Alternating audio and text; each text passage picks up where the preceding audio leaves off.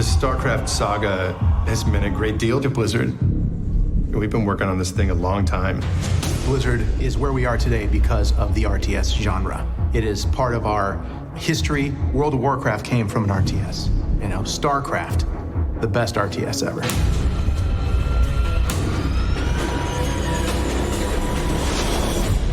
We had just finished Warcraft 2. We said to ourselves, wouldn't it be awesome to create a real-time strategy game in a gritty science fiction universe? The first opportunity to show off our new game, we hadn't been working on it for very long. We showed it and players were underwhelmed. Orcs in space. The Orcs in Space build. Orcs in space. It didn't look very good. That lukewarm response really galvanized us to go back to formula, to make sure that we were building something that we could be totally proud of. We basically gutted the entire engine, and Bob locked himself in his office for a little while and basically came up with this new version of the engine which could do a ton more stuff. Our design philosophy for StarCraft 1 was just concentrate the coolness. Was definitely an illustration of one of our deepest held values. We're not going to quit until the thing is right. We knew it was going to be an awesome game. We loved it. We had a feeling that the world would love it. We didn't know that they would actually build a sporting event around it. StarCraft 1 was definitely the start of real legitimate esports. I'd see what was going on in Korea, people filling up stadiums to watch the game. I thought, wow, this is really changing gaming. When I first heard that people were going to come and watch other people play a video game, I thought that was one of the craziest things I'd ever heard of. Surrounded by hundreds or even thousands of like-minded gamers, all watching this incredible action on the screen in front of you. It's one of the most intense experiences you can possibly have. The esports scene has gotten bigger. You have bigger crowds, bigger viewership, bigger venues. Everything has just scaled so much, and it all started with StarCraft. Are you ready for StarCraft 2? The most beautiful thing about StarCraft is the community that has built up around it and the passion for the franchise, for esports. Legacy of the Void is for you. It has been a long road to close out this story with an amazing game. The exciting part is that Legacy of the Void won't truly be what it is for several years to come as we work with the community, play games, participate in esports, and learn. This is where we can get to the Blizzard chess that StarCraft 2 ultimately can be. Blizzard made StarCraft. Everyone who loves and follows the game has made StarCraft as it is today. The most important part of it is the community, the people who play the games, who love them. We're one giant family. Blizzcon is a moment in time where thousands and thousands of players come together, all understanding the same things, all with our unique perspectives, all bound together by a shared experience of whatever game you've come to celebrate. Where better to celebrate the talent of our players than at Blizzcon? Where better to celebrate the passion, The triumph. The cosplayers. Esports. The World Championship of StarCraft. Perfect marine micro. Where better to celebrate community than at Blizzcon?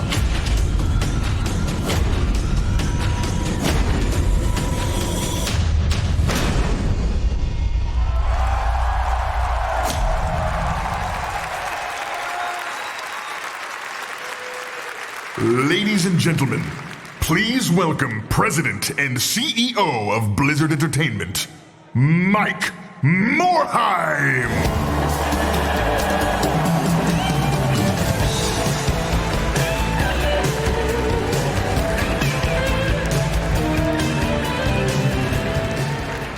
Alliance and Horde. Terran, Protoss, and Zerg. Heroes of Sanctuary. Future heroes of Overwatch. Heroes of the Storm. Fellow gamers and friends, it is so good to see you all here. BlizzCon 2015 is our 9th BlizzCon together. Okay, I'm going to keep with tradition and ask, how many of you are attending BlizzCon for the very first time? And how many of you have been to BlizzCon before? How many of you have been to at least 5 BlizzCons? These are hands down Blizzard's favorite 2 days of the year. Being able to hang out with over 25,000 other people who share our passion for gaming. There's nothing else like it in the world. This year, you came to BlizzCon from all 50 states and from nearly 60 countries across 6 continents. We have attendees here from as far away as Japan, South Africa, Argentina, and Australia. In addition to all of you who are attending live, millions more around the world are joining us via 60 broadcast streams and in 17 languages. We have a ton to talk about. This is our 25th year making games. And next month will mark the 20th anniversary of Warcraft 2 Tides of Darkness. How many of you played Warcraft 2?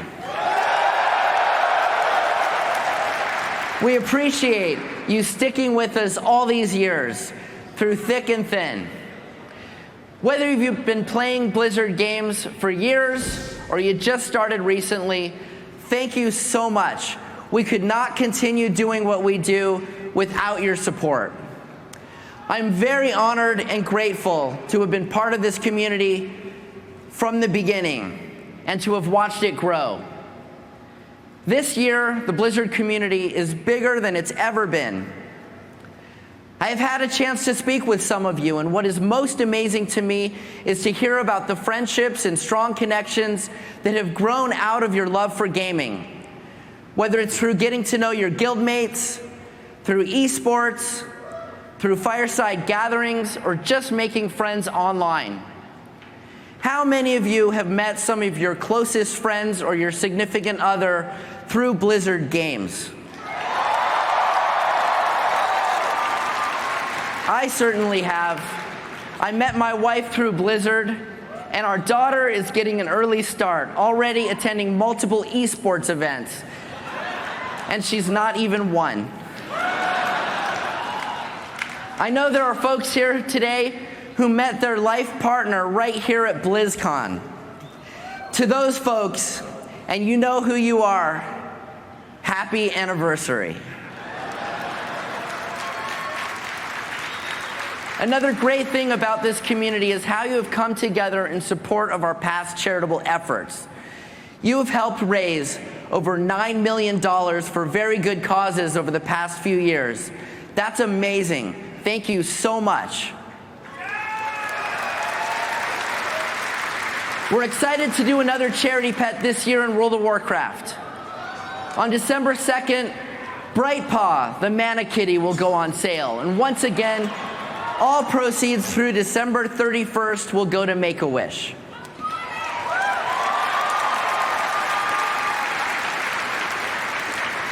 Since last BlizzCon, we've been very busy. We launched Warlords of Draenor, multiple expansions and adventures for Hearthstone, a new game called Heroes of the Storm. We released Hearthstone on phones. We broke new ground for esports with the Heroes of the Dorm on ESPN2. And when some people questioned whether esports should be on TV, and it should be everywhere, many of you jumped in and voiced your support. We added a ton of new content for Diablo 3, and we have another big update coming with patch 2.4.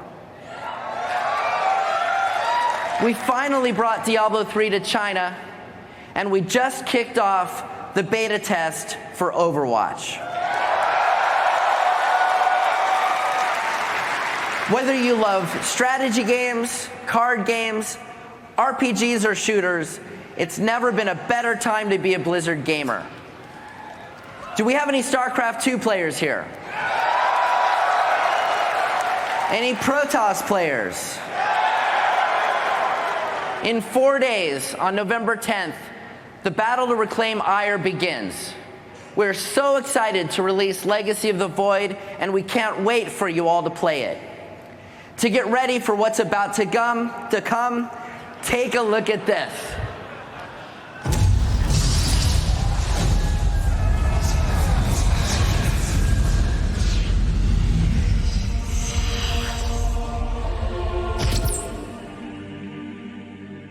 After everything we've been through.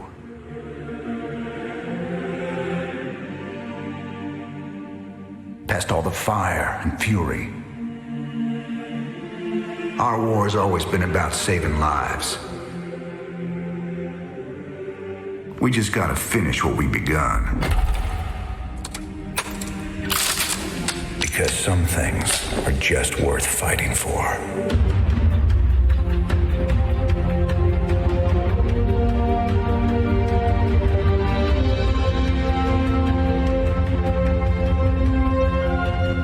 These moments together,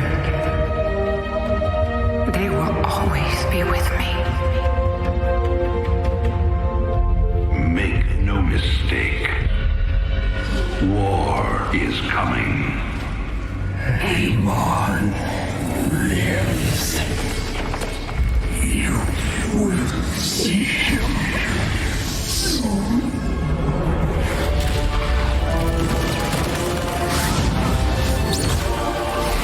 The end war has come. Amon's fury will engulf the entire galaxy.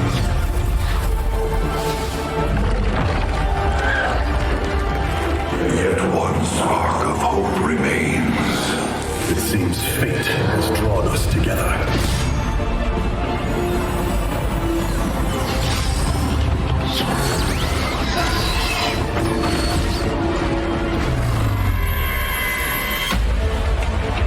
Death is the fate of all warriors. Fate ain't written, Artanis.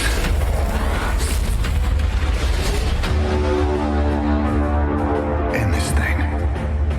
Once and for all. I am a Kundelar, the tip of the spear.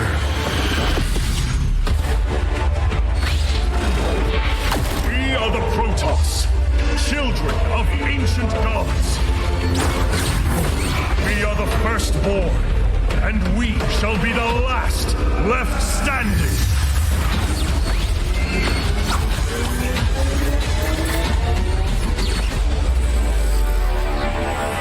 My life for ire.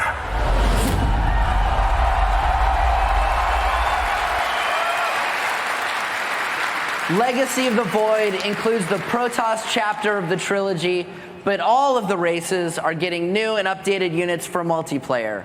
And there is so much more. I'm particularly excited about the 2 new cooperative modes in the game. Archon mode and co-op missions will let you team up with friends, and they make StarCraft even easier to pick up and play than ever before. These modes are a fun way to play StarCraft regardless of your skill level. And for those of us who may get stressed out in the typical 1v1 game, now we can partner up and share the blame for losing. We poured our hearts into creating the most epic, definitive StarCraft experience, and we hope you love it. And remember, Legacy of the Void will be a standalone product, so you don't need any previous version of StarCraft to play. Okay, I know many of you are wondering what's next for StarCraft following Legacy of the Void. As you know, when Blizzard releases a game, it's only the beginning. We play our games and we listen to your feedback, and we keep refining and adding new experiences.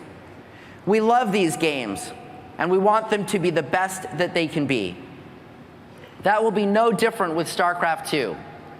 I'm pleased to announce that in addition to our ongoing support for the game, we plan to create StarCraft 2 mission packs that offer new stories and experiences in the StarCraft universe.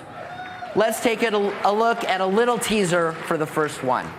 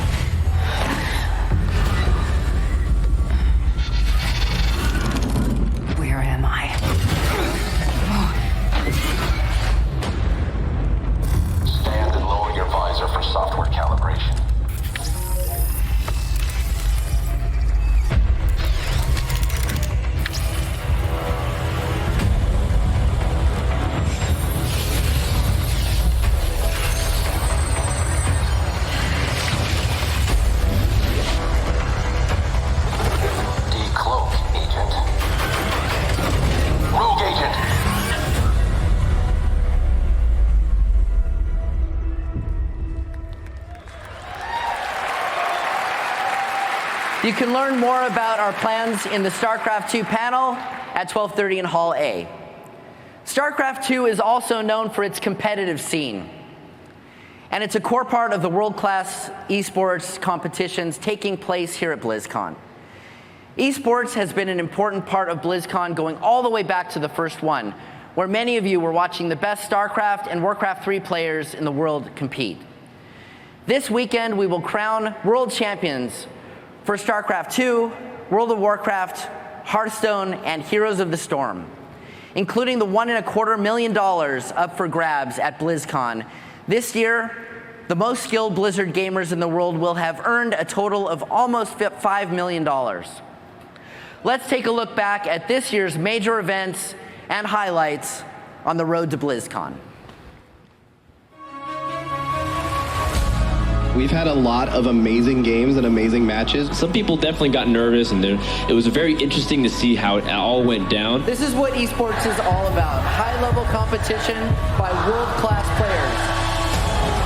And this is a massive move, but he's not content. And Lilbow enters the main with just a Nexus kill. He will get down. This has been unbelievable performance by Bolt.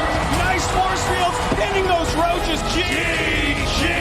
He knows it. He knows it's good. GG. Over the course of several incredible matches, we have the finest Hearthstone players. And that's going to do it. Life Coach is going to BlizzCon. Really excited to see the conclusion of all these events. It's been a long journey. Purple is your America's champion for 2015. So you're going to see a ton of new cards that are going to affect players' hero power. Come, you attack into it. Welcome to the World of Warcraft Road to BlizzCon. They pop the Shadow Dance. Wealthy Man is down to 30. He gets deeped on his Nature Strength. I don't even think they need the polymorph. I am so excited for BlizzCon now with all these great teams qualifying. That was an amazing game. What a great series. He's going to get executed. They brought their A game. Solari Blue winning this series. Excellent job. This is the moment. This is for the pride. They are the best. We're here at the finals. These games, they were so epic. They are looking strong.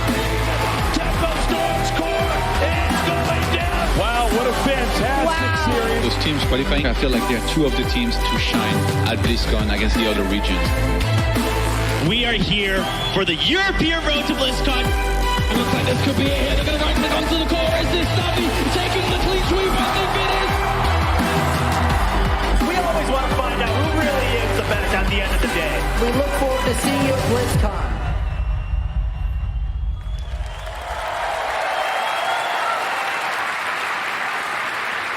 There were tons of epic moments throughout the year, as well as some major surprises. I can't wait to see how things play out here at the show. In addition to all the top-level competition, we're also fortunate to have some incredibly fun show matches here at BlizzCon. One of the world's best poker players, Daniel Negreanu, is here. And he'll be dueling former top StarCraft and Warcraft 3 pro gamer and poker Triple Crown winner, Elky.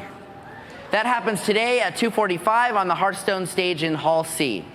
And starting at 6:30 tonight in the StarCraft 2 arena, you'll be able to watch StarCraft legends Ness T and Yellow battle MVP and Boxer in a once-in-a-lifetime Archon mode exhibition match. On the same stage, two of the top Archon mode teams in the world, MC and Huck, and Snoot and TLO, will battle to become the 2015 Archon mode champions. We have a lot of other cool things for you at the show. One of my favorite parts of BlizzCon is the community contests. The costume, talent, art, and movie contests are taking place right here at 6 p.m. in this hall, main hall. And this year they're being hosted by Will Wheaton.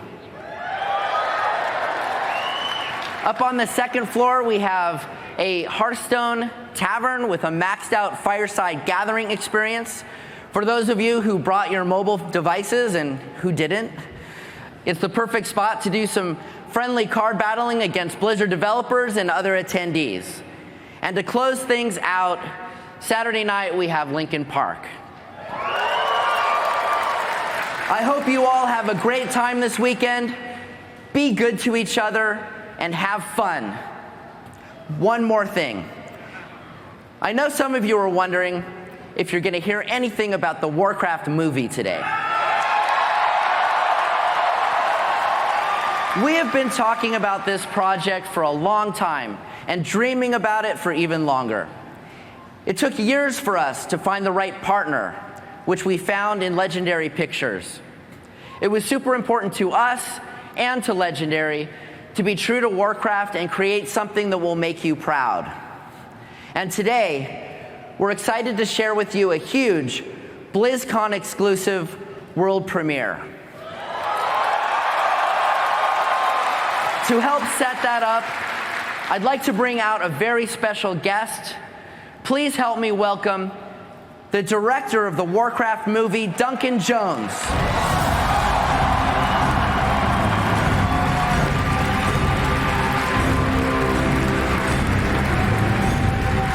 Hey, Duncan. How's it going? Really good. It's amazing. Finally. Welcome to BlizzCon. Thank you. Hi, everyone.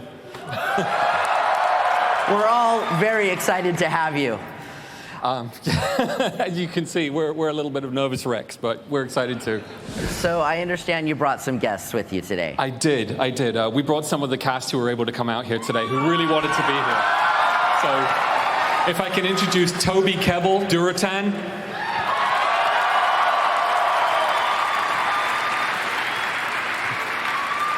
Ben Foster, Medivh. Dominic Cooper, King Lane. Yeah. Clancy Brown, Blackhand. Daniel Wu, Gul'dan. And Paula Patton, Garona.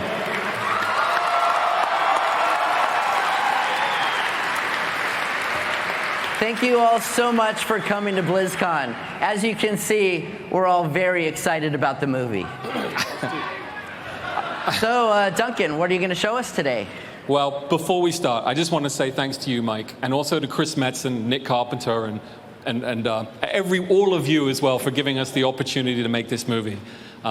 A lot of you who follow me online know that I've been a fan of Warcraft for 20 years. I played the Lost Vikings, I played Orcs and Humans, and all of the RTSs, and I was playing right up until vanilla World of Warcraft when my work started getting in the way a little bit. But I really hope that you enjoy this. This is the trailer for Warcraft.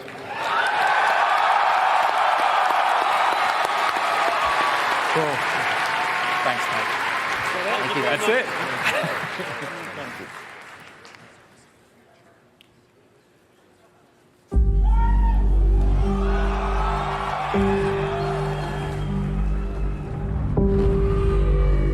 For years, our world has been at peace.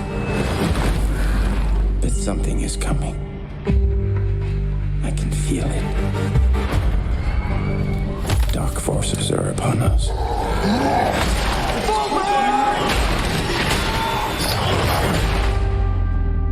Find these beasts, or whatever they are. Our world is dying. There is nothing to go back to. If our people are to survive, we must make a home here. Whatever happens. Whatever happens. If we do not unite, our world will perish.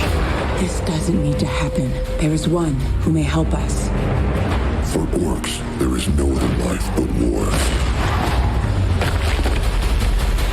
No, but with the humans' help, there could be. Why are you here? To save our people. Can we trust him? They're beasts. They should all be destroyed. Are you sure about that? We'll protect the kingdom, you and I. You'd side with the humans against your own kind. This is suicide. We have no choice. We should attack with full force. Whatever you plan to do, do it now!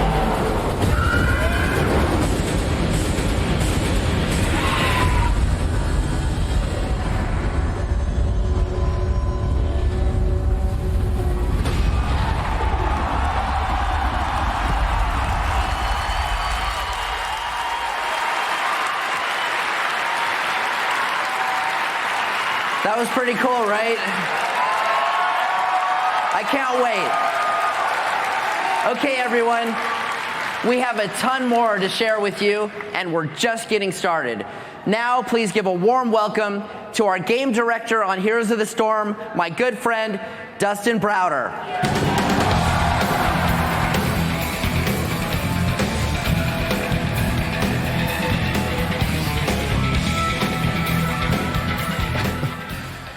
BlizzCon. Heroes of the Storm is a game you can lose alone, but you always win as a team. It's a game based around a quote from one of my favorite movies, "Never give up, never surrender." Heroes is a game where you will see Diablo, the Lord of Terror, riding into battle on a beautiful rainbow unicorn right before he's killed by a murloc. We have had an incredible first year of Heroes. We started this year in technical alpha. We went on to beta, and during our beta, we had a one-of-a-kind esports event, a collegiate tournament called Heroes of the Dorm, that showed the world what an incredible esports experience Heroes could be. And it was on ESPN2 while we were still in beta. We launched the game in June to millions of players and incredible reviews. And since then, we have built 2 new battlegrounds and 6 new heroes in the Nexus. And we've got more to show you here today.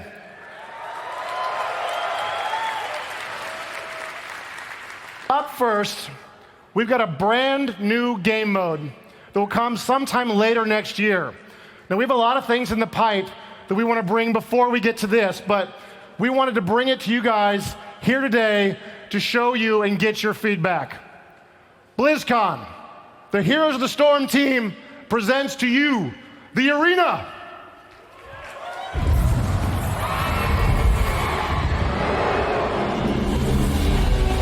The Nexus is a realm of endless conflict. A crucible for heroes ripped from countless worlds. In this new battleground, fate will decide their allies and their enemies. Now, they face a greater trial. Here, anything can happen.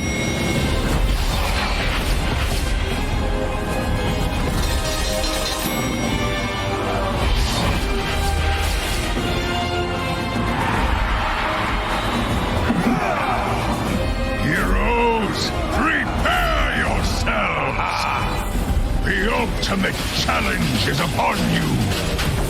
For soon, you will enter the arena!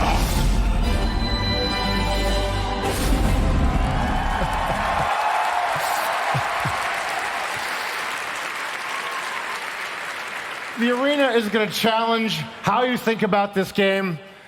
This is a mode with not a lot of game rules. You could all be the same hero. You can pick the same hero on each other's teams. You're going to be given 3 randomly selected heroes to choose from. You're going to choose a single hero, a single heroic ability, and jump right into battle on a small, dangerous, single objective battleground. I've been making games for 20 years. I don't think I've ever seen a game development team take to a new game mode like the Heroes team has really loved and enjoyed the arena. You can play it here today, and I hope you guys love it as much as we do.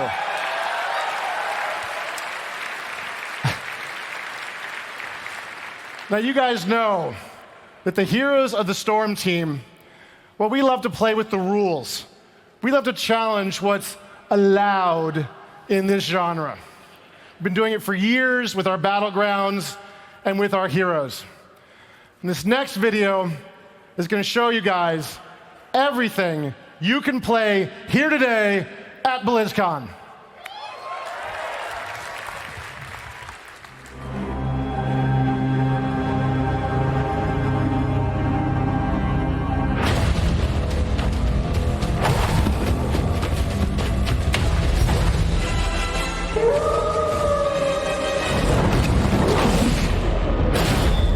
For honor and glory.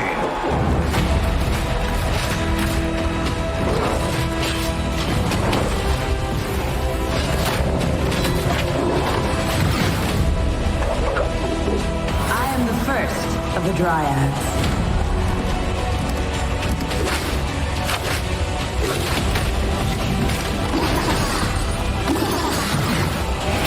Raven Court will belong to the Gravekeeper.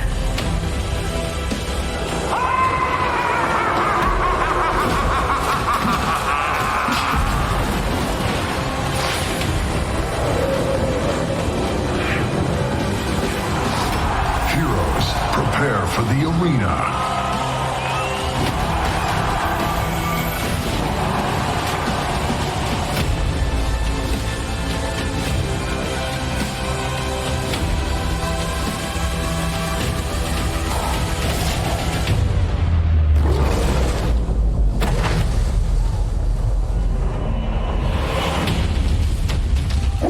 Prepare for trouble. Make it double.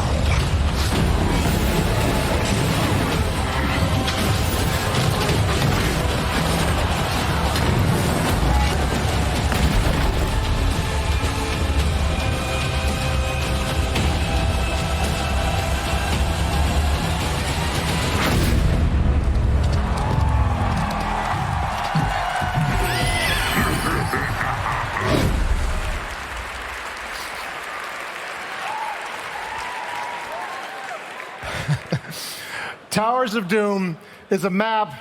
You've never played anything like this before. You can't attack the enemy's core directly. When you destroy enemy towns, they become your towns. It'll make you think very differently about your heroes, your talents, your team compositions.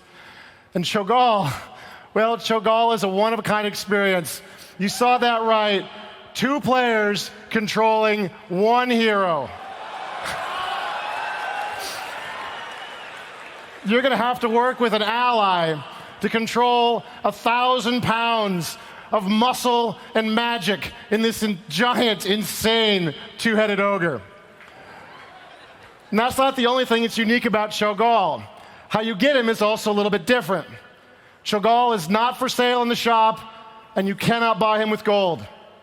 Instead, everyone here at BlizzCon, everyone with a virtual ticket, and a few lucky players on Battle.net will get Cho'Gall added to their account automatically for free this month.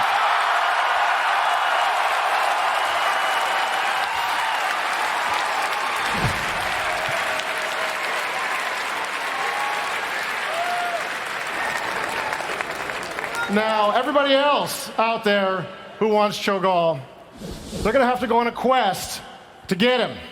And that's where you guys can help us. If you party up with someone who doesn't have Cho'Gall, they can play Cho'Gall with you. And if you party with these people and you play 2 games, then they will get Cho'Gall as well.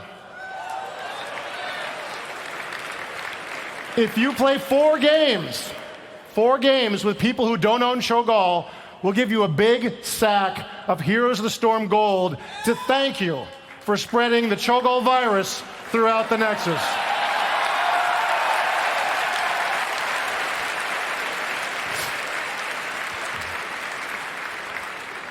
We have an incredible BlizzCon for you this year. We've got the arena. We've got Lunara, we've got Greymane, we've got Cho'Gall. We have got 3 panels this weekend where you can ask our game developers all of your questions. We've also got the very first Heroes of the Storm World Championship this weekend.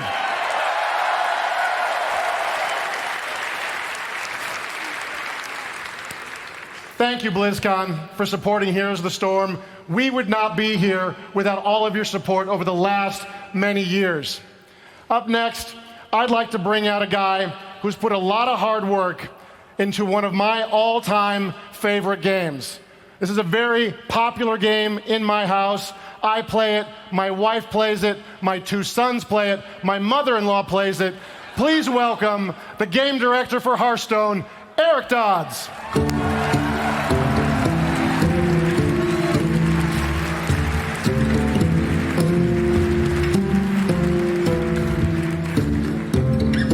That was awesome. I love hearing Dustin talk about Heroes of the Storm. It's a game I've been playing a lot recently, and gotta say, I'm super geeked up about playing Cho'Gall. That sounds kind of awesome. So, one of the cool things about being here is that we have the very best Hearthstone players in the world competing here in the Hearthstone World Championship.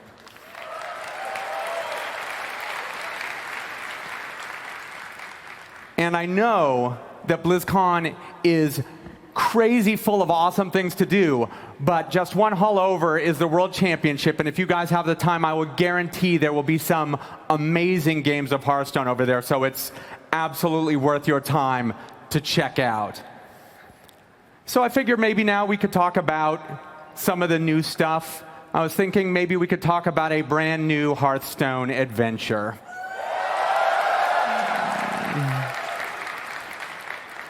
And this adventure is going to be a little bit different than you guys might be expecting. There might be some surprises there, but it really speaks to the heart of what it means to go on an adventure and be an adventurer. So if you like exploration and danger and ruined temples and a whole bunch of new cool solo missions and a bunch of awesome new cards, then I'm pretty sure you are going to like this.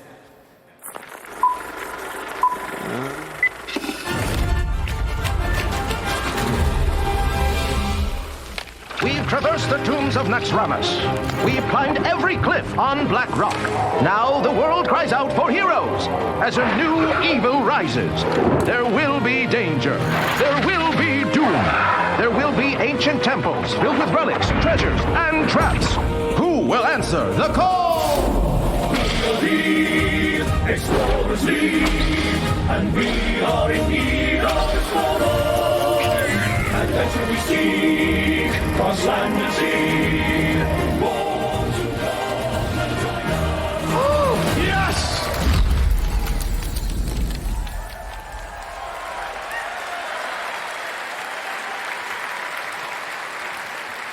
So you're going to get to travel with the League of Explorers across all of Azeroth in search for an artifact, the Staff of Origination.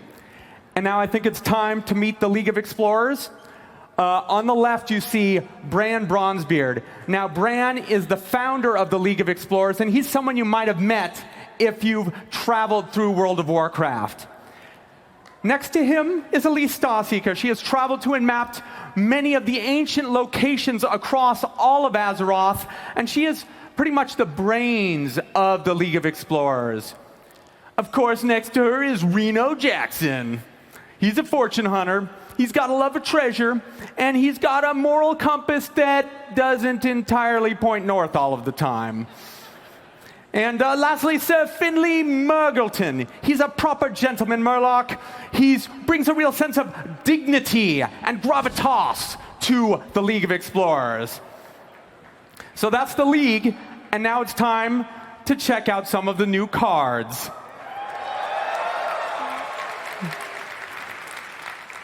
And of course, you couldn't go exploring without a proper explorer's hat.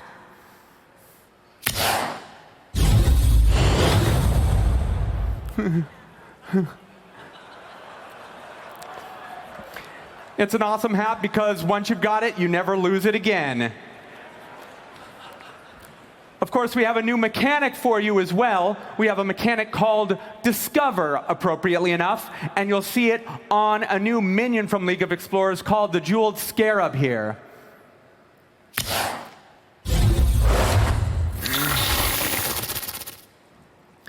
And what Discover means is it means that when you play a card with Discover, it's going to present you 3 random cards to pick from that are valid cards given whatever deck you're currently playing. So they're not from your existing deck, but they are valid for that type of deck, and you get to pick one of them.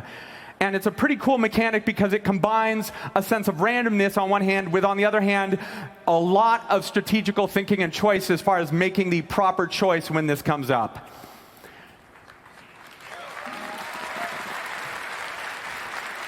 And actually, let me show you what it looks like when you play a Discover card. So this is playing the Jeweled Scarab here.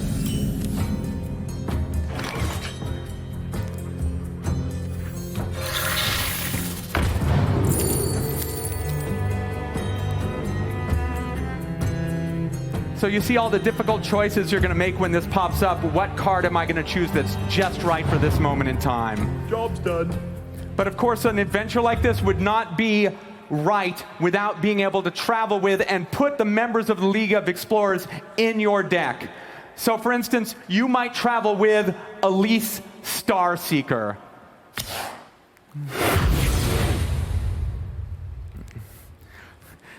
So of course, a moment where you're not quite sure what she does, but before we talk about that, I can show you how she comes into play, because she does come into play in true League of Explorers style. And she comes into play a lot like this. Do you have the artifact?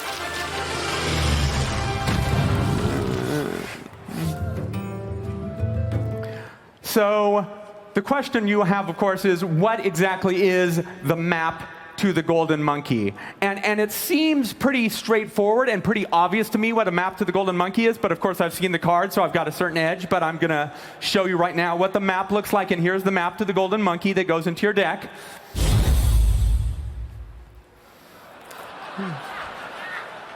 See, pretty obvious.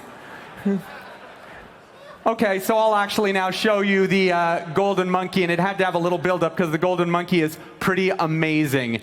Here is the Golden Monkey.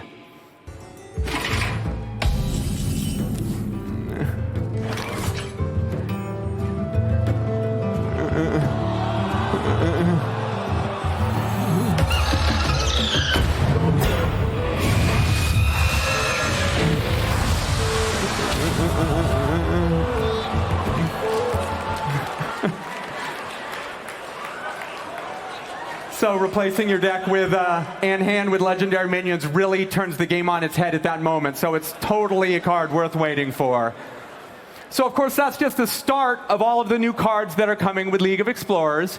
And if you want to know more about the cards and all of the other parts of the League, right here today at 3:30, the one and only Ben Brode will be here explaining everything you want to know about League of Explorers.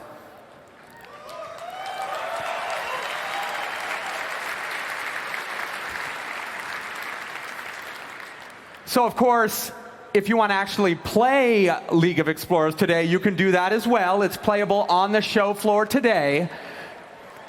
You're going to be able to play one of the missions of the First Wing, where you help Reno Jackson escape from a collapsing temple. He's gotten in trouble again, which is somewhat common. And I'm also happy to announce that we're going to be releasing League of Explorers later this year.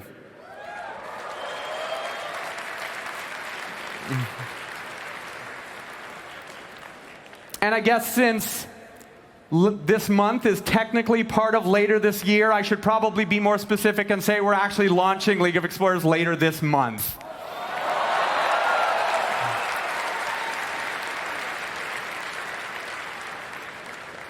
Actually, I should probably be a little bit more specific than that and tell you that League of Explorers is going live, the First Wing, starting this coming Thursday.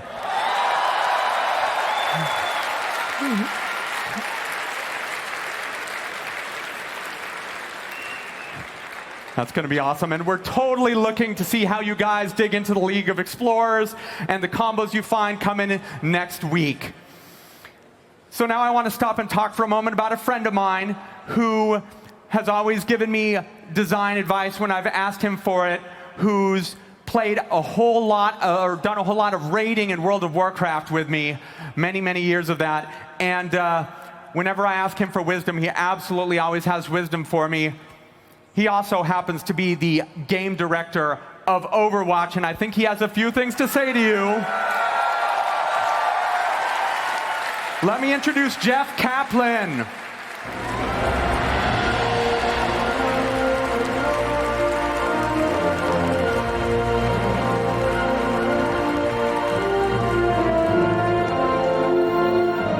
What is up, Blizzard Nation? How are you guys doing?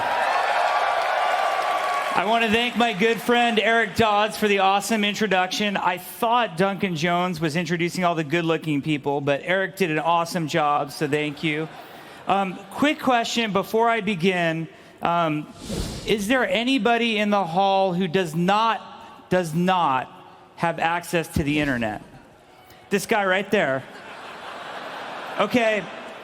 I have some amazing announcements for you right here on the stage right now. Everybody else, talk amongst yourselves. We'll be back. No, I'm just kidding. So obviously right here on the stage, it was a year ago at Blizzcon that we unveiled Overwatch to you guys. And we gave you 12 heroes to play with on the show floor, and it was absolutely inspiring seeing how you guys fell in love with these heroes the same way we did, the people who made the game. And then the year itself was pretty fantastic. We traveled to PAX East. It was 14 degrees in the snow out in Boston. Props to all of you guys who made it out there with us. And we introduced 2 new heroes. We had McCree and Zarya. So that was pretty awesome. Then we had a lot of fun on social media, and we ran a campaign where Soldier 76 came to light in the Overwatch universe, and you got to know him.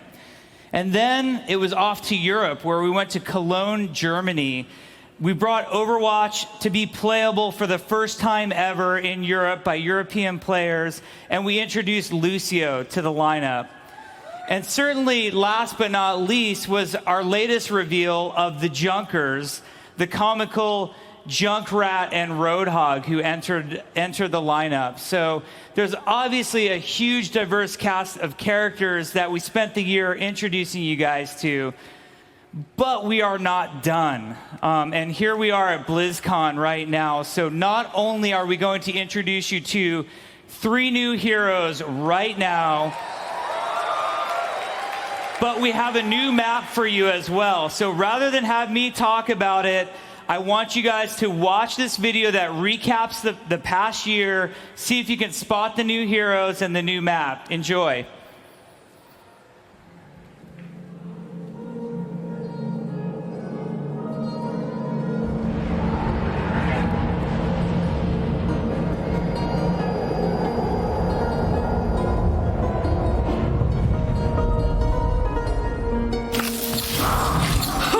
This is strength.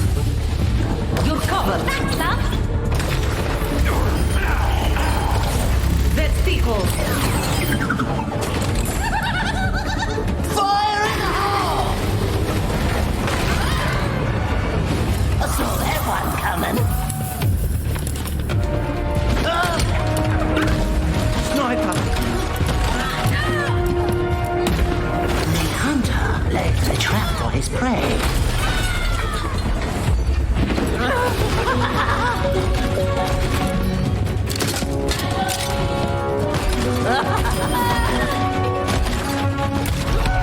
You didn't make the cut. I've got you in my sights. Target-rich environment. Get the payload moving.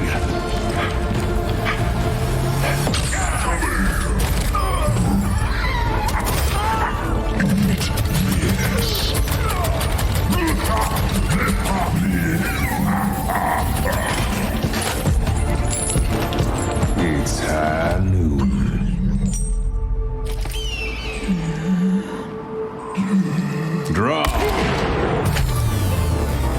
This ain't gonna dispense itself.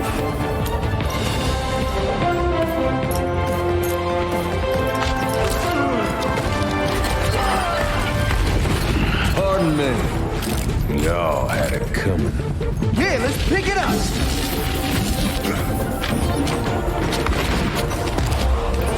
Oh, let's break it. Damn! Get back.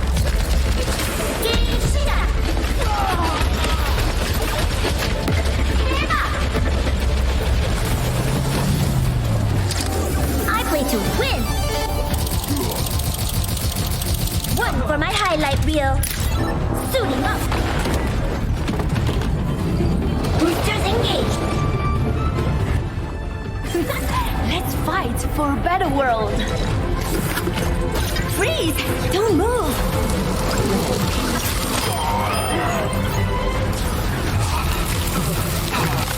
Oh, 对不起了。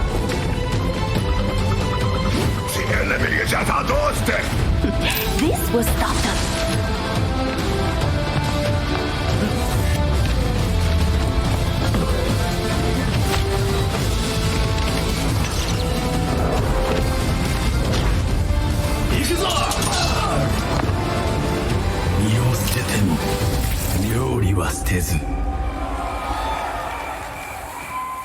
You are nothing. We shall see, brother.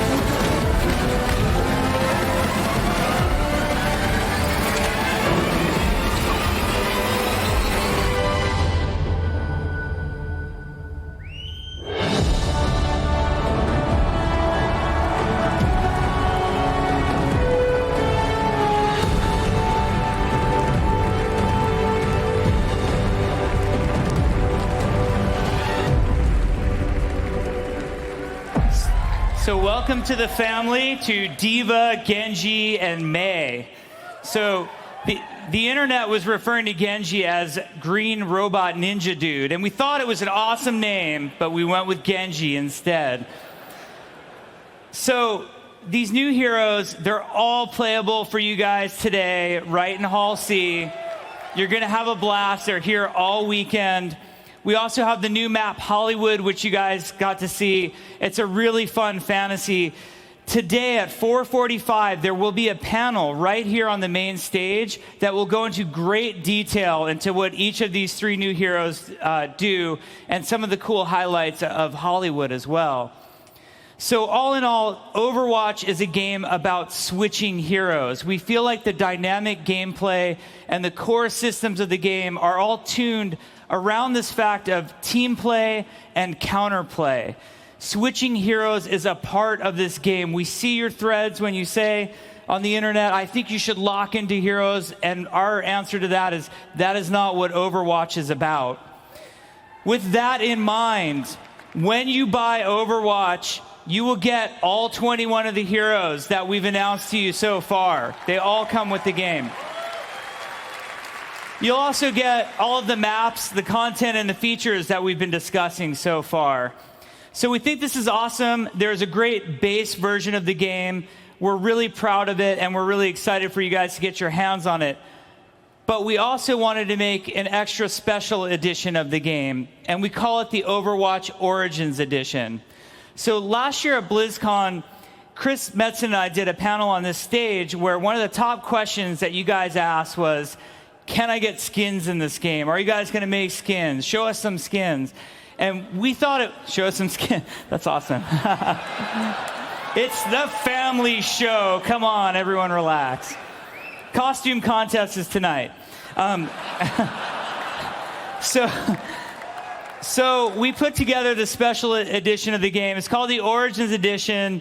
It comes with 5 Origins Edition skins. And what these mean are, there's a backstory to all of our heroes, and we're going to tell you a lot more about that. But each of these skins harkens to the backstory of all of the individual heroes that got one. So not only is that special, but our brothers and sisters on the other Blizzard development teams were very generous, and they gave us a bunch of awesome digital goodies that come in the other Blizzard games that also make up the Origins Edition.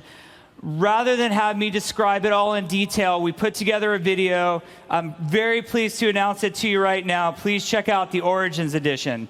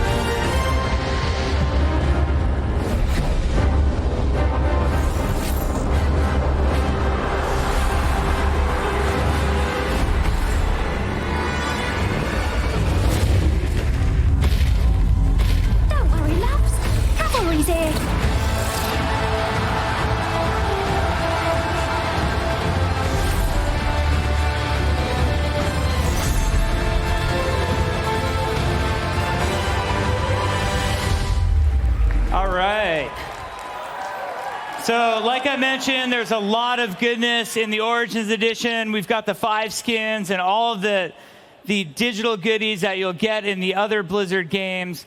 But the coolest part about the Origins Edition, and the part that I'm the most excited about, is that we'll be bringing the Origins Edition to the Xbox One and the PlayStation 4 for all of you console fans. We were so pleased with the reception that Reaper of Souls got on the consoles, and we know how many Blizzard gamers love playing games on the Xbox One and the PlayStation 4, so we're very proud to bring Overwatch simultaneously at release to all 3 platforms. So let's go over the 3 ways you'll be able to get the game. There's the base PC edition, like I mentioned, includes all 21 heroes. There is the Origins Edition that comes with the skins and the goodies, like I talked about, that's available on PC, Xbox One, and PlayStation 4. And we're also pleased to announce an amazing collector's edition of the game that will be available on all 3 platforms. It comes with a really awesome Soldier 76 bronze statue. It also comes with a source book, an amazing soundtrack, and everything that you get in the Origins Edition as well. So 3 ways to get the game. You're wondering now where to get the game. You can go to buyoverwatch.com. You'll get a pre-purchase skin, which is Noir Widowmaker. It's absolutely gorgeous. I can't wait for you guys to see this in person. And the final question you're probably wondering is, well, when? When does this all happen? We are beta. Beta was fall 10th, guys. Come on, we've covered this already. We are very pleased to announce that Overwatch will be launching in the spring of 2016. So it's very close. We're almost there, guys. And I promise no spring 10th jokes. Or that's the last one. So anyway, there's a lot of great Overwatch stuff for you guys to check out at the show. Everything's playable in Hall C, so go check it out. Wait in line as many times as you can. We also will have a great panel here on the main stage that will cover the new heroes. That's at 4:45 today. Tomorrow at 11:30 a.m., there's another panel on the stage. I think it's very special. One of the top questions we got asked last BlizzCon was, I want to know more about storytelling in Overwatch and the lore and the background. We have a great panel lined up for you tomorrow with some very exclusive content and special announcements, so please come and check it out. With all that said, I'm very happy to bring my brother in arms out, my partner in crime, the inspiration, the heart and soul of Blizzard, Mr. Chris Metzen. Take care, guys.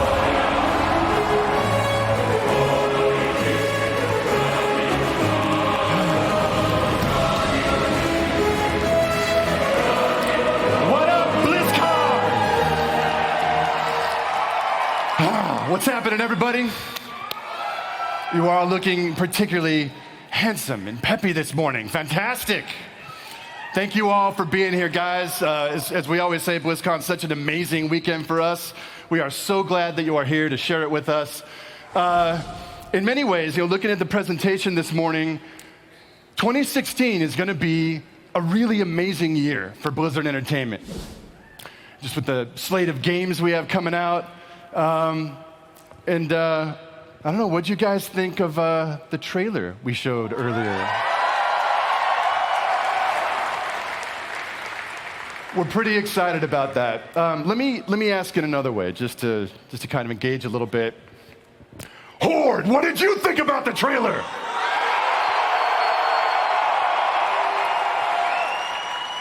Excellent. Alliance, roar! It's your movie, guys. What's really fun about this film is that it really focuses on the origins of the Alliance and Horde. It takes a look at the first great conflict that sets the stage for the whole modern age of Warcraft, which is your age. To contrast that, our new expansion set, World of Warcraft Legion, takes a look at the present day of the Alliance and Horde, kind of at the height of their conflict, engaged against a foe that neither can defeat alone. This is a big one, guys. The Burning Legion returns. What's kind of cool, many of you will remember, the Burning Legion has invaded Azeroth twice before. Can anyone tell me the first time they invaded? War of the Ancients is correct. Something like 10,000 years ago, the Legion invaded Azeroth and was only driven off by the Night Elves and the demigods that they conjured and that they rallied to drive the demons away. Does anyone remember the second invasion? Teacher's pet. You are exactly correct, sir. Reign of Chaos, Warcraft 3, much closer to the now in the timeline, where the Legion invaded once again. Only this time, it was the Alliance and Horde that banded together to drive the demons back and save the world for another generation. So you can imagine, if you're the lords of the Burning Legion, kind of failed twice, pretty pissed off.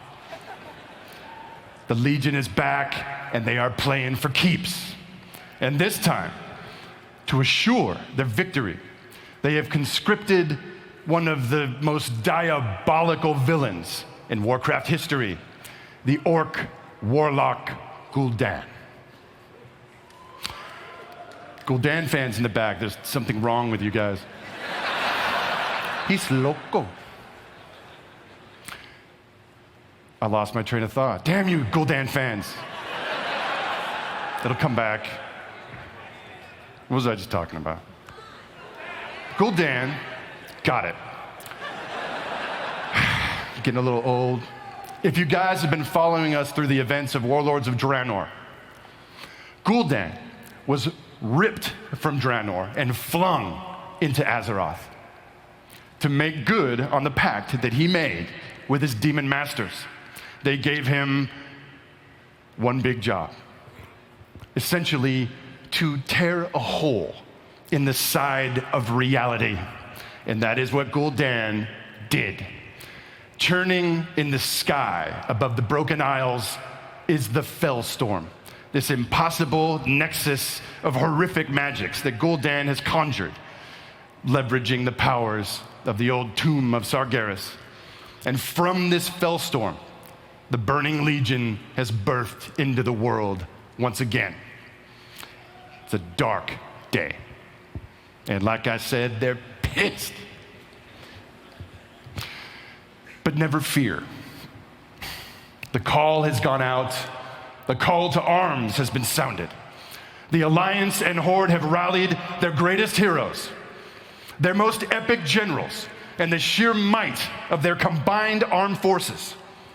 They have launched in fleets to the sea in an attempt to invade the Broken Isles, smash Gul'dan's stronghold, and stem the tide of this invasion before it could really get going. What could go wrong? It's mostly going to be fine.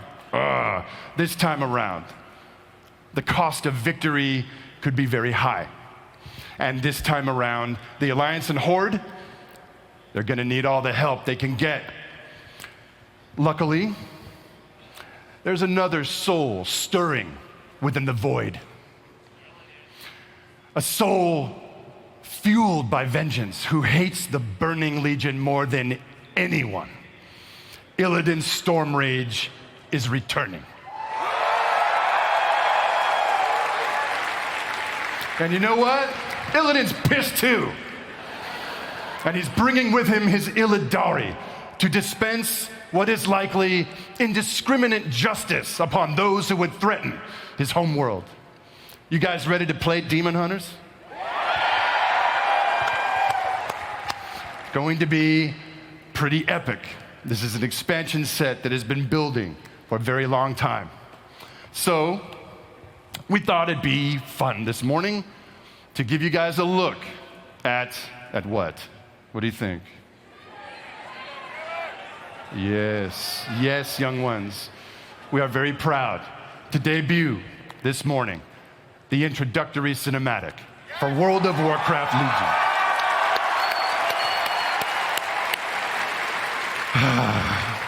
All right, guys. Well, what may well wind up being the end of the world begins right now.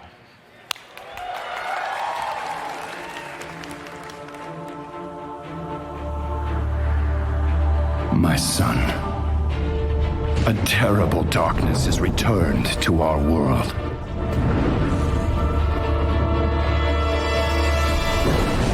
As before, it seeks to annihilate everything that we hold dear. I go to face it, knowing I may not return.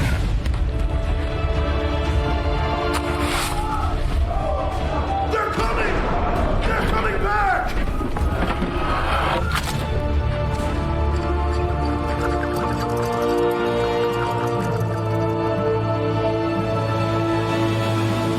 All my life I have lived by the sword. I've seen kingdoms burn and watched brave heroes die in vain.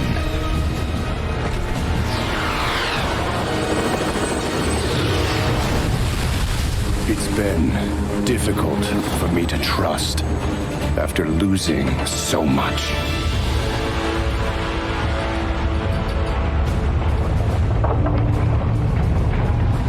But from you, I have learned patience, tolerance, and faith.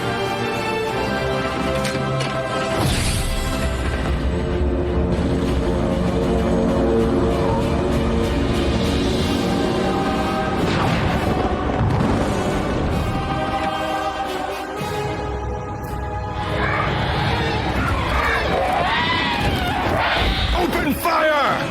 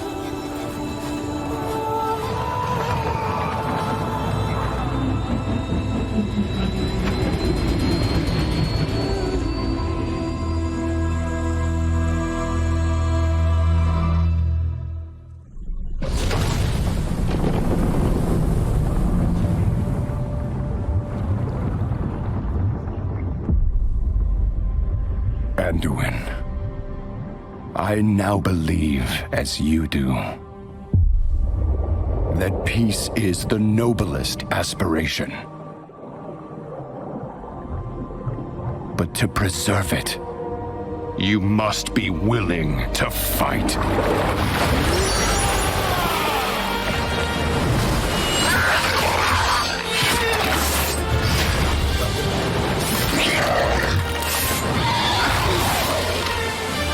For Azeroth!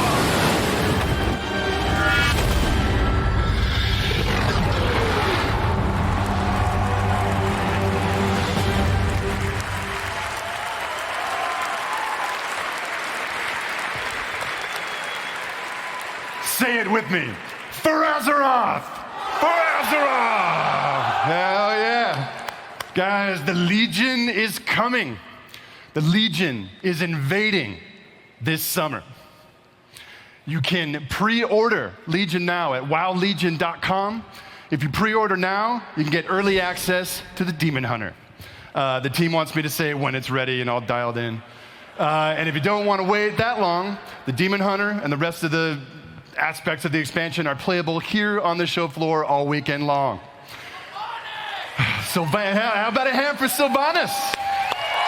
Finally. You Sylvanas fans, she is going to be a factor moving forward. It's really exciting times. Guys, if you want to hear more about Legion, more of its features, and just here for the dev team, the panel you can come to is here in this hall at 12:30 today. And they will answer all the questions they possibly can and give you guys an even deeper look at the game.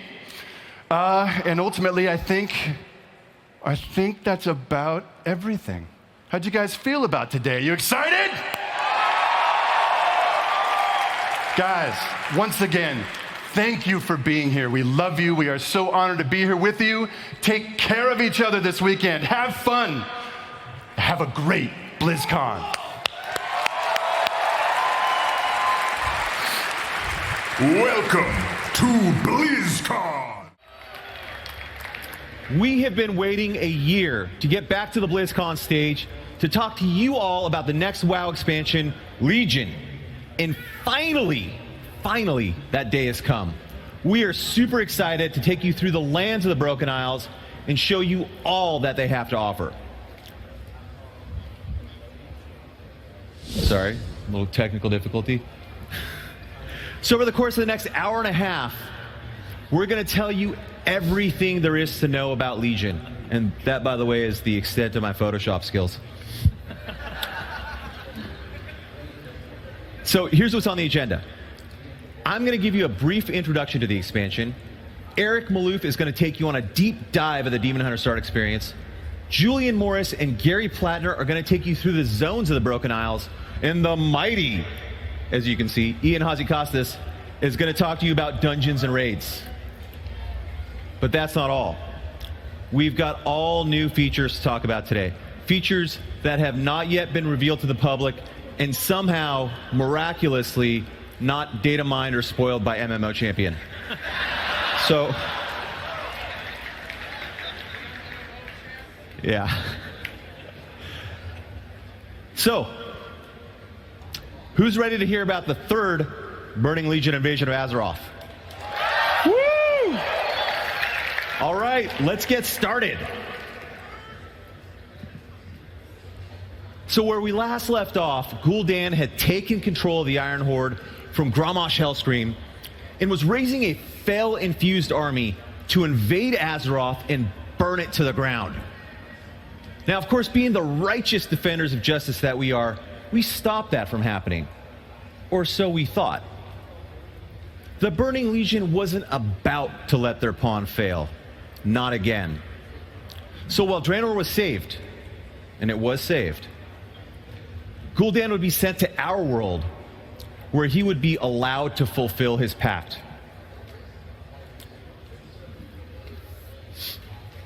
What happened to Gul'dan on Azeroth? Well, on our world, Gul'dan would hear a familiar voice. A voice that had been directing him all through Draenor. Kil'jaeden. And Kil'jaeden would gift Gul'dan with the near limitless knowledge of the Burning Legion.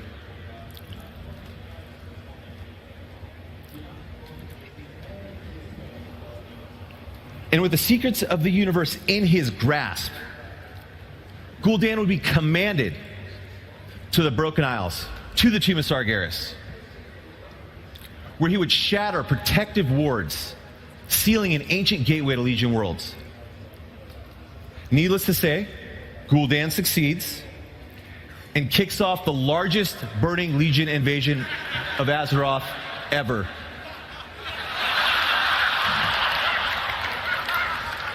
Chris Metzen, what are you doing in my slide? I can't shake him. He's everywhere. So that leads us to the cinematic that you guys just saw during the opening ceremony.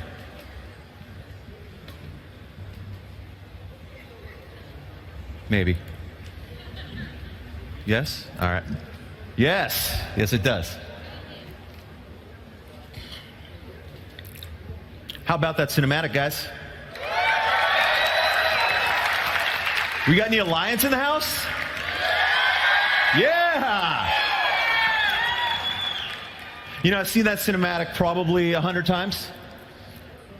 And we just showed it again, and I got goosebumps for the 101st time. Yeah. It's amazing, and maybe it's, and I think about it, and I think maybe it's because I know the story of Legion, I know what's going to happen, and it excites me. Or maybe it's because I'm excited for you all to get into Legion and find out the story for yourselves. But it strikes me that after working on Warcraft and WoW for almost 12 years now, that the game, the story, the world, the characters can still have such a huge effect on me. And hopefully on you too. But I do want to tell you something about this cinematic that you probably don't know. It is the first time that we have created a cinematic that ties directly into the main story of the game. It's a direct handoff, in fact. You know, with Legion, we felt like we really had an opportunity to take our storytelling to another level. And our incredibly talented cinematics team agreed and was eager to oblige. Now, clearly, guys, we wanted to get you all super excited for the expansion. By the way, how did we do? Okay, I think we can check that one off the list. But we also wanted to highlight our greatest heroes in their darkest hour and paint a target on the most dominant threat in the universe, the Burning Legion. And in the middle of all of that, kick off what we consider to be a really great Warcraft story. So, how does a cinematic handoff into the game actually work? Well, that takes us to the Broken Shore. What is the Broken Shore? That is a great question that somebody out there is thinking. I'm going to tell you what the Broken Shore is. Most importantly, the Broken Shore is ground zero for the Burning Legion invasion of Azeroth. The Legion invasion is coming directly from the Tomb of Sargeras, but this is also, equally as importantly, where we, Azeroth's greatest champions, meet up with Varian, Sylvanas, Jaina, Vol'jin, and the rest of the heroes of the Alliance and the Horde to face the Burning Legion. This is that handoff point from the cinematic where we see Varian and Sylvanas on the shore. This is where we will begin our mission to eradicate the Burning Legion from Azeroth.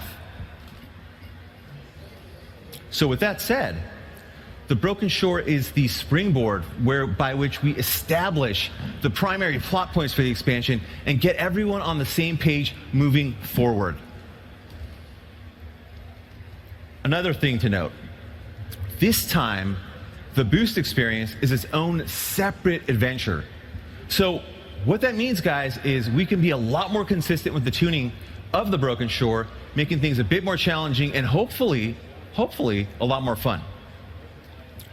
What about the content structure? So we're trying to tell this humongous story with Legion.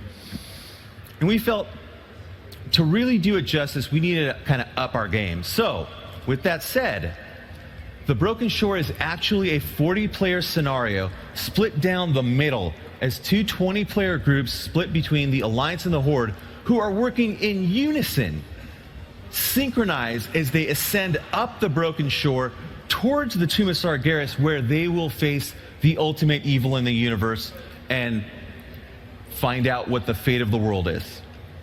So, with that said, let's take a quick look here at a demo of the Broken Shore. I do want to say, guys, this is still super, super early. We've got a lot of work left to be done. A lot of iteration needs to still go into this and a bit of our time.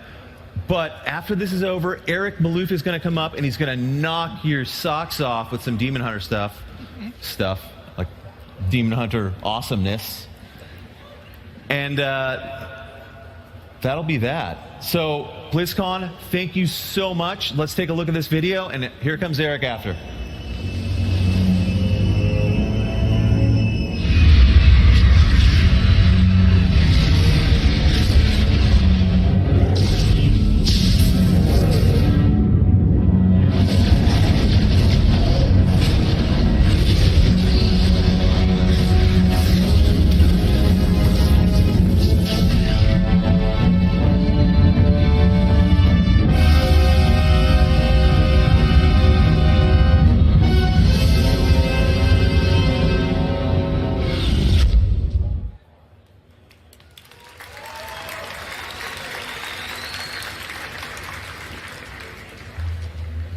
Alex? Cool. Hi, BlizzCon. Who wants to play a Demon Hunter? Hi, I'm Eric Malouf, quest designer on World of Warcraft, and I'm here today to talk to you about the brand new Demon Hunter intro. Demon Hunter is our new hero class. It starts at level 98. When you play through the intro, you're going to learn what it truly means to be a demon hunter. These elves have sacrificed everything. They've given up their friends and family. They've taken in immense amounts of fell energy, corrupting their bodies. They've even gouged out their own eyes to gain spectral sight to see their enemies that much better. And they've done this all for one overriding reason: the utter annihilation of the Burning Legion. Thank you. Now, the Demon Hunter intro also serves as our story bridge from the Burning Crusade expansion to the present. We're going to answer the question, what was it that Illidan Stormrage was up to all those years ago at the Black Temple when we were raiding him?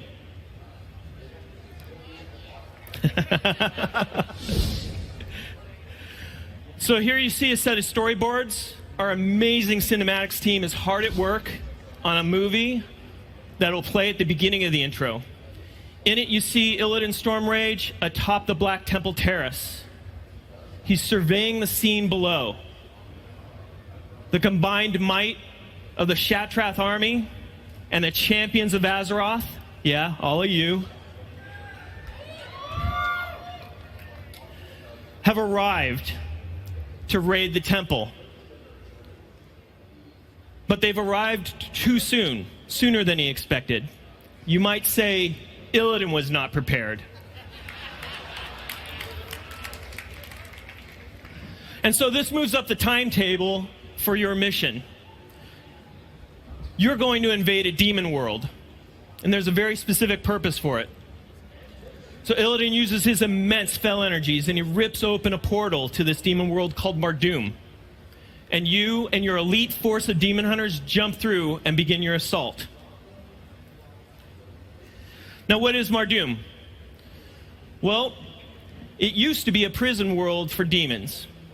Eons ago, when the Titan Sargeras was still good, he threw all the demons he came across onto this planet, imprisoning them there with an item that he'd crafted called the Sargerite Keystone. Now, when Sargeras turned evil, he shattered Mardoom into thousands of pieces. It was on one of these fragments that he entrusted the Sargarite keystone to his most loyal demons. The keystone is the objective of your mission. Who wants to take a look at Mardum? Let's roll it.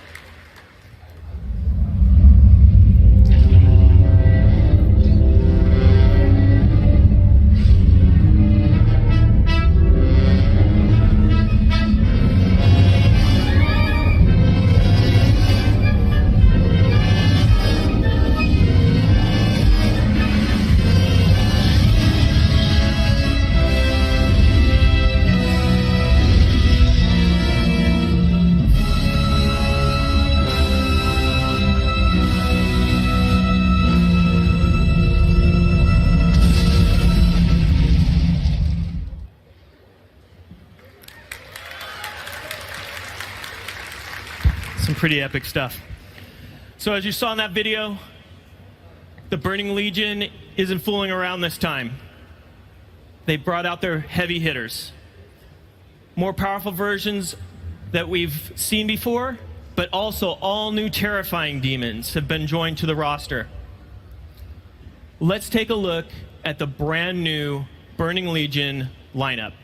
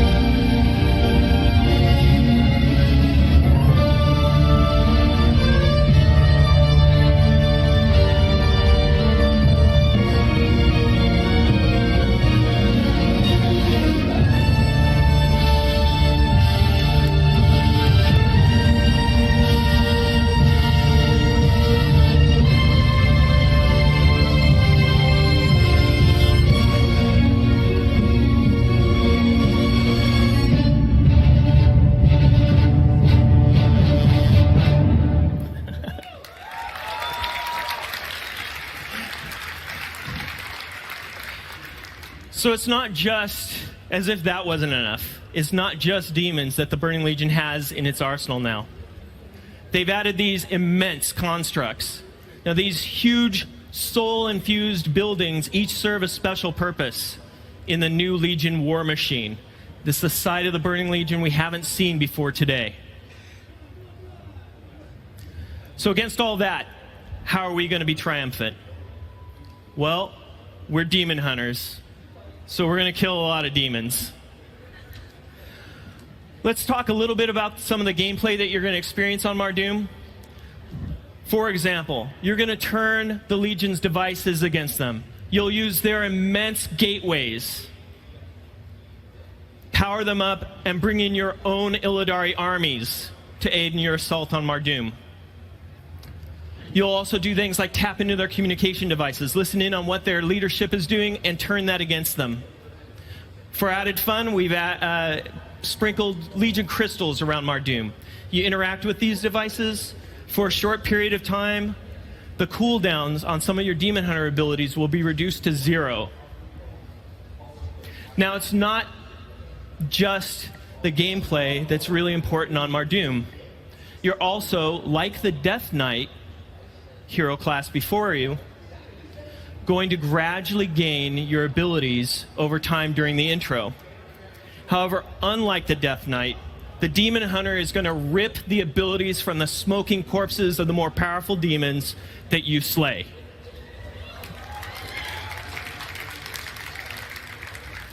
I want to show you a short clip. It's an ability called I-Beam. In it, you're going to see the Demon Hunter do a backflip, change into demon form, and unleash a torrent of fell energy on the enemies in front of him. Let's take a look.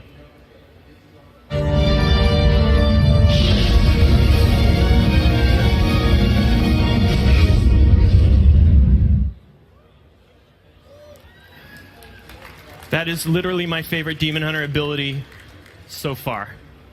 Now, no hero class would be complete without its very own epic mount. Illidan Stormrage himself is going to create for you the Fellsaber and give you a short clip of what that looks like in-game.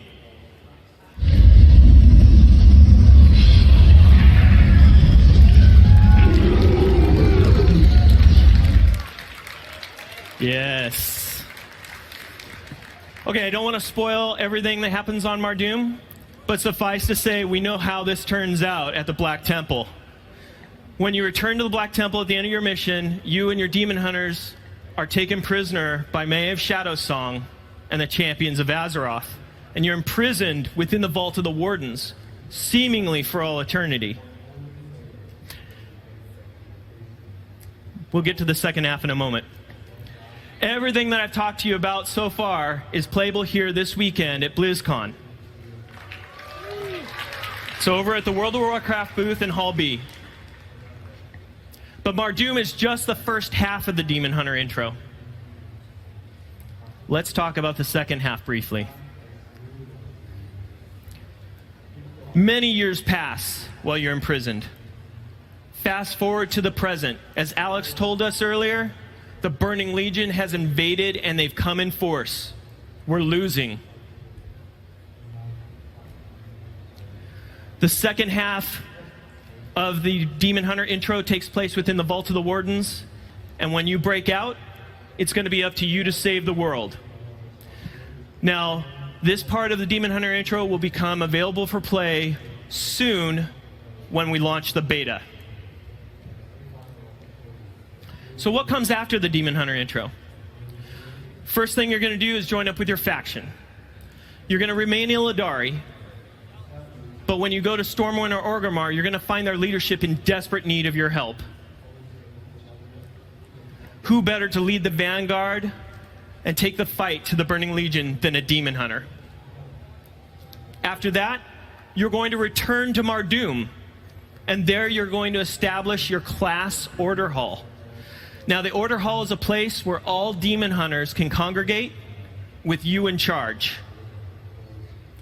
And last but not least, you're going to quest for your very own artifact-level Warglaives.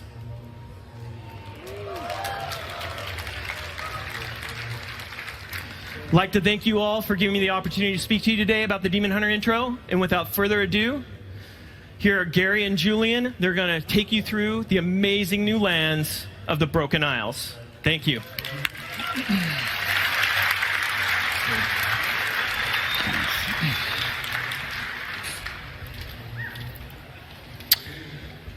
Wow. Hello. My name is Jules. I'm one of the lead game designers on World of Warcraft. With me today is Gary, lead environment artist for WoW. And we're going to take you on a tour of the Broken Isles. And we've got an insane amount of stuff to get through today, so I'm going to dive right into it. So our quest to defeat the Burning Legion is going to see us scouring the continent of the Broken Isles in search of ancient Titan relics known as the Pillars of Creation. Now, the Titans use these relics to shape Azeroth into its first form. And it's only with these relics, the aid of our new Demon Hunter allies, and the powerful artifacts that you'll acquire, that we have any kind of shot at closing down the massive demon portal deep within the tomb of Sargeras. But before we get to the zones, I want to take a quick look back at some of the history of the Broken Isles. So around 10,000 years ago, at the height of the ancient Night Elven Empire, the lands of the Broken Isles was just a very tiny part of a vast region of Azeroth that was once known as Suramar. Now, with the planet-shattering events of the Sundering, the region of Suramar was utterly devastated. And what remains is just a tiny fraction of the once great Elven Empire that dominated these lands and so much more. And the Broken Isles exist today as a scarred and fractured landmass. It's divided into 6 distinct areas: Volsharar, Stormheim, Azuna, High Mountain, Suramar, and Faldranath. Alrighty, let's take a look at our first zone, Volsharar. So look at one of our key concept pieces for the zone. Now, Volsharar is a beautiful, densely forested druidic paradise, but there's also a darkness creeping into Val'sharah. The Emerald Nightmare is here, and it's begun to consume massive parts of the zone. Here's a look at the in-game map for the zone. You can see it represents a significant portion of the west coast of the Broken Isles. And so Val'sharah has been the hidden and somewhat forgotten heart of Druidism on Azeroth for many generations. It's here that Malfurion first met the demigod Cenarius and was trained as a druid. And it's here that will help Malfurion to track the source of the nightmare as it begins to corrupt so much of this beautiful land. Which leads me to Shaladrasil, a once glorious world tree at the heart of the forest that served as a gateway to the Emerald Dream. Shaladrasil has now become a twisted and tainted, monstrous distortion of its former awesome grandeur. Another important landmark within Val'sharah is the haunted ancient Night Elven fortress of Blackrook Hold. And if you know a little bit about the history of the time period of the War of the Ancients, you'll know that Blackrook played a pivotal role in the first war with the Legion. And coming into Val'sharah, you're going to be meeting up with some of the most revered and ancient Archdruids of Azeroth. Now, the guy on screen you see here is the Archdruid Elithir. He's a Grand Master Treant Druid and one of the 3 key Archdruids that you'll adventure with in Val'sharah. Now, the Nightmare Lord, Xavius, has sent his Satyr legions flooding into Val'sharah. And this is just a glimpse at 2 of the new Satyr types that you'll find within the zone. This is some concept work for the Nightmare Dragons. Now, Nightmare Dragons were all once green dragons, guardians and protectors of the Emerald Dream that are now fully corrupted by the Nightmare. And here's a look at some of their in-game models. But Val'sharah, as a zone, has a very druid-centric theme. And you're going to be running into a lot of native druids that live within Val'sharah. And so we've got all new awesome skins and models for creatures like keepers, dryads, hippogriffs, and of course, these guys.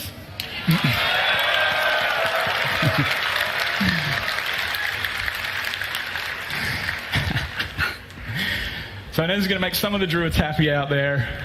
The new Moonkin models are really cool. They're super faithful to the old original you can see on the left there. But they've got a ton of character detail. They're really expressive. But I know there's a druid form that's universal to all druids that's been in need of a little sprucing up, we'll say.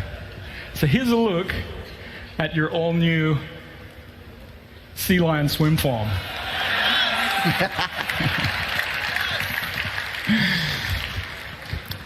So now I'm going to hand you off to Gary, and he's going to take you on a deeper look inside the world of Val'sharah. Thanks, Jules. My name is Gary, and I'm going to talk to you about the process that we all went through to create the world of Legion. I'm going to show you a lot of concept art, and I even have some video of our latest versions of every zone. So let's continue where Jules left off with Val'sharah. So this is meant to be a druidic paradise. So in order to make this, we wanted to create a true fantasy forest. So every time we start a new zone, we create a concept to try to illustrate that vision.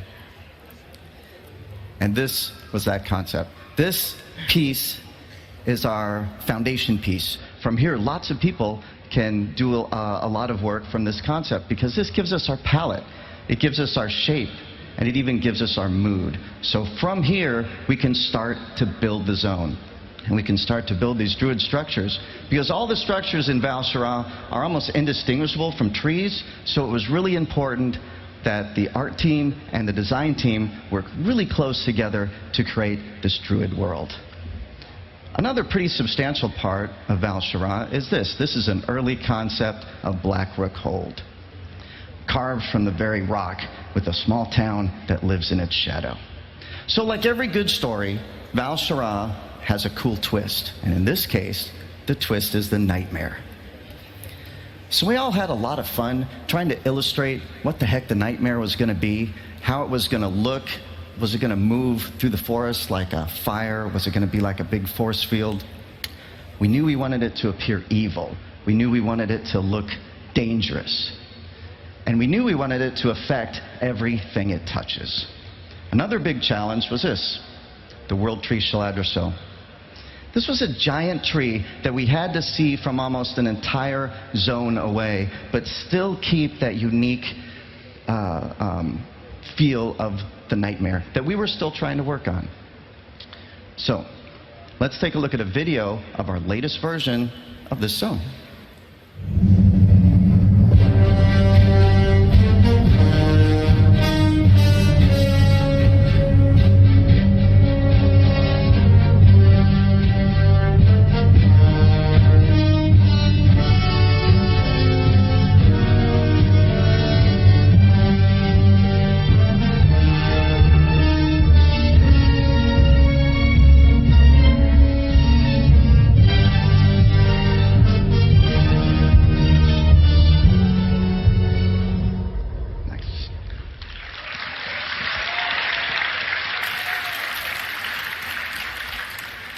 Alrighty, Stormheim.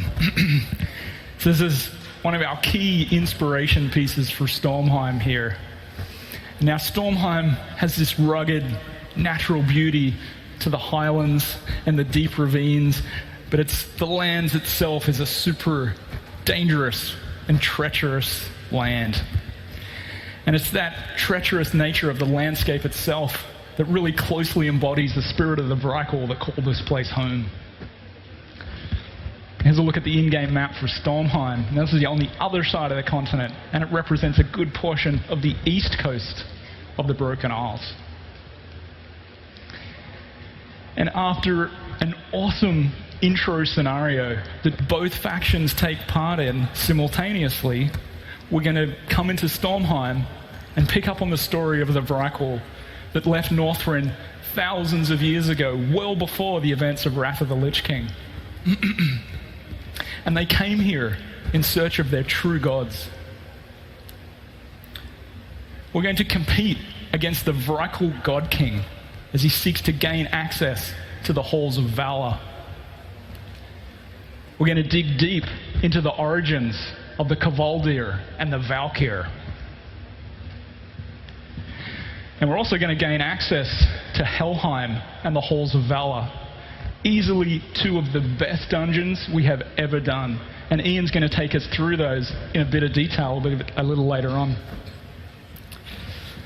Now there's a range of new Vrykul to meet throughout Stormheim. We refer to these guys as the Mystic Vrykul. Now these guys are religious zealots and masters of rune magics. And as I mentioned, we're going to take a deep look at the Valkyr. And there's a number of different Valkyr to meet here. The one you see on screen here is one of the new Ascendant Valkyr models that you're going to meet within the Halls of Valor. Now this is some concept work for the Vrykul God King, Skovald. And here's a look at his in-game model. Now you can see Skovald's a brutal warrior king, and he's been juiced up by his newfound Legion allies. And you're going to cross paths with this guy several times. And now we're also going to introduce you to a fledgling new dragonflight known as the Storm Dragons. And the Storm Dragons make their lairs and their homes within the mountain peaks of both Stormheim and Suramar. And I'm going to hand you back to Gary. We're going to take a look at some of the details of Stormheim. Cool. Thanks, Jules. So since the Vrykul are the main inhabitants of Stormheim, we wanted the zone to feel edgy and bold and sort of larger than life. After all, this is a stronghold of the Vrykul, so we wanted it to feel big and have that strength of the Vrykul. So we created this concept. So this is another one of our foundation pieces. From this piece, our guys can start to work on the zone. Look at these great fall colors and the big edginess of the cliffs. This is a piece that we can use to start to build the zone. You could even start to explore these different colors with our different pine trees and different yellows and our silhouettes. This piece was our piece that we used to do our environment, so we could see the relationship between our yellow trees and our interesting pines. From here, we could create the established buildings of the Vrykul. So here, these are established structures. These aren't the camps that we've seen with the Vrykul before. This is permanent structures. After all, this is a very sacred land for the Vrykul, full of ancient ruins and lots of mystery. So here's a video of our latest version of this zone.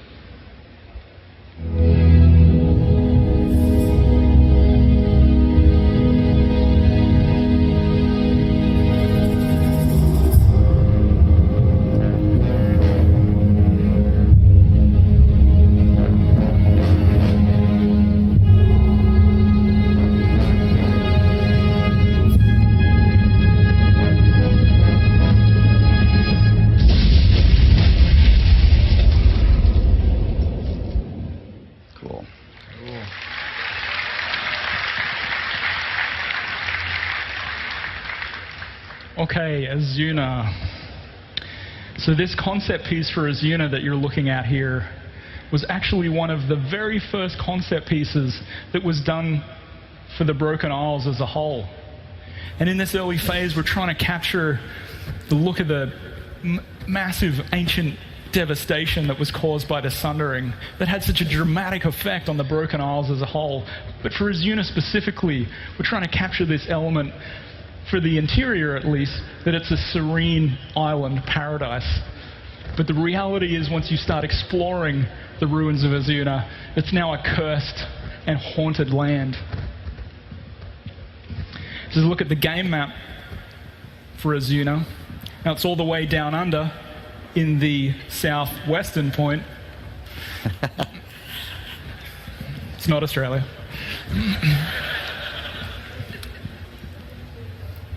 And so, much of the devastation of Azuna actually occurred prior to the Sundering. The elven civilization here was annihilated by Queen Ashara herself in a single colossal display of power. And this is the mystery of the zone of Azuna, why she killed and cursed thousands of her own people. Jules, wait, before you move on, can you go back one? I'm sorry. Just go. How rude. Just one more, really quick. This is fast, but it's worth it. Okay, this screenshot is awesome. You didn't do anything special to get this screenshot, did you? Just like we're in-game, I imagine. So a screenshot like this would have been impossible just months ago. In this expansion, you can see up to 3 times as far than you could before. It's awesome. This adds a whole new level to working on the game. So I'm super sorry, but it's pretty significant. I thought it was a really cool tech thing that really just makes this expansion one of the best we've ever done. No, it's sorry. Awesome point. Some of the new rendering tech for our fire clip and LOD stuff is awesome. Opens up a ton of new macro compositional abilities that we've never had access to before. So it's really good stuff. It's a good point. So in Azuna, we're also going to be meeting up with the small dying remnants of the blue dragonflight. And Azuna's rich in arcane energies. And the blue flight have found a refuge here among some of the raw ley energies that pull and pocket certain parts of Azuna. Now, Azuna is also home to a large independent landmass known as the Warden's Isle. And the Warden's Isle is also home to the Vault of the Wardens that Eric briefly mentioned as being a part of the Demon Hunter intro experience. And so, as I mentioned, the land and its people to this day still suffer under a terrible curse. And as you explore the vast elven ruins that litter the landscape of Azuna, you're certainly going to run into some of these guys. Now, this is a creature we refer to as the Spectre. And if you've explored elven ruins throughout Azeroth, and particularly Kalimdor, you would have no doubt ran into a banshee or two in your time, I'm sure. This is actually the male counterpart to the banshee. sometimes internally referred to as the Manchi, but his real name's Spectre, but everyone just calls him Manchi. Now, in the present timeline, Queen Ashara has sent an elite Naga force here to recover a very important relic. And the concept you see on screen here is for a new Naga brute. Now, these guys and girls are huge, hulking monstrosities, many times larger than the Naga that you may be familiar with. But those same Naga have all received all new models, all new high-res models.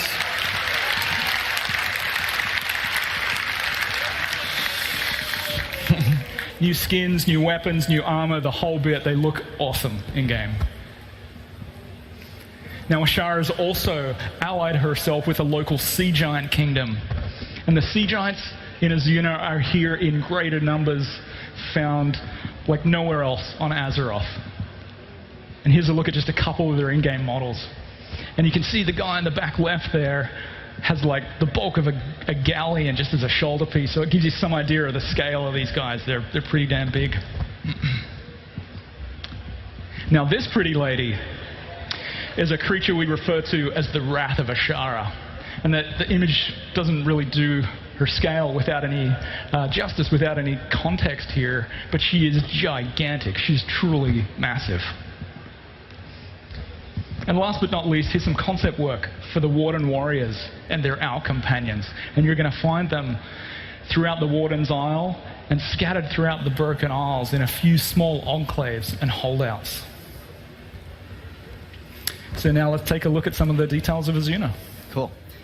Thanks, Jules. So like all of the zones, Azuna is one of my favorites, just like all of them. So I have to tell you, we went through a lot of iteration when we started working on Azuna. And it wasn't until we came upon a new theme, which was a Greek Isle theme. That's when we created this concept. Again, this is another foundation piece. With this, we had our stylized olive trees and our nice cypress and the blue sky and big white clouds that we could put along the horizon. With a piece like this, we can start to build the zone and start to make iterations on other POIs, like this haunted forest, or if you can see below, the warm and cool variants for the zone. But the biggest iteration to happen had to be with the ancient Night Elf architecture. Now, we've seen some of these columns and platforms before in the game, but never really more than that. So we really had to expand this kit. So we started to add these wavy Art Nouveau lines and lattice patterns to domes and bigger shapes. We really love this concept. And from here, we created this piece. Now, this is not really a concept. This is a style guide. Lots of people on the team can use this. This gives us a guide for creating anything that the ancient Night Elves would need. If you think about it, we have over 80 artists and over 60 designers. A piece like this is super important to keep everything looking as though one guy did it. All right, so let's take a quick look at a video of the latest version of Azuna.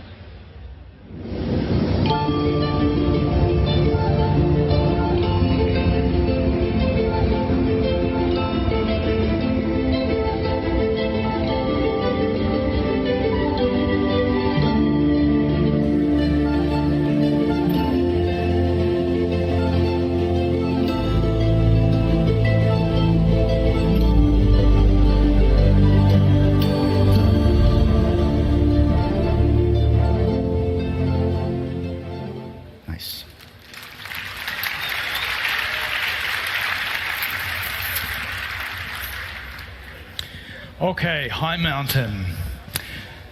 So the High Mountain mountain peak that you see on screen here is easily one of the single largest mountain peaks on all of Azeroth. And the High Mountain range that surrounds this massive mountain is full of untamed wilds, deep canyons, fertile valleys. It goes all the way up to icy peaks. Here's a look at the in-game map for High Mountain, and you can see it's kind of central to the continent and all the way in the far north. And the peaks and valleys of the High Mountain range have been the domain of 3 ancient Tauran clans for millennia. And the clans that live here are actually the direct descendants of the Tauren that fought in the War of the Ancients. And united for many years, the three clans, Rivermane, Skyhorn, and Blood Totem, have lived in peace for the last several generations, until very recently, when the cave-dwelling Drogbar have risen up and stolen their most sacred artifact. Now this has fractured the unity of the Tauren clans, and the Drogbar have seized this opportunity to strike at the Tauren in an attempt to claim all the Tauren territories for themselves and rule all of High Mountain. So the Drogbar, they're a cave-dwelling culture that were once enslaved to the great dragon aspect Neltharion. They're a shamanistic race with great elemental control over earth magics, and their strong, brutish appearance can kind of hide their cleverness and their deep attunement to the land. And you're going to meet a wide variety of Drogbar throughout High Mountain. Now this is a look at one of the Drogbar chieftain. You're going to cross paths with this guy several times, and ultimately I think you're going to come into contact with him in a dungeon in Neltharion's lair. Now this is another type of Drogbar. Now these guys are a little bit more diminutive, a little bit smaller than their bigger, burlier brothers and sisters. But they're no less dangerous. These guys in particular are skillful shamanistic warriors. And the High Mountain Range is infested with all sorts of territorial creatures, like these brand new alpine harpies here. And the creatures that you find in High Mountain, like these harpies and the Etten, they're going to be significantly larger and more aggressive than the cousins of these types of creatures that you may have found elsewhere on Azeroth. But High Mountain is also rich with wild natural beauty, where all manner of beautiful creatures graze the fields, like these awesome moose here, cousin to the High Mountain Tauren, and they're cute little babies, or calves, I should say. And here's a look at the High Mountain Tauren themselves. Now you can obviously see their most distinctive feature are these antler-like horns that they sport. Now both the males and the females have them. The females are a little bit more petite. They have a range of different horns. And if you take a look at the male here, you can see that his horns, his antlers, are inscribed and decorated. And they do this to define and designate a particular clan affiliation, or even the rank within a particular clan. Now let's take a look at some of the awesomeness of High Mountain. Awesome. Thanks, Jules. All right, let's talk about High Mountain. Absolutely one of my favorite zones. Absolutely. That's the truth. So when we started working on High Mountain, we were greatly influenced by the Swiss Alps and Yosemite, but not just for the zone itself, but for the Tauren as well, because we wanted to advance the Tauren culture, but not too much that became unrecognizable from their traditional tribal look that we really all love. So we also wanted to do a traditional pine forest, but we didn't want it to be so typical. So we explored some different shapes with their canopy and their unique, silhouettes for their trunk. And we came up with this piece. This piece became our foundation. From here, we could start to build pieces that would go along with the zone. We have our trees, we have our sky. We could even think about how to incorporate other creatures into the zone. Look at these great concepts for the Tauren. This was awesome. Working on this zone, someone said that this working here was like the best harmony they felt between the design team and the art team, much like the harmony between the Tauren themselves, and we thought that was really cool. It was really fun working on this zone. Some zones, just everything comes together, and it did with High Mountain. So let's take a look at a really cool video that showcases our latest version of High Mountain.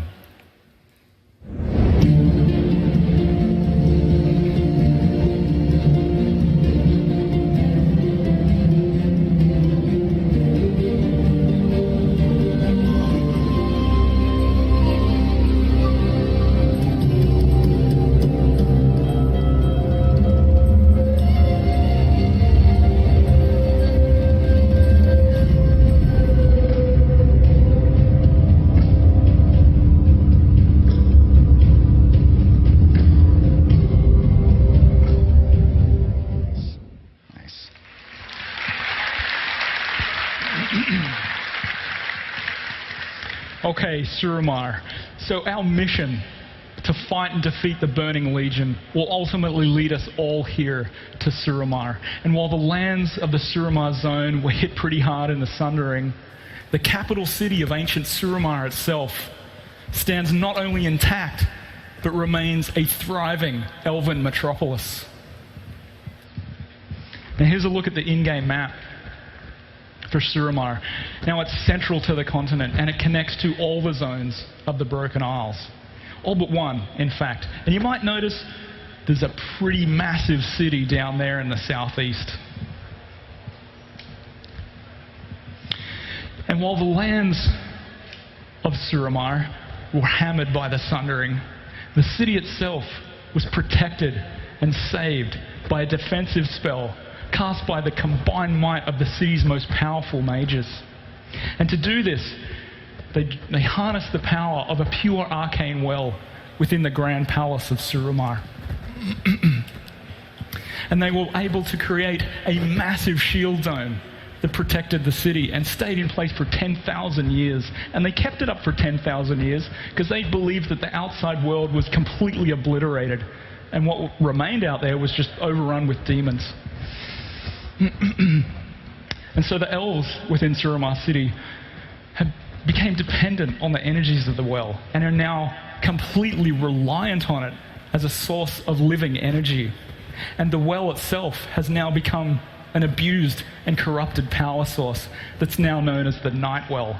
And the Night Well shrouds the city of Suramar in perpetual darkness. Now the elves within Suramar City are no longer true night elves. They've evolved into a unique elven species now known as the Nightborn. And given little choice, the Nightborn leader Elisande has now brought down the shield, forged a pact with Gul'dan, and opened the gates of Suramar City to the Legion. Now the concepts you see on screen here are some early concept work for the Nightborn elves. Now they're regal and highly intelligent and master arcanists, able to conjure all manner of weaponry and armor at will. Now this is just an early sneak peek at some of the Nightborn elves in game. This is an array of the males. Here's a look at some of the females, and you can see even in their clothing some of the conjured elements of their abilities. Now, within Nightborn society, crimes are punished by exile from the city. And exile's never a good thing for anyone, but for a Nightborn elf, it's particularly terrifying. Cut off from the city and the nourishment of the Nightwell, they suffer this terrible physical withdrawal. And the concept images that you see on screen here are for a faction that exists outside the city, known as Nightfallen. And here's a look at some of the Nightfallen characters that you'll meet in the Suramar zone. And now, if a Nightfallen is unable to acquire any form of arcane sustenance, they regress even further to a state known as Withered. And once a Nightfallen becomes withered, there's no going back. They become truly bestial creatures. And you're going to find the ravenous Withered lurking all throughout the dark places of Suramar. Alrighty, let's take a look at what we got for Suramar. All right.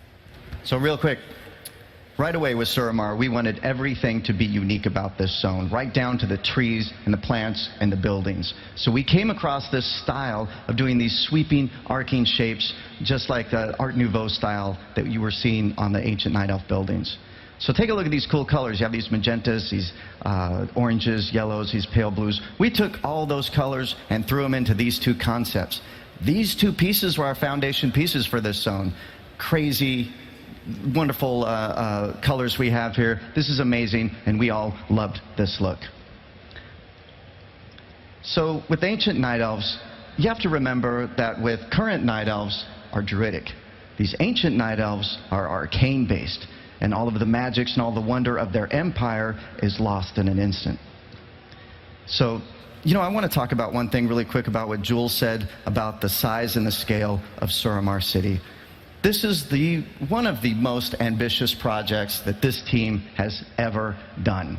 All right? We're talking about an entirely playable night elf metropolis where you can explore every inch of this huge city. So we're all really proud and really happy with what we've done with Suramar, but the zone is still a work in progress. As a matter of fact, if we weren't here at BlizzCon, we'd be at work right now playing Overwatch and working on Suramar. Or we'd be playing Overwatch, and then we'd be right back to working on Suramar. So we want to show you everything, but it is still a work in progress, so I'm going to show you what we have. So here's the latest version of Suramar.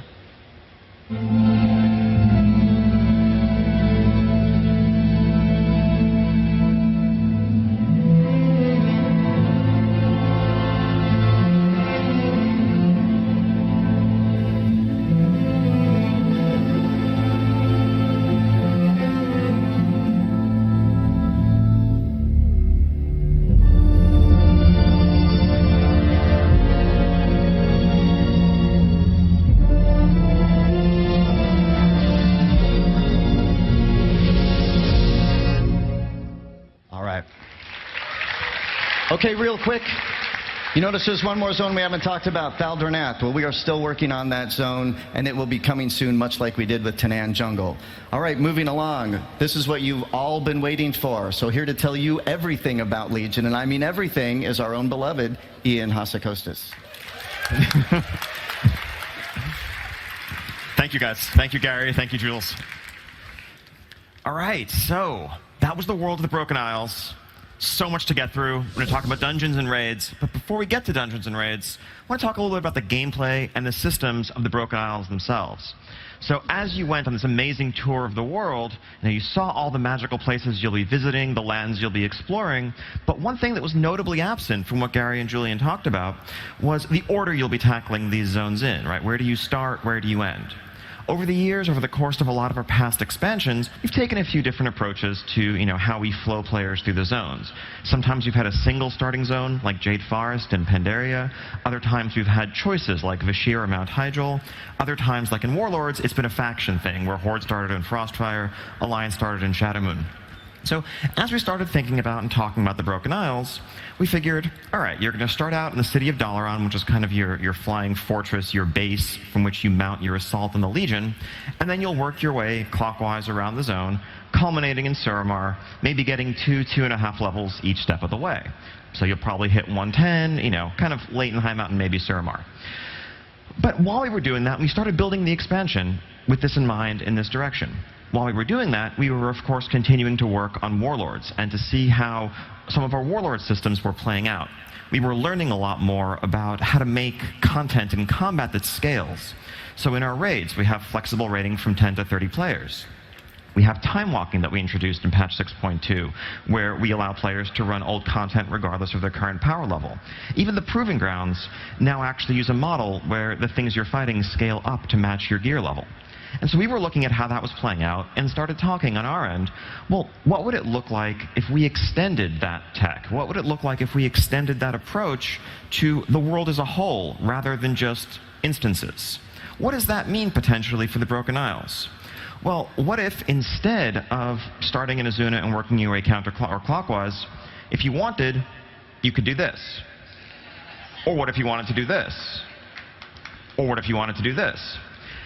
In a world where the zones scale, all of these things are possible. Wouldn't that be cool? So, in the Broken Isles,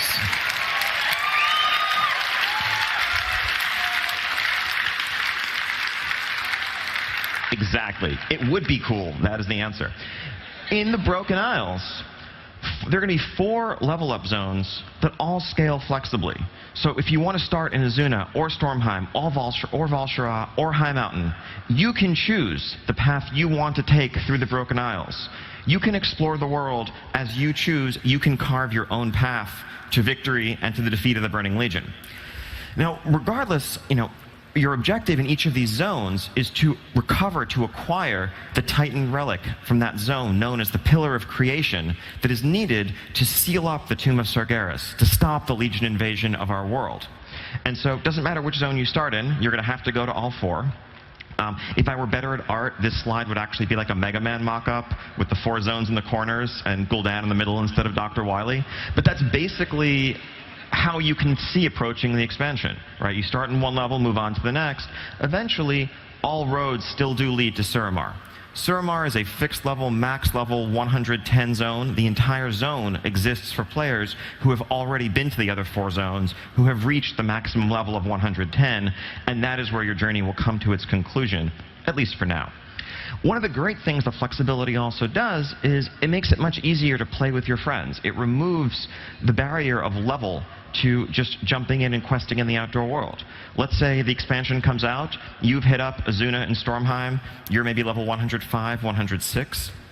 Your friend has gone to High Mountain, they're only level 102.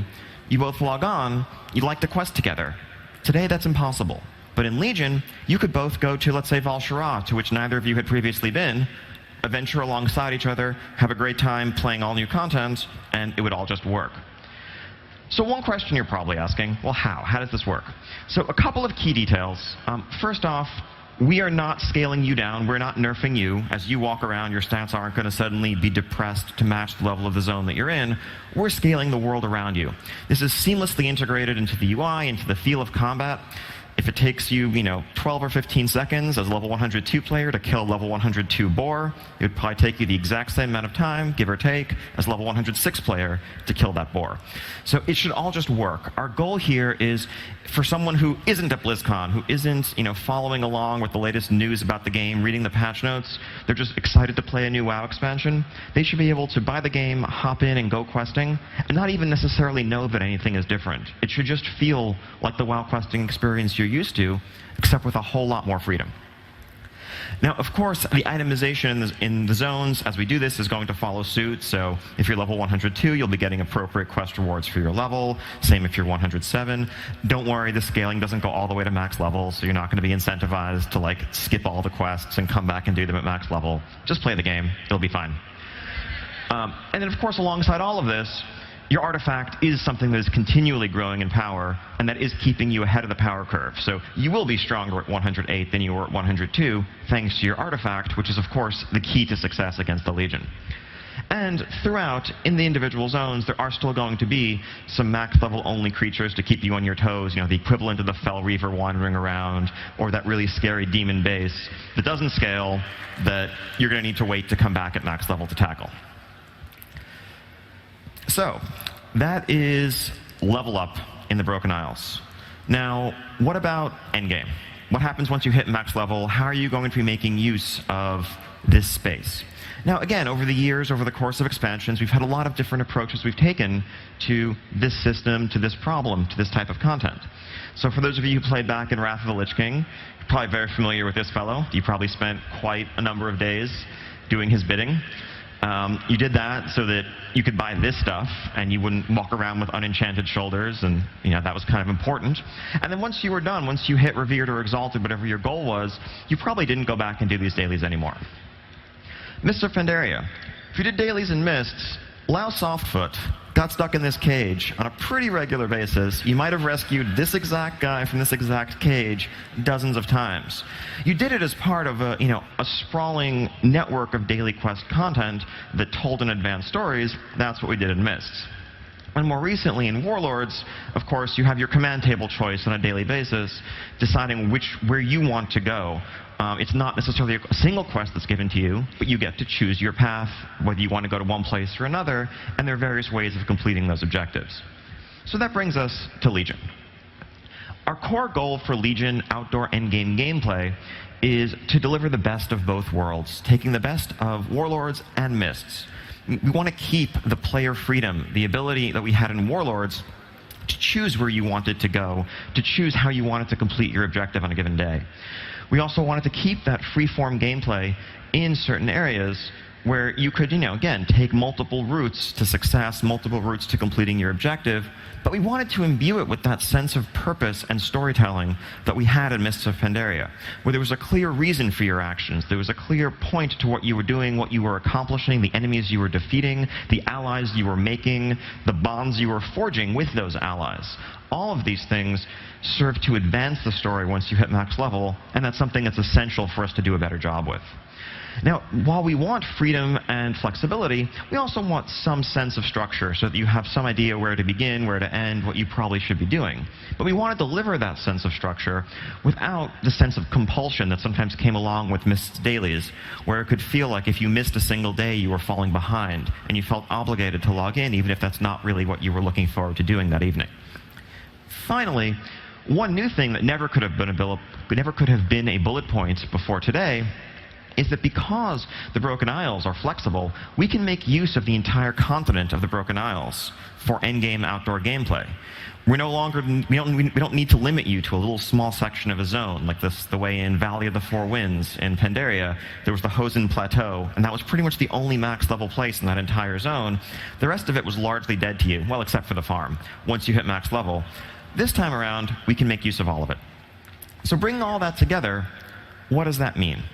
So what we want to do in Legion is have a system of outdoor world quests, constantly ongoing, constantly shuffling, so that every time you log in, your map is littered with various objectives, various types of gameplay, varied reasons, varied rewards, and you can choose what you want to do, which zone you want to go to, how you want to approach tackling the outdoor world. So each one of these icons that you see on the map represents a world quest, an objective that you can just go to. There isn't necessarily a daily quest giver giving it to you, and there's a reward that's plainly visible there. These will be around for some period of time. They will vary wildly from, maybe just a few hours for a simple objective like this that gives you artifact power, and you're not really going to miss it if it's gone, to an entire week for something that is rare or more epic in terms of its reward. We want to get away from a strict daily schedule and more an organic sense where you can come and go, and there's always going to be something new and exciting waiting for you when you log in. So let's talk a little bit more about this.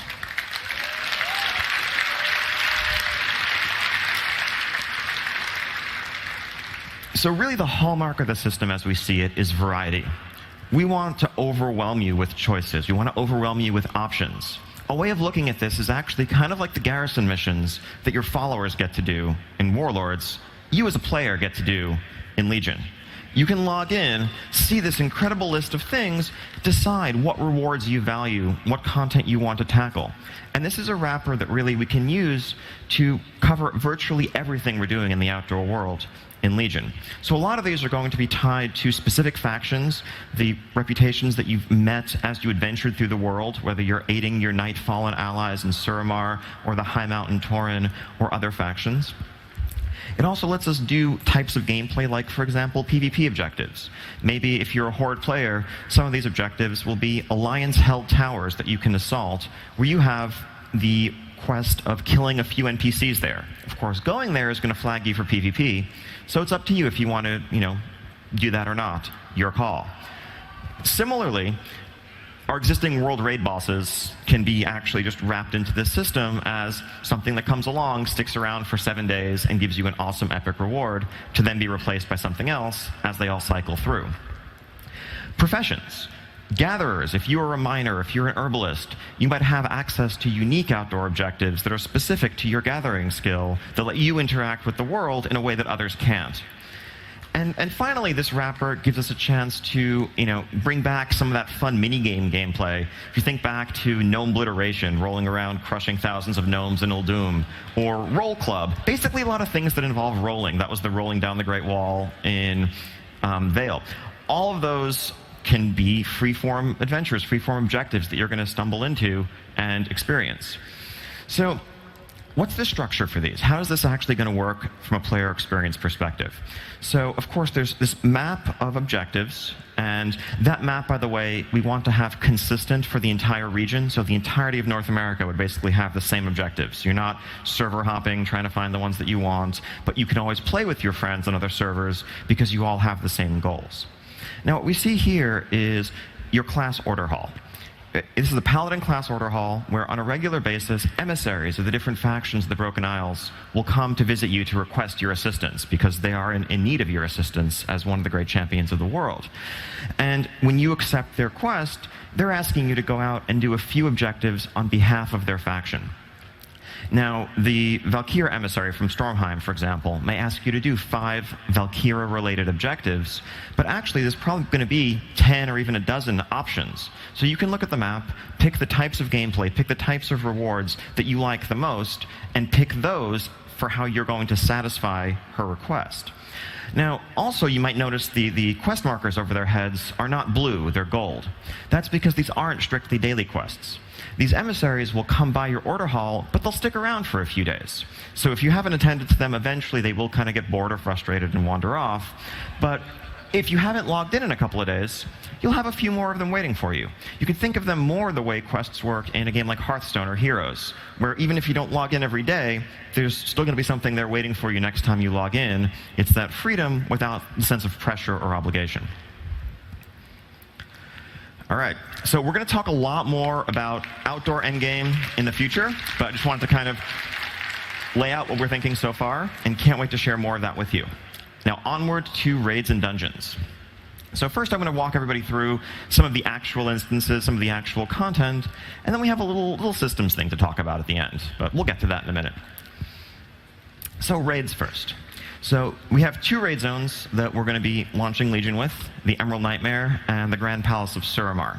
So the first raid zone, accessible a few weeks after launch. I think we're going to go with the same system and the same overall structure we used for Warlords. I thought that pacing worked pretty well. You didn't feel obligated to rush to max level, but the raids were there when you were ready for them. So the first raid is the Emerald Nightmare. This is a 7-boss raid in Val'Sharah. And this is the Emerald Dream. At long last, players get to venture into the Emerald Dream, see what has become of it. Seriously. So the Emerald Dream is, in its origins, it's actually the blueprint for all life on Azeroth in a sense. It's this verdant paradise, this parallel world that mirrors Azeroth, unspoiled. Well, unspoiled for a while, until it fell into Nightmare and was corrupted at the hands of Xavius. And that's where you're going. That's the place into which you are headed. You'll get there by actually climbing the World Tree Shaladrasil in the zone of Val'Sharah, crossing over from our reality into the reality of the Dream, and doing what you can to root out corruption there. So let's look at some of the enemies that you'll be encountering. So first off, one of the really sad things from an encounter design perspective about Draenor was that, according to the lore, there are no dragons in Draenor. We had to go in a year and a half, an entire expansion, without any dragons to fight. That is a tragedy. So, of course, what should we make the very first raid boss of the new expansion? Dragon.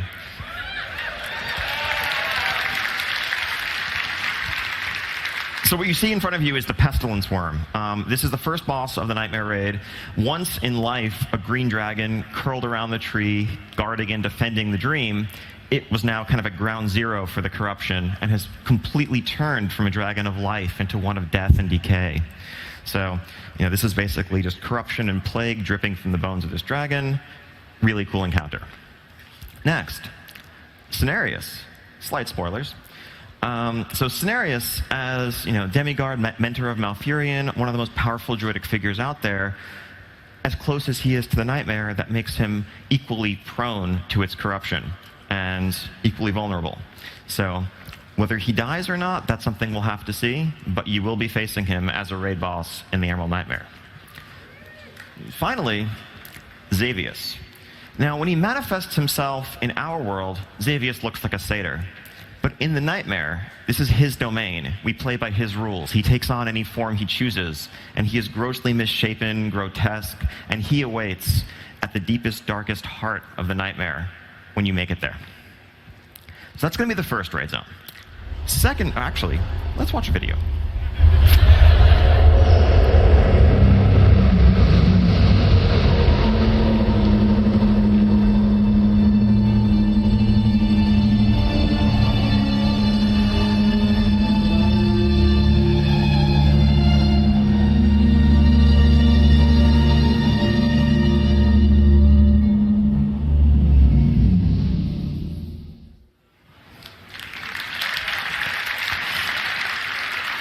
So yeah, if you look at that video, you might have noticed a couple of familiar locations. Remember, the Dream is a parallel of Azeroth, and so the Nightmare, so too, is it a parallel. Next from there, later on, we'll be moving on to the Palace of Suramar. This is a 10-boss raid that is Gul'dan's base of operations, where the Legion are in league with, as Julian mentioned earlier, the Nightborn of Suramar. This is where what will be the final pillar of creation, the Eye of Aman'Thul, has been used to power and infuse the Nightwell with energy that drives the Nightborn civilization, and we need to go and retrieve it if we want to have any hope of success. Now, though this is Gul'dan's base of operations, this isn't a dark demon raid. This is a majestic elven city. This is the height of elven civilization. And so it's actually a really exciting zone for us to build and a very new type of environment for us to set a raid in. So the way we start as we're building a raid, we start initially with a 2D layout like this that has a rough framework of where the bosses are going to be arrayed, what the rooms are going to look like, what the flow through each floor is going to be. This is a cross-section of the middle floor of the Palace of Suramar. So we take that alongside with some concept art. This was a piece that was originally shown at Gamescom that shows that exact same courtyard. And our dungeon artists begin to sort of execute putting the two together. And one of the great things about the palace is that this is an open, sprawling space with an astronomer's observatory, with botanical gardens, with guest quarters. It's a functional space that once stood as a monument to a civilization at really the heights of Azeroth, but now it's in the hands of a deep corruption and deep darkness. We need to go to root out some of the Legion that are in there, but also the Nightborn that have betrayed their own people. So let's look at some of the enemies. You're going to be fighting a Dreadlord Ambassador. This is one of the most powerful Dreadlords in the Legion, who is on hand to make sure that everything goes according to plan, that Gul'dan doesn't fail the Legion again, and that the uneasy allies they have in the Nightborn do not disappoint them. And the Grand Magistrix of the Nightborn herself, who has basically power over time given to her by the Eye of Aman'Thul and the Nightwell. She is one of the most powerful mages in existence, and she's going to stand in our way before we can get to Gul'dan, who will be the final boss of this raid. So it's a little bit about our raids. Now let's dive into dungeons. So you've heard me say before that dungeons are at the heart of the Legion expansion in a way that I think dungeons have been at the heart of no other previous expansion. We have 10 dungeons coming for you in Legion. So first off, let's go over a quick look at the level up dungeons that you're going to be experiencing. And then we'll take a closer look at a few of them and then talk about some other stuff. So level up dungeons. The Eye of Ashara is in Azuna. This is the place where you'll continue and finish up the storyline of that zone. Neltharion's Lair in High Mountain was once the cavern home of the dragon Deathwing before he was Deathwing, when he was Neltharion. It's now hollowed out, and this has become the capital of the Drogbar civilization, and you're going to have to go in there at the conclusion of the zone storyline to retrieve the Pillar of Creation from the Drogbar's hands. Halls of Valor and Darkheart Thicket I'll be talking about more in a second. Violet Hold, of course, Violet Hold is in Dalaran. As Dalaran moves, always going to be some shenanigans, always going to be some things afoot in Violet Hold. Somewhere along the way, it's not available right as you level up, but there'll be something that happens in the city that's going to require you to go in here. Now, something you've noticed as I've talked about these dungeons is we really want to integrate them into the storyline of the zones more than we have recently. They're not just complementing the zone or giving you, a look at a different aspect of the zone's ecology. Instead, many of our zone quest lines directly culminate in dungeon experiences. We want the dungeon to feel meaningful and every bit as part of the zone as the quest you're doing outside. Oh, and of course, since the world as a whole is flexible and non-linear, the dungeons also can be done in any order as you level up, depending on what zones you choose.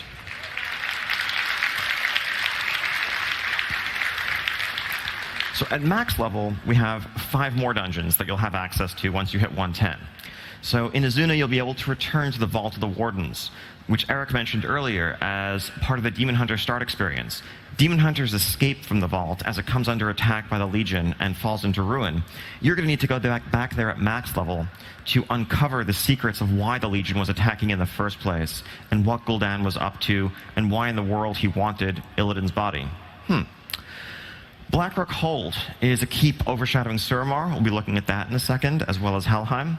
And then we have 2 dungeons in the zone of Suramar, actually in the city of Suramar itself. The Noble District is actually an outdoor dungeon set in the city of Suramar, where you're infiltrating the home of one of the most powerful noblemen in Suramar as he plays host to a party for many of the most powerful Nightborn and even the Grand Magistrix herself. This may be a rare opportunity to strike at the Grand Magistrix, and it's not something you can pass up. We're looking to create some gameplay in this dungeon that's very different from anything we've done, actually probably ever, in World of Warcraft.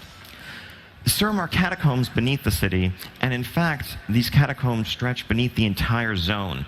So the zone is riddled with this network of underground tunnels and interconnections, and we're going to need to go down in here to find an entrance to the palace. Even a little bit of a mini attunement, you might say. It's basically the only way, because of course you can't go in the front gate of the palace, it's all sealed up. The reason why you're going in here is to find another way in. Maybe there are hidden secrets. The way the palace is going to work, actually, you will come in from underground and work your way up through the very foundations of the Nightwell, through the basement of the palace, to eventually reach its highest heights. Now let's look at a few dungeons more closely. So, Darkheart Thicket. This is a level-up dungeon in Val'Sharah, and this takes place at the foot of the corrupted world tree, Shaladrasil. You're going to venture in here to the heart of the forest's corruption, and you're going to need to do this as a culmination of the zone's storyline to rescue an ally who's been trapped in the clutches of the nightmare. Let's take a look at what this looks like.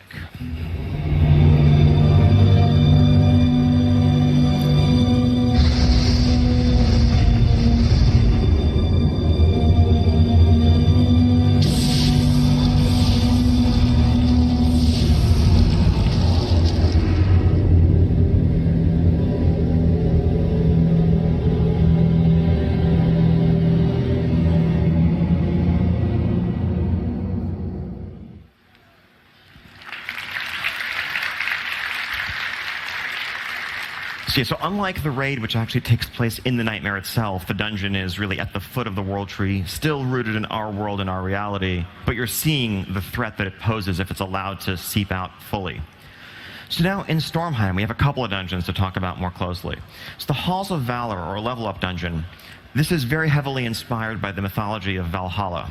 And these are the halls, the golden, glowing halls in the skies, where the greatest warriors of the Vrykul go, so that they can spend eternity brawling and feasting and hunting and reveling in their glory. Odin sits on his throne overseeing these lands, and you need to go here, and you're actually going to be brought here by your race against the god king of the Vrykul in service of the Legion, who is also seeking to claim the Aegis of Agrimar. The two of you are going to come to a deadly confrontation in front of Odin as you each seek to prove your worth and prove that you are the one that is worthy of holding the Pillar of Creation known as the Aegis. Let's look at the Halls of Valor.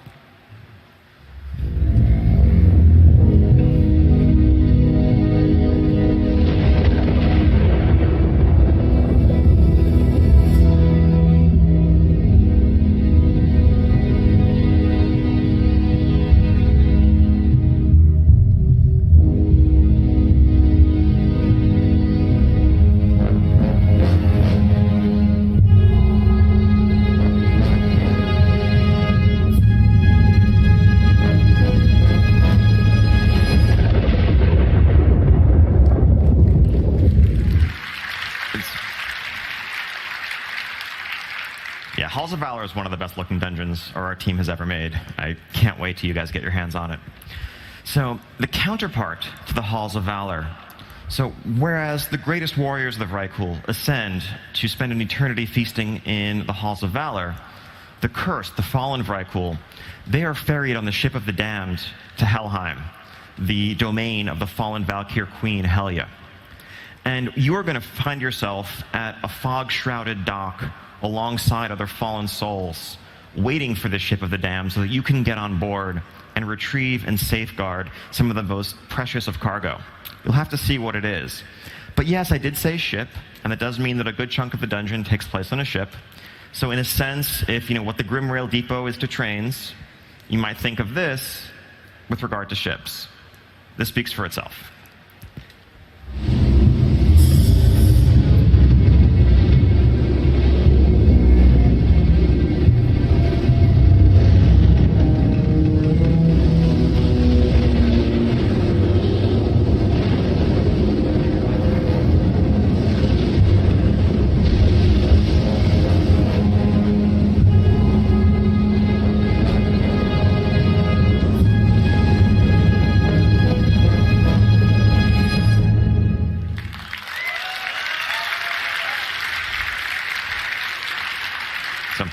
We've rounded up all the motion sickness prone designers on the team, had them play through the dungeon. Everyone reports it's good, so fingers crossed. One last close look, Blackrock Hold. So, as Julie mentioned earlier, Blackrock Hold is an elven fortress towering over Val'Sharah. This was carved from basically a mountain of black stone, and it represents a militaristic side of Night Elves that we haven't really seen much before. Atop Blackrock Hold, this was the ancestral home of Lord Kurtalos Ravencrest, who was originally Illidan's mentor. We're going to need to go in there on the trail of Illidan as we seek to unravel and discover the secrets behind what Illidan's up to and what the Legion is up to. So, Blackrock Hold.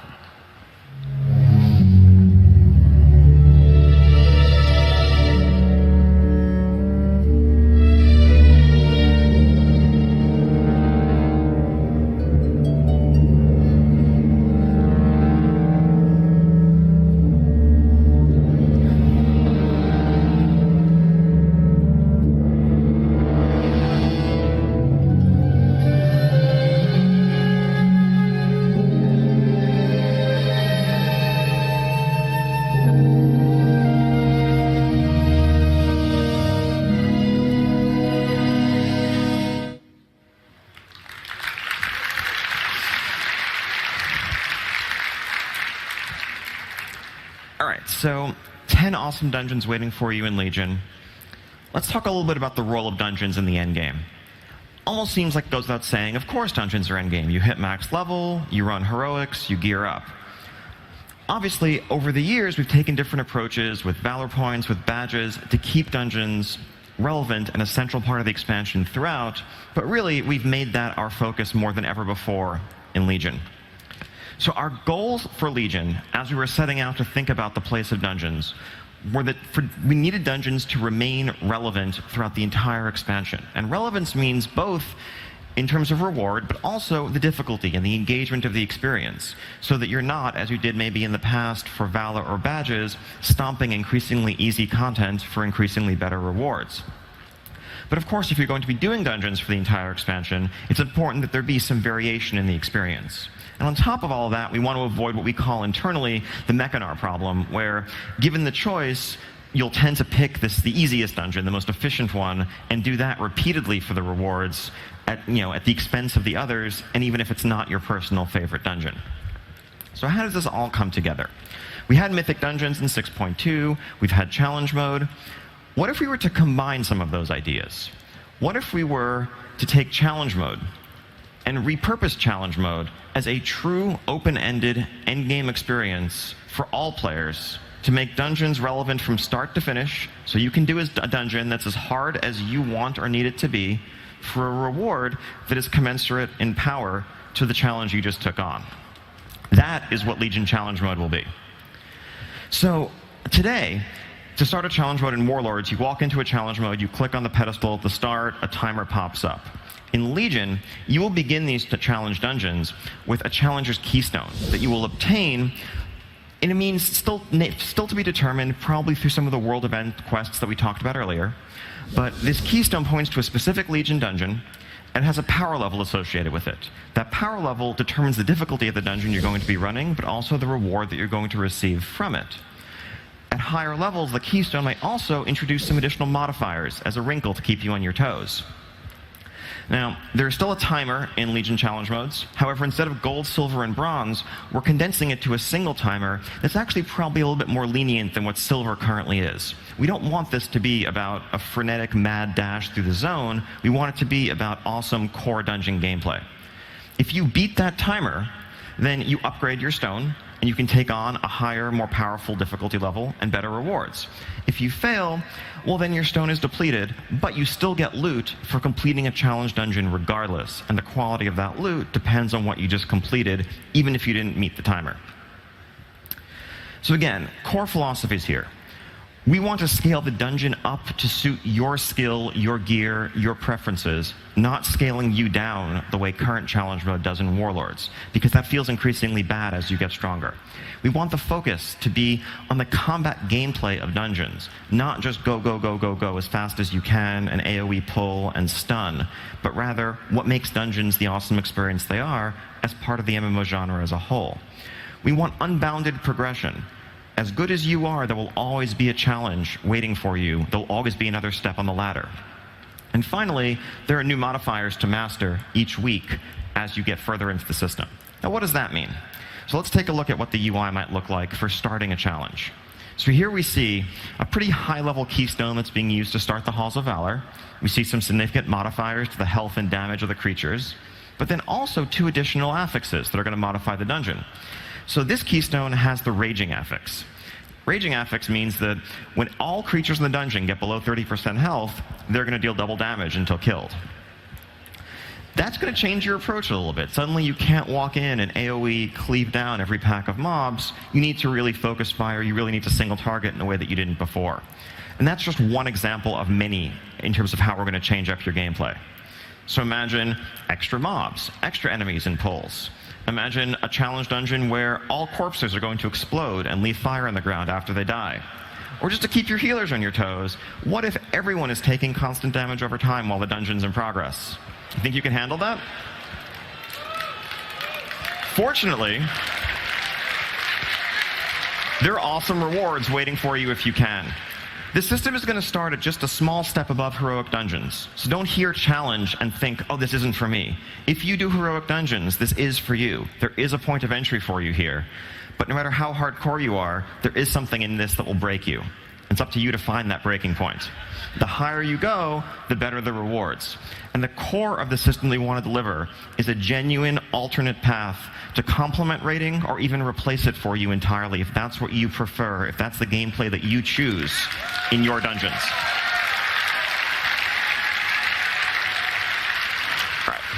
All right, so just to wrap up really quickly, that was just a slice of what we have in store for you this weekend and we have to talk about Legion. Thank you so much for coming out. I know one question that's probably in everyone's minds is, when do I actually get to see more of this? When do I actually get into beta to play some of this myself? Good thing you ask.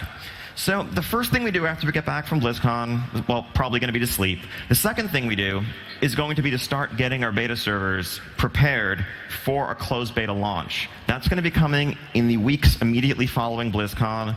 Make sure you're opted in. Can't wait to get people in to experience the world, to experience the game that we're building. So finally, for those in attendance today, and staying tuned for the rest of the weekend, we have a lot more to talk about with Legion. In Hall A later today, we're going to have a cinematics panel focusing on the amazing cinematics that you saw earlier and more. And tomorrow, we have 2 additional panels. We're going to have a game systems deep dive where we talk more about artifacts, class orders, items, professions, and the rest, as well as classes. And then a Q&A after that.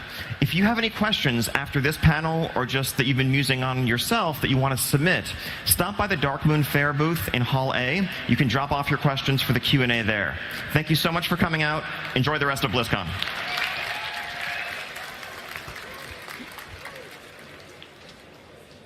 Thank you for attending the World of Warcraft Legion World and Content Overview panel. Up next, the Heroes of the Storm Hero Deep Dive panel. Welcome to the World of Warcraft Legion Game Systems panel.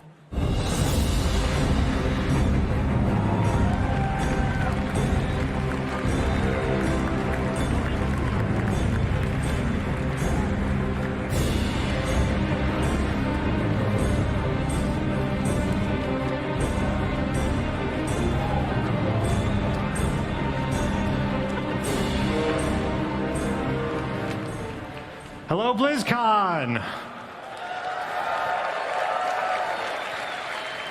Welcome to the World of Warcraft Game Systems panel. We have an hour-long information overload that we're going to do for you, and hopefully we have enough time to do it, so we're going to get started right away. Today we're going to talk to you about items, we're going to talk to you about professions, classes, the Demon Hunter, but first, Mr. Craig Amai is going to walk you through artifacts and class halls. Craig. Hello, BlizzCon. Everyone having a good time today? Awesome. So my name is Craig Amai. I've been heading up the artifact feature for Legion. I know a few of you probably got glimpses at some of the artifacts at Gamescom. What I want to do for you today is I want to dive a lot deeper into the system and kind of show you what it's going to be like to play with an artifact. To do that, I'm going to focus on one specific artifact first. This is not that artifact. Nah, I don't really think that's going to cut it either. Okay. Here we go. This is the Deadwind Harvester. This is a scythe created by Sargeras, given to the first Necrolite that he sent to Azeroth. It earned its name and its reputation in part by purging much of the life from Deadwind Pass. Affliction Warlocks are going to be hunting down this scythe and making it their own for Legion.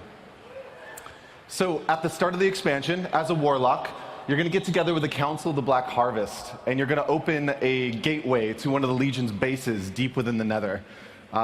Things don't exactly go according to plan there, but you do manage to steal a little bit of information about some artifacts that the Legion knows about back on Azeroth, the Deadwind Harvester being one of them. So, using that information, you go to Duskwood. You follow the trail of the Dark Riders of Karazhan through Deadwind Pass, and you end up uncovering a series of catacombs beneath Karazhan that somehow evaded our notice to this time.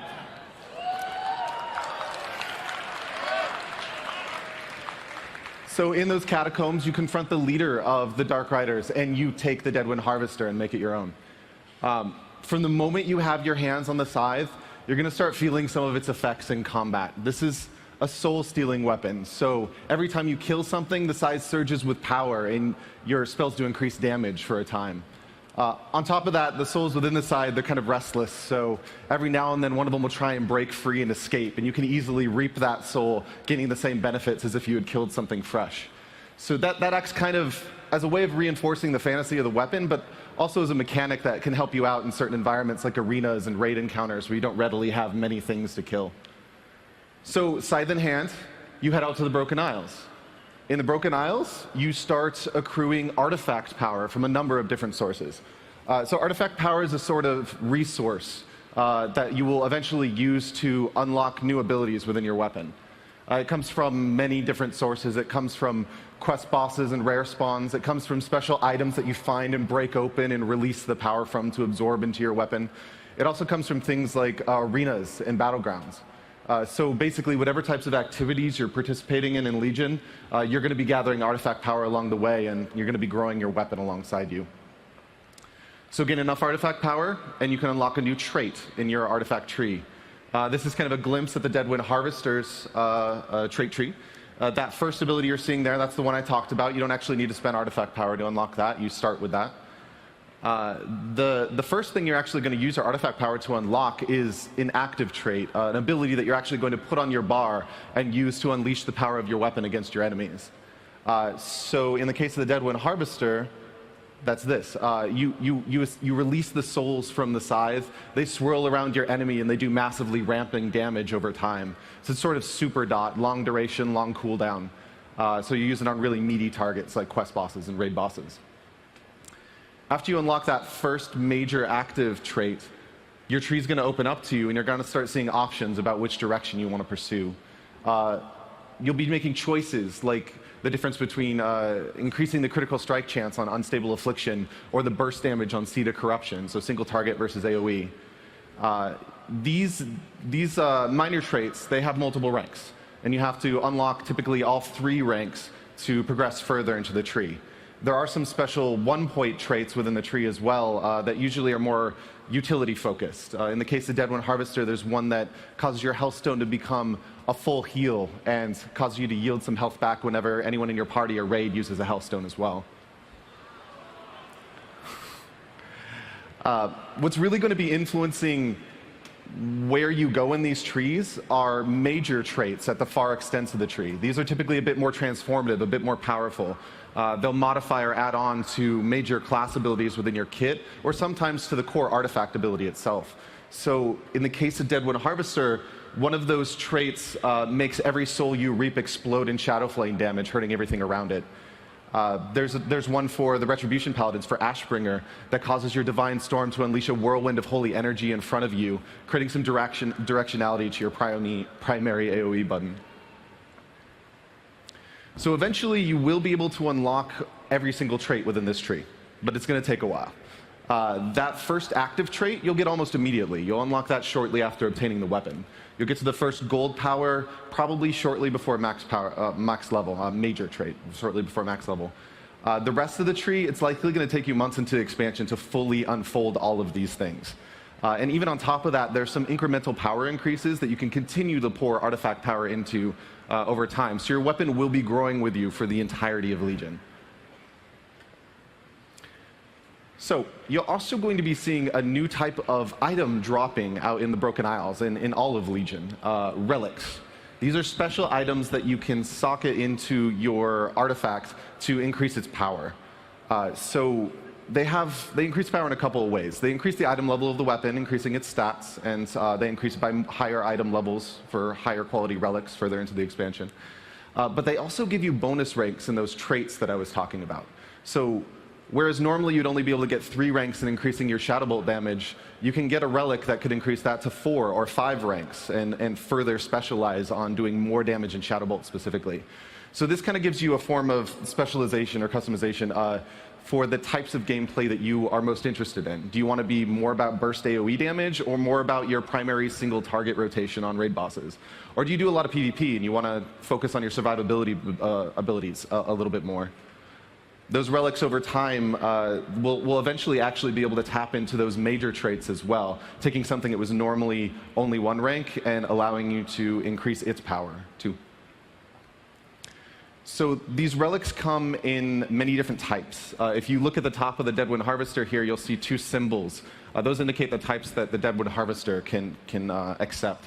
So one of those is a shadow slot, one of those is a fel slot. There are many other different types of relics: fire relics, water relics, earth relics. The Ashbringer has a slot for a holy and a fire. So different people are going to be seeking out different relics in Legion. Now, you have your artifact in hand for a while, and you will eventually, once you reach max level 110 in Legion, you'll reach a moment when you can upgrade it. You'll undergo a quest line involving some outdoor content, interacting with some of the major factions of Legion, and some dungeon content, culminating in this major upgrade moment. At this moment, you'll unlock an additional relic slot for your weapon, further increasing the specialization options available to you. But you'll also unlock a new model for your weapon as well. In the case of Deadwind Harvester, this is what the upgrade model looks like. So even past that, there are more quest lines you're going to be able to tap into, specializing in different types of content that will give you access to other models for your weapon over time. A Deadwind Harvester has a few more that you can see up here. And even beyond these models, we also have many different colors you can unlock for each model based off the same types of content that it focused on originally. You can kind of see the interface for what some of those color swaps might look like for the Deadwind Harvester. So these come in the form of more like achievements. Finish all of the questing zones or earn Exalted with certain factions in the expansion. That might unlock certain colors.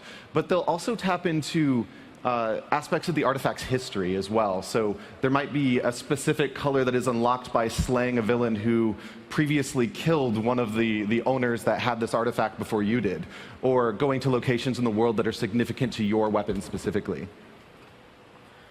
So that's a pretty good overview of artifact systems. There's a lot of things I haven't talked about here, specifically when it comes to the personality of the individual weapons and how you're going to feel them in the world. But I've talked a lot about Deadwind Harvester. I want to give you guys a little bit of a glimpse of some of the other artifacts you're going to see in Legion. So we have a video for you. Enjoy.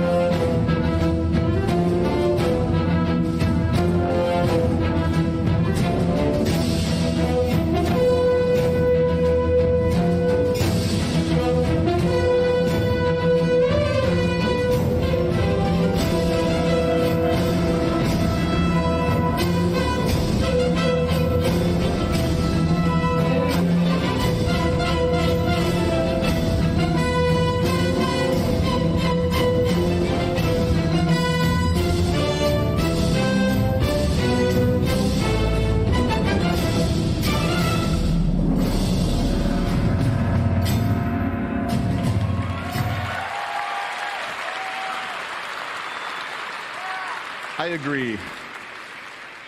Okay, so I know a few of you probably thought you were done with me after that, but my team is also heading up class halls for this expansion, so I've got some more details to share with you today.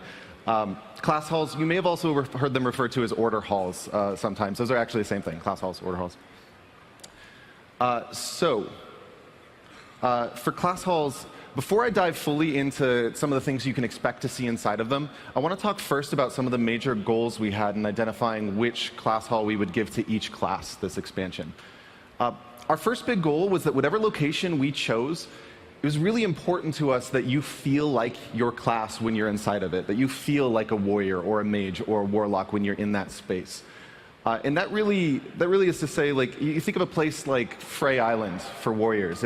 It's a place that's very significant to warriors who've been around a while as a place where they got their berserker stance originally. It's got a lot of significance to them. But Frey Islands, ultimately, it's a desert island with some wooden buildings on it. So it doesn't quite meet the cut for what we're trying to achieve with class halls. We want you to feel more like a warrior when you're in that space. Our second major goal was that whatever groups we were going to bring together around these class halls, they should welcome in the greatest breadth of class fantasy possible into that space. Using warriors again as an example, some warriors see themselves as the barbarian or the berserker with rippling muscles, solving their problems with strength instead of words. Other warriors see themselves as the gleaming knight with silver armor, crested shield, fighting for what is right.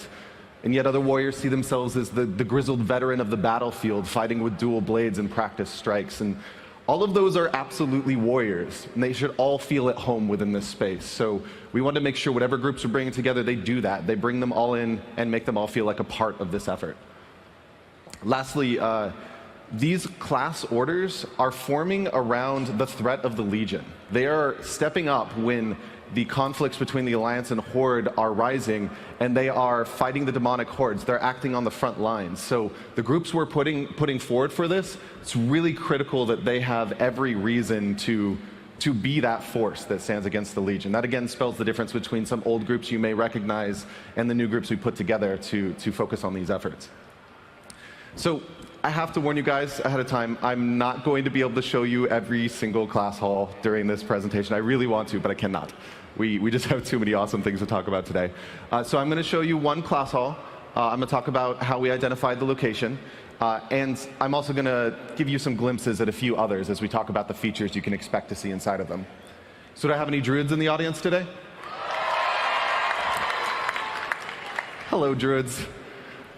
So druids are one of the few classes that kind of had a class hall already. Like Moonglade is one of the very first places we thought of when we were trying to identify all the locations for all the various classes. And Moonglade, it gets pretty close to hitting a lot of our goals up there. It welcomes in a very large variety of druids, and I can see the forces of Moonglade standing against the Legion. I think it could do a better job immersing druids in nature, surrounding them with the natural elements you expect from being a druid. I also think that it could create a better home for cat druids and bear druids. It could show the influences of the Emerald Dream better around you. That's something that's really critical to the druid fantasy. So there's some opportunities, but it gets close. Moonglade is right there. At the same time, we have a unique opportunity this expansion.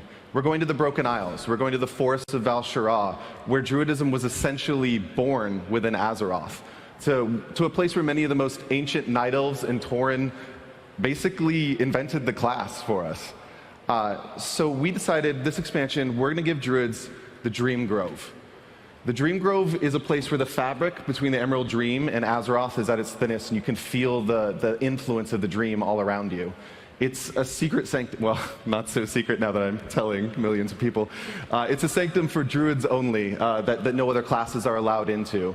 And it's a place where we can accomplish a lot of those things that we couldn't in Moonglade, to fully surround you with nature and give a home for some of those other aspects of druidism in a more direct form. So this is going to be where druids are going to be calling home for this expansion, Dream Grove. Okay. So let's start talking really fast about some of the other features you can expect to see in class halls, some of the things that you can expect to be interacting with really regularly.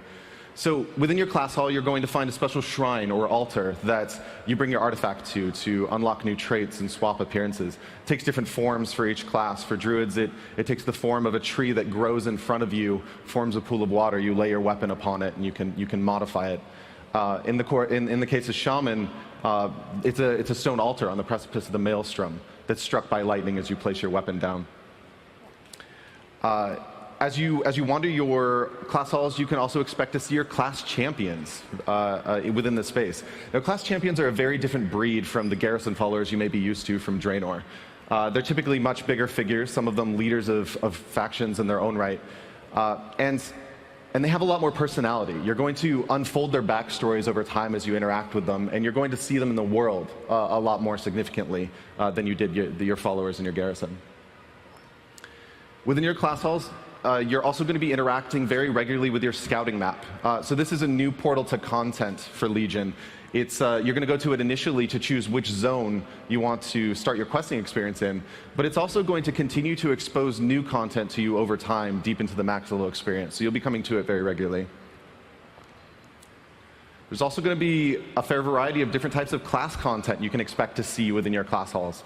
Some of that takes the form of those major artifact lines I was talking about earlier that will unlock new appearances for your spec-specific weapons.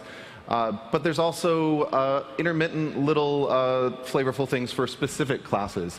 There's demon hunting quests and pickpocket quests that you can expect to see, and I'll let you guess which class each one of those goes with. We also have a very large variety of different features and bonuses that we're putting inside these halls. Some of them shared among many classes, like armor stands to let you show off previous tier sets that you've gained from other raid content.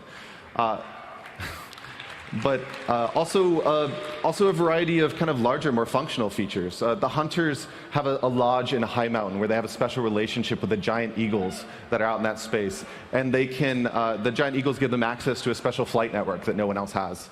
The druids of Dreamgrove, they have access to the Dreamway, which is a pathway through the Emerald Dream, or I guess more appropriately, the Emerald Nightmare at this point, that lets them reach many other natural places in the world very quickly. And warriors in their class hall, they have an arena where they can spar with NPCs and other warriors for bragging rights. So really this expansion, you kind of have two different social locations. You've got your class halls where you'll be interacting with other members of your class regularly, and you have Dalaran, which is going to have many of the features that you're used to from a major city, things like auction house, bank, mailbox, profession quests. Two different places for you to spam Thunder Fury and chat.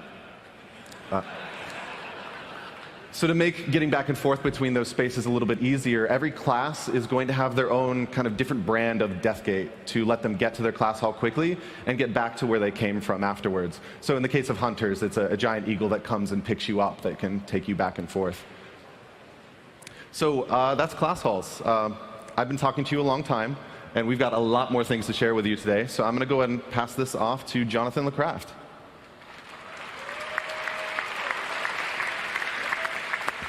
Thank you, Craig. And hello to all you beautiful people. Now, before I get rolling here, let me just ask a question. Is there anyone here who's excited to play the Demon Hunter? All right, me too. You can actually go play it right now. What are you guys doing here? So let's just dive in. Like, what is this class about? Well, the Demon Hunter it's a dark hero. And I mean, these guys, they've sacrificed their souls just to fight a threat that most people don't even know exists. They are a melee class. They wear leather armor, not often on the shirt area. And they take the weapons of the enemy and they use it against them. So, warglaives, fell magic, sculpted biceps, everything. And they look good. And speaking of, let's just talk for a second about character customization. As you can see, you can choose your horns, your blindfold, your tattoos, custom skin textures, all that stuff's on top of your regular customization options too. And something I don't think maybe a lot of people have noticed yet is we did actually we wrote and record new VO for Demon Hunters, and that's things like train and flirt and silly. And unlike me, some of them are even funny. All right, so what's the point of looking good if you can't kick some ass, right? Havoc. Now this is the fast-paced melee DPS spec with an emphasis on mobility. And their motto is fight fire with more fire. These guys, they have their own custom resource, Fury. And I think if I were to describe Fury, I'd say it's like Rage. But, you know, you throw in a little bit of smoldering hatred and a splash of purple, and voila. But but really though, it's your classic builder spender. You know, you build it up with the small attacks, you use it on the big attacks. Pretty straightforward. So let's talk about how you use Fury. All right. So first up, Demon's Bite. I just want to kind of highlight some of these abilities here. It actually generates a random amount of Fury, and then you've got its big brother here, Chaos Strike. This is your spender. But the cool thing about Chaos Strike is it doesn't actually spend any Fury when you critically strike with it. So between those two abilities, you have a lot of variation in your core combat, just enough to keep you on your toes. And then lastly here, Throw Glaive. This is your ranged attack. Its Fury cost has actually been replaced with a short cooldown, so you can always use it at the beginning of a fight. In addition, there's no minimum range, and it can hit multiple targets. So a lot of places you might actually end up using that, you know, AE or even in melee. Anyhow, I have a short video I want to show you guys. It just shows off some of the glaive animations, and there's a cool attack right at the end.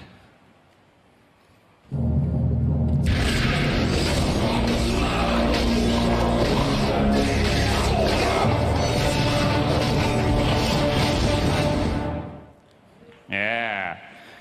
So that last ability is called Blade Dance. Right now it's a talent, although we've been talking about maybe moving that to core functionality. All right. Well, we talked about mobility earlier, so let's dive into how we actually accomplish that for the Demon Hunter. And first up, we've got double jump. I think this one kind of speaks for itself. Yeah? All right. But then we've got double jump's buddy, and that's glide. And you can think of this as it's basically like your own personal goblin glider.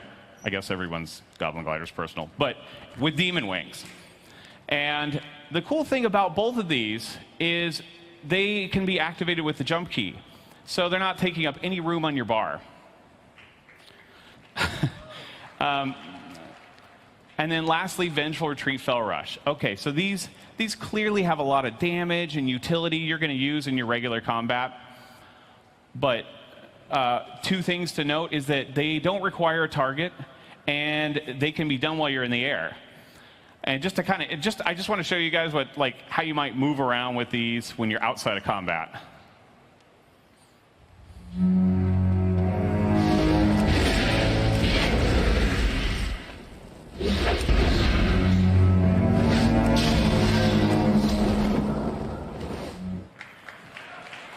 Yeah, all right.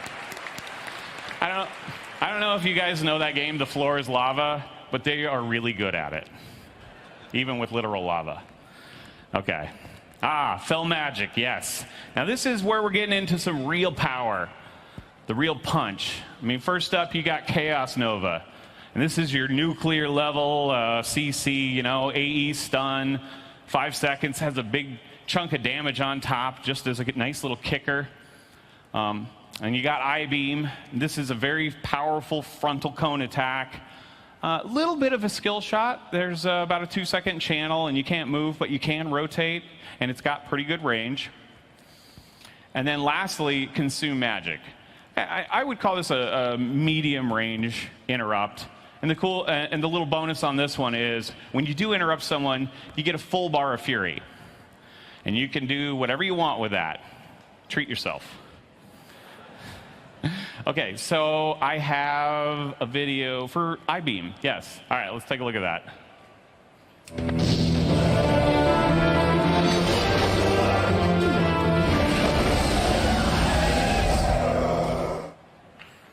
All right.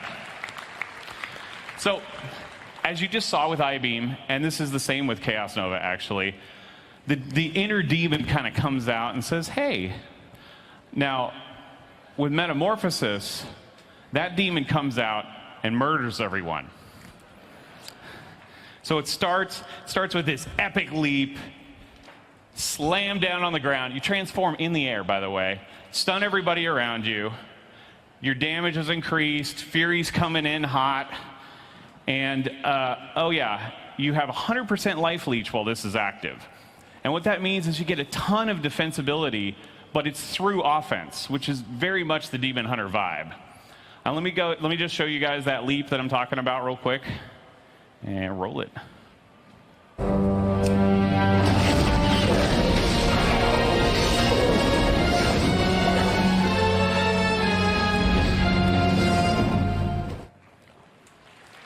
All right, yeah.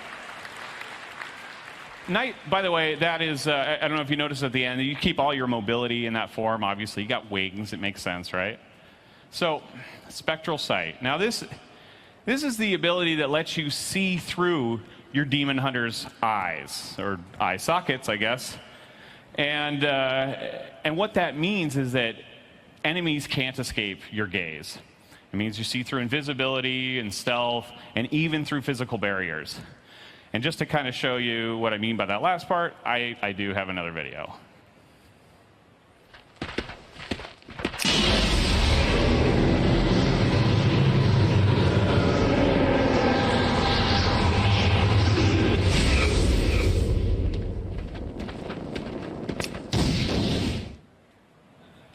All right, yeah.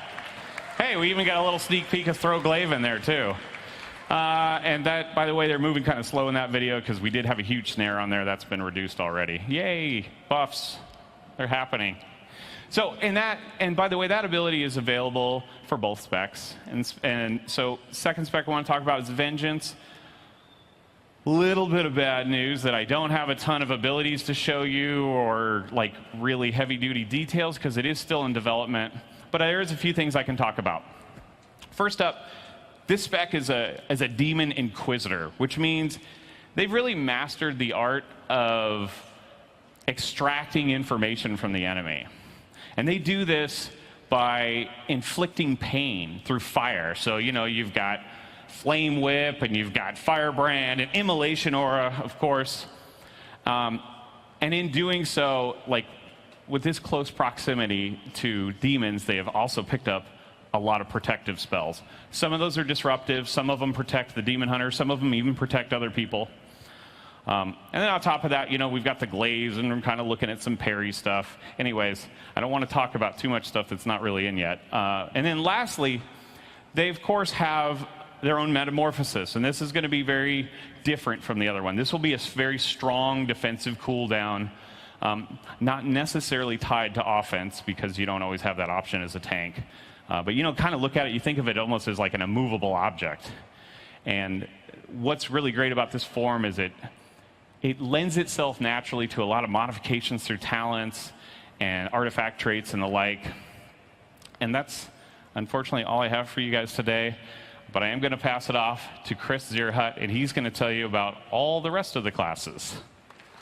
Thank you. Hello, Blizzcon. It's great to be back here again. I'm the lead class designer on World of Warcraft. I'm going to tell you a little bit about class changes for Legion. And Craig told you a lot about what we're doing with class fantasy and really delving into the fantasies with your class order halls, with your artifacts. We felt for class design, this was the perfect time to take a hard look at our classes and make sure they really deliver on the fantasy that they're about. So that was our goal, was to strengthen class and specialization fantasies. Now, what exactly makes a strong class fantasy? What does that even mean? We thought about it a lot, and it came down to three things for us in World of Warcraft. First, the class feels immersive. You feel like everything you do is completely involved in what that class is about. the abilities you're using, the names, the abilities, the animations, how they work together. It's all about that theme. They're distinct. They feel completely different from each other. Each class, each spec has some mechanic, some ability, some capability that nobody else has that's unique to them. And they're empowering. You feel like your character is powerful. You have total control over what you're doing. You can accomplish these things you set out to do, use your abilities the way you want to use them. It doesn't mean you're overpowered. You can just destroy everything, but that you have total control of your character. So, how do we go about making some of our classes a little bit more empowering? One great example of a place that wasn't empowering a game was Death Knight runes. You've got 6 runes of 3 different types. You also have death runes, and they all have different cooldowns and when they're coming up and when you have them, and you can't push the button you want to push when you want to push it because you're waiting on that rune to come back, or crap, I screwed up and I don't have the death rune I needed. So we cleaned all that up. There is now one type of rune. You still have 6 of them. The way you use your abilities together still matters, but you don't have to worry about staring at the UI. Instead, you're using the ability you want to use when you want to use it.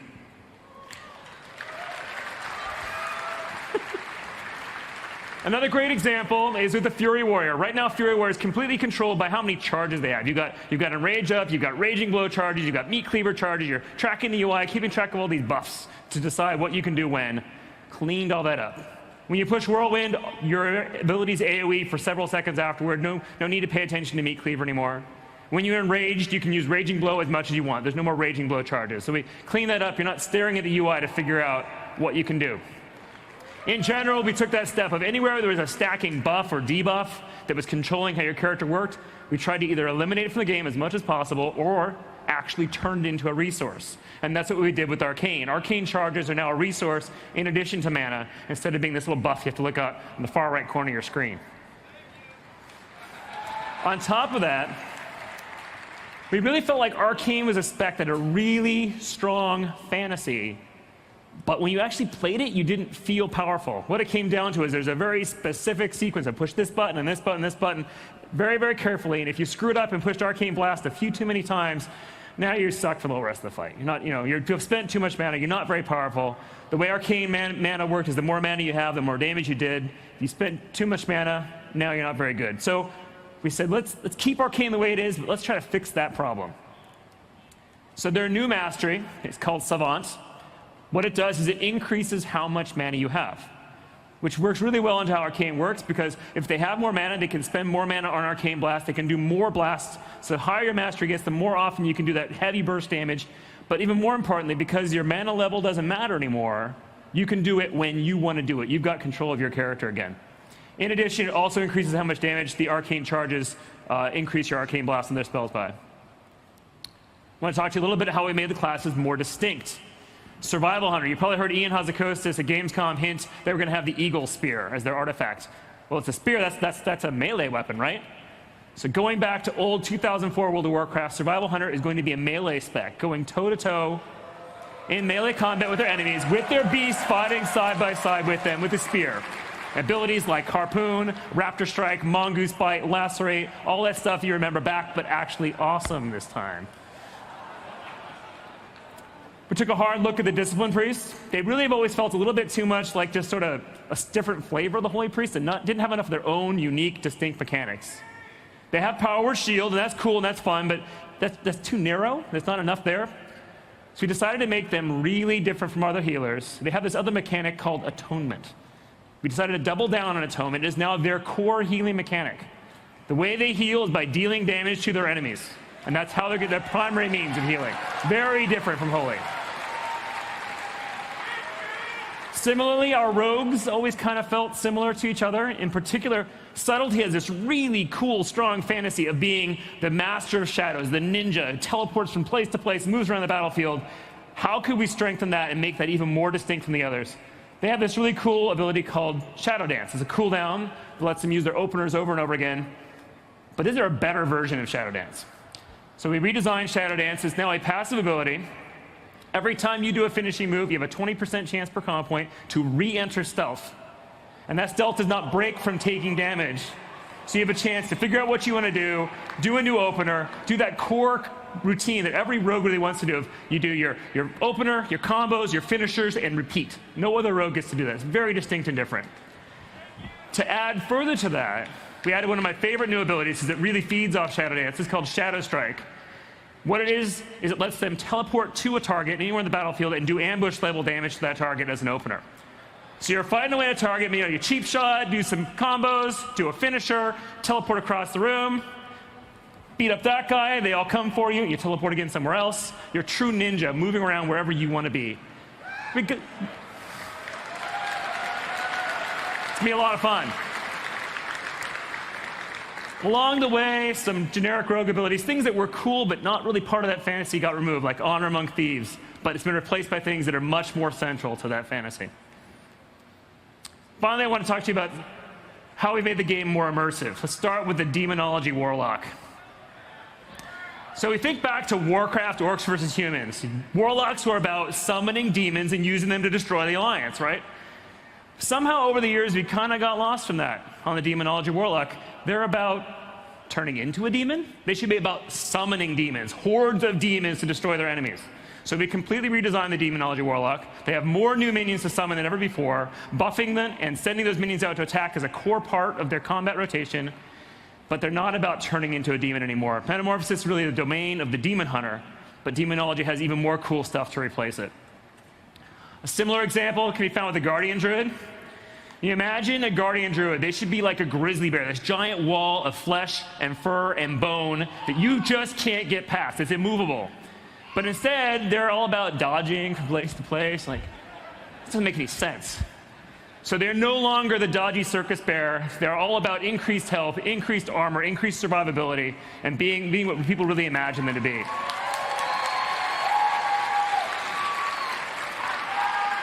Finally, on the topic of immersive, we took a hard look at the Shadow Priests. They always kind of felt like the poor cousin of the Affliction Warlock. They've got lots of cool things. They've got mind abilities, they've got damage over time, they've got vampiric abilities, but they don't really fit together into a cohesive whole. So we thought, well, what is a Shadow Priest really about? They're about tapping into the powers of the Void. And who controls the Void but the old gods? And working with the power of the old gods, that causes you to, well, if you think about the Cho'Gall encounter or fighting Yogg-Saron, you slowly lose your mind. You go insane. So the new resource for Shadow Priests is insanity. They no longer have mana or shadow orbs. They tap into the power of insanity, gradually going more and more insane and using that as a source of energy. Their shadow form gets darker and darker. They start to grow tentacles from out of their body until they transform into void form. As insanity builds, they get stronger and stronger. As they enter void form, they get more and more powerful the longer they can stay there. But insanity was not meant for mortal men to control.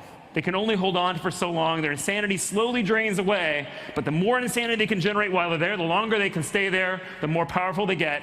So they have ultimate but fleeting power they have control over.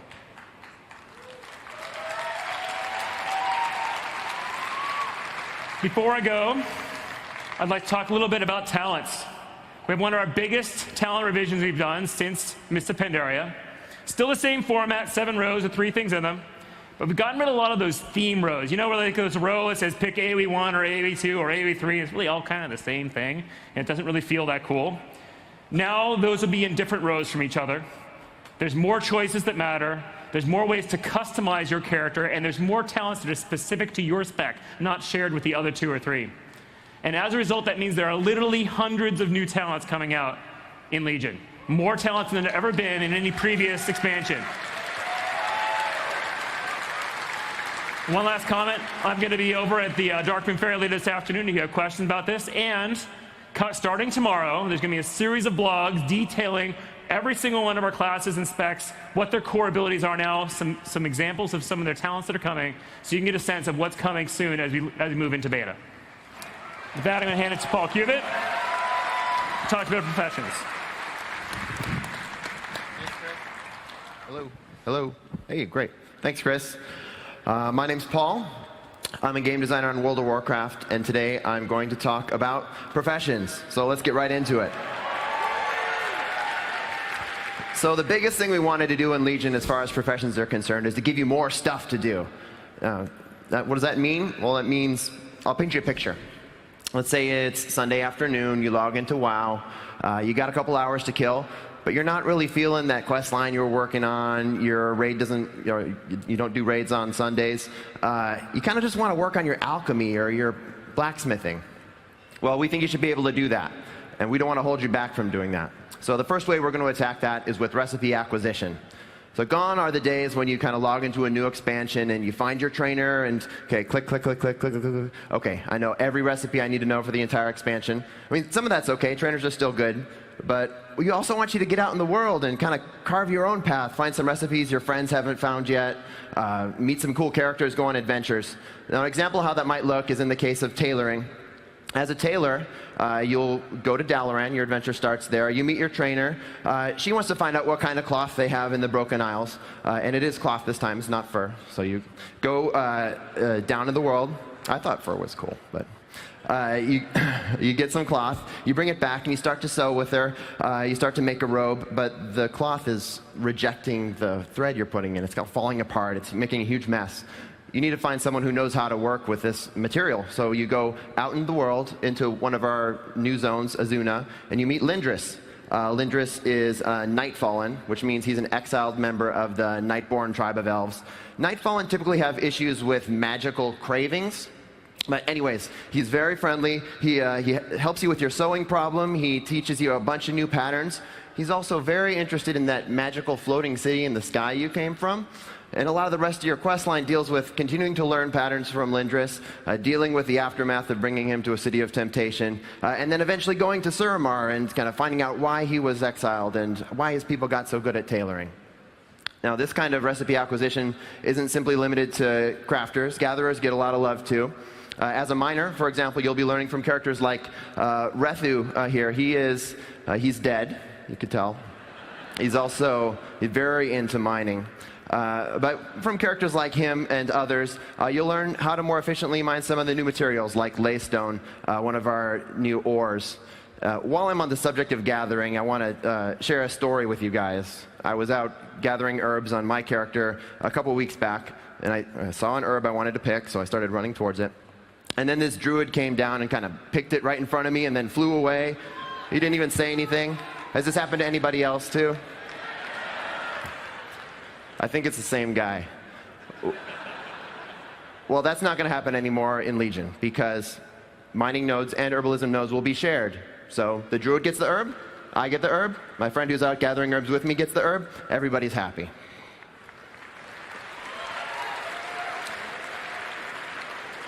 So, okay, you've gone through the mining or tailoring or whatever the recipe acquisition is. You've learned all your recipes. You're done, right? Well, you can be if you want to, sure, but if you're really interested in continuing to work on your professions, like I said, we don't want to hold you back from doing that. So we have the concept of recipe ranks, where there's 2-star and 3-star recipes out in the world, some of which are very rare and prestigious. You can go hunt down and earn, and they'll make you more efficient at making the things you already know how to make. Here's an example of how that looks in our UI. So you can see this guy, he's got a 2-star rating in Binding and Mastery there, and one. Actually, you know what? This UI is starting to look a little cramped and maybe a little dated. Let's just blow it out a little bit. Much better. Okay. So maybe a long overdue update to the trade skill UI, but yes, you have the bigger list of recipes on the left, details of the selected recipe on the right. A couple things I want to point out to you. There's also a favorites list up at top. So maybe you're that alchemist who says, I just make flasks, man. That's all I do. Great. You can take those 1 or 2 flasks you make every week, pull them up to the top. You don't have to look through 400 potions anymore. I also want to point out that there's a learned and an unlearned tab as well. So now you'll be able to see the list of recipes you don't know, as well as details of where to find them. You can complete that collection. Now, going back to those 2-star and 3-star recipes, those are mostly going to give you efficiency. You're going to get more efficient, craft with fewer materials, less time, and so on. If you want to make something more powerful, then you need something called Obliterum.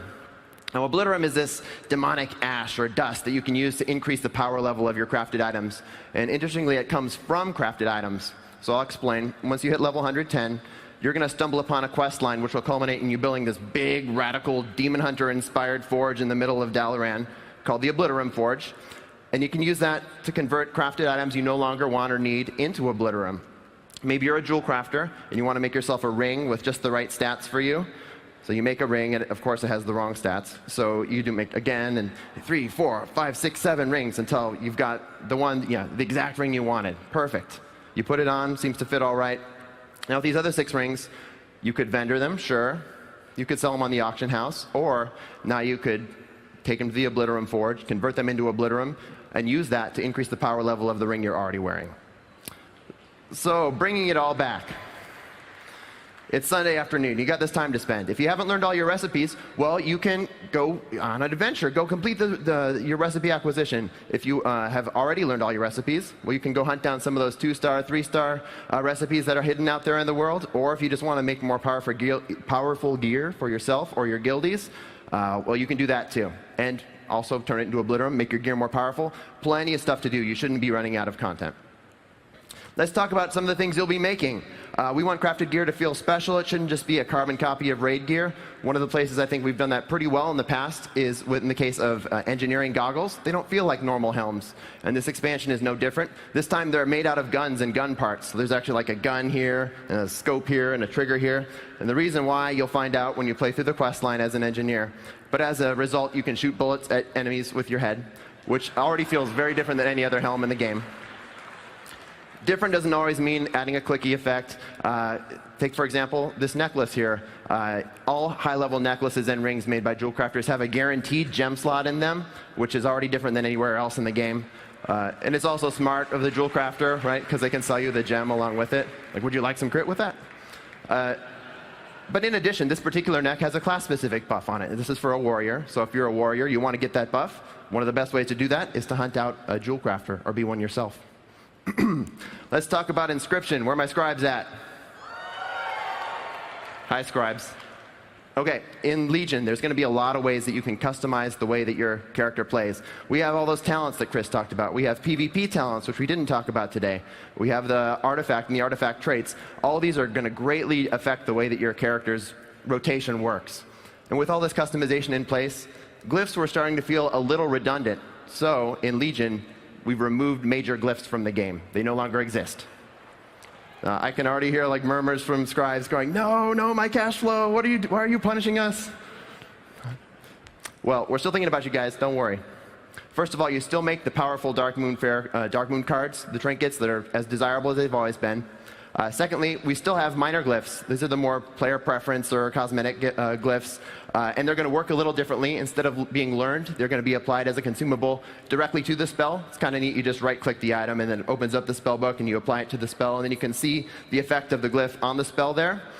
You are still limited to 1 glyph per spell, but we've removed the restriction of 3 total glyphs, so you can glyph as many spells as you want. And in addition, to round out the scribes, we've added a new consumable called the Vantis Rune. And this is a way of calling out a particular boss you want to take it to. It's a week-long buff. You can only use 1 per week. It lasts the whole week.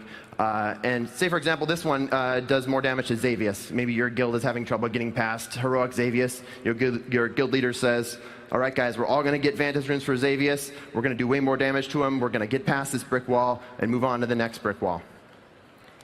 Okay, I'm going to talk real quick about all the secondary professions that we share. Archaeologists are going to be taking on an expansion-length campaign that's revealed over several months. It's going to take you to all the different corners of Azeroth. Well, you're going to find lots of cool things to display with a particular focus on things that you can use, equip, wear, use as pets, and so on. Cooking. This here is Nomi. You may remember him from Pandaria. He's grown up a little bit. He's going to be joining your team again as your sous chef. You bring him ingredients, and he's going to help you discover some new recipes that you can use with those ingredients. Also, for the first time in World of Warcraft history, you will be able to cook bacon.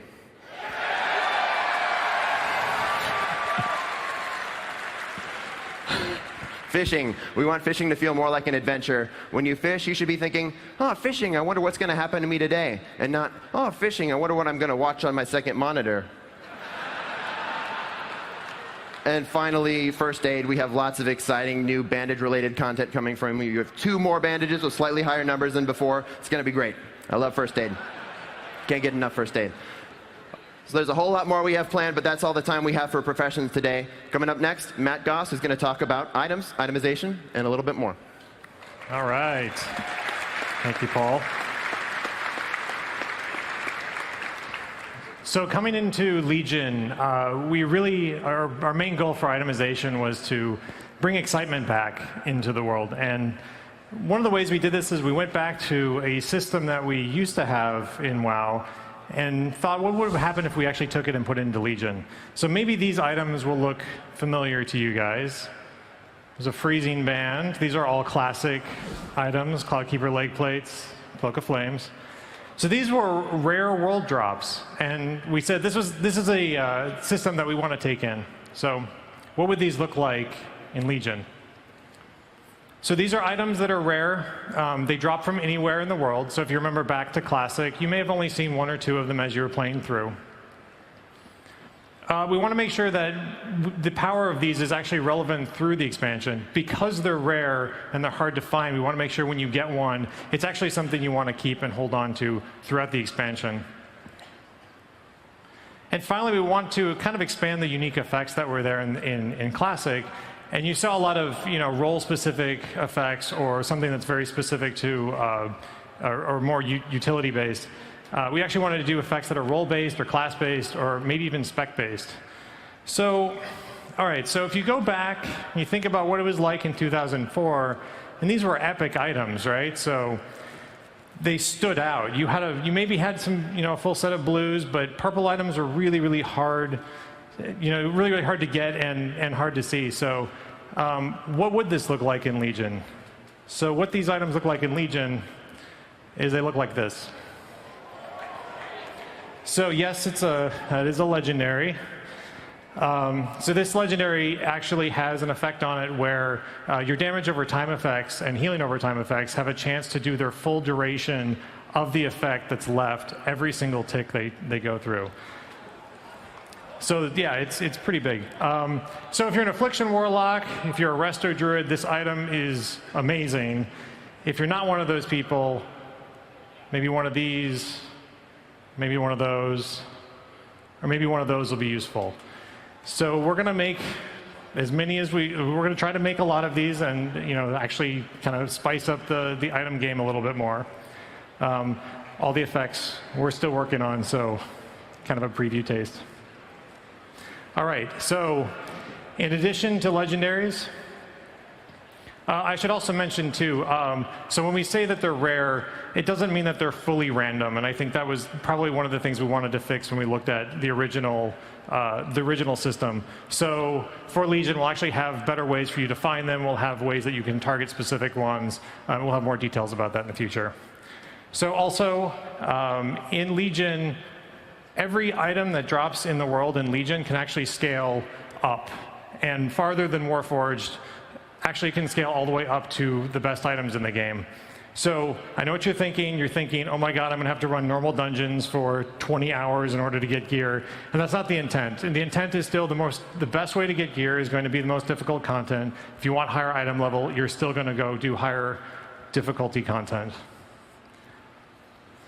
And also, duplicate personal loot can now be traded.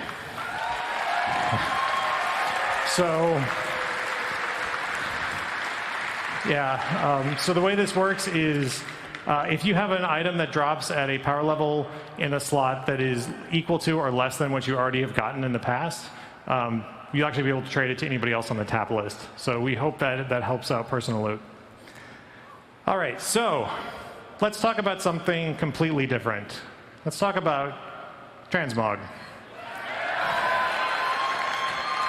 So we love transmog, and we knew that there were some problems with it that we wanted to address. And so our goals coming into Legion were pretty clear. We wanted to get all those items that are in your bank, in your inventory, in your void storage. We wanted to help you clean those up. So if you're keeping those items around, we want to help with that. We want to expand customization as well. I think there's always more things we can add, and there's a few more that we're going to be able to do. And finally, collection. And if you go to, my bank, I'm sure a lot of these guys and a lot of you guys, the reason you're keeping these around is because you like the collection part. You like having your tier 1, tier 2, and kind of checking those things off. So we want to keep that feeling going forward. So we're going to introduce the wardrobe. So the wardrobe, as soon as an item is bound to you, the appearance is automatically unlocked into your collection. And once you unlock it, you can toss the item You can get rid of it, DE it, obliterate it, whatever you want to do. And yes, so it's account-wide. You have to be able to equip the item in order to unlock it. So if you have, but what it does mean is if you have a paladin who has just a play chest piece and a death knight who has a play chest piece, it will unlock when one of them gets it. So it's pretty cool. So this is what the UI looks like. So yeah, so the left side is going to look very familiar to you. That's kind of where you can see which items are currently transmogged. The right side is the new wardrobe UI. So when you're transmogging at a vendor, you'll see this UI. When you're out in the field, you'll actually see the wardrobe UI, so you can kind of keep track of your collection and what things you want to get. At the top, you can see a bar that says 16 of 527, so that's how many helms this person has unlocked. They have a lot of work to do. And we also wanted to, again, going back to the customization options, one of the biggest pains with transmog is you're kind of keeping sets together, and it's hard to keep track of which items are where. So we've added outfits to transmog as well. So outfits are pretty simple. You can just store what you currently look like as an outfit. But what's also cool is you can actually link that outfit to other people, and so they can take on your outfit. Even if you don't have all the appearances unlocked, it'll actually give you kind of a little bit of a shopping list to find those things in the future.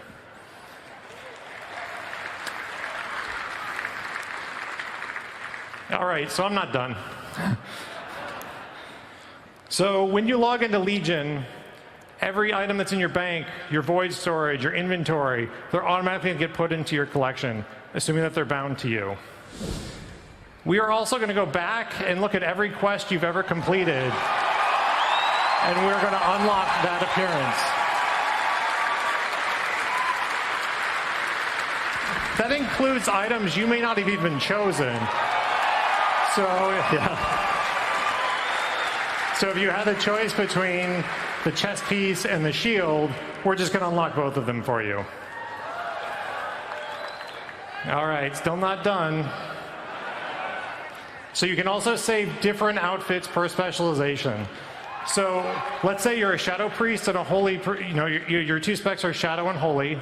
When you switch to shadow, you can actually save out a completely separate transmog look, so whenever you change specs, it'll keep up with you. Still not done. So you can actually hide slots. So if you want to hide your cloak and your helm, you can actually save that out per outfit. So if you really like the pirate hat, you can keep the pirate hat in that outfit, but not in your other outfits. We're also allowing you to hide shoulders in Legion. All right, still not done. 3 new transmoggable slots. So first one, weapon enchants. In Warlords, we introduced the enchanting hut with illusions. You can now get through those. We're unlocking shirts. And finally, we are unlocking tabards. So yeah, we're really excited about that. All right, guys, thank you so much. We are out of time today. That's as much as we could fit in. Please send us feedback on everything you've seen. 30 minutes from now on this stage, we're going to be doing Q&A, and we're going to answer all the questions that you guys have submitted already and the ones that were submitted online. So thank you very much. Have a great BlizzCon.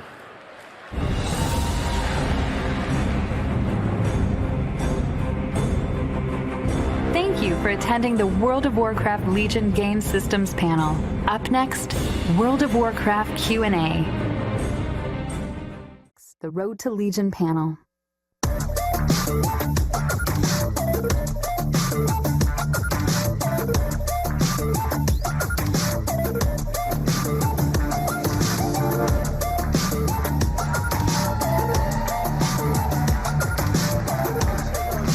Hello, BlizzCon 2015! I am so excited to be here. I hope you are too. Thank you so much for coming to the Cinematics Legion panel. We're going to get into the entire panel here. Hopefully everybody got a chance to see the cinematic during the opening ceremonies. Yes? Awesome. Well, if you haven't, I just want to call out, give a shout out to the theater upstairs. If you haven't gone up there, it's a 5.1 mix. It's really great. So take a look if you get a chance, all right? We're going to get into this Legion cinematic today, but before we do, a couple of introductions on stage. My name is Mike Kelleher. I'm a CG supervisor at Blizzard Cinematics. And I just want to introduce a few of our panel members here. First of all, to my left, Mark Messenger, the director for the Legion Cinematic. To his left, Chris Tunig, our art director on the project. Next to him, Dan Cox, our lighting supervisor for Blizzard Cinematics. All right, now let's go over here. Seth Thompson, our environmental modeling supervisor for Blizzard Cinematics. Next to him, Mike Sandrick, our surfacing supervisor for Blizzard Cinematics. Vince Lee, our lead previs artist on the project. And down there in the end, Ricardo Bariba, our lead animator on the project. Awesome. Well, that's our panel. Let's get into it. We're going to get into the why and how we created this particular cinematic. But before we do, we should probably talk a little bit about how these things sort of come about. And that's sort of a different sort of scenario. We end up with, sometimes we end up with direction from the game teams who make the games that we all love to play. And sometimes not. Sometimes we get to do it on our own. But in this case, the WoW team had something very specific in mind that they wanted to accomplish with this. Yeah, they did. They wanted the war zone. You know, they wanted you to feel like you were dropped in and you were right there at the edge of the Broken Isles about to storm the beach. And we were only too happy to oblige. We love bringing the spectacle. So we started to try to figure out what the action would be. But even as we were doing that, we were also kind of wrestling with what the hook would be, right? What the emotional hook would be. What makes you invest in this thing? We can do great action, but we want you to also be invested in the story and in the characters. And so we were looking at like war movies we liked and war tropes, and we started talking about the idea of letters from the front. You know, the letters home. It's kind of that why do we fight? What's worth fighting for theme. And we thought, well, what if it was like several letters mixed into the action? What if it was like, you know, maybe started with an Alliance footman who's on the brink of war and he's writing back to his family, you know, and maybe at some point in the action we transition to like an orc grunt who's, you know, charged with the defense of her village. And we thought, well, whoa, wait, maybe we even end it big. We end it with Varian finishing a letter to his son Anduin. And that got us pretty excited. And the more that we talked about that, the more it seemed like that was the thing to focus on. Because you guys know the relationship between Varian and Anduin is very important, very well known. And their ongoing debate about the merits of war versus peace are really integral to the story. So, you know, we pitched that to the game team. They were into it, and we started doing what we do. We got our broken old cork boards out of the closet and started sketching and pitching, and you know, just pitched it to the game team a bunch of different times. And when it started to feel like everybody was on board, then we brought in our storyboard artists and we started building the animatic, which you guys probably know is kind of the Bible that we go off of to make these movies. And even at that point, we got Previs involved and started doing some early kind of visual conceptual work, right, Vince? Yeah, once you were comfortable with bringing the 2D storyboards into 3D space, that's kind of when the Previs team steps in. This is the stage in the pipeline where these conceptual drawings have to become realized with 3D characters interacting on 3D stages and being shot with cameras. And not every part of a storyboard animatic is going to make that transition perfectly, but we do try to preserve as much the storyboard spirit as we can, whether it's through composition or timing. And fumbling where I am, but one of these things that what you're seeing on screen is kind of a concept that was explored in Previs. The original concept board had the camera kind of floating above the deck and Varian comes out, but it was actually Dan who suggested, what if we follow Varian from behind? So we tried it in Previs and we showed it to Mark, and he actually really liked what it gave him, being able to see the expansive deck when we come out, being able to see down the length of the ship with all the life and the energy on deck before we go over the edge. So this is kind of how that shot evolved. I just want to talk really quickly about one of the unique challenges of this cinematic, which is that throughout the sequence, that gunship is actually flying towards the Broken Isles. You might not consciously perceive it, but at the end of every shot, we're closer to the Broken Isles than when we started. It's just one of those subtle ways that we do drama build. And the other thing that it gives us is that we wanted to feel right when we dip under the clouds and the way that the hair and the fire are being affected by the wind. And the truest way to get that is just to take the whole stage with all the actors and just shove it, and eventually just plummet it towards the surface. And without going too much into the technical stuff, it makes animation really difficult, and it makes shooting the stuff really difficult. That's right. And now, so we have our idea of what previs is going to be. We have kind of a what's going to be in the cinematic, but now we need to know what it looks like, and that's where the art direction comes in, right, Chris? That's right. When Mark and I got together to think about the mood that we were going to go for, we quickly landed at the mental image of the Northern California coast on a cold November morning, and it was meant to be a little bit hostile. We wanted to make it clear that not only was the Alliance and the Horde going to fight the Legion, but they also had to fight the environment to some extent. Now, we knew we were going to have a thick cloud cover, multi-layered cloud cover with the Fellstorm at the center, but we also wanted to have opportunities for sunlight beams to penetrate the clouds, to give us opportunities for light pools, to carve out our characters, to peel them off the background, to stage them properly. And they were also meant to just move ever so gently, create ever so gently moving shadows across the decks of the ship. So we knew we were going to expose for the shadows. That meant that the highlights would burn out ever so slightly. And I would create little blooms around, for instance, armor glints or wave crests, things like that, just to add a little bit of brilliance to each frame.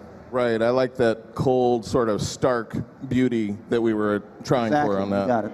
Right, exactly. So we have these beautiful paintings done by Chris. These are just quick swatches, but now that we have our mood, so to speak, we can talk a little bit about where all this action takes place, which is the gunship. Right, yeah, Varian needs a ship fit for a king, right? And we were only too happy to oblige. We love these giant flying fortresses that are roaming around Azeroth. And so we asked the game team, and they were like, yeah, you could totally do that. And in fact, since we were planning on crashing the thing, they said, well, you could probably customize it a little for your own needs, right? That's right. They basically allowed us to crash it. They said, this is not going to be featured in the game, this specific one, so just do with it as you wish. So as we usually do when we try and translate assets into the context of our cinematics, one way to make it believable was to play with the proportions a little bit. So we elongated the ship slightly, and we also widened the bow just to make it a little bit more front-heavy, evoke the feel of a container ship or an aircraft carrier a little bit more. And then one thing that was important to me personally was just to re-envision the bilge, the bottom of the ship, in such a way that the propellers wouldn't feel stuck on, but the ship was conceptualized from the start as a flying ship. So we added these little port side receptacles in the bilge. All right, so we have our concept here, as you can see, and actually this is just a little swatch that shows some of the materials that Chris had in mind for some of those pieces. And here we go. Here's our final turntable, just to show you what the final thing looks like. And actually, I want to turn it over to Mike Sandrick, because we have a lot of real-world textures and materials that are really on this gunship. Yeah, thanks, Mike. So anytime we do one of these cinematics, usually there's one or two assets that are going to be very technically challenging. And the gunship was definitely one of those.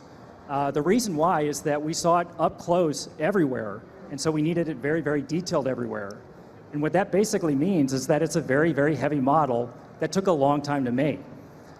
Just to put that into numbers, this model has about 7 million faces, polygons. It has about 3,000, 4,000 by 4,000 pixel texture maps on top of that, and then we ray trace everything. And that creates just a very heavy, very memory-intensive asset. If you've got really sharp eyes, you can kind of see there in the bottom right, this asset takes about 4 to 6 hours a frame to render and about 20 to 30 gigabytes.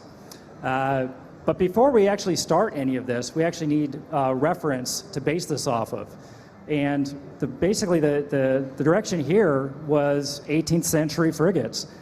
We have the good fortune where we live that we were able to go down to the San Diego Maritime Museum for a day, and we got to crawl all around these types of ships and take all kinds of reference photos of them. It was great. Here's the texture team right now. It's Wei Wong taking some photos of the deck. So we just went and crawled around these ships, took pictures of the deck, the ropes, cleats, anchors, cannon, all these little bits of the ship that make it what it is. You can take a look at the decks of these ships. They're just really, really busy. We had to hand crate all of that, one piece at a time. And basically, this was all based on this reference that we saw. Seng Jing Song and Jung Ha Baek just did an outstanding job putting this together. That said, this is an 18th century frigate that flies. So our reference gathering didn't stop here. We also had to check out some museums and look at some World War II era bombers in order to get a reference for the engines on this thing. You kind of see here, I mean, if you go back, 50, 60 years, you get back to where airplanes were bolted together with aluminum plate and rivets. That's really the kind of the feel we wanted. Modern day planes are sort of put together with carbon fiber and glue. So this kind of reference basically just grounds the whole thing in reality. So it's a fantastical thing, but you believe it when you see it because it's based on something you know. All right, so now we have our reference, and it's time to actually model this. And this is, Seth, this is where your team comes into play. And I understand you have a little bit of an Easter egg for us as well. Oh, yeah, absolutely. So what you see here, this is our gnomish pilot, Remy Clutch Grind. And basically, at the beginning of the project, we had some extra time, and we decided to model this out. And we were like, hey, can we find a place to put this in the cinematic? It's actually in the cinematic, so if you guys look the next time you watch it, you can find it in there. And before we do a little tour of our Alliance gunboat, I think Mark was going to give us some sound effects. I do the sound effect? Okay, here. Okay, yeah, that'll be good. So let's take a look at our Alliance gunship. Okay. So what you can see here is, over the noise of the loud helicopter blade, is we have these turboprop engines. On the side, we have anti-aircraft cannons. We have retractable cannons. On the front, we have this aerodynamically designed eagle prow. We have armor-plated 50 caliber cannons. We got hand-to-hand weapons, all sorts of stuff on the deck, all the clutter Mike was talking about. And now we're going to use our gnomish world enlarger, and we're going to zoom into the cabin here so that we can take a look at where Varian is at his desk at the beginning of the cinematic. And this will kind of lead into some of the art direction for the cabin here, and we'll kick it back over to Chris to talk about that. Right. The cabin was actually envisioned at first as a much more expansive space. Mark felt, after looking at it, that really it should feel a lot more claustrophobic.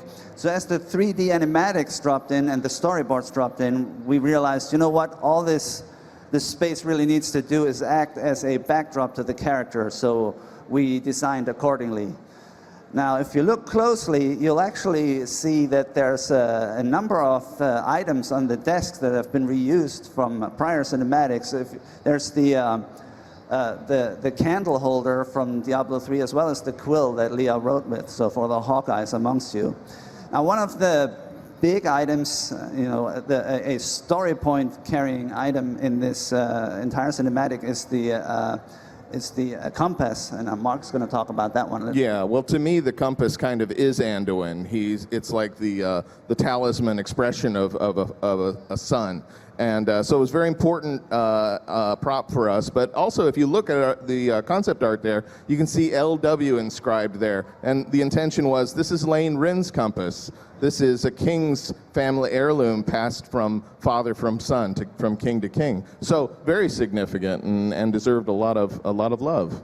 That's right. And because it's such an important story point, we researched a number of different application methods for the portrait. The Anduin portrait was going to go into the lid. At first we thought, wouldn't it be cool if it was just sort of a metal etching process they would have used, and it would have ended up looking very monochromatic. But as we saw the shot, we felt, what this shot needs is a little bit of color. It's a colorful focal point, so we re-envisioned it as a miniature oil painting, the same way you'd find it in an antique pocket watch or an amulet. All right, so we have our portrait. We've talked about Anduin. We actually haven't talked yet about Varian. Obviously, he's the hero of the cinematic. Right, yes, and there are a lot of Varians out there, right? I mean, there's all the wonderful artistic expressions of Varian done by Blizzard artists, but there's also comic book Varian, right? And there's the in-game model of Varian, but there's also the Lords of War Varian, which is somewhat different. Not to mention all of the great fan art that's out there. There's a lot of great Variants out in the world, and so our challenge was to try to take what we thought would encapsulate into the best variant for this cinematic, right? Right, and now we have Chris. This is your portrait of Varian. Tell us a little bit about it. Right, so, as it just so happens, whenever we get to re-envision a character for our cinematic context that hasn't been featured in a pre-rendered before, we just jump at that. So for this occasion, I felt, it would be good if the things he'd been through in his life, at some point, Varian was a gladiator, he lost his memory. I mean, this guy has seen a few things. If that was represented in his appearance a little bit, taking all the other depictions, the prior depictions of him into consideration, of course. So I went for a little bit more of a chiseled look, a little bit harder, just to get that point across. And if the other big challenge we had, here you see the 3D model. The other big challenge we usually have with our characters is, and this happens especially in the World of Warcraft universe, is translating the character proportions into the pre-rendered context in such a way that it remains practical and it remains believable. So there was actually quite a bit of back and forth between the animation team, the rigging team, and the modeling team to try and work out the size of the shoulders and the size of the knees, etc., so it would actually work in the cinematic without too much interpenetration. Okay, so we have our concept for Varian, beautiful painting, and now we need to turn it back over to Mike Sander and talk a little bit about how this was created from a surfacing perspective. Yeah, so even though Varian is a bit fantastical in terms of proportion and facial features, we still needed this grounded in reality so that you'd believe him when you saw him on screen. And basically that meant for us basing his texture maps, his shading, on real people. So basically our reference, we went around the office and we took as many pictures as we could of as many 40-something-year-old white guys as we could. Mike Kelleher, that's a beautiful myself, forehead. I'm gorgeous. included. I gotta say. These are the closest up photos I've ever seen of myself. It's hard to look good this close. But the beauty of these photos, these are about 6,000 by 4,000 pixels and only a portion of the face, is that it captures all the wrinkles, the pores, the zits, the pock marks, chicken pox scars, all that stuff. Hey. And basically, that's what makes skin look real. And that's what we basically did. Then our texture artists, Sam Alicia and Wei Wong, took these photos and projected those on our Varian model, and then did extensive cleanup after that in order to fit the actual facial proportions. But if you zoom in here, you can see all those sort of busted capillaries and beard stubble and sort of the discoloration of the skin. A lot of that is not hand painted. A lot of that is coming from those photos, and then we clean it up afterwards. That saves us a ton of time, and that also just makes it look a lot more believable because we're starting from a photo. Here's just a little hint at the kind of resolution that's on Varian. All those texture maps, there's 20 there. Those are all 4,000 by 4,000 pixels, and those are only the color maps that go on the head. There's actually about as many texture maps on Varian as there are in the entire gunship. Here's a quick look at the hair layout of Varian. Varian's got about as many hairs on his head as a real person. That way it just sims and animates more realistically. We did do one cheat where all the hair that's growing off the scalp ends in the ponytail hair holder, and then we grow brand new ones out the back end, and that just guarantees that when it's animated, it's always locked in there. And yeah, here's Varian all put together. Just like the gunship, this is a very heavy render. These take about 4 to 6 hours of frame and take about 20 to 30 gigabytes of memory to render.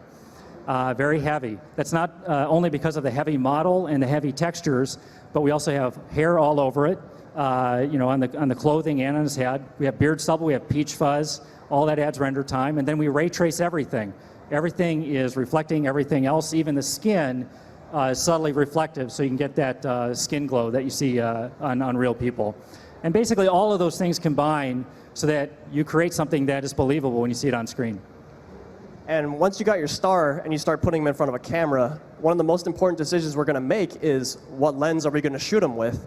So one of the visual aids we have to guide us are called lens tests, and you're going to see a series of them on screen right now. And it might look like it, but Varian isn't animated right now. He's in a key pose, and we're just cycling through our lens kit for the show, going from wide to longer. And I think you can notice how his features are kind of changing depending on the lens.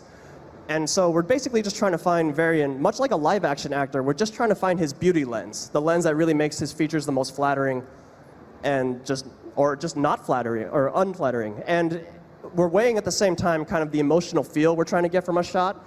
And part of that goes into his relationship with the environment, which changes as we go from a wider to a longer lens. These are just some of the questions that we ask ourselves as we make this lens choice. Yeah, we carry these lens choices all the way through production as well. It's something that Vince and the previous team do with Mark early on in production, but as you get all the way to the end and you start adding surfacing on things and we get into lighting and compositing, that's when we kind of start picking things like f-stop. We're going to decide how much depth of field we're going to put on the lens, with the chosen focal length. And we try not to unrealistically do that. You can in the 3D world, you can break everything and turn knobs all you want. But we actually shoot reference and look at it and say, okay, well, if we were to pick this focal length on a camera, what would the restrictions be in terms of the f-stop I would need? Or if you're really shooting for depth of field, if that's what's important, what are those limitations? And there's a finite amount of choices for those. And we're constantly trying to stay in the real world with those choices to help add to the realism. And other things we do to these shows as well when we're doing this lighting is that we try to add other photographic elements that are more subtle that you don't really think about. It's things like lens distortion and chromatic aberration, which are considered artifacts, really. As you can see here, you can see the distortion added in and the rainbow effect at the end. I'm kind of breaking it so you can see what it is the actual chromatic aberration. And that's kind of where different color light wavelengths travel at different speeds through a lens. And when they're on a wide-angle lens, when the harder the refraction angle is, the focus is slightly different. A perfect lens, all the light wavelengths would focus on exactly the same point, but the imperfections in the lens is what causes the character. So we actually, normally, if you're working on a film in visual effects, you try and take that stuff out. You're constantly trying to get rid of the artifacts. For us, since we're full 3D trying to create something more photographic, we actually add them back in. So we do things like that. Other little things you might notice is the interior shot stuff in the cabin has a much denser film grain than the exterior stuff, which you would also run into low lighting situations if you were to film it. So we add a lot of these things to try and add to the realism as much as we can. All right, so we have our cameras, we have our main hero, and what we have to talk about now, Ricardo, is performance. And actually, that's where you come in. Yeah, Mike, when we first heard that Varian was going to be the main hero of our cinematic, we were really excited about bringing such iconic Blizzard character to life. And when we were looking at the storyboards, we right away realized that Varian, he's going to go through a really wide range of emotions, and that's going to require some really subtle acting. Like Sandrick, mentioned before, creating a realistic character in CG is a big deal, and bringing that character to life, it's really hard. So for this show, we decided to work close together with an actor, and we were fortunate to have Jim Peary helping us bringing Varian to his full glory. So the process of working with Jim consisting in placing dots on his face, and that way it would be easier to the animators to follow his movements. And once we get that working, we will shoot reference using a helmet camera like this one. Once the whole process was done, the animator was able to, very close, study all the subtle nuances of Jim's performance. You can see all the eye darts, the muscle movements, the blinks, even the subtle skin sliding. And one thing that I want to point it out here, that we didn't use motion capture. All the animation for Varian was keyframe. So ultimately, it was up to the animators to transform, Jim's and Varian, grabbing what's the best of his performance and trying to make it unique to Varian. So here's the final result for this shot. Awesome. So we have our performance now. We're ready to go, but the cabin sequence is done, but we have to go outside of the cabin here. We have to talk about the deck of the ship. And as you can see here, this was one of our shots, shot 140 we called it, and you can see this has a lot of stuff on it. And Seth, that's where your team comes into play again. Oh yeah, so the top of the deck, we had over 50 different unique assets in there, and we just have tons of stuff. You can see some gray shaded models here, not only weapons, but we have stuff like buckets, things to help fill out the scenes. And then you can see some shaded versions of the stuff that Mike's team did here. And the idea behind this is we wanted to just put as much stuff on the deck as possible to make it look like those 18th century ships that we had reference of.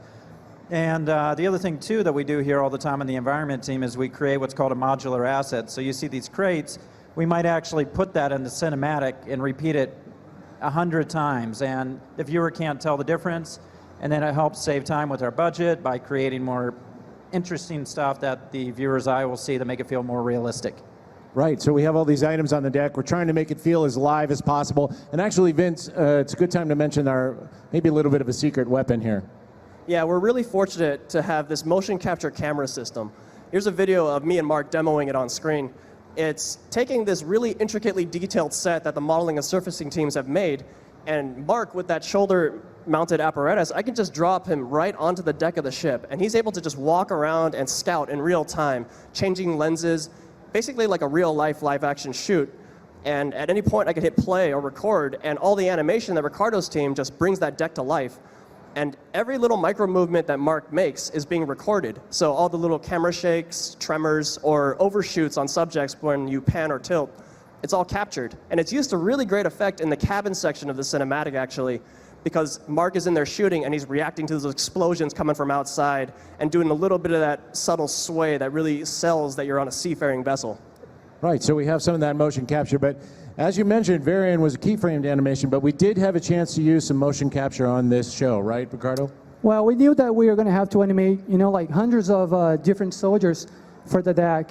And the reality is this kind of like thing to populate a deck like that with that many guys running around, pushing cannons, marching can be very time consuming and expensive. So in this case, we felt that motion capture was the right tool for the job. So we partnered with our friends from Activision, and we used their motion capture facility. And here you guys can see some of our animators having a good time. Everyone was really excited about that. And we needed to be creative. Like right there, have like a cannon. Here we built this platform to have the guys sliding. Yeah, everyone was having really a great time. And on the next slide, you can see Joe Frayne. I don't know if Joe is out there.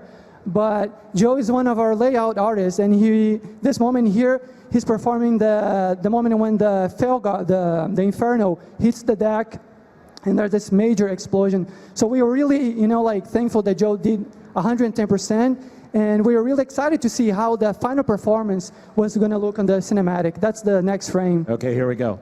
That's the moment when Joe gets hit. Awesome. Yeah, so unfortunately, since we couldn't see in its full glory, we decided to do like a quick video for you, Joe, and say thank you and share with you guys. Right there in the back, that's Joe. And the cannon covered him up. Yeah, I mean, you can see it, right? Yeah. But we also use keyframe animations for things that we obviously couldn't get, like motion capture to work. This was like one of the early tests that Davey, one of our animators, did.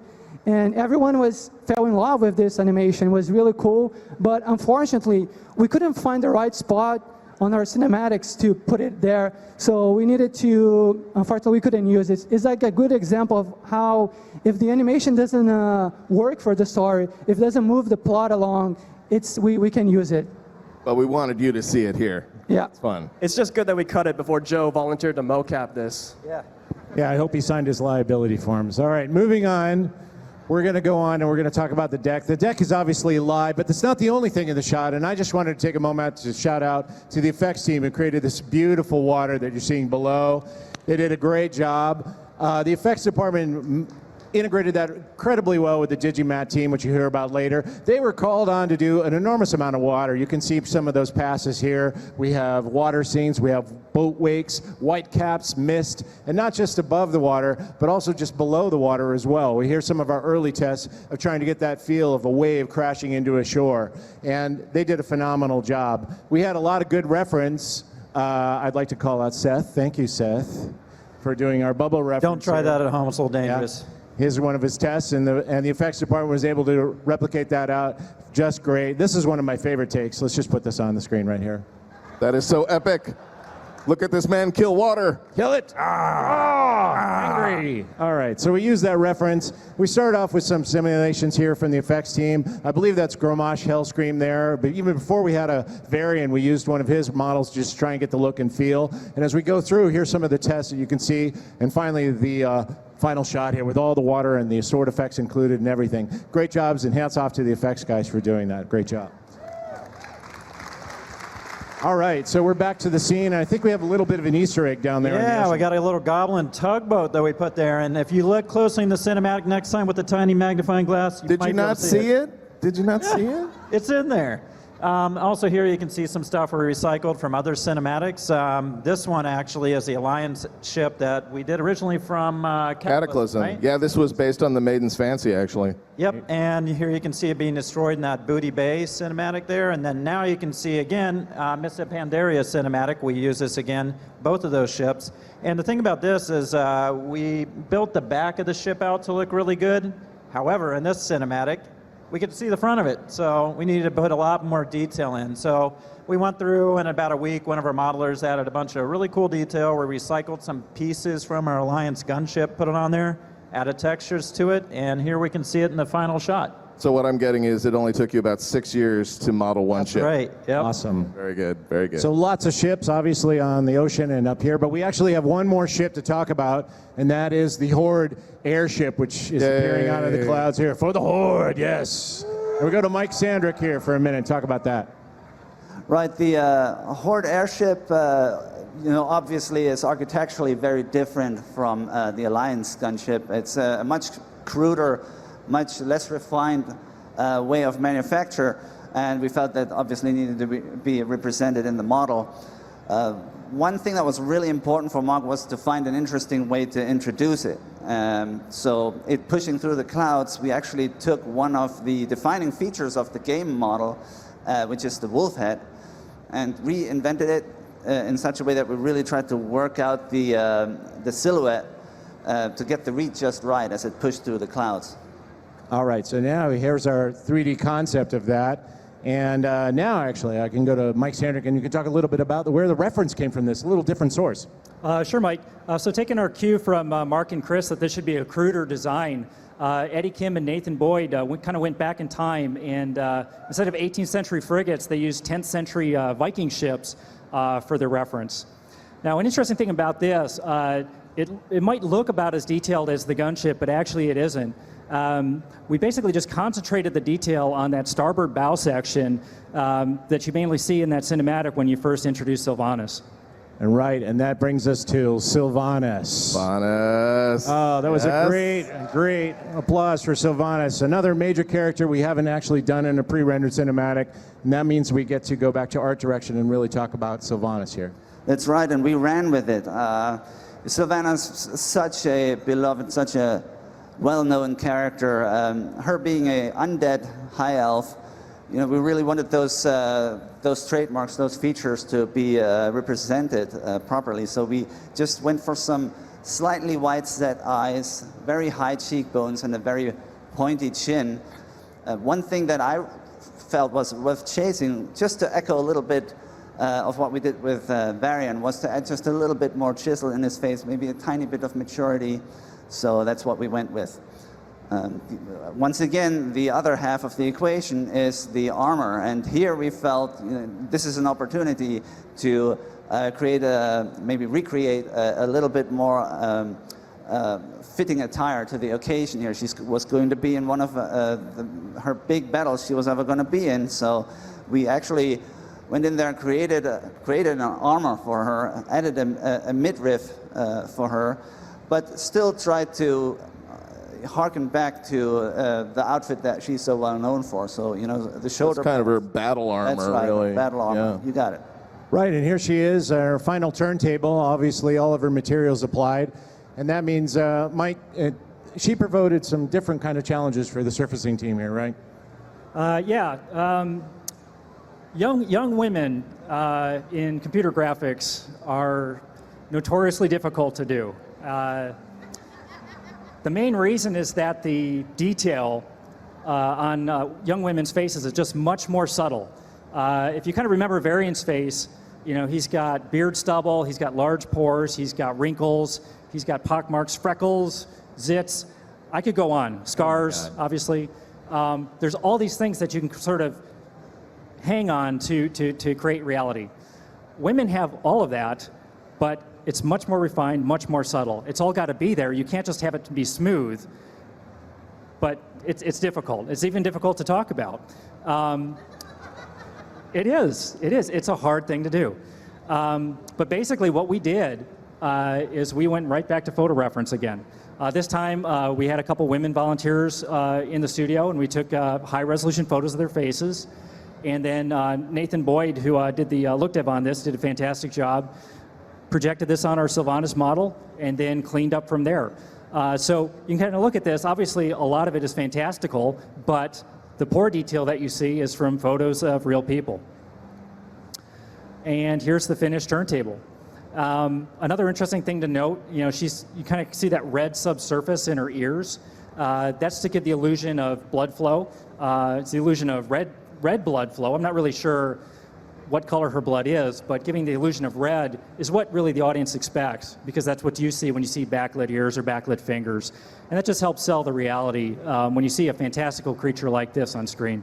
All right, so we have our other actor, and Ricardo, now we have to make her move, and we have to make her move believably. Yeah, Mike, so the thing is, every time we animated one of our Blizzard characters, we want to make them, like bigger than life. We want to make them epic. But on the other hand, we also know that we needed to make it grounded in reality. Otherwise nobody's going to buy it. And the thing about Sylvanas is that knowing there's such, like so many fans out there that love her, we knew that we needed to get it right. So unfortunately, nobody in our crew was like an expert in archery. But luckily, one of our animators, Glenn Ramos, he introduced us to Anna Maltese. I think Anna is out there.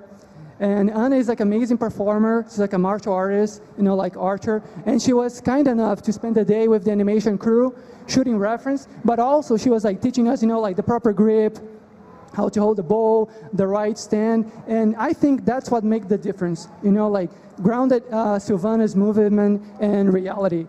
And one other thing that I want to point out there is every time we tried to make, look like Sylvanas was working with Varian, because I felt that was like a very important piece of the cinematic to get to, to show that they're like together in a common thing. Totally. Teamwork on this one. Yep. And I just wanted to do a shout out to both Anna and Jim Peary, our actors, for doing such a wonderful job, not just giving us the big action stuff, but for providing a lot of really great little subtleties of performance, just little pieces of gold that might be hard for us to mine on our old. So can you guys give them a round of applause real quick? Yeah. Thank you. Fantastic. Guys. Great work. Sometimes that's the most important stuff, actually. So we have our heroes here. We have Varian, we have Sylvanas, but we actually haven't talked about the bad guys, and that's obviously the demons. And the first one up is the Infernal, and we wanted to give the Infernal a big entrance again. Yeah, we haven't featured an Infernal probably since the original World of Warcraft trailer. So we were very excited to give him a big entrance, have him claw his way up out of the deck with the smoke fuming off, and the green fell. And the fell really is kind of a unifying thing for all of our demons, right? That's right, Mark. The demons were really meant to feel like they're part of a team, and we used the fel fire, the fel energy, as a unifying factor to do that. This was obvious for the Infernal, but then for the Fel Guard, actually the design work that we got from Team 2, from the game team, really helped us quite a bit. If you look closely, there are actually little distorted faces of, unfortunate tortured souls that have been absorbed into this guy's armor, the enemies that he defeats. So we used those mouths and those eyes as little Felfire furnaces to get those team colors in there. Now for the Felbat, we had to just be a little bit more subdued. We just pulled back ever so slightly because there's a lot of them in every shot. And if you overdid it, you'd just have a lot of green dots flying through frame. So really we confined the Felfire to the chest ridges, to the facial area obviously, and to the roots of the dreadlocks. All right, that sets out our villains, and now we have all our actors on the stage, and it's now up to the Digimat and lighting teams to really take us home and put these characters in an environment. Dan, that's where your team comes into play. Yeah, early on we knew that the cinematic was going to take place in 3 main stages. There was going to be the cabin sequence. We were eventually going to have most of the action happen out in the air, and eventually we would end up on the reefs leading up to the Broken Isles. And as you saw, the cabin was all modeled by Seth's team, done fantastic when we lit that. Jason Fleming did a really great job of lighting, compositing that. Anthony Efticari and Fabio Zangroni, our two Digimat artists, did an early test on the skies to figure out what could we do 2D versus 3D, because 3D is very expensive, 2D is not so much. And so what they did is got a lot of photographic reference, both some they took and different resources, and built out a 3D setup using 2D images in our compositing software, Nuke.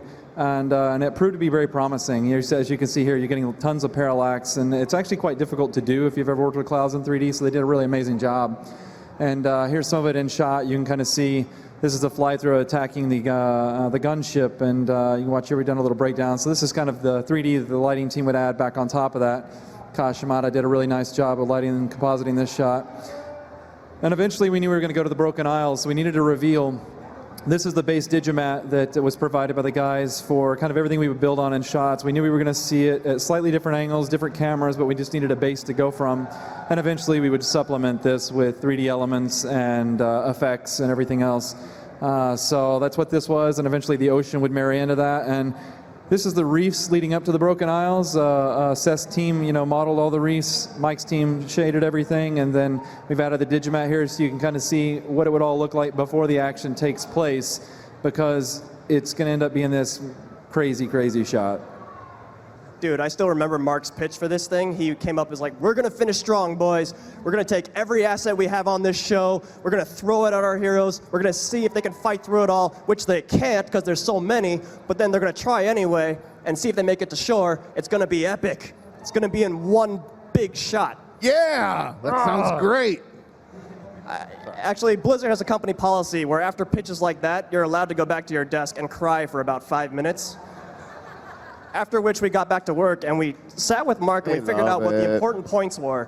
Basically, we got to see the heroes, we got to see the villains, and they got to look insane. We got to see the Broken Isles, even closer than ever before, but so far away, and we want to finish with a bang. We drew straws, and Don Ta was the lucky previs artist who got to bring this shot to life. And he went through, brought his limitless energy, exploring so many iterations of variance choreography, the formation of the fell bats, the creation of the rocks, and the placement, and the wave timing, basically solving all these problems early on so that later departments wouldn't have to. And when Mark was pretty happy with it, we went to Ricardo and we said, it's your problem now. It's very kind of you, Vince. Yeah, so yeah, this shot was crazy. I can't remember when was the last time we had this many characters interacting with each other and with the camera at the same time. So whenever we have a shot like that, like our first instinct is to go outside our office and try to gather as many animators, like slash ninjas we have in our studio. We place them all in our like live action reference room, and we start shooting reference with them. We probably did, hundreds of different takes for this shot, and you got the best piece of each one and compile them together. Since this was kind of like a complex shot, we decided that the best way to approach it would be splitting in 3 different animators. So I had like Dave Saab, he was in charge of the variant and the foreground. I had Corey Pelton, he was doing the Infernos and the fell bats in the background. And Alon Hellman, he was doing all the bats for the shot. I think by the time Alon was done with this shot, he was our bat specialist. Yeah. So the other interesting thing about this shot that I want to point out is that the first version that we did, and we showed it to Mark, Varian was like stepping on the rocks, and right away he was like yelling. And Mark, like he saw that animation, was like, hey guys, I can buy the fact that after, like Varian did that whole thing, he doesn't take a minute, he doesn't take, like a step, breathe a little bit, and yell from the top of his lungs. So I thought it was kind of like a cool detail that helped bring this shot to life. Thank you for that, Ricardo. Yeah. Very nice. So the hot potato goes from previs to animation, and then after all that work is done by rigging and sim, and we get all that great work compiled in one place, and we give it to the team. And Dan, it's on you. Yeah, I'd like to give a huge shout out to the lighting, Digimat, and compositing teams on this show. They did an extraordinary job, and I mean, a shot like this shows that off. And Shenzhen, our lighting lead, was my right hand. The whole project was amazing. And when we get a shot like this, we've talked about previs, animation, modeling, surfacing, everything's going down this pipeline, and eventually they dump it in our laps and say, make it work. Luckily, their work is so good, it makes our job easier. And Enrique Munoz, our lighter compositor for this shot, took it on and put everything together, and it was really nice. We were able to decontrast the thing, make it a very warlike feel, handheld camera, throwing water on the lens, all the tricks we talked about earlier. And it all really came together and gave just a nice, really big moment. You don't always get to lead up to a big moment to end, but we got to here. Yeah, moments, that's exactly the thing that, when I see a shot like this, I think about what our goal is to, work together, to collaborate. Everybody brought their A game to create this moment. That's what we're looking for, is to make you feel energized or make you feel excited. Maybe we can thrill you with the moment. Maybe if we're really on our game, maybe we could touch you in some way.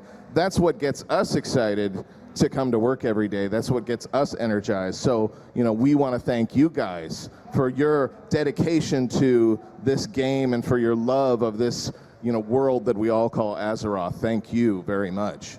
And while I'm thanking people, I got to remember the sound department, because sound is, I've said it before, sound is half of the equation at a minimum, right? These guys totally acquitted themselves beyond it all on this show, and I'm so very, very thankful for the work that they did, from the music to the sound effects to the mix. Fantastic work. So thanks to the sound department. Absolutely, and I'm going to throw a few more thank yous after that as well. I'd like to mention our video and post-production group, which is responsible for taking this and putting it on YouTube. Actually, frankly, they're responsible for most of what you're seeing on stages today, so that's fantastic work.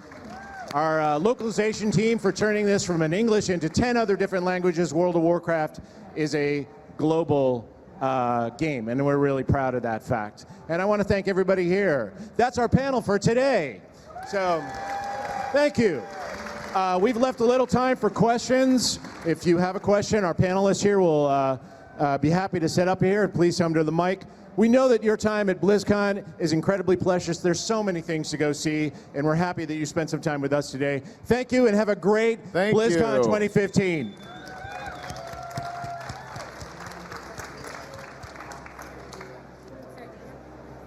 Hey guys, I just wanted to say you did an amazing job with that cinematic reveal. My question actually is about the Gamescom trailer, where we got to see Gul'dan revealing Illidan is back in the game. Now, you talk about sometimes reusing assets. Illidan's model, now was that, I know we didn't get to see much of him, but was that an updated model of the Burning Crusade cinematic model, or was that completely done from scratch?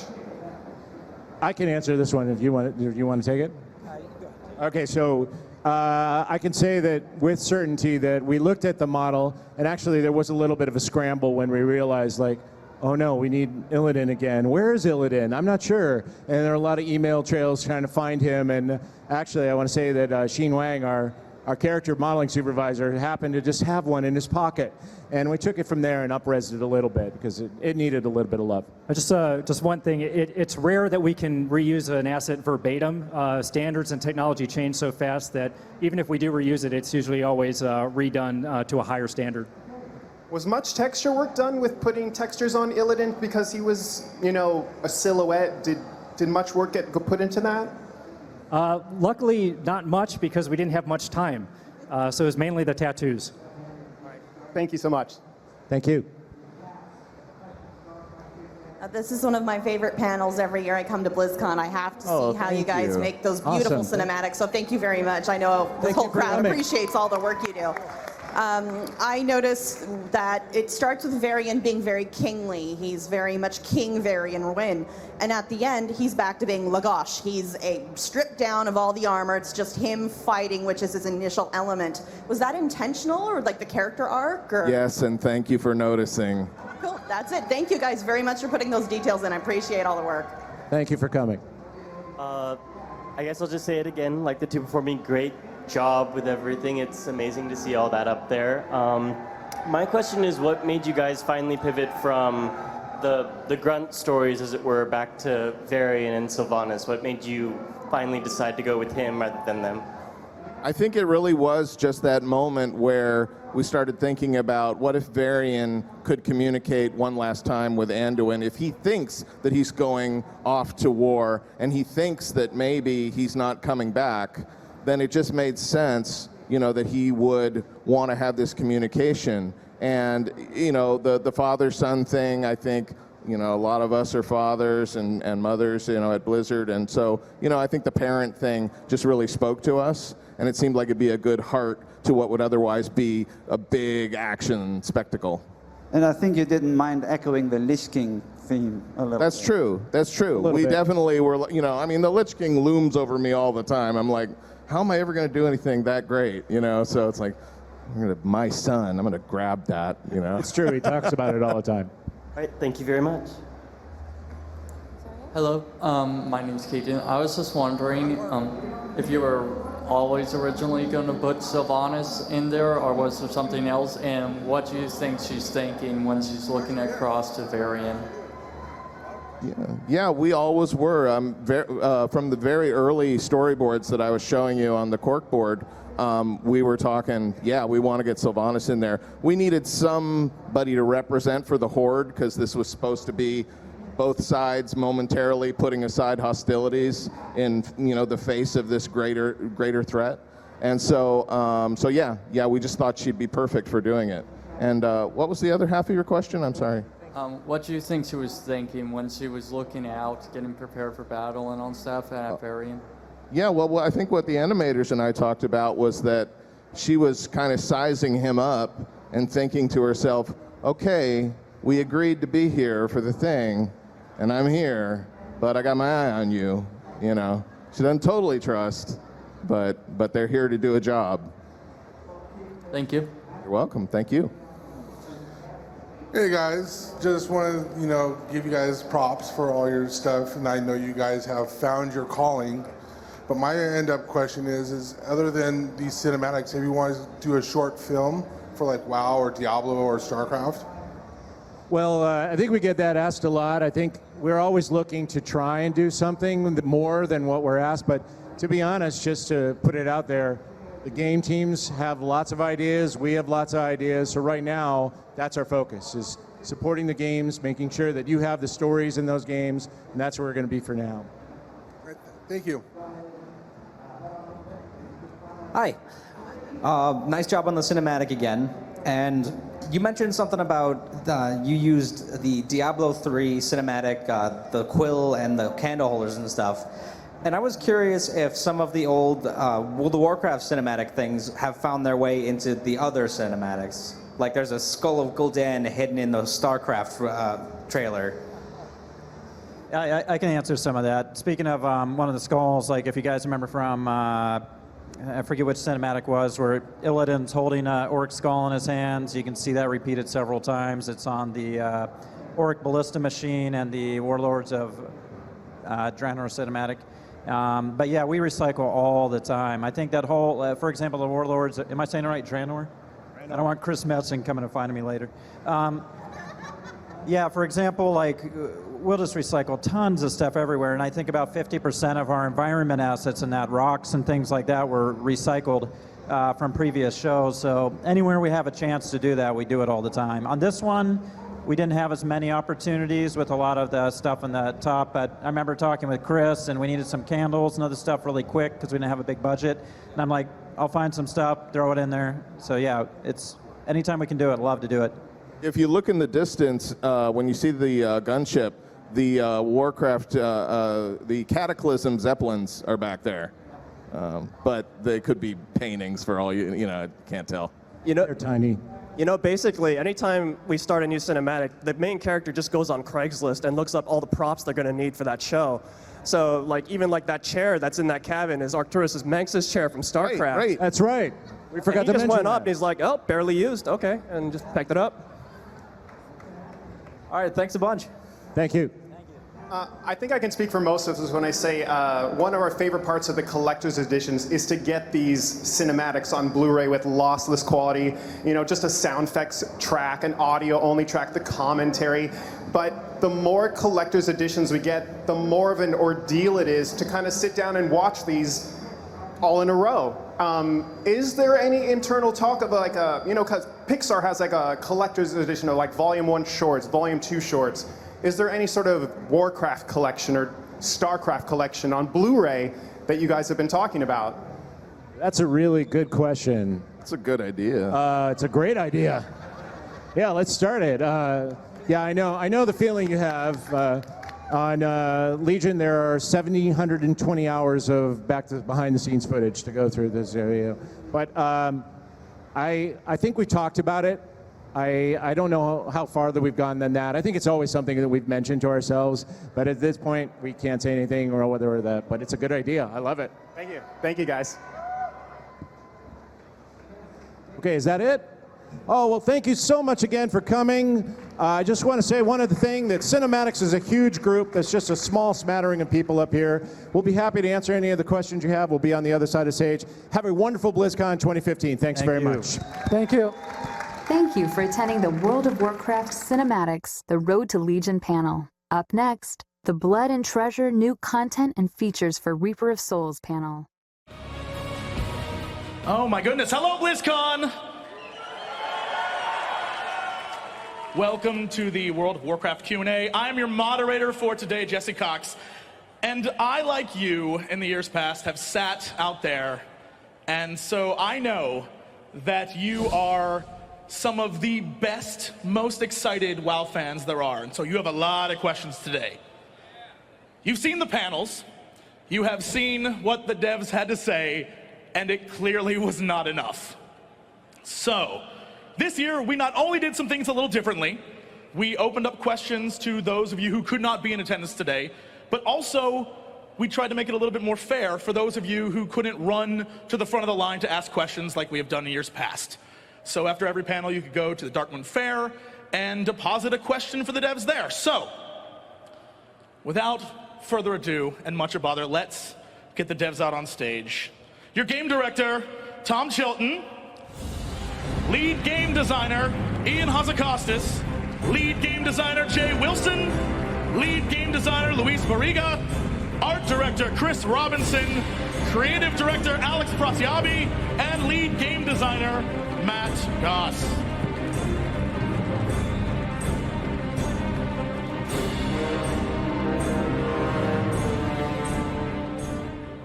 Gentlemen, are you ready? No. Ready. Oh, yes. Not yet? Well, get prepared, because your first question comes from one of my favorite people in the world. You know him and love him. Oh, yeah. Hello. After you, sir. Okay. My question this year is about Illyria and Turalyon. We were told they were returning in Legion, but I was thinking they never had a chance to see that the orcs weren't as evil as they were portrayed in the Second War. They missed the Mag'har and never saw Thrall. So does that mean they might be part of the Horde and Alliance being at each other's throats, which was also mentioned as a plot point? I'll take this one right here. No. But when we finally, in Legion, discover Illyria and Turalyon, the way you view WoW will change. It'll up the game a bit. So nothing to do with that, but there's amazing things in store. Thank you. Thank you. Thanks, Ian. Our first online question, is there any hope of sub-races, such as Tonka or Dark Iron Dwarves, being playable in the future? I'll take this one. So this is actually this was like the most voted, or one of the most voted up questions amongst our community. There were like tens of thousands of votes for this. So I feel like a couple of things. Number one, I feel like it's important for us to sell the fantasy behind the races and the classes in our game. That's like a core feature of something we consistently try to support and grow. If we've successfully done that, I think the second part becomes then supporting that and adding more variety and customization within that system. So the easy answer is yes, we're going to do that. We really love the idea. We have the characters in game. We're connected to them. We feel very strongly about that. The more difficult answer is, how are we going to do that? And we're going to continue to work on that and make it happen.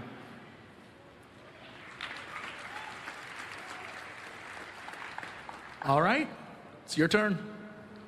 So Warcraft has always been about community. So can we have affiliated guilds with cross-guild chat and scheduled combined raid scheduling? So yeah, something along those lines is definitely something that we would like to work towards. I think we recognize, looking back at Warlords and how the group finder has played out and how increasing cross-realm connectivity has shaped the social landscape, there are more and more groups that transcend server boundaries, and the traditional definition of what a guild means doesn't quite encapsulate them so neatly. I don't think it's something we're going to be able to do for Legion at launch, but it's definitely something that we want to work towards delivering to give you a way to stay in touch with and organize a group of friends with shared interests, whether it's a cross-server raiding guild, a cross-server battleground group, or anything else along those lines, as you see fit. Excellent. Thank you very much. This next question is also one of the most highest voted. Will the achievement to unlock flying in Legion be fully completable at launch? Well, it'll exist at launch, but it won't be fully completable at launch. So it will be completable in a later patch, much like the Warlords achievement was. But it will be there right from the start so you can make progress on it. All right. Evan. Hello, I'm Evan, representing Bone Chewer. Anyone out there, Bone Chewer? Anyway, so my question is, what do you plan to do with Bolvar 4-Dragon in the future? Is he going to be in this expansion, or is he going to get his own gig? What's up? Well, that's a great question. I will say this. This expansion in Legion, there's going to be a little cameo. We'll see Bolvar somewhere, probably the Frozen Throne, I guess. And absolutely, in the future, beyond this expansion, we've been talking about it, so we'll see.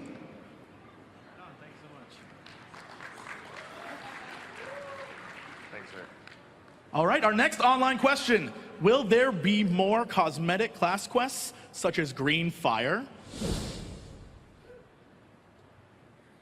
Yes, no, maybe? So we definitely have a wide array of class quests in this expansion. As you probably all know about with the artifact acquisition, there are different class quests for every single one of those weapon acquisitions. So we're definitely interested in class content, and that's something that we're focusing on for this expansion. But as to whether it will be stuff like, specifically like the Green Fire, we'll have to see. It might be Green Fire on your artifact weapon, for example. Yeah. All right, Andrew. Hello, I'm Zensu Nim. I'm the add-on author for GTFO. Thank you. If you LFR, please use it. My question is actually about the shared tap system that you introduced in Timeless Isle. Awesome for PvPE, and I was wondering if that was going to be implemented for some of the older world content, the older world raids, rares and bosses. So we're actually looking in some ways to take that a step further, even beyond that. Once you actually get into Legion, we're actually looking at revolutionizing the way tapping works in World of Warcraft, period, in the outdoor world. Imagine if, rather than when one person hits a mob, it's locked out to everyone else. If individual mobs allowed up to, let's say, 4 or 5 people at most onto their tap list, and so you could all share loot, experience, and quest credit without necessarily needing to join a party. So when you go into a quest area and you see someone else there, you don't kind of grumble and immediately go in the opposite direction to avoid them. Well, unless, of course, they're the opposite faction, in which case you should do that, or kill them, depending on your server type.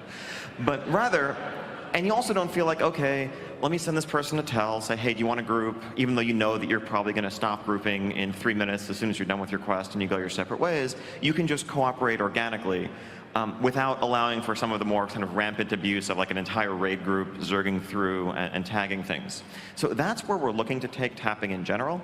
Now, obviously, for major targets like named quest bosses, world bosses, and the like, we're still going to have open tapping that allows an unlimited number of targets. But yeah, we have exciting plans there. Can't wait to hear how it plays out in Legion. All right, thank you. So another really important question to the internet. Will you try to release one expansion per year, or are you going back to one every 2 years? Well, we still have a goal of launching expansions more quickly. So that's something that we're trying to move toward. I don't know if, when we'll get to one per year, maybe next time, maybe never. we'll see. The overriding commitment is to quality for us, and that's ultimately going to trump release dates. But that being said, we have built the team. We're trying to get more done so that we can have more content and so we can entertain you guys more effectively and better than we ever have before. To you, sir. Yes, hello. My name is Dayton. I play Zal Protection Water on Moonguard. My question for you today is Sargeras' tomb where the fallen god's remains are, or is it just a monument? That's a great question. And right now, it's a monument. All right, thank you. That may change. Another question from online. Are there any plans to improve guilds, such as guild housing or guild quests? That is a perennial favorite every year.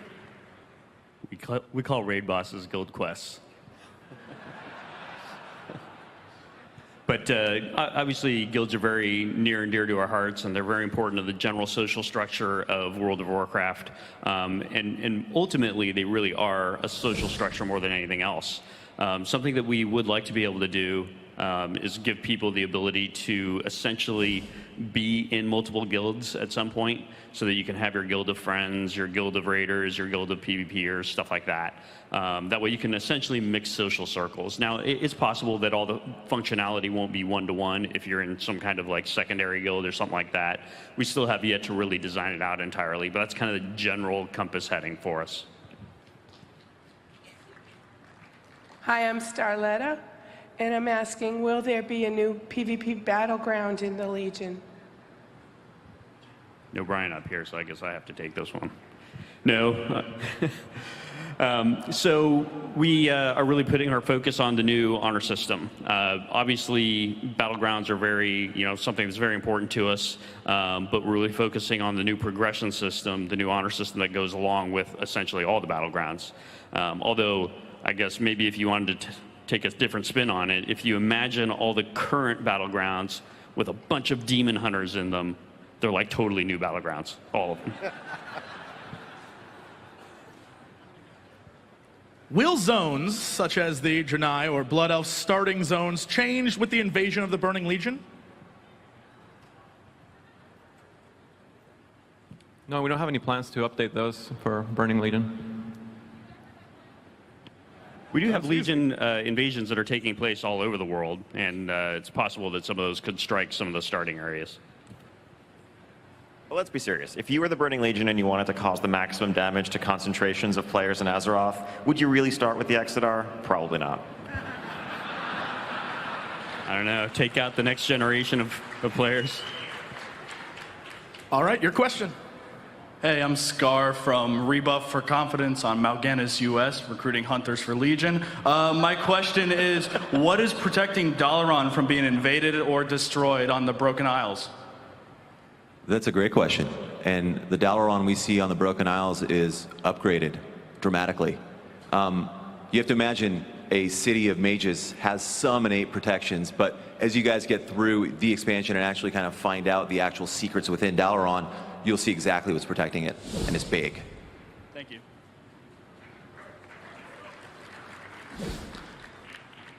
Do you have any plans to resolve stories that began with Cataclysm? We've had 5 years to address the damage. You said that so angrily. It's an important question to me as well. Does it make you angry too? I'm mad about it as well. Yeah. I'll say yeah, sure. I can't give you an exact time or date, but we want to. We'll get around to it. Your question.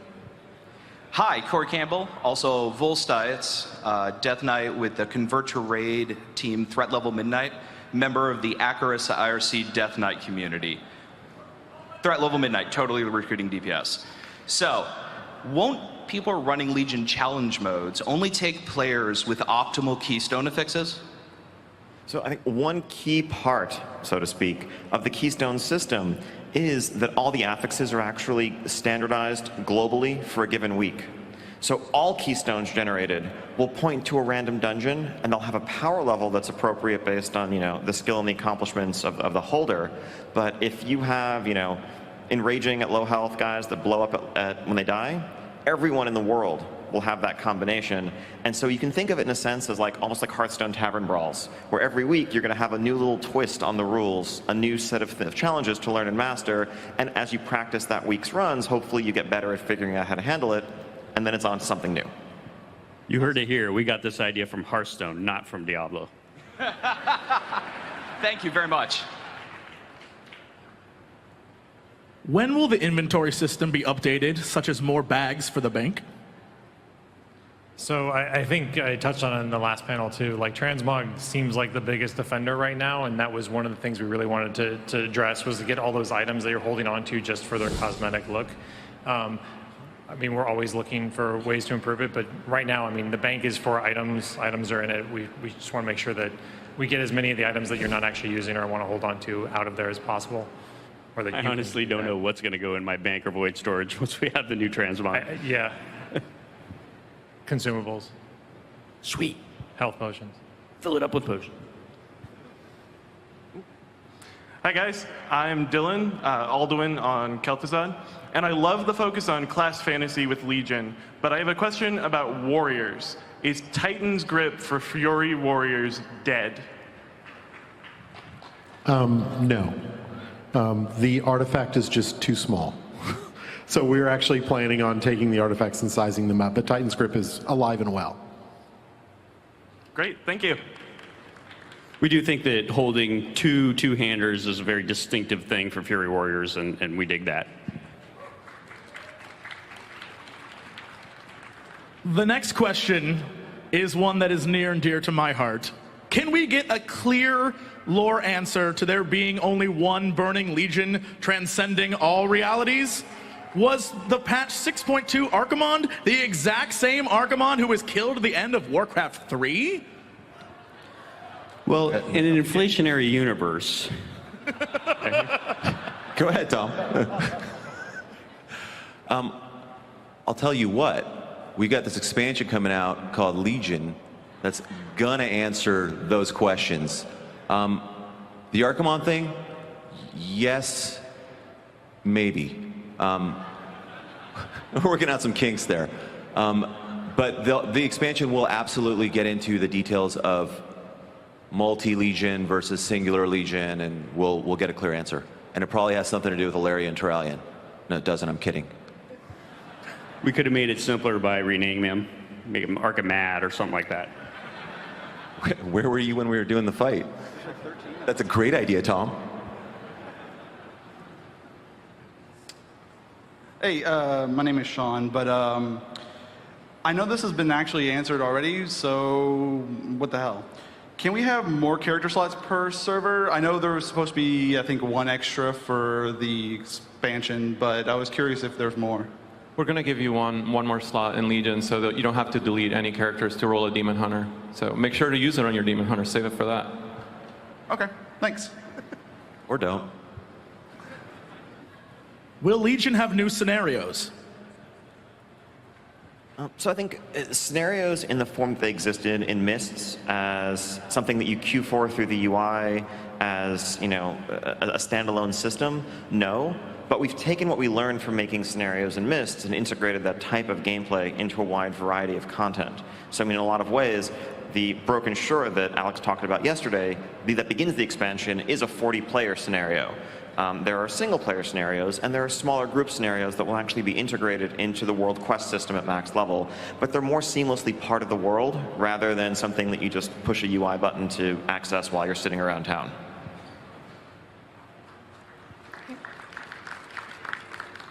Hi, I'm wondering, what do I do if I want both early access via a pre-order and the physical collector's edition? Right, definitely a great question. So we've actually supported this in the last few expansions, and what you can do is you can pre-order using the digital, and you can use that, and then once you actually get your physical collector's edition, you can contact customer service, and essentially they'll be able to switch it out for you at that point and get you kind of the difference. Okay, thank you. So, how will you prevent multi-role classes from having significant disadvantages in upgrading their artifact weapons like they have to do now with the legendary ring and going to buy a new one? So yeah, so definitely people who want to play multiple specs actively will be able to claim and use and upgrade multiple artifacts to accompany those specs. We don't want the stumbling block to playing multiple specs to be that you have to go out into the world and feel like you need to do a lot more grinding or what have you to keep all those artifacts up to date. I mean, instead, there should be more of a sense of reward and the fact that you get to access more of the unique story content from one spec versus the other. So I think we have a lot of catch-up mechanisms in place planned to let second and third weapons very rapidly get up to the power level of your main weapon. A lot of those mechanisms will also be of assistance to people who take a break or join the expansion later on, so they don't feel like they're always behind the curve. I think the one area where there will be some differentiation is in the relics that Craig talked about on the stage just an hour or so ago. Those are the standard item drops that you're getting from a boss, and when you get a really powerful holy relic, you are going to have to decide if you want to socket it into, let's say, your silver hand as a holy paladin or your ashbringer as a ret paladin. But that's not really very different from the world in which we live today, where you're deciding on what trinkets you want to roll, what items you want to get for one spec or the other, and you need two separate sets of weapons to play many specs in parallel. All right. Hi, my name is Annie, and my question is, can we please have 3 specs? No. Just kidding. Sure. We'll do that. Matter of fact, if you're Druid, we're going to let you have 4. Sure, why not? So yeah, in Legion, we're going to let you try spec, and in the case of Druid, quad spec, and in the case of Demon Hunter, dual spec. Sorry, Demon Hunters. So, yep, absolutely.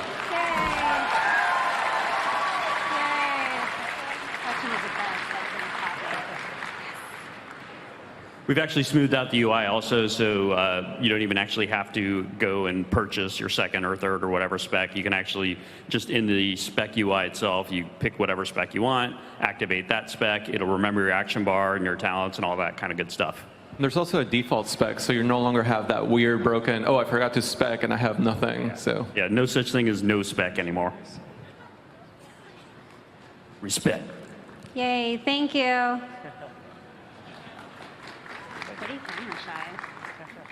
Another great question from the internet. Why are you removing multi-strike but not versatility? Yeah, Matt. Why? No pressure. So multi-strike for us, there's a couple of reasons. One, it is kind of just a different form of crit. And a lot of classes don't actually have really a fantasy for what multi-strike is, and we ended up having to weave it through a lot of our class design. So if you look at like a Prot Paladin, they actually have a special thing to deal with multi-strike so that it's still viable for them. So we didn't really see the advantage for having crit and multi-strike anymore, so it seemed like it needed to go.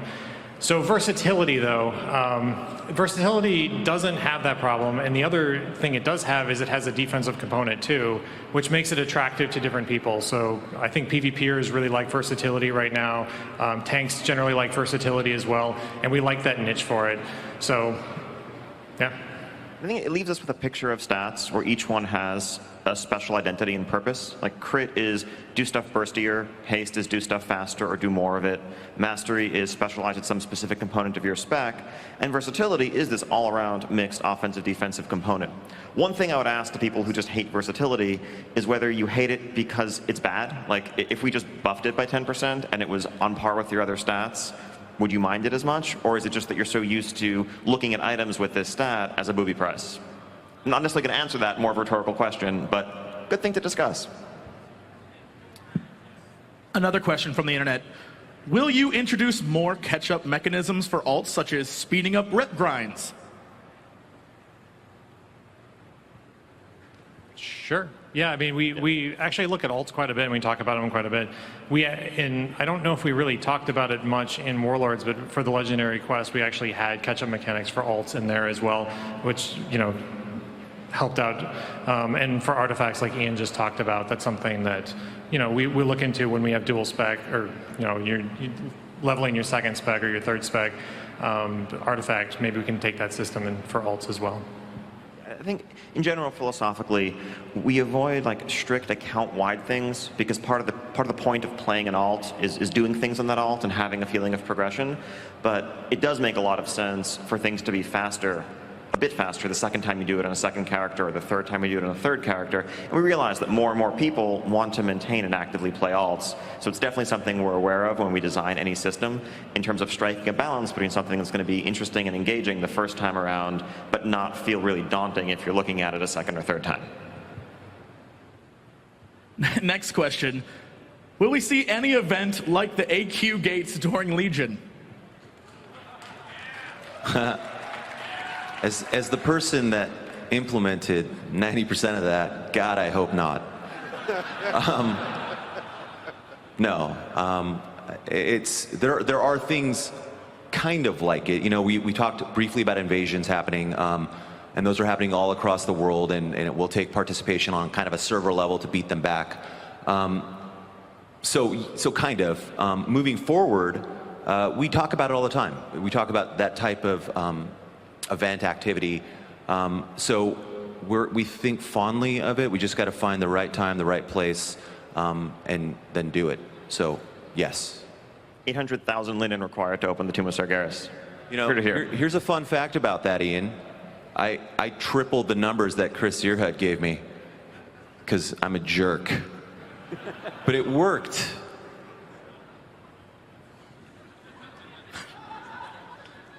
Will Karazhan be relevant in the Burning Legion? Yes. Yes.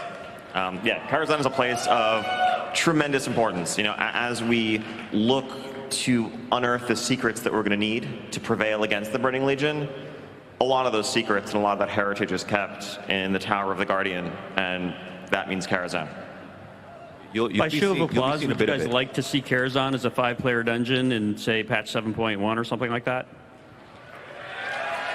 What? What? That's crazy talk, Tom. You're nuts. Good feedback. That could never happen. All right, it's that time of the Q&A for this question. Will we receive any hint about what's below Tirisfal Glades? Yes. In fact, one of the artifact acquisition lines will shed some light on what's going on down there. Spoilers, man. I didn't say which, and I didn't say what was going on down there. It doesn't even come close to spoilers. It's true. It's true. Seriously. I guess you didn't. The obvious answer is dead bodies. There's lots of dead bodies below Tirisfal. There's always dead bodies. I think that's actually where the AQ event is. For the AQ event? Yeah. Yeah, that's where it's going to happen. Where is Rathian in Legion? He's definitely there. So, I think he's still in Pandaria, right? Well, no, actually, he may have some interest in the zone of High Mountain, which of course features Neltharian's lair, and that is a person of some interest to Rathian. So if he were to be lurking, it might be a good place to look for him. Or under Tirisfal. We don't know. Just don't expect him to look the way that he looked before. Spoilers. I know. Will there be any more interesting raid mechanisms like the Karazhan chest event? No, we have no more interesting raid mechanisms planned in Legion. Thanks for coming. Don't worry, in the spirit of dumbing things down, we'll turn it into a checkers event.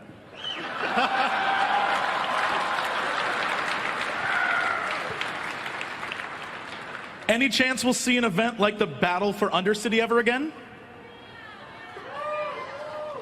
Well, again, as the guy that implemented that, I hope not.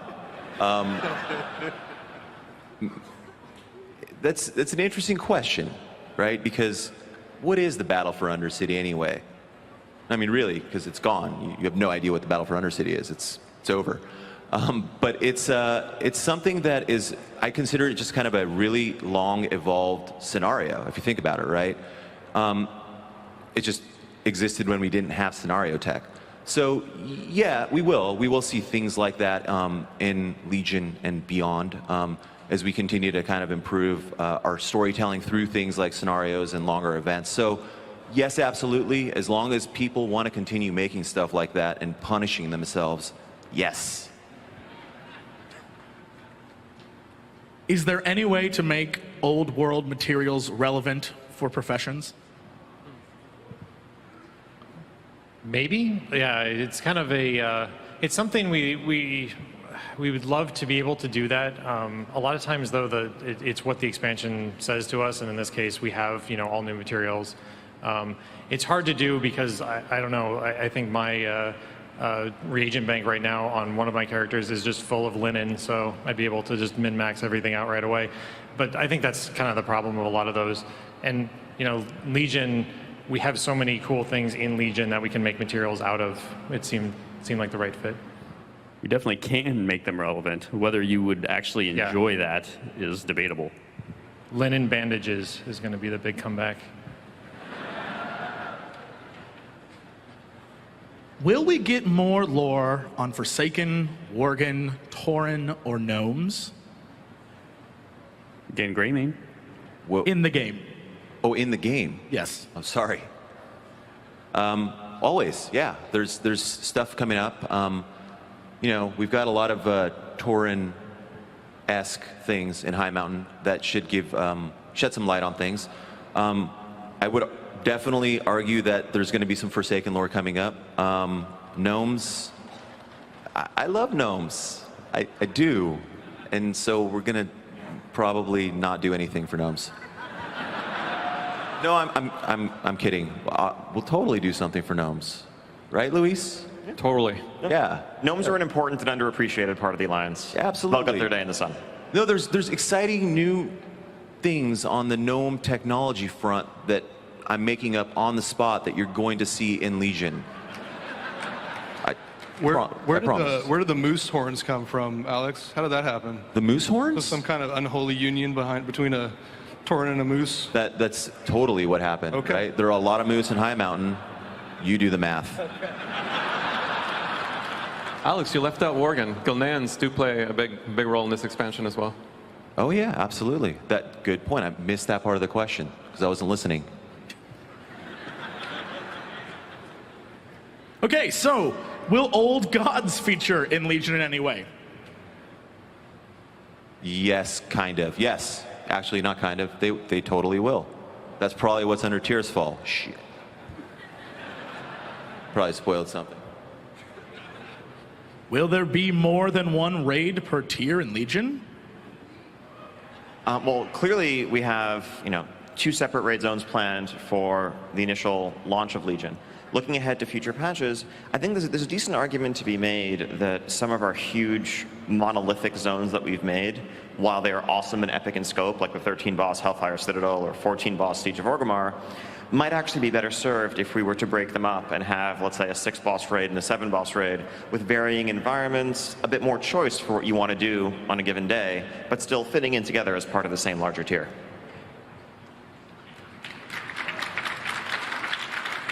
So with that in mind, do you plan to make smaller raid dungeons for players who don't have time for a 7 or 10 boss raid? I think it's actually not so much about size, though obviously 13, 14 does get to be pretty huge, as much as layout. I think that we've tried to do a lot with non-linear layouts. If you look at Heimall, if you look at Foundry, the choice built into them, as well as the shortcuts that you can unlock, I think are designed in many ways to cater to the guild that only raids 1 or 2 nights a week and can't necessarily afford to fully re-clear 7 or 8 bosses just to begin working on the thing that they're currently stuck on. So we're very mindful of the need to offer the ability to choose your path through raids and unlock new shortcuts. So will you be bringing back reforging? No. Yeah, I mean, I think we talked a lot about it last Blizzcon, like with the gems being secondary stat with food. We think we have quite a bit of customization in your secondary stats, and reforging just doesn't feel necessary anymore. And Ian's going to correct me. Maybe only reforging to versatility. What do you think? Oh yeah, actually that's good. Yeah, as much versatility as you want. So what will happen to our artifacts in the expansion after Legion? Exact details, TBD. I think the artifacts, so one of the things that we need to be mindful of when we create large, expansive systems in WoW at this point is what they're going to mean carried forward into the future. And when we constrain something to a single expansion, it gives us a lot more freedom to go crazy with the complexity, the depth, the power of that system. I think the garrison in Warlords is a great example there. Your garrison is very much staying in Draenor, and you're going to leave it behind when you move on.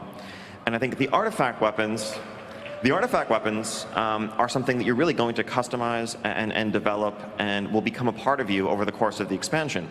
But we're not really committing to, okay, you're never getting another weapon again, ever again, no matter how many expansions we make. Or all of these perks and traits are going to be a core part of your class and spec forever. So I think we see the artifact as something that is inextricably tied to Legion. It may be something that you hang up over your mantelpiece as a memento of the war against the Legion in years past when you're a retired adventurer. But it is something that you will not be wielding forever. But while you have it, it's going to be essential, and it's going to be a major, major part of the expansion. Do you ever think you're going to put in some sort of bad luck protection mechanic into the game for rare, sought-after items that never drop after 3 years of trying? I think so. We have some things to do with bad luck protection in our current content. Going back in time and adjusting those. I mean, we take a look at them every once in a while just to make sure that we're not being too unfair with them. But part of the coolness of those things is how rare they are and how hard they are to get. And so we don't want to stomp on that too much. Like if you had a guaranteed chance that you'd get it after a certain amount, like I don't know how exciting that would feel to most people. So we leave a lot of those alone. I think it's also a really big difference when you're talking about a power item where, going weeks and weeks without seeing your 4th set piece or that essential trinket feels like it could really handicap you, versus a mount that is, or a pet that is by definition just super rare. When we talk about cosmetic things like mounts and pets, there's a wide variety of ways of obtaining them. Some are things that you have to, do something really skillful for. Others require a lot of time investment, and others just require luck and persistence. And that's just kind of the nature of them. There aren't many, but those that are there are important because of that, like Matt said. Where is the dance studio? I thought I saw it in Warlords. Under Tears Fall. Yeah, it's in the garrison, I'm pretty sure. It might be. Still a feature we'd love to do someday, but gonna have to find the animation time for it somehow. Do you plan to introduce any sort of classic realms that allow players to play at previous expansion levels? We do not plan to do that. There tends to be a lot of emotional desire for that, although when other MMOs have tried that, they don't actually tend to survive for very long. There are a lot of complexities with that because you get the old, it kind of has to be a bundle where you get the old hardware, the old code, because the old code's meant to run on the old hardware, the old data, the old bugs, all that kind of stuff. And of course, the natural expectation is that, oh, well, you would fix all that stuff. But kind of maintaining that many different versions of the game is just not really feasible, particularly in a world where people that are playing the game right now really want more content, not less. Will artifacts in Legion lock characters into using them, even though that particular type of weapon type might not be their favorite or what they desire aesthetically?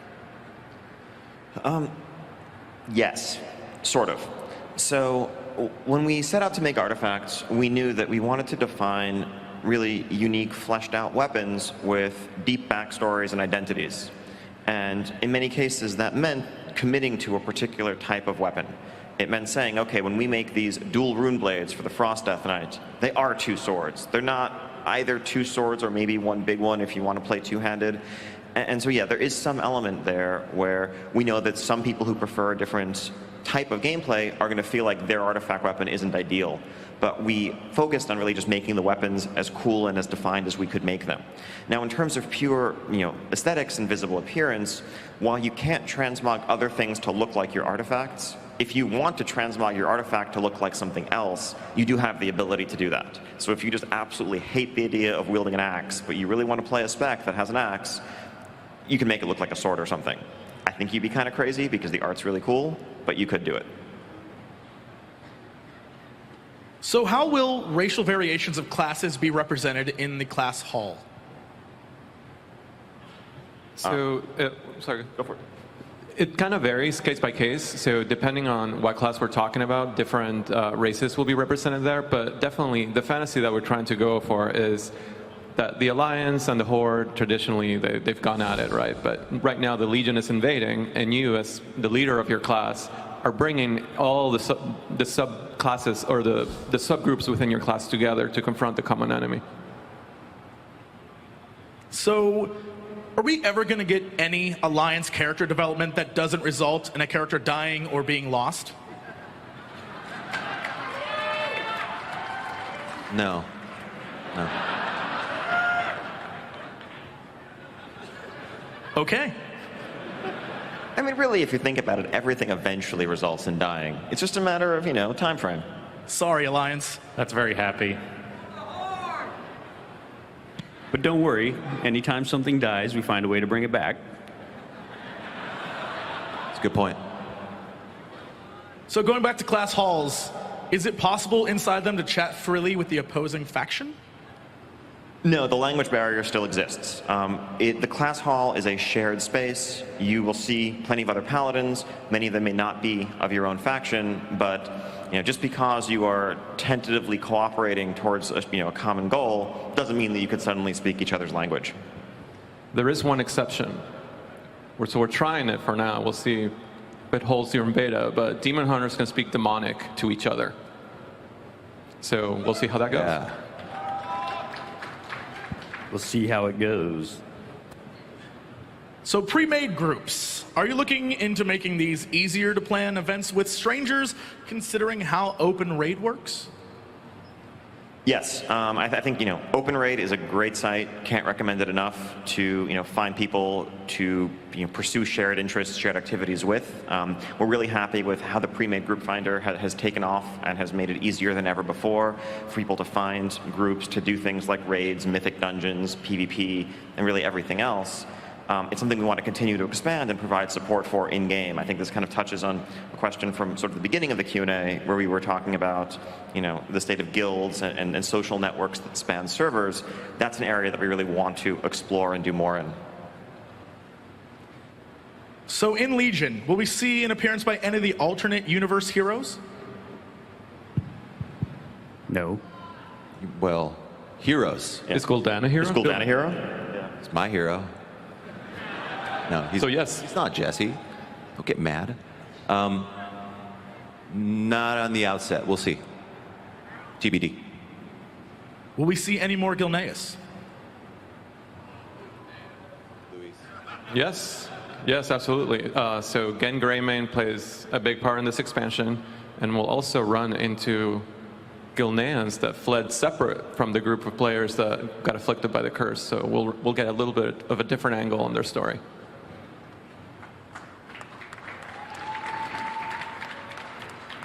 So a new PvP system without PvP gear.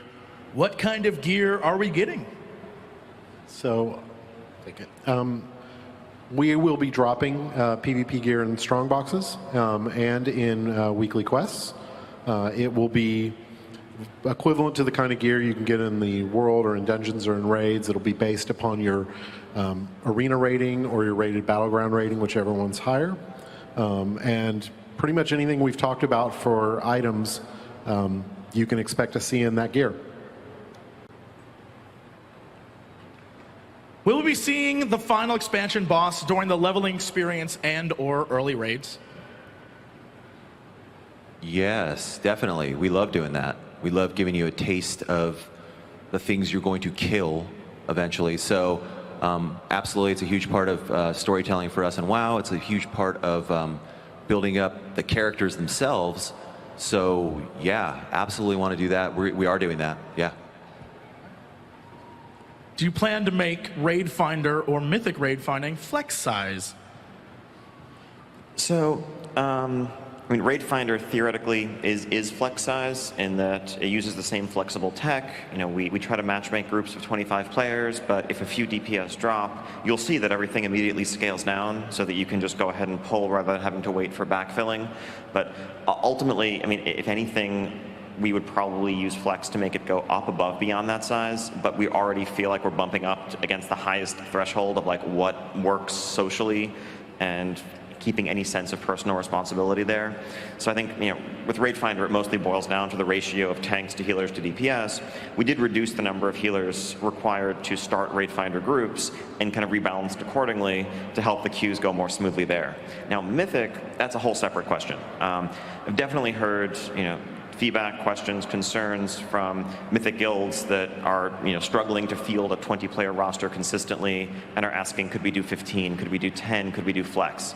The answer, Flex, I think, would be tremendously problematic for all the reasons that we discussed a couple of years ago when we first announced flexible rating and that structure when applied to Mythic rating in particular. That is to say that while we've gotten better at tuning over the course of the expansion with respect to raid size, there's still there are a lot of inconsistencies, and people who've raided Hellfire Citadel can attest to the fact that we had to make a number of hotfixes to improve the tuning on fights like Gorefiend or Archimond or others at smaller raid sizes. On Mythic, no matter how well we got it, that's also the exact same audience that's going to say, well, okay, the right number for this boss is 13, and the next boss is 18, and so, all right, you 5, sit around and just be here for when we need you. Don't go anywhere. Sorry, you're not going to get any loot or have any fun. That's not the experience we want to create. Sorry. Now, as for individual raid size, and is 20 the right number, I think in a game that now is going to have 12 classes, the answer continues to be yes. I think that tuning for 20 players allows us to assume a certain number of moving parts. It allows us to assume that you have one of every class for the most part, that we can do things like you can break your raid up into 2 or 3 smaller groups, and each of those groups has enough meat to it to actually be a cohesive unit. And ultimately, and I know this is, isn't necessarily a satisfying answer, keeping guilds together and recruiting and managing a roster is hard at any size. I mean, I remember personally as a player leading a guild that was a 40-player guild that was, when we went to 25-player raiding in Burning Crusade, breathing a sigh of relief and saying like, oh, finally, my roster struggles are over. It's going to be so easy to field 25 because, wow, that's such a smaller number. And then fast forward a few months, your roster naturally shrinks to like 28 or so, and then you find yourself with 22, 23 people logging on for a 25-player raid, and you're exactly where you left off. So I think we'd like to do more to make it easier to find people to raid with, to find abilities to grow your guilds, and for players to look for guilds with, like goals. And that's how I think we can help solve the problem, not by moving the number from 20 to 15 or to any other specific number.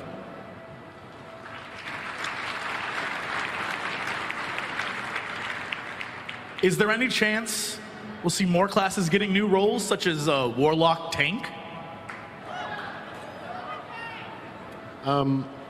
No. Right now, we're really focused on Legion and what's great for Legion and the fantasy of each character class and maximizing that, rather than trying to divert a class off into something that's really not the fantasy of that class. We've got a lot of great tank characters and healers, and we don't necessarily need Warlocks also doing that as well, and other classes. So no plans at this time. So how will we find groups for the new Keystone Challenge dungeons? So Legion Challenge dungeons are not going to be something that is part of the looking for group random matchmaking system, because ultimately they are about sort of a shared challenge. There is one person who is putting their keystone up at risk, essentially, when you start the run. So the plan is the group finder is going to be the great place to do this, as well as obviously your guild and your social circles more broadly. I think one of our goals with the system, though, because the keystones themselves are going to be relatively hard to come by, having a keystone that is still yet to be burned, that will yield loot when used, is actually a great commodity. So unlike a lot of things, like a world boss today, where maybe if you miss your world boss kill on Tuesday, Wednesday, Thursday, and you're looking around on Sunday to find people who want to do it, it can be hard to find people who haven't done it yet for the week. If you have a challenge keystone that's still available to be used on a Sunday, you should have people lining up, wanting to group with you, wanting a shot at the rewards that's going to bring. And so, you get to kind of call the shots, and we don't think it will be difficult to find people to help you in that endeavor. That way you can be an elitist jerk for a day and say, I'll take you and you, but not you. Can you address split rating in Legion? Yes, but I don't really have a satisfying answer. So I really hate split rating. I've talked to a lot of people, just like here at BlizzCon, at other events, online, in high-end guilds. No one likes the feeling of pressure at the very, very high end to gear, run, and play 4 or 5 different characters solely for the purpose of running multiple raids to funnel loot to the very, the ones who are going to receive it. I don't know that there's a great way to stop it, other than like personal loot being the default mandatory loot game-wide. That would solve the problem. I think that would have some other collateral consequences. So it's something I'd love to hear further suggestions about, love to hear discussion about. If there's a way of doing it in a targeted way, I think it'll make the experience better for everybody, because I know there's that downward pressure from the highest echelons that tends to trickle downward where you feel like you need to do this thing that isn't really enjoyable in order to compete. I mean, alts are great, but our general philosophy with alts is that we want you to play alts because you want to play the alt. You want to do something to progress that alt for its own sake, for a change of pace, rather than that you have this alt solely to feed your main. Will the old Nefarian encounter in Blackwing Lair gain a new Demon Hunter class call? Yes, of course. When we added Monk, we went back and updated the Nefarian encounter. So if you haven't fought Nefarian on a Monk recently, go check it out. He has something special for you. We'll have to do something on the Demon Hunter, maybe double jump related. Like just off the top of my head, maybe he just like makes you jump repeatedly, and after like quintuple, octuple jump, you just fall and take a bunch of fall damage. That feels like the kind of thing Nefarian would do. So going down the row of panelists here, in Legion, what is the one thing that you think people may not notice, but is something you really, really, really like, and you think they should sort of check out when they get into the expansion? We're starting at the other end, right? Sure. I'm going to steal what you would say. So, I think that one of the things that's going to be very interesting, actually, is going to be kind of hunting down a lot of these new legendary items. I think it's going to be a lot of fun for players to identify which ones they really are most interested in and kind of maximize their chances at getting them, run the content that they want to run in order to be able to get it. I think that the ability for those to have transformational effects on your character and cause you potentially to change what your talents may ordinarily be, or maybe even change direction in your artifact tree could be really interesting. I think most of the big features and systems are stuff that's already been covered this weekend. Something small, I've seen a couple of people beginning to pick up on it at the demo station and looking at some of the streams online. We have a lot of awesome UI improvements just coming to the basic interface in Legion. Selection circles, nameplates, cast bars, a lot of things that I think are going to make the game just out of the box much more readable, much more usable, and just a better experience all around. We made some pretty cool improvements in Legion to, especially for melee characters, to some of the effects, some of the animations, the new sword trails in particular, or weapon trails, I should say, I think are really, really awesome, and I think people are going to really enjoy them. I think if we do our job right, people won't notice the scaling levels. It'll just feel natural. The mobs will be your levels, and it'll feel awesome that you can go do any level up zone in any order. And I think we'll see a really, really cool implication in terms of gameplay. It means you can group with more people that might be different level than you. It also means that the alt gameplay level up experience is very, very different each time. So really excited about that. That was my second choice. So this doesn't necessarily directly answer that, but there is something that I feel like is conspicuous in its absence, which is class accessories, and something that people have asked about quite a bit. If you remember a while ago, we came out with a blog talking about how we wanted to add more class accessories to really sell the fantasy behind the classes, and I feel like that's something that we don't do as well as we could right now. So how that went down was we were going into that. We actually have built some of those models. We've done some of a lot of the concepting at this point. And when we started working on Legion, Tom or somebody had come to me and said, hey, we kind of were jamming back and forth on ideas about how that would go down. And he's like, actually, we've got this whole system coming up in Legion that somewhat overrides that. And I was like, whoa. And then he went, and it's called Artifacts. I went, oh, okay, awesome. That's good. We can do that. So basically what it was is that as we went into start working on artifacts, we decided that and took a look at what that looked like and all the concepting and that process that we went through. There was a lot of overlap between class accessories and what we're going to see in the artifacts, whether it be Librams or supportive objects that you get along with the artifacts you'll be wielding. So we're still going to work on that. I definitely want to put more time into it. I definitely want to get back to doing class accessories. And now that we're at a point where we work through artifacts and we learned all the lessons and figured all that stuff out in that process, I think now is a great time to go back and re-ask that question about what is left to fulfill that fantasy for each class and really kind of hone in on that at this point. Good answer. Thank you. How many people here have played the Demon Hunter intro experience on the floor? That's quite a lot of you. So you may have noticed that we have some new tech for storytelling, so to speak, the talking head stuff. We really want you to pay attention when those pop up. But did you know that Legion is the expansion that has the most VO of any expansion we've ever done? So, and it is super cool. And what that actually means is when you're out in the field and you're battling various bad guys, practically every world group out there in Legion has aggro lines and pissed lines and things like that. So you'll be getting a lot more of that kind of interaction and that kind of immersion when you're out in the field, along with talking heads and along with a couple of other cool storytelling tools.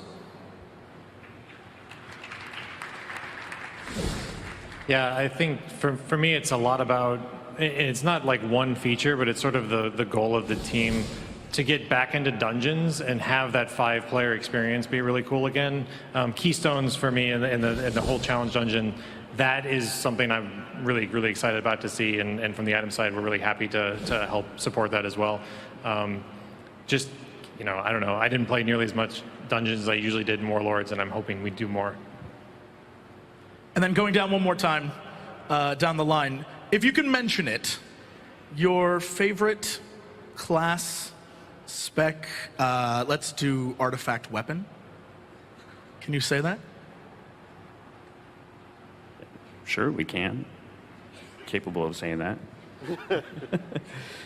Well, in terms of pure aesthetic, I'd have to go probably with the axes for the Blood Death Knight. Those things are crazy, crazy cool looking. In terms of functionality, well, Ashbringer is one of the first ones that we actually fully fleshed out, and so far it's looking really cool. Yeah, I'm going to say Fellow Malorn, the Fire Mage Runeblade. I think when we talk about a caster sword, I think there's a certain challenge in making a large, visually impressive sword that looks not like it was meant to actually hit people with, but like an intensely magical conduit of power. And I think that weapon and its variants just deliver on that incredibly. And man, the acquisition quest, you have to check it out when you get there. It's a special one. I'm highly biased, but I'm going to say Holy Priest because that's what I play. And that's primarily the artifact I paid attention to because that's what I play. I'll say I can't wait to play Demon Hunter live. Havoc Demon Hunter is so fun to play. I can't wait for you guys to check it out. And in spite of that, though, my favorite artifact has to be Ashbringer. There's nothing that comes close. Man, I still want to plead the fifth on this one because there's all these artists that worked on all these amazing weapons, and if I say one, then I'm that guy that said like which one was my favorite. But yeah, I guess I'll go there. I like the Blades of the Fallen Prince is the Death Knight, the Icy Death Knight sword, and I think I'm a sucker for that kind of gothic, you know, the gothic horror stuff a little bit, and the fact that we brought some of that into WoW really resonated with me.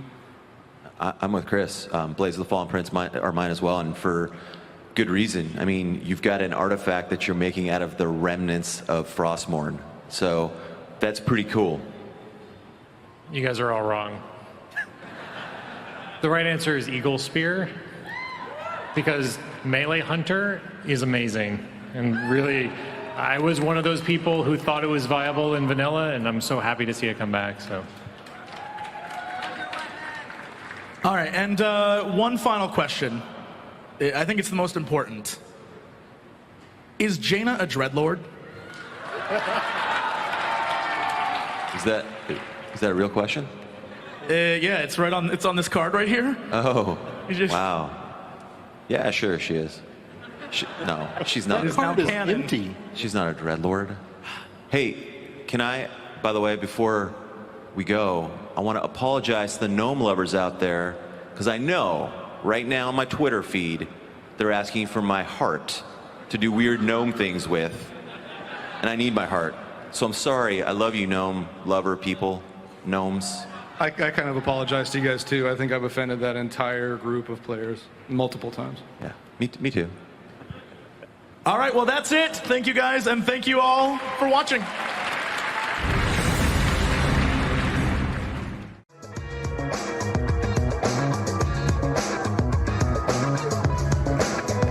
Hello, awesome BlizzCon people. How are you guys doing? Oh, yeah, I'm super excited. These are probably the 2 best days in gaming, and you guys want to know why? Because I get to hang out with awesome people like yourselves, people who play our games, who love our games, and we just love being here with you guys. So my name is Josh Mosquera. I'm the game director of Diablo 3 and Reaper of Souls, and I want to welcome you guys to this great panel, Blood and Treasure. We're going to talk about all the awesome content updates that you guys can expect in the months and maybe weeks to come. So I'm sure you guys are all maybe dying for a little Diablo information. Yeah, awesome. Before we get to that, one of the things we talked about last BlizzCon is how we really wanted to create this living legacy with Reaper of Souls. So I want to take a couple of moments just to talk about legacy. And for us, there are 2 key ingredients to legacy. The first one is you guys, is our community. Without you guys playing our game, loving our games, giving us such amazing feedback that would help us channel our passion for this game, we wouldn't be here. And this year, we wanted to do something different for BlizzCon. Instead of a bunch of panels, we decided we wanted to do a Slaughter Cafe-In, have some time just to hang out and geek out with you guys about what makes Diablo such an awesome game and you guys such an amazing community. So we have some great lightning talks. Come have a few refreshments. If you like beer, there'll be beer over there. But just come out and hang out because we're all going to be hanging out there and just anxious to answer all your questions. But I said there were 2 key aspects to legacy. The second one is the games themselves. So who first started playing with D3? Who was D3 their first Diablo game? Awesome. Thank you for coming on this crazy journey. What about D2? Any D2 players in the house? Yeah, that was a pretty awesome game. And what about D1? Who here remembers playing D1 when it first came out? And to me, it changed my life in so many ways. That was the very first game that I actually felt that I was playing, that there was some game master or dungeon master in my computer rolling up this amazing adventure just for me. And I feel so privileged to be part of this legacy. But when we're thinking about the legacy of these Diablo games, it's really when the expansions came out that the legacy of these games was really cemented. For D2, we had the amazing Lord of Destruction. And for D3, we had Reaper of Souls. But it wasn't just the patches, it wasn't just the expansions, but it's really the patches that we kept releasing after launch that really helped contribute to where these games became and where they are.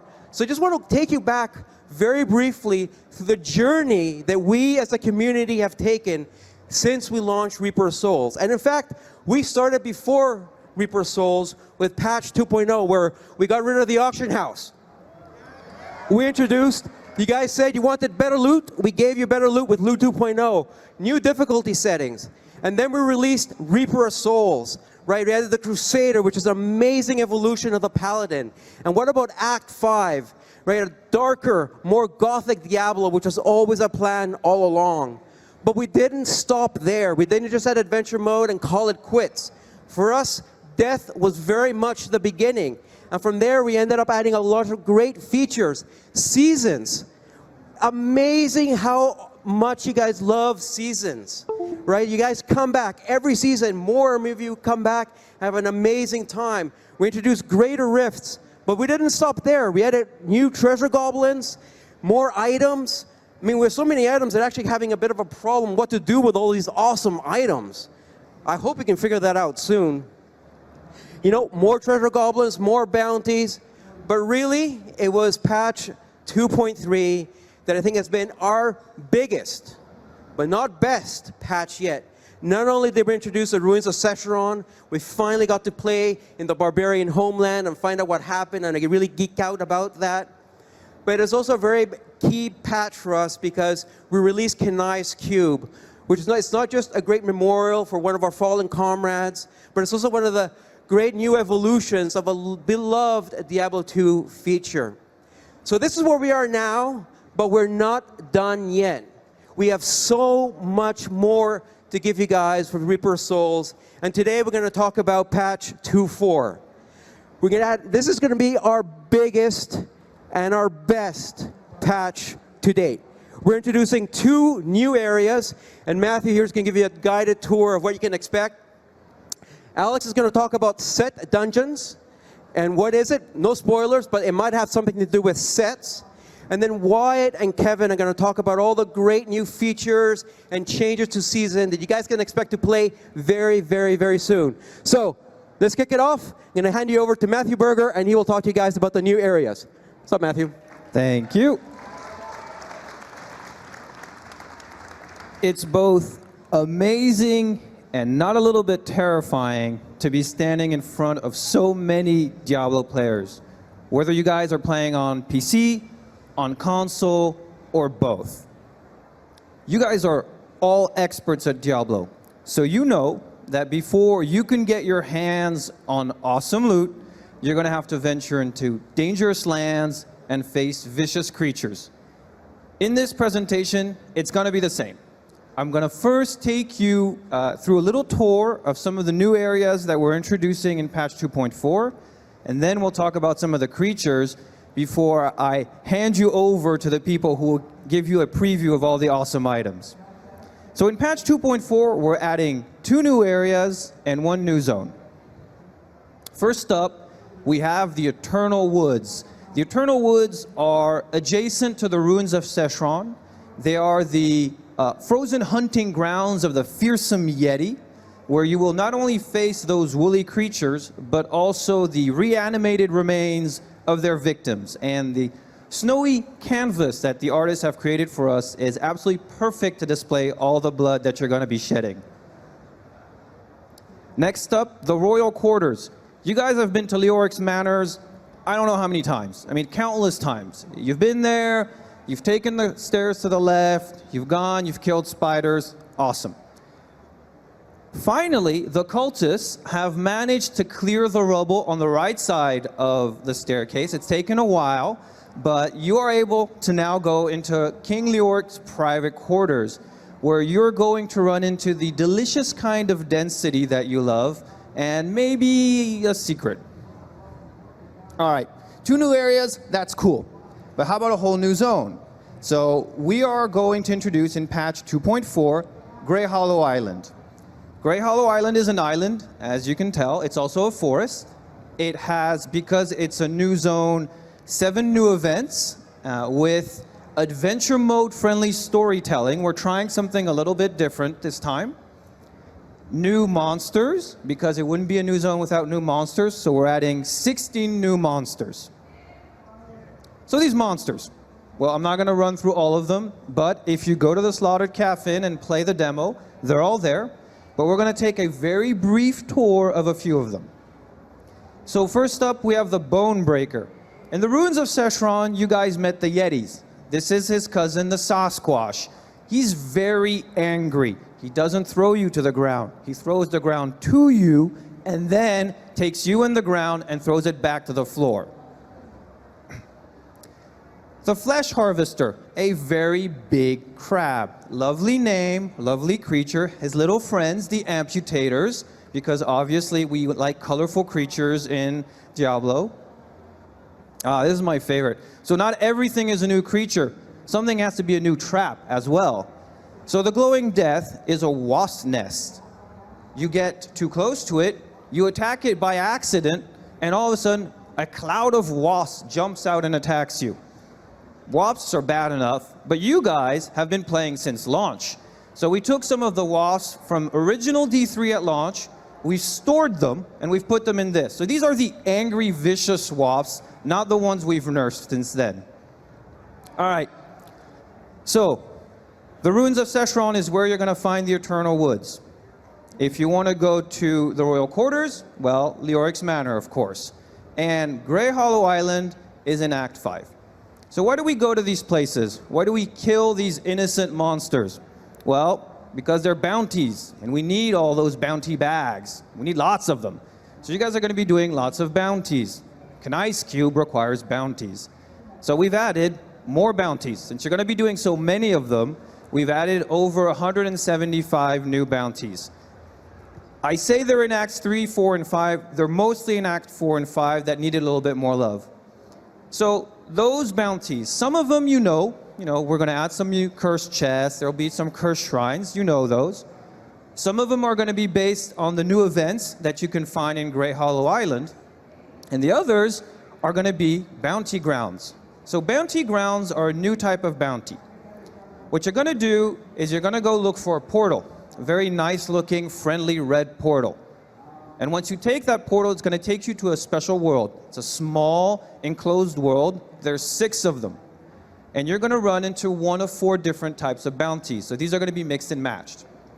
So what are the bounties that you can run into? Well, the first one is a play on cursed shrines. You have 6 shrines that are spread out over the level. Every time you click on a shrine, something very bad is going to happen. While you're trying to click on the shrines and bad things are happening, monsters are also trying to jump all over you. Do it fast enough, bonus chest. Shaman. There's a certain number of shaman. You're only interested in killing the shaman. Unfortunately, there's a certain number of fallen in the way, and the shaman keep bringing the fallen back to life. Burrowers. So we love treasure goblins. Alex here loves treasure goblins. He makes lots of new ones. So I wanted to add more treasure goblins, and we decided not to. So I added the gameplay of treasure goblins without any of the loot. So basically, the burrowers are running away from you. You have to kill them before they disappear. If you don't, another one spawns, and you have to repeat the process. It is the only time in our game where something is not running to kill you, but actually running away from you. So, it's not bad. Finally, champions. We all love fighting champions. What could be better than having to kill 3 packs? And if you're not killing them fast enough, those 3 packs are going to be spawning at the same time. So that was a very small sort of glimpse at some of the new areas, the new zones, some of the new monsters that we're going to be introducing in patch 2.4. If you want to know more, I'm doing a lightning talk at the Slaughtered Caffin. God, nobody would help me out. You guys are really not nice. So I'll be doing a lightning talk tomorrow at 11:30, sort of explaining a little bit more how we made the areas. But now, to talk about the incredible amount of new systems we're adding, Wyatt Chang. Hello, BlizzCon. Is anybody else as excited as I am about these new areas and the new zone? Grey Hollow Island, does that look awesome? But we're not just adding new areas in patch 2.4. 2.4 also brings a number of great systems changes. And this time around for patch 2.4, we've been focused a lot on basing a lot of our systems changes on feedback that we've received from you, the community. Before I go into exactly the changes that are coming, I want to talk briefly about how we handle feedback and the process that the team uses. Feedback and suggestions that we receive from the community comes from a number of sources. Sometimes from an email, the official forums are a great place, sometimes through Twitter or from Reddit, and we read and take in a lot of suggestions from these places. By and large, most of the suggestions fall broadly into one of 3 main categories. The first category is a suggestion that expresses a sentiment that the player is feeling, but for either sometimes a technical or development schedule reason, it's not something that we can implement. Or, more often than not, the suggestion's a great one on its own, but unfortunately conflicts with one of our other design goals. The second category Okay, so that was category 1. The second category are changes. These are the fun ones. These are the easy ones, right? This is where someone or a lot of people, sometimes overwhelmingly, are saying the same thing, and you know what? We agree. We agree, and we just say, hey, this is a great suggestion. It doesn't conflict with any of our design goals, and it fits within our development schedule. Let's do it. Ship it. Just get it in the game. Awesome. The third category of suggestion that comes in, this is the tricky one. This is where feedback's coming in from a lot of players, but it's a trickier issue, and sometimes we don't want to treat symptoms. We want to try and look for root causes. Or sometimes we want to think about what's going to be not just better right now in the immediate, but what's going to be better for the long-term health of the game. A great example of this was the Royal Ring of Grandeur. The Royal Ring of Grandeur was one of the most popular items immediately after Reaper of Souls shipped. But then around Season 1, people started to point out some of the gameplay anomalies with it. I'm not going to go into the whole history with the Royal Ring. If you're interested in that, Travis Day is going to be giving a short talk over at the Slaughter Cafe Inn going into the history. But it took us on this crazy journey. And that journey ultimately led to us making even more powerful rings and putting them into the game, and ultimately, Kanai's Cube. So without any more delay, let's go ahead and start talking about some of the feedback that we've received. Maybe some of you can relate to this one, the buff UI. A lot of people have been saying since patch 2.2 and patch 2.3, with all the awesome legendary items that have been going in, that people want to be able to better track the buffs that they have. Particularly with items like Focus and Restraint or Convention of Elements that was designed here at Blizzcon last year, you really need to be able to see these buffs. I mean, come on, Blizz, please. Right. Well, Nazgrin, we agree with you.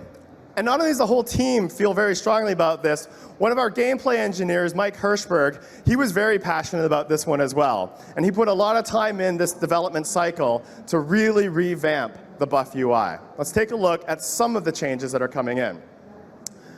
The focus is to try and really look at what kind of buffs do I get? Some of the buffs are just reassuring buffs, and they're just letting you know that it's active, but it doesn't affect your moment-to-moment combat. Whereas other, like Focus and Restraint, which I mentioned earlier, you do care that that's actually happening in your moment-to-moment gameplay. So for example, let's say that you're playing a monk, and you've got Mantra of Evasion up in your second slot. Rather than using up one of your 8 precious buff slots to tell you, hey, by the way, you know that passive that's always up? It's still up. So now we just put a nice golden border around the skill so that you have that reassurance that it's up, but it's not consuming one of your 8 buff slots. And then we have other skills which have an activation ability. Mantra of Evasion does this as well. So rather than using up another buff slot, we put a duration progress bar right on top of the skill. This actually works better than the old one because you don't even have to look inside a crowd of buffs. You can just look exactly at that very consistent location on your skill bar.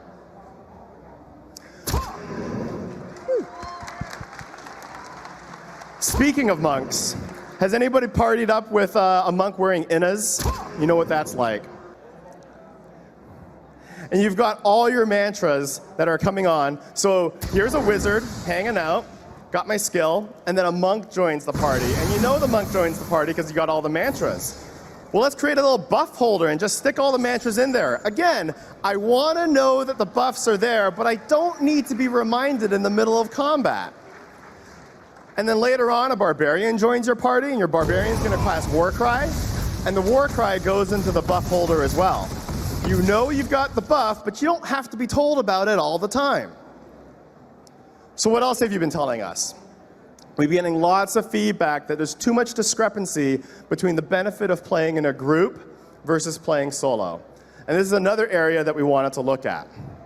Now, we've said it before, and I'll reiterate again right now, Diablo was designed from the ground up as a multiplayer game. And we really want to make sure that players who take the time to put together a group have better rewards for it.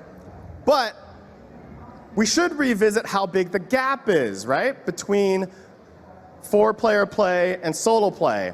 And that gap is feeling too large. So we should do what we can to shrink it while still ensuring that players have an incentive to group when they can. And sometimes you're just waiting for your group to get online and you want to run some rifts or some greater rifts while you're waiting for all your friends to get online. And sometimes that feeling can feel like the disparity is too large. So we're making 2 major changes in patch 2.4 to address this on this front. The first is that we're going to reduce the health of monsters in greater rifts for solo, 2-player, and 3-player play.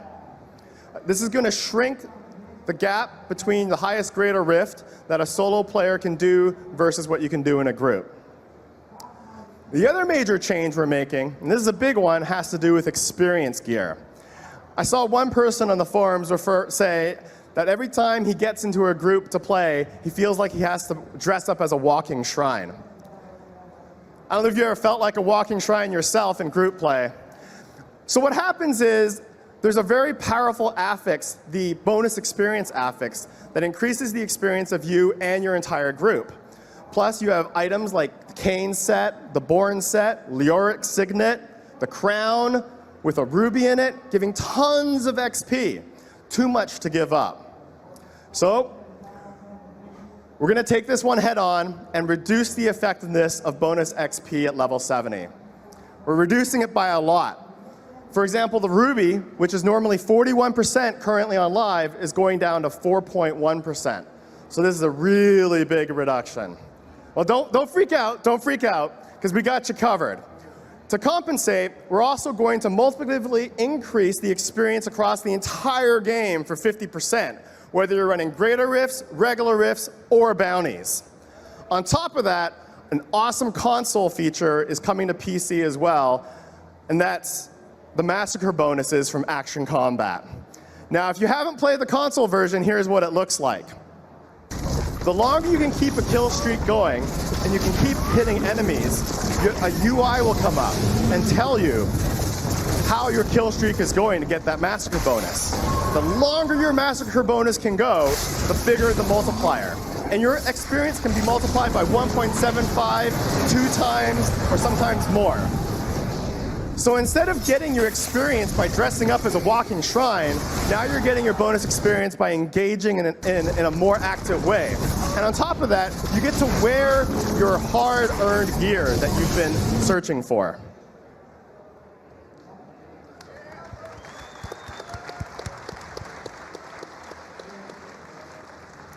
All right, so gold. Is there anyone here who feels like they have too much gold? Need something to spend it on? At the same time, some people feel like they don't have enough gold, and there's a disparity. So some people don't have enough gold, and some people are swimming in it. And honestly, it has a lot to do with whether or not you've been to the vault, but we'll get at that for another day.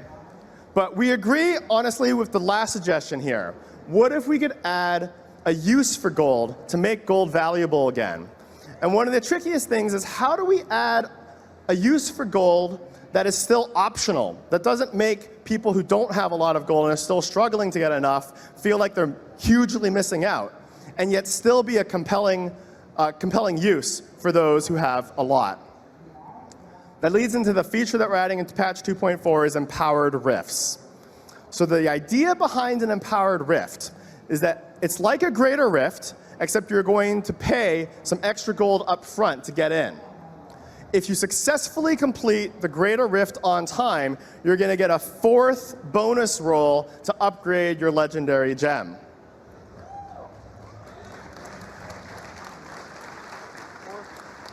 Now, to handle the fact that some players have a lot and some players don't, the gold cost scales based on the greater rift that you're going to do. So if you're just doing a greater rift 1, it's only 159,000 gold to empower that rift. And if you're doing a greater rift 25, the cost goes up to 4.6 million gold.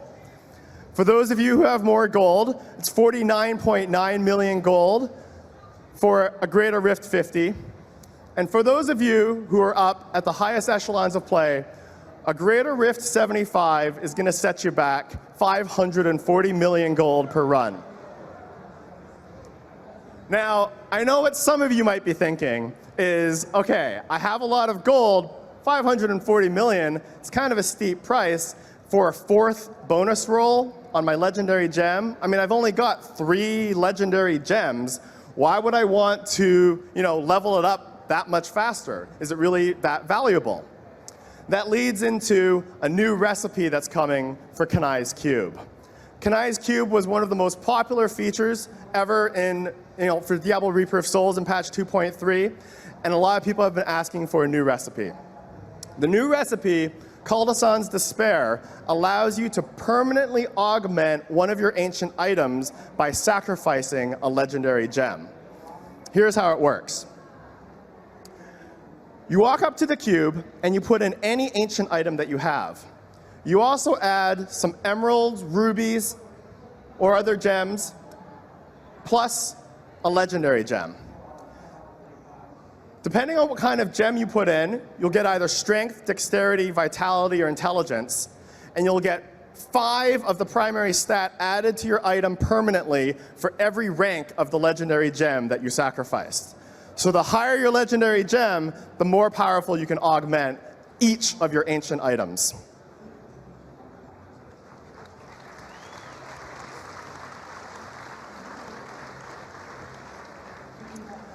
So like I said, there was feedback that we get from a lot of different places, and sometimes the category 2 type suggestions that we get, those are the easy wins that we really love.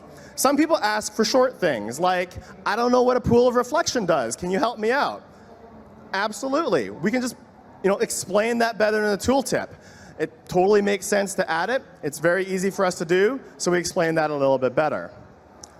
Other people want to see something like the damage numbers shortened. And if you've been over at the Slaughter Cafe, you'll see that we've already changed this for patch 2.4. If you're doing thousands and millions and billions of damage, these are going to be truncated. And while we're at it, we also call out your highest damage points in orange, and they kind of float and hang a little bit longer so you can really see those call outs of how your damage is doing.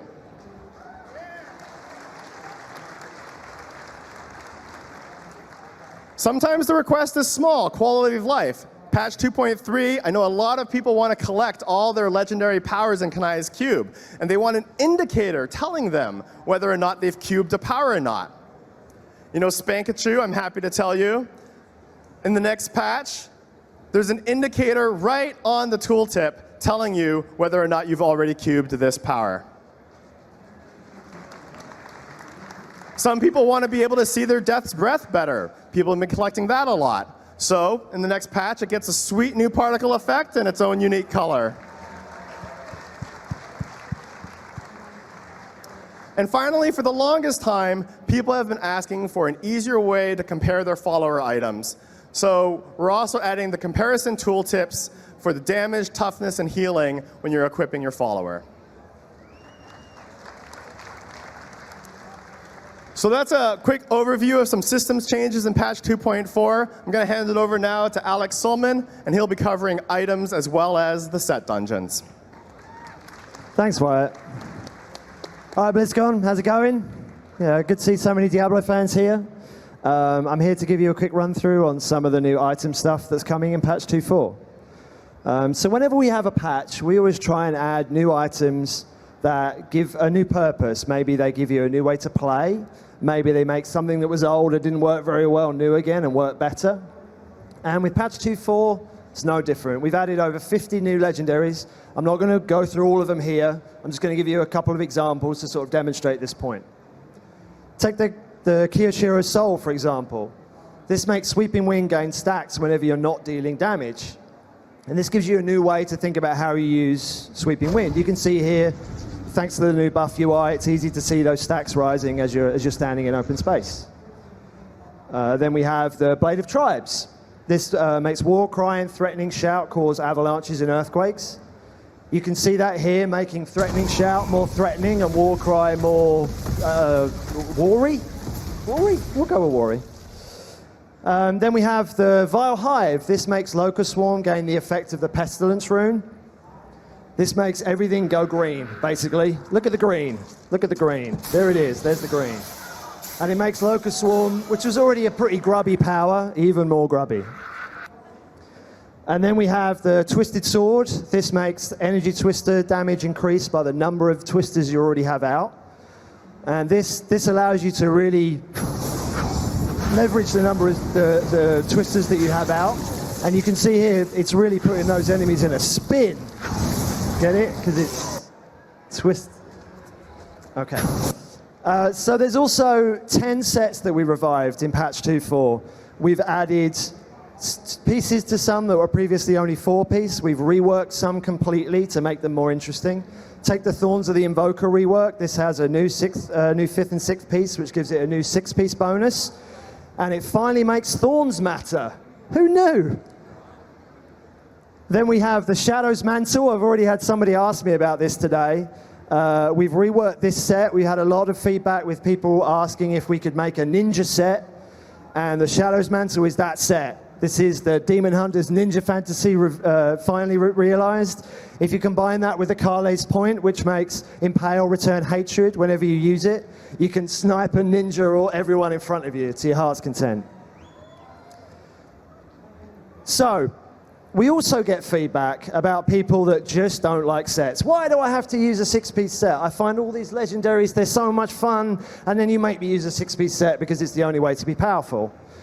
As mentioned here by American Madman and Miss Cheetah, we've thought about this a lot. We've given this a lot of thought because we can totally sympathize with that consideration. And so we solved this by adding a set.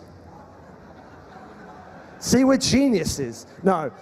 So what we did was we took the Legacy of Nightmares 2-piece ring set and we reworked it so that you now get a damage and defense bonus if it's the only set bonus you're carrying.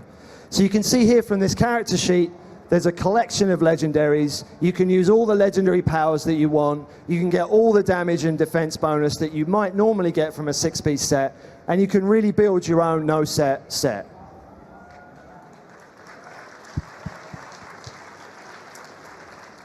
So we add items. We love items. We like finding items. We get excited when they drop. We get excited when we use them. And we love sets, most of us, and there's the no-set set. We love sets too, and for this patch, we were trying to think about a new feature that we could add to the game that would allow you to really celebrate those sets, celebrate those items, and really, learn to play the sets that you love. And this was feedback that we got not only from the community, but also from within the team. We wanted something to really underline that accomplishment of spending all that time finally putting that 6-piece set together, or 5 if you use the raw ring. So the feature that I'm really proud to introduce is set dungeons. So what's a set dungeon? Set dungeons are deviously designed dungeons based around the powers of the 6-piece set. They're spread throughout Sanctuary. They were long thought lost until a tome that was discovered in the library in Leoric's Manor. And each page of that tome has a cryptic clue to the location of these portals, which are all spread throughout Sanctuary. Here's an example of one of those clues. In order to find the latest placement, one must travel to the Cathedral of the False Prophet, north of the Enclave that withstood Azael's wrath. Can anybody guess where that's referring to? That means it's cryptic. I like it.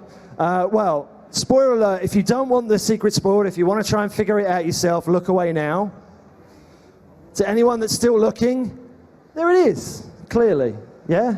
I mean, obvious, right? All right. No, I'm being mean. There it is. So when you find one of these dungeons, you approach it wearing the relevant set, you can enter this dungeon and face its challenges. And every dungeon has a number of objectives, but 2 main objectives that are built around the set that you're wearing. Let's look at an example. Take the Uliana set dungeon. Now, the monk has a 6-piece set, the Uliana stratagem, which is all about exploding harm, exploding as many things as you can at once. So you can see from the objectives here, these objectives are all about exploding as many enemies as you can, a number of times, and doing it all within a time limit. Here's another example. The wizard has a 6-piece set called the Firebird's Finery, which is all about burning as much as you can. So the objectives here are all built around that. And also, one of the 6-piece bonuses, which makes a meteor drop when you die. You have to leverage that to try and kill some enemies in this dungeon. Then we have the Barbarian Might of the Earth set, which is all about triggering leap and ground stomp and earthquakes in succession. And then one of my favorites, the Witch Doctor's set, the Spirit of Arakir, which has a toad that you get automatically when you have that set. And so this dungeon is all about licking as many enemies as you can, because that's what toads do. I mean, come on, it's easy. So there's 24 of these dungeons. There's 4 sets for each of the 6 classes. And each set dungeon has unique challenges. It's located in a unique location. And if you can solve the clue and go in that dungeon and master it by completing all of the objectives within a time limit without dying, you can earn a pennant. Here's an example of 2 of the pennants, the Witch Doctor pennant and the Demon Hunter pennant. You can see them on the back of the fourth of the characters here. And each of the classes has a corresponding pennant that you can only earn by mastering that dungeon, by completing all of the objectives. There's the Barbarian and the Wizard. And finally, we have the Crusader and the Monk. So each of these dungeons is a fresh challenge, is a unique challenge. Hopefully, it will not only help you to learn the set, but it might also give you a reason to play a set that you've never bothered to play before. Maybe you want to go play that Firebird set that you've never played, or play that Spirit of Arakir. Go lick those enemies. So we're really excited about this feature. We think it brings something a little fresh to Diablo. We're really excited to see people trying to solve the clues and figure out where they are without just using a search engine. And facing these dungeons and trying to complete them, because, as I mentioned, there's 24 of them. They can all be mastered. And if you manage to master all 24 of them, which is no mean feat, it will be mean of us not to give you a reward for that. So you can earn these wings if you manage to master all of the dungeons. And really prove to everyone and yourself just how much of a master of Diablo you are. So with that, I'd like to hand over to Kevin Martins, who's going to give you an insight into some of the new season features. Thank you very much, Alex. Wow, thanks everybody for coming out. We still have a lot more to show you today. Standing room only, it's very cool. So seasons have become an ever more important replayability feature for us, and since we introduced them in patch 2.1, you have all participated in live design iteration on this feature. We have done a lot of experimenting and hopefully, in your minds, a lot of improving with a ton of feedback from you guys in all sorts of different formats. So we've experimented with rewards. We've had season-exclusive legendaries that we've been giving out with powers that for the length of that season you can only get in the season. And this has been successful in drawing some people into the seasons who maybe otherwise wouldn't have tried them, so they have a good time. And some people have been unhappy with this experiment, so more on that in a little bit. We have done a lot of work with cosmetics. We started off with a 6-piece set over the first 3 seasons that you could only get in seasons. There's been banner rewards. There's been portrait frames. We've had pennants, and we've had pets like the Frost Hound in the current season. Conquests and leaderboards, a ton of experimentation has gone into those. So the idea of competition in a PvE-focused game like Diablo has been very interesting for us. And we've experimented, for example, just one of many conquests you've seen over the first 4 seasons, with races. Some of them haven't worked out so well, such as Race to the Top. So the idea of racing is not bad in itself, but racing to level 70, I think, didn't work out for a couple of reasons. So first, everybody gets to level 70, kind of no matter what our data says. That's like almost the first goal that everyone has in the game at this stage of play with seasons. So racing to do something that everyone was going to do every way, limited interest there. Worse, I think, was the fact that the way you did this effectively is you picked wherever had the most experience. You only did that over and over again until you got to the top. So that one wasn't super fun. However, races were fun, and we knew they were, so some of the other experiments we do think worked out. For example, Sprinter, where you race through the storyline, chapters 1 through 5, and as fast as you could.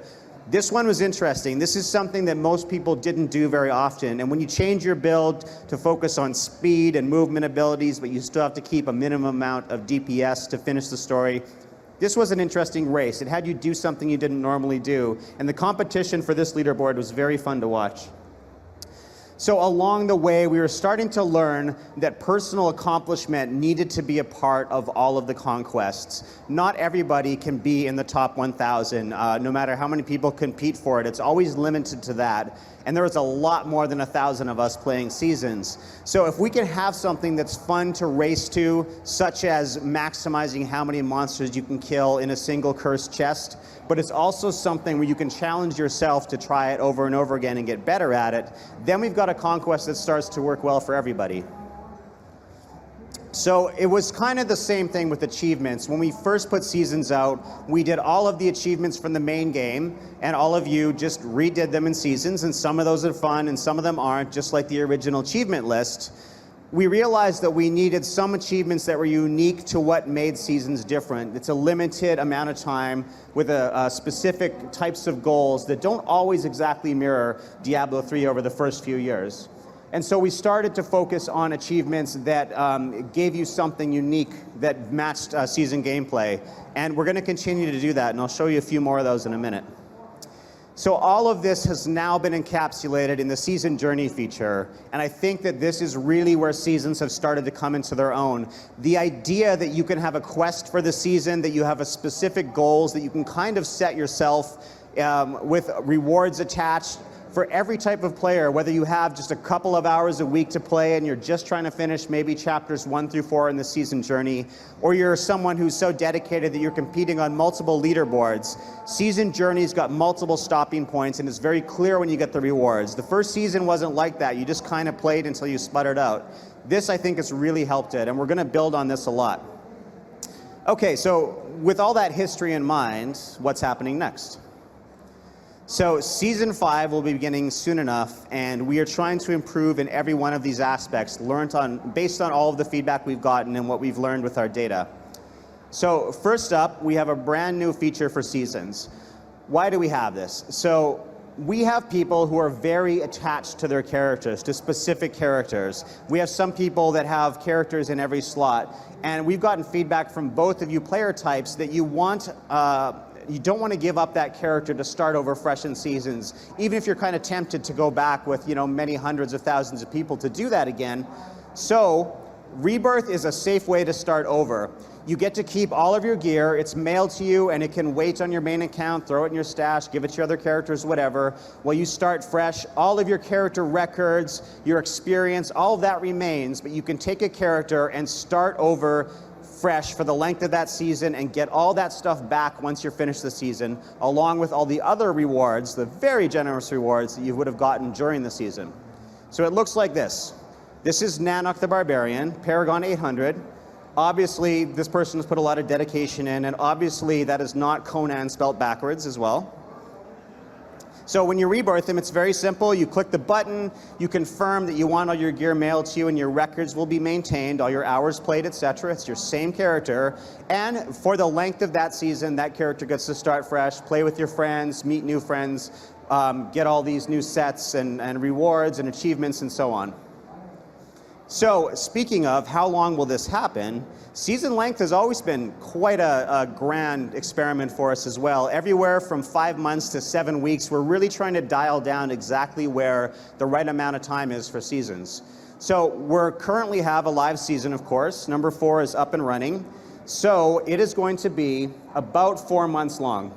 It's going to end in late December. We have not picked a specific date yet, but we'll give you at least 2 weeks warning before that ends. And we're going to do one more experiment with season length. So far, all of our seasons have kind of come really hot on the heels of the seasons that preceded it, and they've usually matched when the patch comes out. In this particular time, we're going to take a short break between seasons, maybe a couple weeks, maybe a couple days more, maybe a couple days less. The idea is that at the end of season 4, everybody gets a little time where the entire community is in one place, and it doesn't matter whether you're playing seasons or not, all your characters are in one place as well, before we begin the next season. Okay, so season 5, I think we found the magic number, and season 5 will be the proof of that, of how long seasons need to be, and that number is 3 months long. So for us, we feel like people who do just want to get the initial season journey done, maybe earn their pets, some of the early rewards, versus those who want to play it exhaustively and continually, this is about the amount of time where everybody can accomplish all the goals that we've set for you. So we'll see how this goes. If this works well, this will be the season length from now on.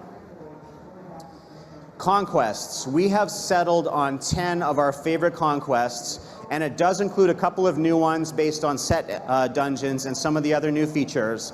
But season to season, we'll have 5 conquests in both hardcore and softcore mode, the same ones, and season to season, these will rotate. All of this continues to be in the season journey feature. The goals for the season journey will also vary a little bit season to season according to which bosses you need to kill for the chapters 1 through 4 quests, etc. So there'll be variance there as well.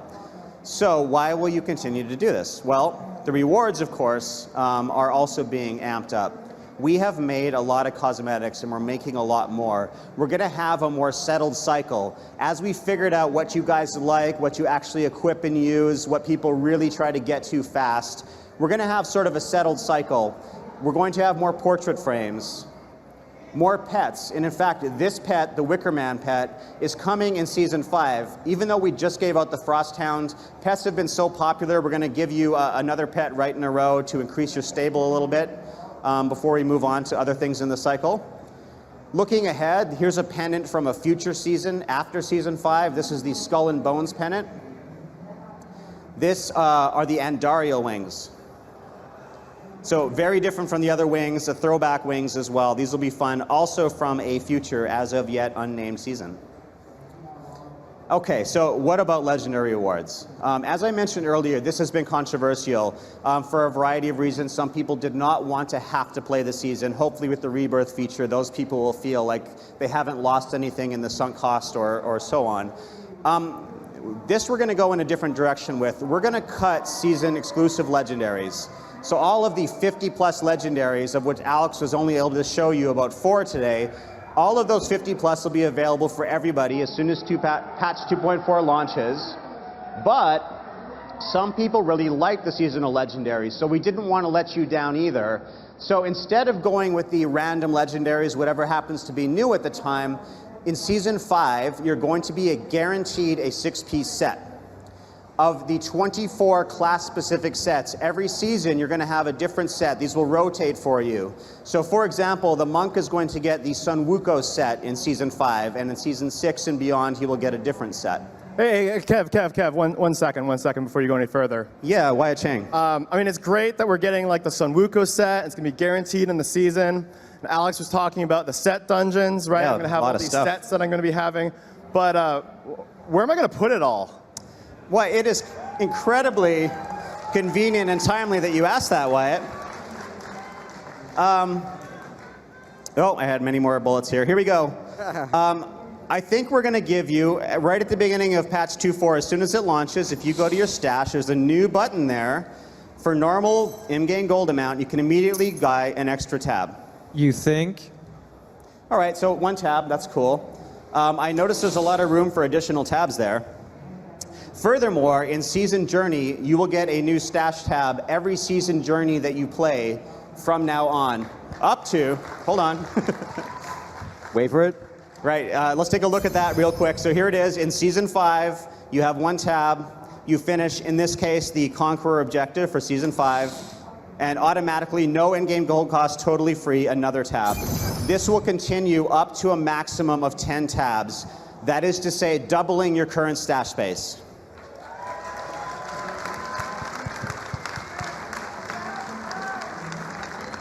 Okay, because I thought this might be popular, I'm going to re-summarize that one more time in a slide in case people want to take pictures. No, wait, how do I get these again?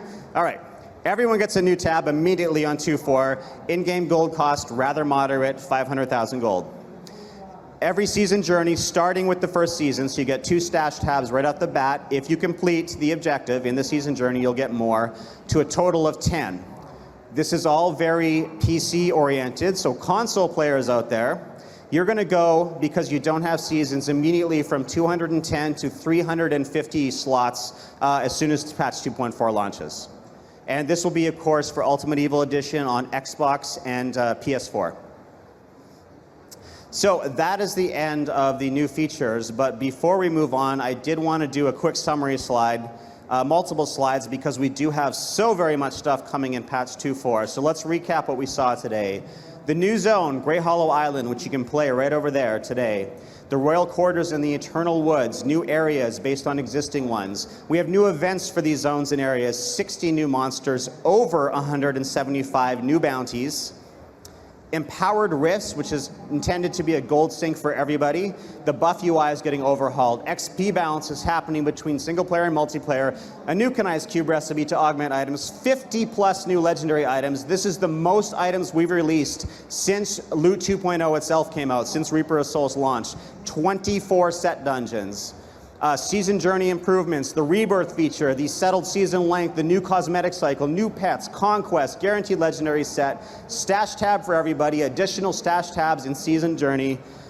All right, but when can we play it? Oh, when can you play? Well, it's incredibly convenient that you asked that, Josh. We have this happening pretty much immediately. We have 2 steps to the public test for this. On Monday, we have a brief technical patch. 230B will go up on PTR. Please give it a shot. We need to do some back-end testing before we launch the 2.4 PTR, and that will be coming later next week.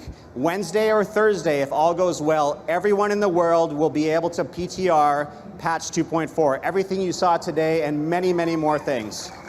That's not a typo. That's next week. Next week, Wednesday or Thursday, though, please participate in that technical test. So, the Slaughter Cafe Inn, if you haven't already been there, and I met about 50 of you today, so I know some of you have, is right over there in Darkmoon Fair. Grey Hollow Island, all those monsters, another area, a dungeon called the Tidal Caves you haven't even seen yet is also over there, and a lot of these new items. We are all going to be there throughout it. Everyone who made all this stuff on the entire team is going to be at the Slaughter Cafe Inn at one time or another. Please stop by. A lot of lightning talks are happening for the rest of today up until the costume contest and all day tomorrow until closing ceremonies. Before we move on to questions, I do want to say on behalf of the Diablo 3 team, it is a privilege every day to come and work on this game. We love it so much. Thank you for your support for all these years and all these tests and experiments and iteration.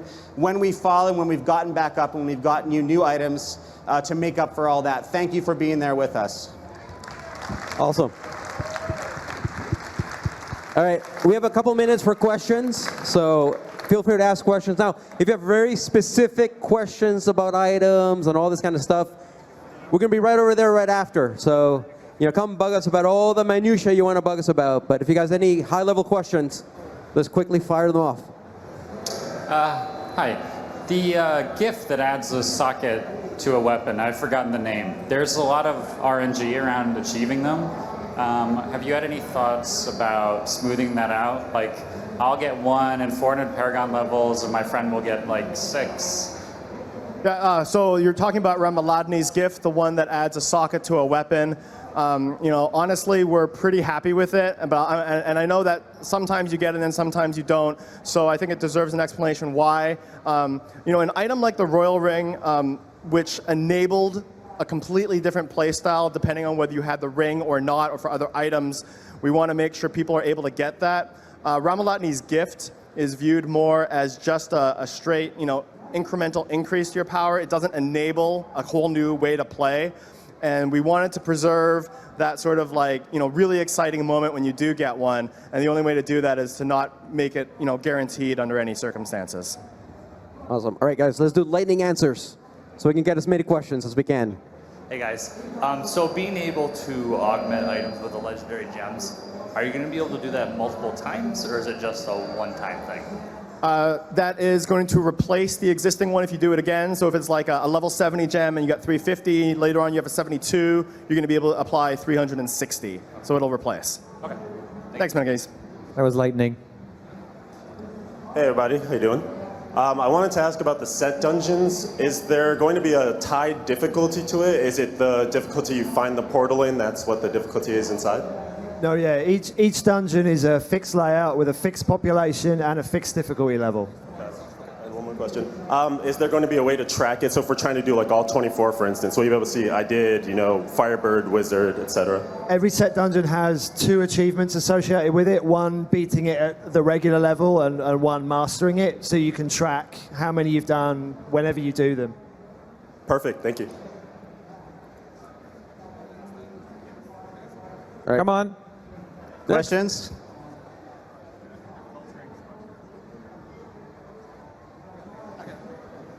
I was wondering if you would consider making follower cannot die baseline to kind of open up the relic spot to be more interesting. Because right now, cannot die is like the only one that you use. I don't know if that one, yeah, that's, I don't think we have any plans to make a baseline. It's an interesting suggestion. Right now, I guess it's for high-end grift pushing with a Unity that is dominant, but I mean, that's not currently on our timetable, but it's a good suggestion. It looks like we're giving all the no answers to Wyatt today. Whatever it is, no. Hello, I was wondering if you guys had figured out anything with the server slam PTR and the lag issues. And for, I don't know, another question, with how mob progression was changed for greater rifts, if there was anything we could do to change the progression for cave maps, which have really low density and makes it hard to progress through a greater rift because of how you guys wanted it to be like 10 or 12 minutes to kill the mobs and then 2 or 3 for the boss. For the greater rifts, that's definitely one of the caves or one of the layouts that we're constantly trying to look at ways to make them feel a little bit better. It's very tricky to just increase the density. Unfortunately, that wouldn't just solve the problem. One of the things we're looking at is adding more breakables to the caves, because with action combat, when you destroy the breakables, you'll get a speed boost. So maybe adding in the dead ends breakables, which would allow you to go through the space a little bit faster and get to monster faster. That's an idea we're exploring. And I do want to take the time to thank everyone who took part in the server slam to help our engineers identify some performance optimizations. We weren't able to deploy any of those optimizations to the current live game between PTR and other, but we do have some optimizations planned for 2.4. It looks like we only have time for about one more question, but we will be going over to the Slaughter Cafe, and everyone in line, come right over there, and we should be able to talk to you guys right away. So my question is about all the colors of numbers whenever you hit something, except for with pets. So let's say you have 5 zombie dogs. Whenever they hit something, will it be a different color, or could you make like an icon next to it that has like a zombie dog picture next to it? I like pet builds. Totally a Wyatt question. He would actually do this work. Yeah, no, for the pets right now, we don't differentiate between the two. There's sort of the white, the yellow. The orange is more to help you gauge, when you're getting a new high or you hit a power pylon and you see a number that's 4 times as big. But no, there's no plans to differentiate the pet damage right now. All right, guys. Thank you so much. Again, you guys questions? Thank you. Somebody, write your name down. You're next when we're over there. Okay? We'll be right over there. Thank you so much, guys. Thank you, everyone. Thank you very much. Thank you for attending the Blood and Treasure New Content and Features for Reaper of Souls panel. Up next, the StarCraft II Legacy of the Void Competitive Multiplayer panel.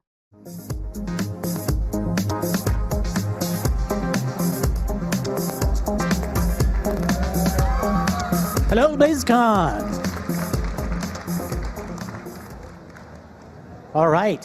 Who's excited about Nova Covert Ops? Did you guys catch that announcement? Yeah?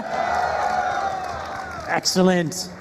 Well, we are here today to tell you guys about the future of StarCraft II. My name is Tim Morton. I'm the lead producer on StarCraft II Legacy of the Void. I'm going to introduce you guys to my fellow panelists up here. So, this is Jason Huck, who leads up the campaign design. We have any campaign players out there? Do you guys like the campaign? All right. Excellent. Valerie Rotros, who is a writer on StarCraft II, and Valerie is writing the story for Nova Covert Ops. So, welcome to Valerie. Do we have any PvP players out there? All right, David Kim, our lead multiplayer designer. And on this end, Matt Morris is the lead for story mode, so everything that you do in between the missions, and also our new co-op missions mode that's out here playable on the floor.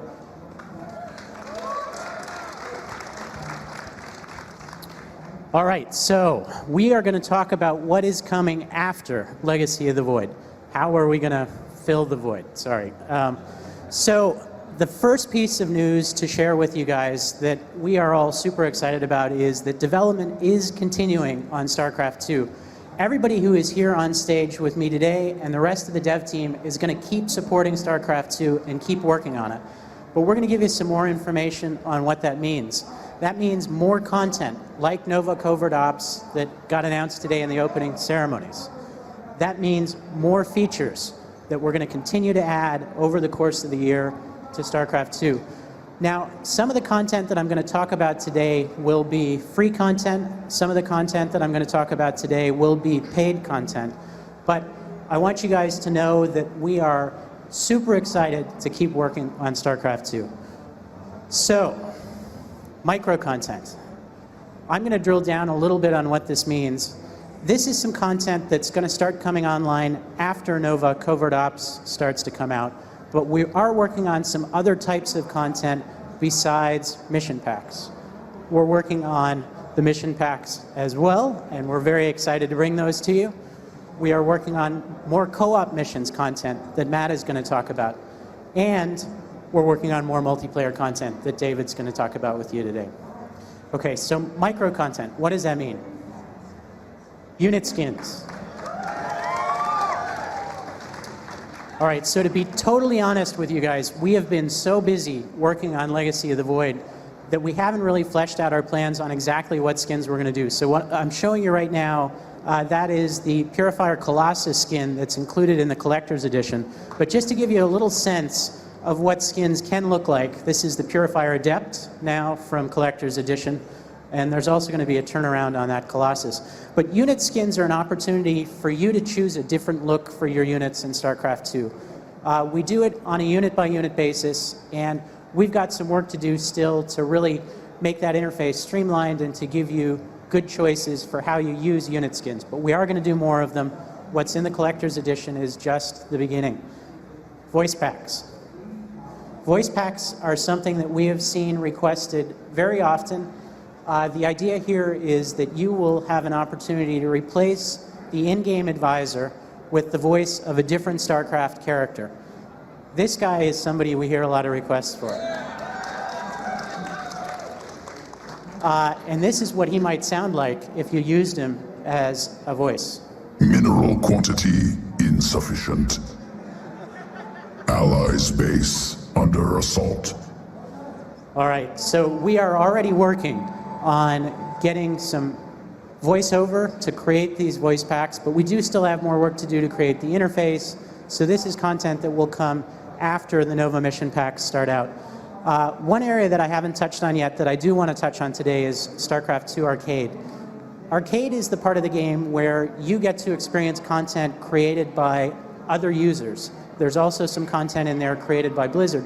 We're going to keep adding features to StarCraft Arcade. Again, we've been super busy working on Legacy of the Void, and we did a little bit of work already in terms of new user interface for Arcade, but we want to keep making that better.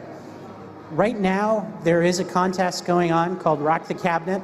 That contest is an opportunity for content creators to make content using the Warcraft 3 assets that we released for the StarCraft 2 engine.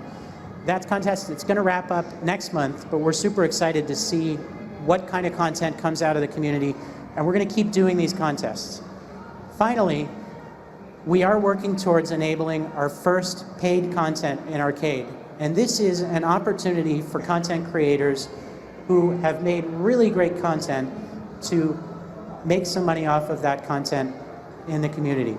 We don't yet have a specific timeline for this, but I can tell you a little bit about our approach.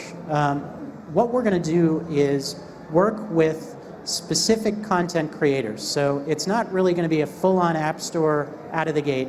We're going to take a very curated approach. We're going to talk to content creators who already are working on content, who have a track record and ability to deliver something great to you guys, and we're going to figure out how to set that content up so that it can become available paid in the StarCraft Arcade. So that's a goal that we are working towards, and we'll be excited to share some more details on that as we get further along. All right, I know you guys want to hear more about Nova Covert Ops, so I'm going to pass it over to Jason Huck, lead game designer.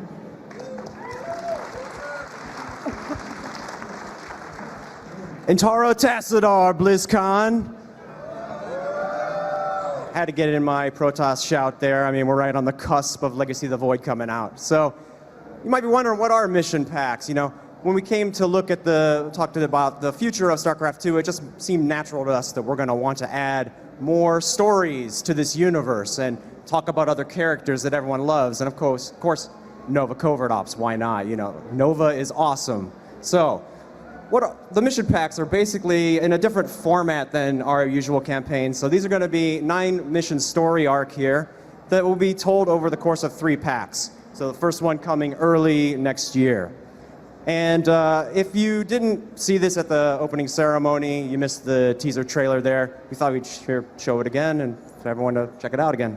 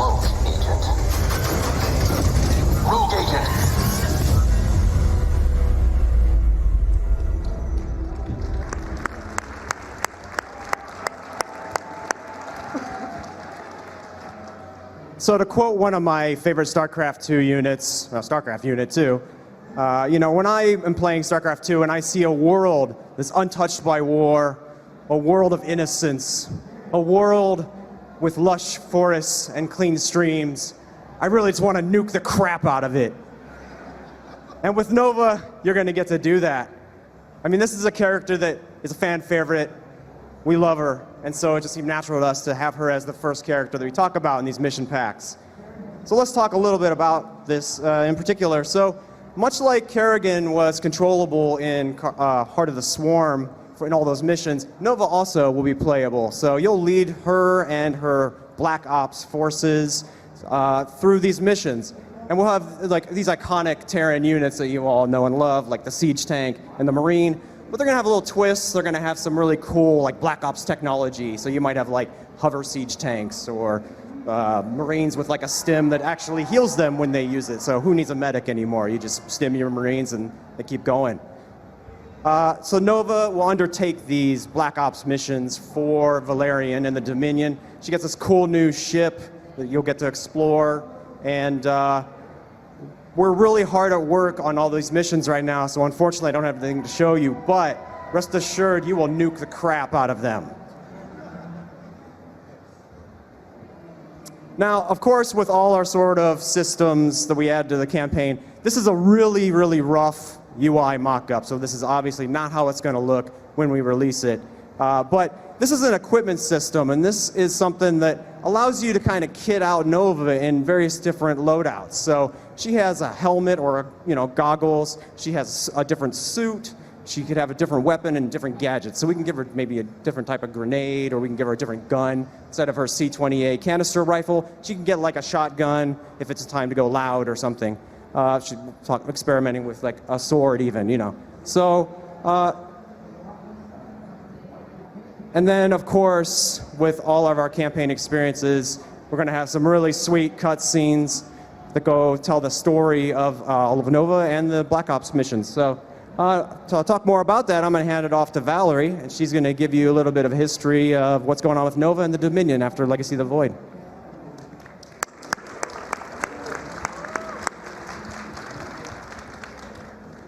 Hey, everyone. Thank thanks for coming out today. I am super excited to tell you more about what's going on here in the Terran Dominion. So these Nova mission packs will take place after the end of Legacy of the Void. That concludes with some epilogue missions that push the timeline ahead a few years, and Nova Covert Ops will be even later after that. At this point, the Terran Dominion consists of a war-torn people. They have seen a lot over these past few years. There have been wars, civil wars, insurrections, the Zerg, you name it. At this point, people are ready for peace. But what they do in that peacetime is really the question they face right now. Some people are eager to make sure that they're ready. If any alien forces come back, they want to make sure that they have the security they need, the weapons they need to stay safe. While others are more interested in ensuring that the government takes a more progressive, egalitarian direction under Emperor Valerian. Valerian is a much more fair and just ruler than his father Arcturus ever was. And, you know, he was raised by his mother in exile. He was raised with those beliefs that freedom and liberty are basic human rights that everyone deserves. To this end, you know, he opens up a lot of civil liberties to the people. He opens up freedom to the press. And this seems like a great idea, right? Why would the press not be free? That would be terrible. But unfortunately, there are some ramifications to that hit him a little harder than he expects. His enemies use these freedoms to open up conversations about his weaknesses as a leader. And the criticism is more intense than he anticipated. Because of that, this price of power is becoming a struggle for him to continue the legitimacy of his reign, a reign as emperor in a government he wants to be progressive and fair. He begins to worry that his enemies are not just speaking out against him, but also forming secret alliances behind his back.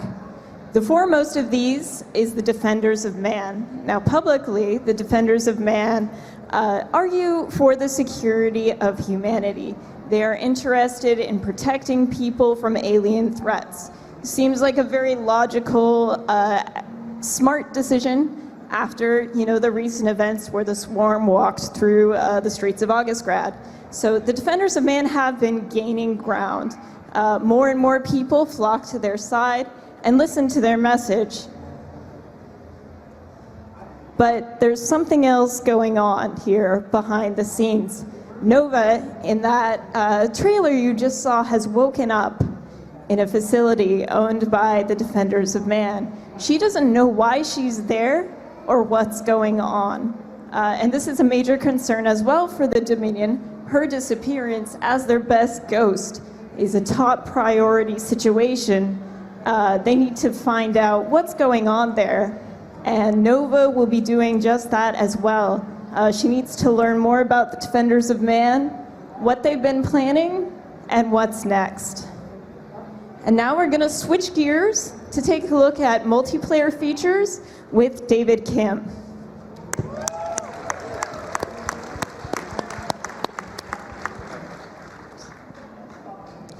So before we talk about the specifics of what we're trying to do next year in terms of multiplayer features, I want to talk a little bit about how we have been collaborating with you guys all throughout the development of Legacy of the Void, and we believe that has been so successful in terms of making Legacy of the Void as best as it could be before the release of the game. So I'd like to point out none of these features that we're talking about today, implementation hasn't started yet. We're still on the design phases only, so if you had thoughts and feedback, it'll be great to work together with you guys on all these features as well. So the first thing that we'll start working on is ladder revamp. This will be right after the release of Legacy of the Void. This will be our main focus. And we'll be going into the exact specifics and details of what we're planning so far in the multiplayer panel today at 4:30. So if you're interested in that, please check out that panel. But for now, I just want to point out that our main goal is to keep the good parts of the current system and address these three elements, which is having more meaningful ranks, more accuracy with the system, as well as more transparency. And the reason for this is because we really want to fulfill on the ranked play experience specifically in StarCraft 2. And what I mean by that is we want to have the most competitive and most accurate type of system to kind of go with the game. So on the tournament side,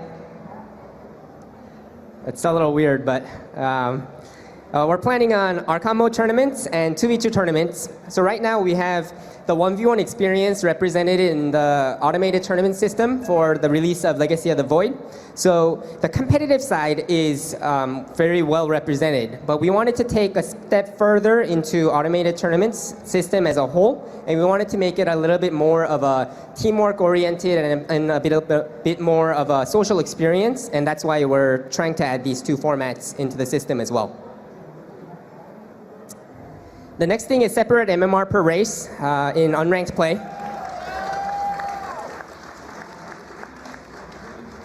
We know that many of you have asked for this feature, and we do also agree that the player experience will be a lot better if you have the ability to check out, say I'm a Protoss player, that's my main race, but I'm kind of curious what my rank is as Zerg or Terran. Giving the players opportunity to do that, I think, is a good thing. But the only thing that we're working on here is, are we going to have separate MMR per race in ranked alone or also in unranked? And the answer to that question is a little bit difficult because the more MMRs we have per player, less good the matchmaking can potentially become. So depending on how our bootstrapping process goes and things like that, we'll make the right call, but please let us know your thoughts. And finally, for the multiplayer side, obviously we're going to have updates as needed, like we did in Wings of Liberty and Heart of the Swarm. And what I mean by that is map updates every season, balanced test maps and balanced patches every season as needed as well. But the more important thing that I want to talk about is exploring big changes. So unlike Wings of Liberty and Heart of the Swarm, we want to explore things like major redesigns to existing units when needed, or even systems, and potentially adding new units to the game to make the game feeling more fresh.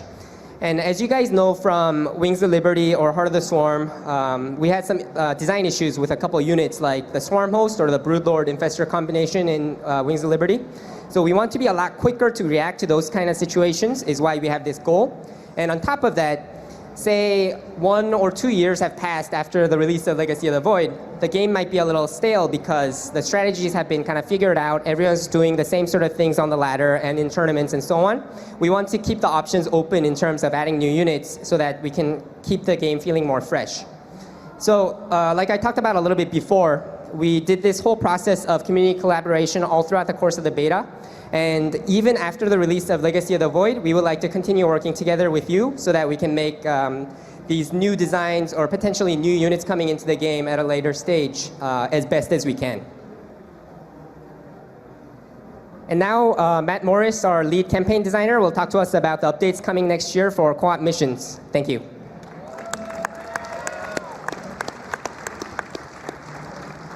All right, how are you guys doing? My name is Matt Morris, and today I'm going to talk about co-op missions. Now, if you're hearing the words co-op missions for the first time, that's because we've recently changed the name from Allied Commanders to co-op missions.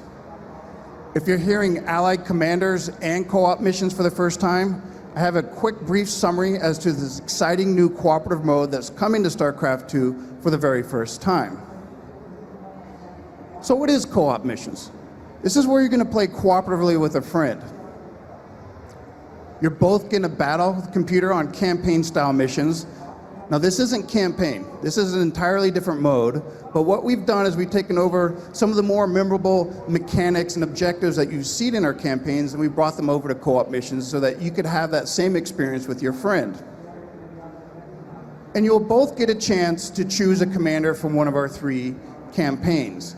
Now, each commander plays a little bit differently. They have a unique set of units, abilities, and upgrades. This isn't like Heroes. This is still an RTS. You're still building a base and troops, but each one of these guys is absolutely amazing. If you guys haven't seen it, the demo station over here has all the co-op missions and the commanders. We have 6 commanders. We have Jim Raynor, we have Kerrigan and Artanis, and we have Swan from Wings of Liberty, and Zagara from Heart of the Swarm. And we got this new commander. You're going to learn a lot more about her in the Legacy of the Void in a couple days. Her name is Vorazun. She is awesome. But the reason why I'm standing here today is to let everybody know that as this game goes live, we plan to continue to support co-op missions as we move forward. One of the ways we want to do this is we want to continue to make more co-op missions. In fact, we already have a mission that's almost ready to launch. Once the game goes live, it'll be shortly thereafter. It's a mission that you will have seen in the Legacy of the Void campaign. It's a capture point mission. And we felt the mechanics of this mission fits perfect for a cooperative environment, because we're going to require both players working together to capture these points. But more importantly, you're going to have to communicate with your ally as to how to prevent the AI from recapturing them. Now I have a little video to show you what this looks like in game. Enemy forces are contesting the objective. Eliminate them to capture it.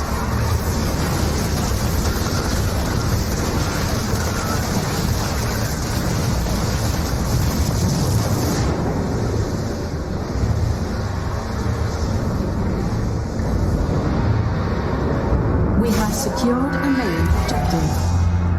All right, this area is ours. So as we move forward, one of the most important things that we want to do when we're building these missions is that we want to build missions that you guys want to play on. I highly encourage you guys to be very active on the Battle.net forums, go to Reddit, going to these places that you like to read about StarCraft 2. Let us know what you like and don't like, because we really want to build these missions for missions that you guys want to play on. Now, one of the other ways we plan on supporting this mode is we want to add more co-op commanders. I've mentioned the 6, but today at Blizzcon we're announcing our 7th commander. He's a Protoss commander. His name is Faye Smith Carax. He works in a room called the Solar Core. And what the Solar Core is this is the room that powers the Spear of Adun, all the weapon systems and the defense systems. And that's what's going to make him different than the other Protoss commanders. He's going to be all about these call downs from the Spear of Adun. Now, all the Protoss commanders do have calldowns, and they all have unique Spear of Adun powers. But what really makes Carax different is he's going to be able to use it more frequently, the more powerful. In fact, in the mission itself, you're going to actually upgrade your Spear of Adun. You can make these powers stronger as you start playing the missions. Now, I got a couple of videos to show you to illustrate some of these amazing powers that Carax has. Now, this first one is called Solar Lance. And what's awesome about this is that the player's going to have the ability to paint a line onto the mission and just do terrible amounts of damage to anything in there. Let's take a look.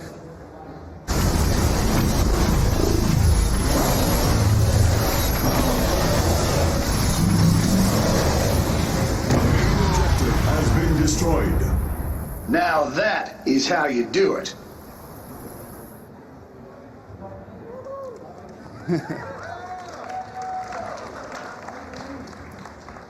Now, one of these next abilities I'm going to show you, it kind of shows that he has more than just these offensive weapons. Now, all the Protosses, you know, have a chrono boost that you can single target any structure and make that structure train units faster. Carax has an ability called Super Chrono. And when he activates this, all your production facilities start going in overtime. And it's not just at chrono boost speeds, it's actually much, much faster. So I got this video to kind of show you. So this is Carax space right here, and you can see all the gateways and the cybernetics core and the forge. Everything's working overtime to produce a lot of troops. Really powerful. But most importantly, this also impacts your allies.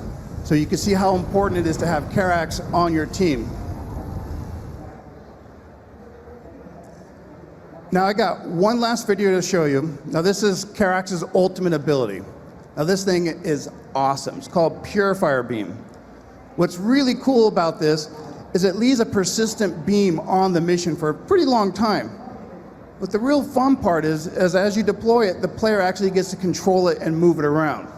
So as the enemy's trying to escape, you could just run them over with this thing. Take a look.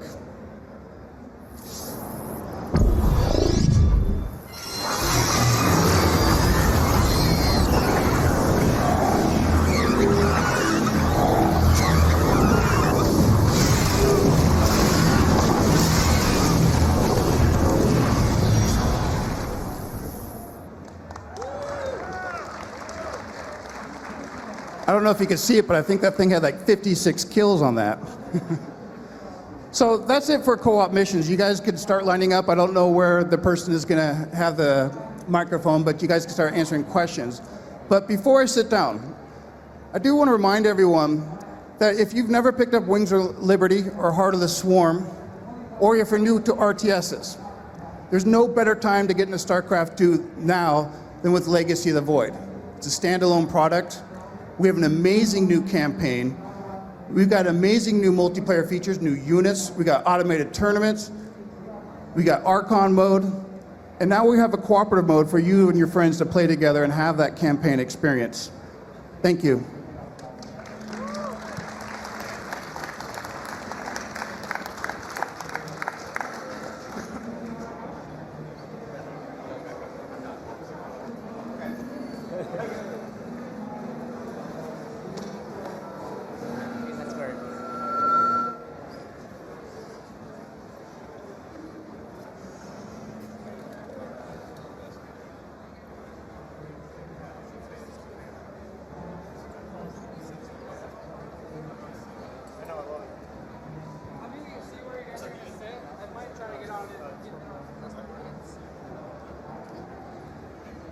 Oh, okay.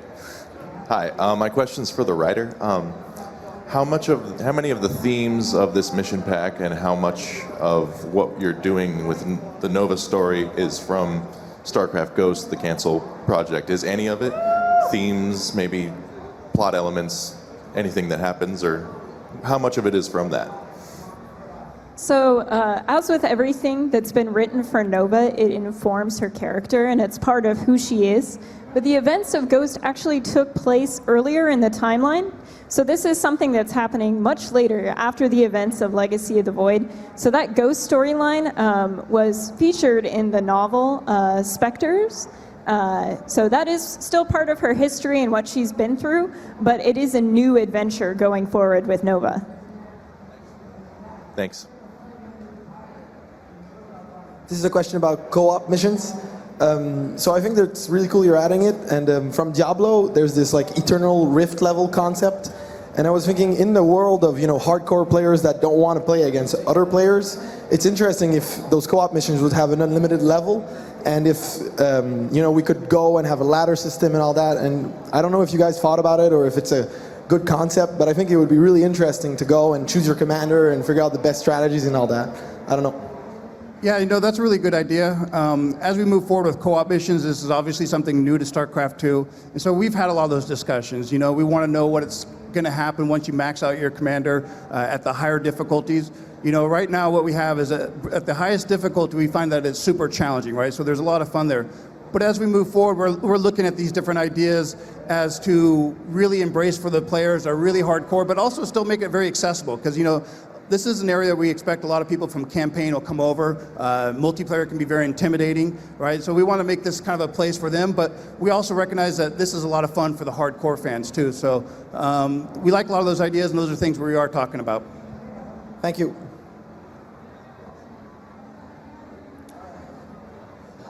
So when I got StarCraft 2, I was really super excited to make my own map.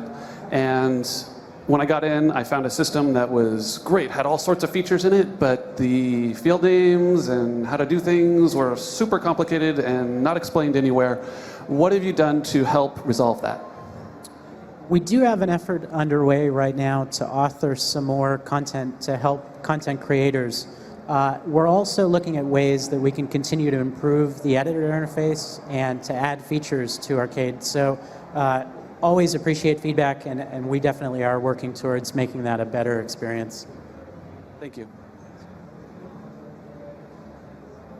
I'm wondering how the race-based matchmaking system is going to treat random players.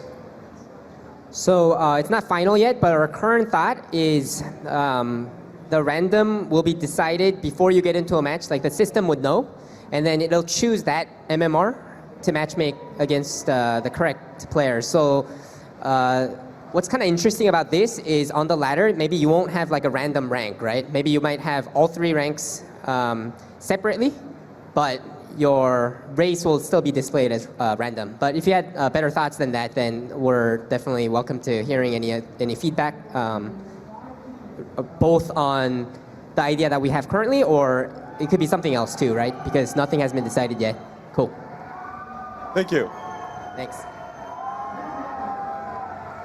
Hi. So my question relates to story and to specifically factions from StarCraft and Brood War and even up to Heart of the Swarm. So are we going to see the return of factions like the UAD, like the Cerberus Recon Squad from the very first game, even the demo missions? Are we even going to see the Umojans or the Kalmorians eventually? And will they have new units to that, with like we saw in the campaigns? We definitely love those factions as well. And as to what they're up to, we haven't stated that yet. We're not planning on having them featured in the Nova covert ops missions, but it is definitely something we could explore in the future. Thank you. Howdy. This would be for whomever it concern. I noticed in one of the first slides you said paid content. Now, recently another developer tried to do this with a game they released, and it had a massive community backlash. How do you feel that you can learn from this, and it will, going forward, not alienate the player base by having some content free, some content behind a paywall, so to speak? Yeah, we have a few core values that we're developing around StarCraft Arcade, but I think the first one is we have no intention to take content that was previously free and make you have to pay for it. I think anything that we plan to introduce through StarCraft Arcade is intended to be new content. The other thing I'll say is that this isn't content that's just going to modify how you play StarCraft. The kinds of things that we're looking at in StarCraft Arcade are really completely new games using the assets and tools that we provide through StarCraft 2 Arcade. So we really feel like this is a distinct individual situation separate from anything else that's been done. And we also feel like it's super important for us as Blizzard to provide a way for content creators to get rewarded for the great work that they do. So this really is about supporting that community. It's not about anything else. Thank you. Hi, this one's for David. Since the beta dropped, you guys had an unprecedented interaction with the community. We've been very appreciative of it. I would like to know two things. One, did you learn anything new about the community you serve? And did those interactions change the way you approach any part of your development for the future? So I guess the most important thing was through working together with our community, we were able to make Legacy of the Void much better than we expected. Which is very cool. Because originally when we started this process, we were just trying to increase the positivity, the perception around StarCraft 2, things like that. But as we explored more and more, we realized, man, there's so many smart people out there that can actually make good ideas for the game. So I guess for your second question, then obviously what we learned and what we learned is this is a very good thing, and we need to continue doing more of it. But we're still new to this, so we still have to improve this process. But we definitely want to do more as we go forward after the launch release of Legacy of the Void. Awesome, thank you. Hey everyone. First I want to say thanks for all the work you've done. I really love StarCraft, and looking forward to the changes that are coming up. So my question is, I got mainly into StarCraft from Husky, and one of the things that he implemented before he stopped making as much content was Imba League. And it's kind of the equivalent of, I think, Tavern Brawl and Hearthstone, where it has like unique rules for that week or that season or whatever you want to call it. I think it would be a pretty interesting game mode. I'm not sure if you've heard it. Do you have any thoughts on that type of thing? You can use maybe your laddered rank to go against someone of similar skill, but still have like just a silly game or something like that. Yeah, I think that's a great idea, but I think the main difference compared to Hearthstone and our game is we have the arcade, which has a lot of those maps that you're talking about. But on top of that, I think with our new automated tournaments feature, we can do something fun, like maybe we can do like at different intervals. Maybe today is only on this specific arcade type of map tournaments, right? So, and the reason for that, I think, is because if we have too many matchmaking pools on the ladder, the player experience might not be so great. But if we do it using the automated tournament system, that might be a good thing. So it's something that we're talking about. We don't have specific plans yet, but we'll definitely discuss it some more. Thank you. Hi. First of all, excuse my lousy English. I'm not from around. There are a lot of people reviving using the powerful editor from StarCraft 2, reviving the classic missions of StarCraft 1. Have you ever thought about remastering StarCraft 1 with achievements, Battle.net, and etc., etc.? It's feedback that we've heard. I think we've been so busy just getting Legacy of the Void done that we haven't had a chance to really think about what other bigger projects we might explore. But we really appreciate the feedback, and I think it's something we can consider. So, thank you. Hello, thank you. Thanks for making the game and everything. So I have a question about the arcade mode. Whenever I log on to StarCraft, I have to choose between arcade and multiplayer, that kind of stuff. I don't really want to choose that. Do you think it makes sense to move some of the appropriate arcade games to mobile so I can play them elsewhere? it's a pretty big technology task to get our engine ported over to work on mobile platforms. It's something that we have talked about as being really advantageous for content creators to be able to get their content onto other platforms than PC. So we do talk about it internally, but it's a lot of work. So I don't think it's something we can do in the near term. Okay, thank you. Yep. Hi, my question is about the arcade. I find an arcade game I really like, and I'm all like, what else has he made? And I can't figure that out too easily. Is there like any thoughts about like a creator page? Like you click the guy's name who created the map, and it takes you to his page, and it's like, hey, he made all these other games, and these are all the ratings on them, and these are his most popular, this is your favorites, these are the news he's doing on the games. Anything like that? Those sound like things that really would add a lot to arcade. We're doing analysis now to figure out how can we continue to improve that interface. And one example of a feature that we hear requested a lot is the ability to add custom descriptions to lobbies, kind of like the Warcraft 3 days. You know, there's pros and cons to doing that. I think there's a lot of noise that comes out of that. But we are doing a lot of brainstorming right now, so I think those are great suggestions, and we'll factor those in as we talk about it. Thank you. Thanks. This is for the entire dev team. The question, I was wondering if, could you just move it a bit away? Sorry. Yeah, sorry. I was wondering if, would you consider adding new races moving on, not in StarCraft 2, but StarCraft 3 as like a new way to innovate the game? That's basically it.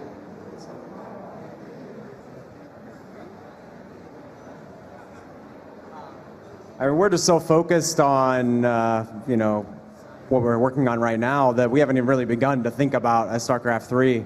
But anything is on the table for that when that time comes. Thank you.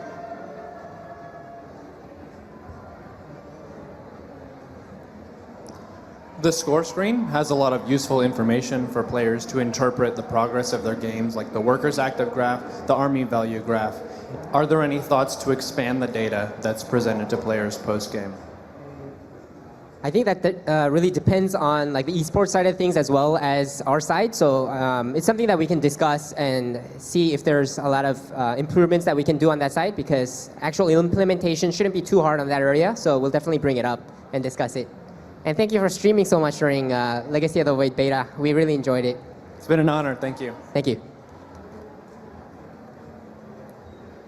Hi, my name is Igor and I'm looking weird. But I've been playing every Blizzard game except StarCraft 2. And the question is, isn't it too late to catch up and start playing? I mean, the final chapter of Part 2 is gonna come out soon and a lot of stuff happened already. Isn't it too late to start playing? I'll say it's never too late to start playing. We really did a lot of work for Legacy of the Void to make this a good entry point for StarCraft 2. We've got new tutorials, we've got these cooperative missions, we've got Archon mode. This is a great time to come into the game, and I think our hope is that many people who might have been holding off to the moment where the whole story is ready to be consumed will come in now. But I don't know, anybody else want to jump in? And if you had any like questions about like where to get started, or if you're stuck in some points, things like that, if you go to like StarCraft Reddit, that community has been like very great at helping new players out. So definitely utilize that too. Thank you very much. Hello, my question is mostly focused on multiplayer for Mr. Kim, I guess. You mentioned that you're ready to do huge changes for the multiplayer design, for units, removing units even, but is there anything that is out of the question? Is there maybe the economy model or anything that you've decided there's no way you're changing? So there's like two parts to it, I think. The first part is we'll do redesigns as we need to if something is broken, right? So like the swarm hosts in Heart of the Swarm or Broodlord Infestor and Wings of Liberty are, I think, good examples of that. And second is if there comes a time where the game becomes a little stale, then we'll explore mixing things up. And in that scenario, I think anything is possible, including the stuff that you mentioned. Have a good day. Thanks. First, I'd like to say thank you, Jason, for representing the Zerg up there. Also, are there plans for any like official Blizzard mods coming out? Specifically, like I want to play Brood War or Warcraft 3 with the StarCraft 2 engine. These are all things that we've discussed, and it's potential for maybe next year if we decide we really want to go that way. But it's really it's all to see, what ends up coming in the future. So Yeah, I'll jump in and just add, I think we're so excited just to continue working on StarCraft 2 and to start having an opportunity to think about things beyond Legacy of the Void. So we feel like we've been so sort of tunnel visioned on getting this one done that there are these great ideas floating out there, and we've heard multiple over the course of this panel. So we really will put more thought into that stuff, and I think we'd be excited to explore those too. So. That's awesome. I mean, we already got the Warcraft assets. Let's do it. Hello. So first of all, I'm a huge fan of StarCraft. I played since I was a little kid, and I was wondering about your canceled StarCraft Ghost project. Is it dead and buried, or are you going to continue it? At this point in time, there are no plans to continue with StarCraft Ghost. This team really has been focused on StarCraft 2, the RTS. So yeah, we're not even that close to that particular project, though we're definitely aware of the history there. Yeah. Okay, thank you. Yep.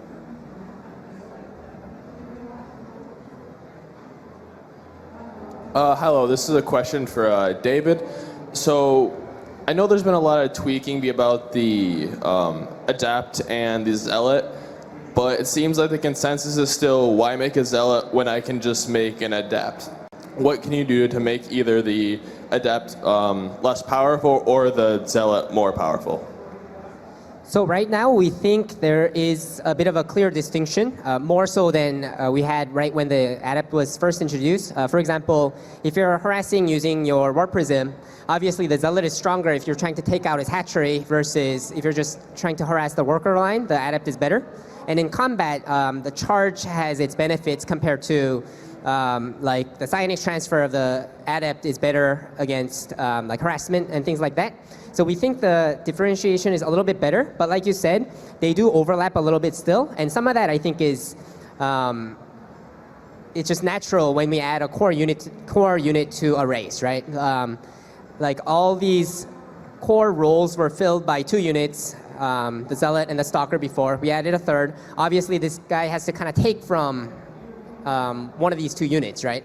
So we felt like because the Stalker is more interesting with Blink Micro, there's a lot more like fun stuff that players can do with it compared to the Zealot is mostly just a move. So we wanted to take a little bit from the Zealot more so than the Stalker. Okay, yeah, that's fine. Yeah, thank you. Thank you. This one's for Davey. I was wondering about automated tournaments. They're really, really cool. I played a few in the beta. But I wanted to know, are you guys going to expand on them? I saw, Archon and 2 vs 2 tournaments. Do you think on like an Archon 2 vs 2 automated tournament, so it'd be 4 vs 4 in a way? So the 2v2 and Archon mode are the next things that we want to do. And then depending on how that goes and depending on the demand for other things, maybe we can explore things like 4v4, like you said, or like someone else just mentioned, maybe we can explore having tournaments in some arcade maps and things like that, right? But anything's possible. But for now, we're focusing on Archon mode tournaments and 2v2 tournaments. All right, that sounds good. Thanks. Thank you. Hi, this question's multiplayer related, so for David Kim then. Do you think that we saw problems in Wings of Liberty about units not being very relevant or not used, like the carrier we didn't see very much in Wings of Liberty, as well as Heart of the Swarm? Do you think that like implementing new units in Legacy of the Void, such as the Liberator, we don't see the Siege Tank, for instance, a lot in TVZ anymore because the Widowmine kind of did a lot to replace that in a more effective way. And now we're seeing Siege Tanks being picked up by Medivacs to make them more relevant. Do you think units like the Liberator might take away from the Siege Tank in its role, or the Cyclone might take away from the Thor kind of being a core element for anti-air for Terran? Like, I guess the question's like, do you think a lot of the new units might be taking away too much from units that we've already had trouble finding relevance in? So when new units are added, obviously it's going to take from old, because players can only do so many strategies per matchup, right? So it's going to take some of it. But I think our goal is to not have every single unit in the game used in equal numbers, but more so if the units that are really fun to play with and fun to watch, things like that, are used and in a good number of diversity, I think that's the most important for us. Okay, but one more question then on that. Do you think it's more important that units are fun to play or fun to watch? We think both are important for StarCraft 2 because it's a game that everyone plays for fun, but at the same time, it's such a huge esport also, right? Especially on the multiplayer side. So I think both are equally important. Okay, thank you very much. Thank you. Hi, so compared to other developers, Blizzard's honestly not that great about pushing news and results and previews on the launcher. So are you looking into improving how you handle coverage and how you handle getting the news out? Because the launcher is really important for the casual players to see that, hey, there's something going on, there's a big tournament with good players. So what are you doing to improve that?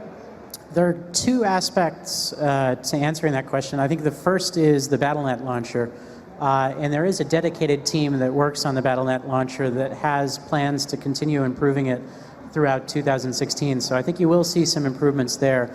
But the other aspect is in-game exposure. And we've recently released an updated user interface for StarCraft 2 with the 3.0 patch. So that's live right now. That landing page is fairly basic right now, but we do plan to continue adding some improvements there. And we're thinking a lot about how can we expose things like upcoming matches? How can we really drive viewership both for esports and excitement around new features and new content that we have coming in the game? Follow-up question to that. So do you think, will there ever be a point where we can just jump in and jump out of tournament matches to view it? Because I think Dota does that. You can just jump into the tournament and just watch the replay, and you have all the tools to see different stats and things like that. So do you think you're going to support that in the future? Mass spectating is something that we're exploring what it would take to implement from a server infrastructure perspective. And we feel like it would be a great feature to add. We just haven't done enough tech development to really speak confidently about what's involved in executing. Okay, thank you. My question is about a multiplayer game. Since Legacy of the Void add more units in the game and they need micro control for players to win the game. So do you think Legacy of the Void is becoming more unfriendly to new players? And will you think about any other things to do to make new players to enjoy the multiplayer games? Yeah, so we've actually made changes to the training mode so that it's a little easier for brand new players to get into multiplayer. But on top of that, I think Archon mode is a great replacement to 1v1, especially if you're new. And if you have friends or you can make new friends who are good at StarCraft 2 who want to kind of like mentor you or teach you how to play and things like that. It's a great tool for that. And as far as the 1v1 experience goes, because we have the matchmaker working pretty well in our game, if you are at like a silver level, you're only running into other silver level players who also can't do all these pro level micros. So we believe all these things combined kind of help out the new player in that sense. Thank you. Hi guys, thanks for working on such an awesome game. Can't wait to dig into it. But something different this year that's different about previous years is that there isn't a next game announced yet. So can you please put us all at ease and say that there's something on the roadmap when it comes to a future RTS StarCraft release? Well, I think what I can say is that this team loves RTS and that we plan to continue building games for a long time. What we don't know is what that next game is going to be. So I think that's an area where getting feedback from you guys and from the player base at large will really help us as we start to think about what are we going to work on next. Okay, thank you. Hi, my question's about mission packs. I think they're a really great idea of getting to see more of the story in between games than we have in the past. My question specifically is about using them as a vehicle to only move the timeline forward, or will there be some that maybe go back and look at some of the StarCraft history, like seeing the Protoss in their heyday or something like that? Yeah, totally. That's an awesome idea. You know, like we could totally explore that space if we wanted to. In this case, we just decided to go, you know, after Void. So, thank you. Hey, quick question about matchmaking, actually. So there's Archon versus Archon. You have to do basic 2v2 versus 2v2. Is it possible or even viable to do Archon versus 1v1? So if I wanted to play against two people, is that something that the system can handle right now? So that's something we wanted to do, but our worry was, would people think that's super unfair? Like I didn't want to match against an Archon as 1v1 and so on, right? So if a lot of the players, if majority of the players turn off, if you get that option to turn it off, our worry is putting that into the game, majority of the people turn it off, like no one uses it and things like that. And we actually asked our community and the responses weren't super positive that time, but maybe it's changed and it's really up to you guys. And if you guys really want that feature, we can definitely discuss it again internally. All right, thanks. Hey, this is basically for David Kim, and are you satisfied with the balance on a multiplayer at the moment, especially TVP, for the early game at least, the adepts?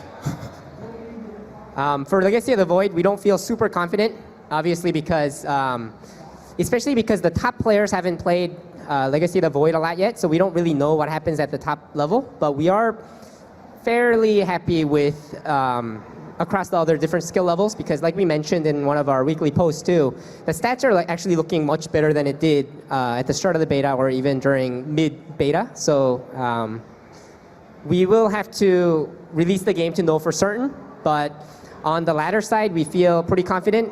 On the pro level side, we don't feel super confident, but we'll see and we'll react as we go. Okay, thank you.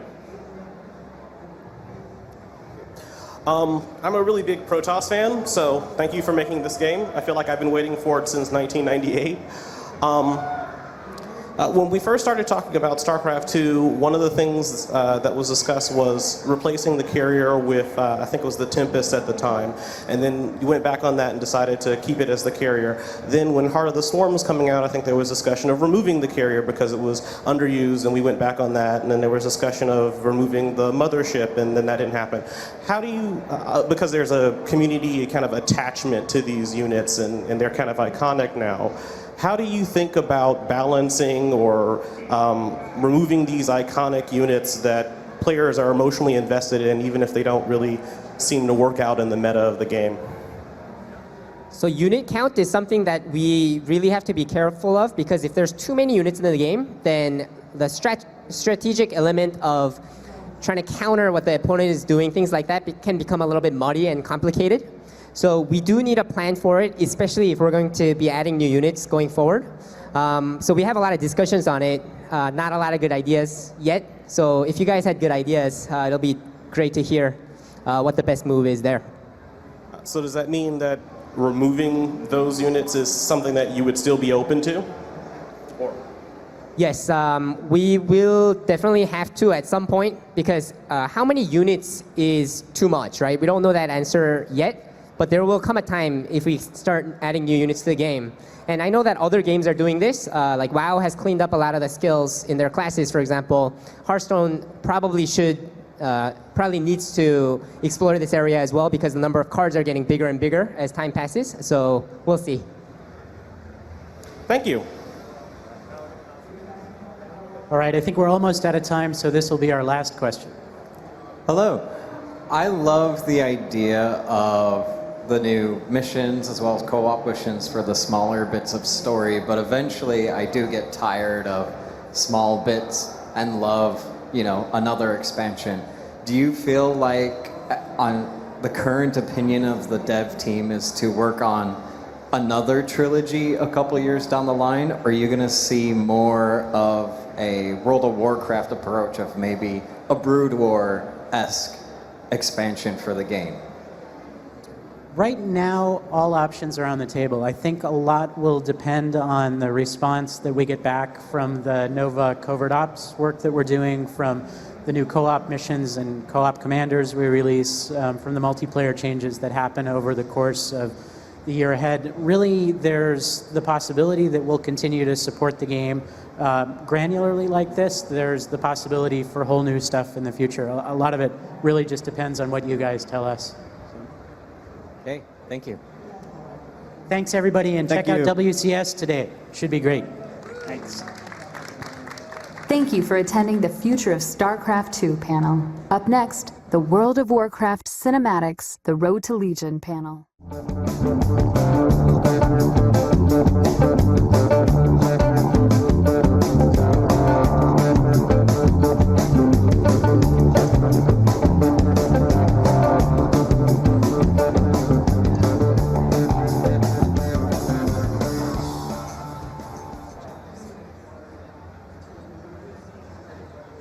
Hello everyone, welcome to the multiplayer panel for StarCraft 2. My name is David Kim. Here with me today are Alex Sun, Aaron Larson, and Aaron Kirkpatrick. We are a few of the members on the multiplayer design team.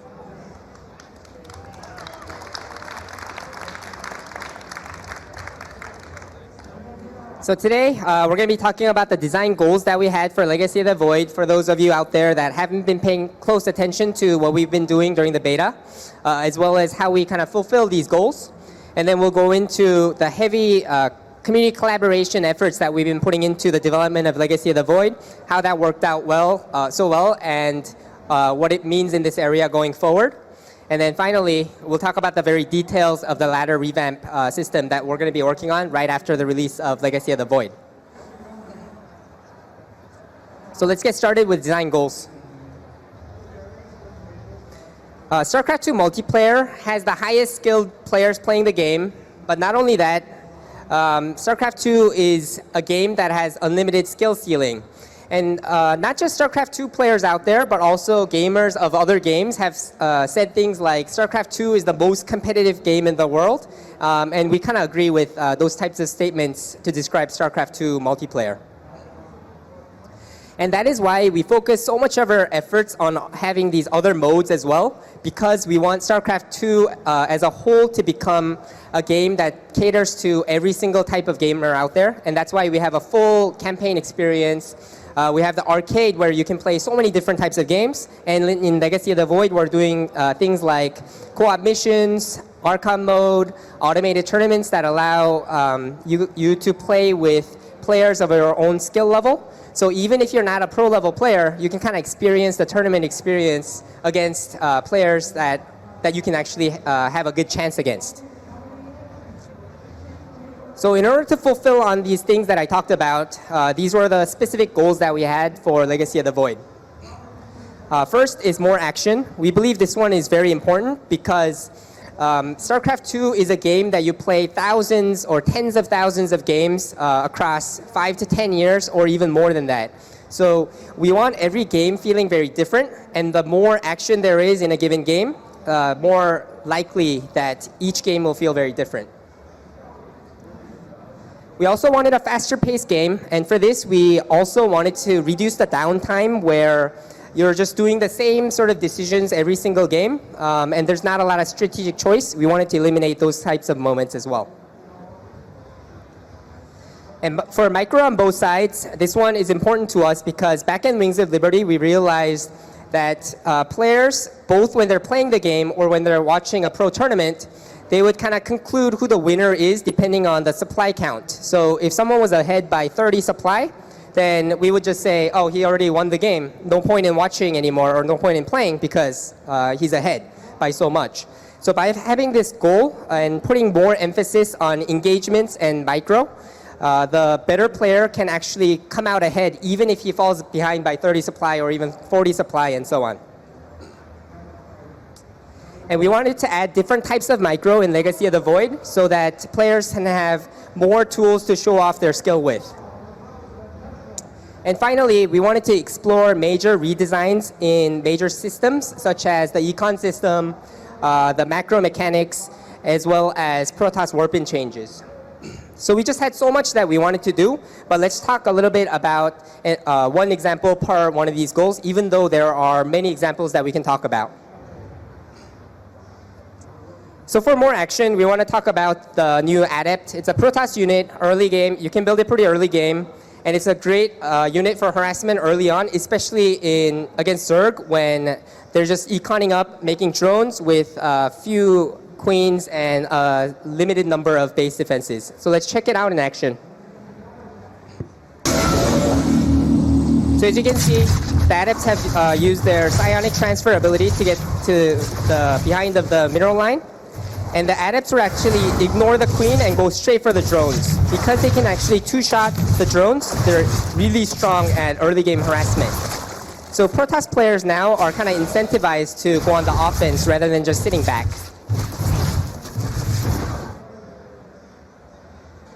For faster pace, we want to show a comparison video of what a Terran opening looked like in Heart of the Swarm versus what it looks like now in Legacy of the Void. The reason we wanted to make this change is because in Heart of the Swarm, every single game at the start, you build one worker, you wait, you build another worker, you wait, and it was this repetitive but mandatory process where there's no choices, there's no strategic decisions, so we wanted to speed that up a little bit. So on the left side, you're looking at Heart of the Swarm. On the right side is Legacy of the Void. And even from the beginning, the difference is very noticeable. And we just really wanted to focus on the moment the decisions are made to be happening as fast as possible. So you'll see that in Legacy of the Void, the first building already started to go up. And right when that building finishes, the first choice is made. So you can choose to go for an expansion, you can build 2 barracks and go for a marine push, or you can actually tech into by making a refinery right after the barracks. So in this video, you'll see that right when the supply depot finishes, the Legacy of the Void side is building a barracks and the refinery, whereas on the Heart of the Swarm side, only the first building is just starting to be built. For micro on both sides, we want to showcase a new Protoss unit called the Disruptor. What the Disruptor does is it shoots out this projectile that blows up and deals high amount of splash damage. And the cool thing about the Disruptor is the person that's using it can actually micro the shot for maximum effectiveness. And on the flip side, the player who's using the roaches are trying to mitigate the damage by splitting their roaches. So let's check it out in action. So the Disruptor on the right side killed 4 roaches, the one on the right killed only 1. So as you can see here, depending on who the better player is at micro, this engagement could have went all the way from a complete Protoss victory to a complete Zerg victory or anything else in between like you saw in the video. For different types of micro, we want to showcase a new Zerg unit. It's the Ravager. What this unit does is it shoots out this high damage attack in a very small radius. So if you use it against a unit like the Siege Tank, if this was Heart of the Swarm, the Siege Tanks just have to sit there and take the shot and be killed. But in Legacy of the Void, you can actually pick it up with medevacs and do some cool micro against something like this. So the Ravager shots have been fired at the Siege Tank, but the Siege Tank dodges it using the medevac.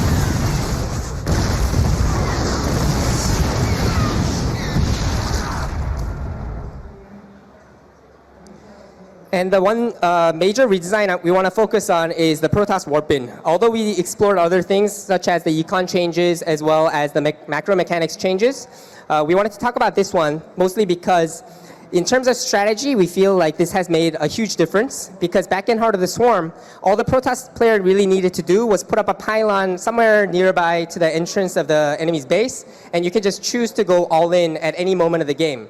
So we're not really saying that all-ins are necessarily a bad thing, but we wondered if we can kind of reduce the number of all-ins that Protoss players can do so that they can have a little bit more of long-term planning, strategizing, as well as some positional play. So let's check out what this looked like in Heart of the Swarm. The Marines kill all the Stalkers, but the Protoss player just warps in 8 Zealots and just kills all the Marines. Just because there was like a pylon up there on the cliff, he was able to do this. But now let's check out the exact same scenario in Legacy of the Void. The same number of Marines going up against the exact same number of Protoss units, but as you can see, the Stalkers are all killed, and then the Marines take care of all the Zealots. So in this specific scenario, maybe the Protoss player could have warped in the Zealots on top of the ramp, and then brought the Zealots down for a more favorable engagement. So this type of positional play, we believe, is a much cooler warp-in experience compared to the one we had in Heart of the Swarm. So aside from the one example that we gave per goal that we had, we did so much more on top of that.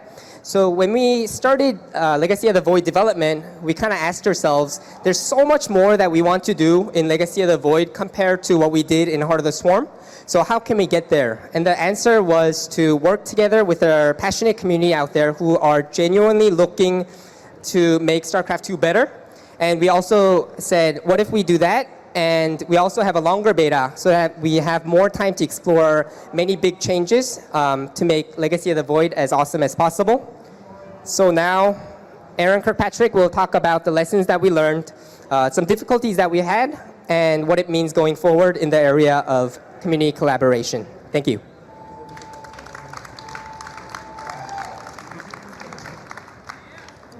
Hey, everyone. So to start out, I want to talk a little bit more about what David was just saying regarding the community. This is, we think, not only a passionate group, but it is one of the most dedicated communities out there. The StarCraft community built esports as we know it, and years later, you guys still pack tournament halls. Some of you even organize and run your own tournaments. We see a ton of maps being made for the ladder and the arcade all the time. There are talk shows about the game and its future. Really, the map and mod makers, the streamers, the casters, the players, everyone, you all bring a level of commitment that is just unlike any other community. Of course, not everyone is like this.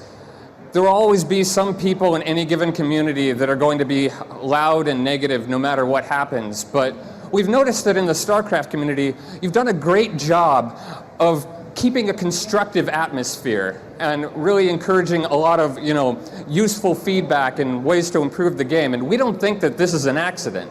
We think this is because all of you really just want StarCraft 2 to be the most amazing game that it can be. So we wanted to connect with all of you. We wanted to reach out and help you contribute to really make all of you a part of our development team. Of course, that's a pretty big challenge. We're really badly outnumbered. So how do we bring in all of you, all of these people spread across the entire world, and make everyone a part of the development process? Well, we figured a good first step is more transparency. If you're going to help, you need to know what we're working on. Now, in the past, we have made forum posts talking about upcoming changes and our reasoning behind them, but it takes more than this. You need to see our internal discussions and take part in them, and that needs to be a two-way conversation. If we just listen to your feedback, discuss it amongst ourselves, and then take action, there's no way for you to know that you were actually a part of this process, that your voice does matter. In that same vein, we can't just discuss the topics that we think are the most important. We need to listen to what the community thinks are the critical issues. By going over where the game is going in detail and talking about what all of your concerns are, everyone gains more insight into why changes are being made, and that really just results in a better feedback process. So this is part of what we mean when we talk about iteration and polish. We're not just looking to make our games better and better over time, we're also looking to improve our own skill sets and processes.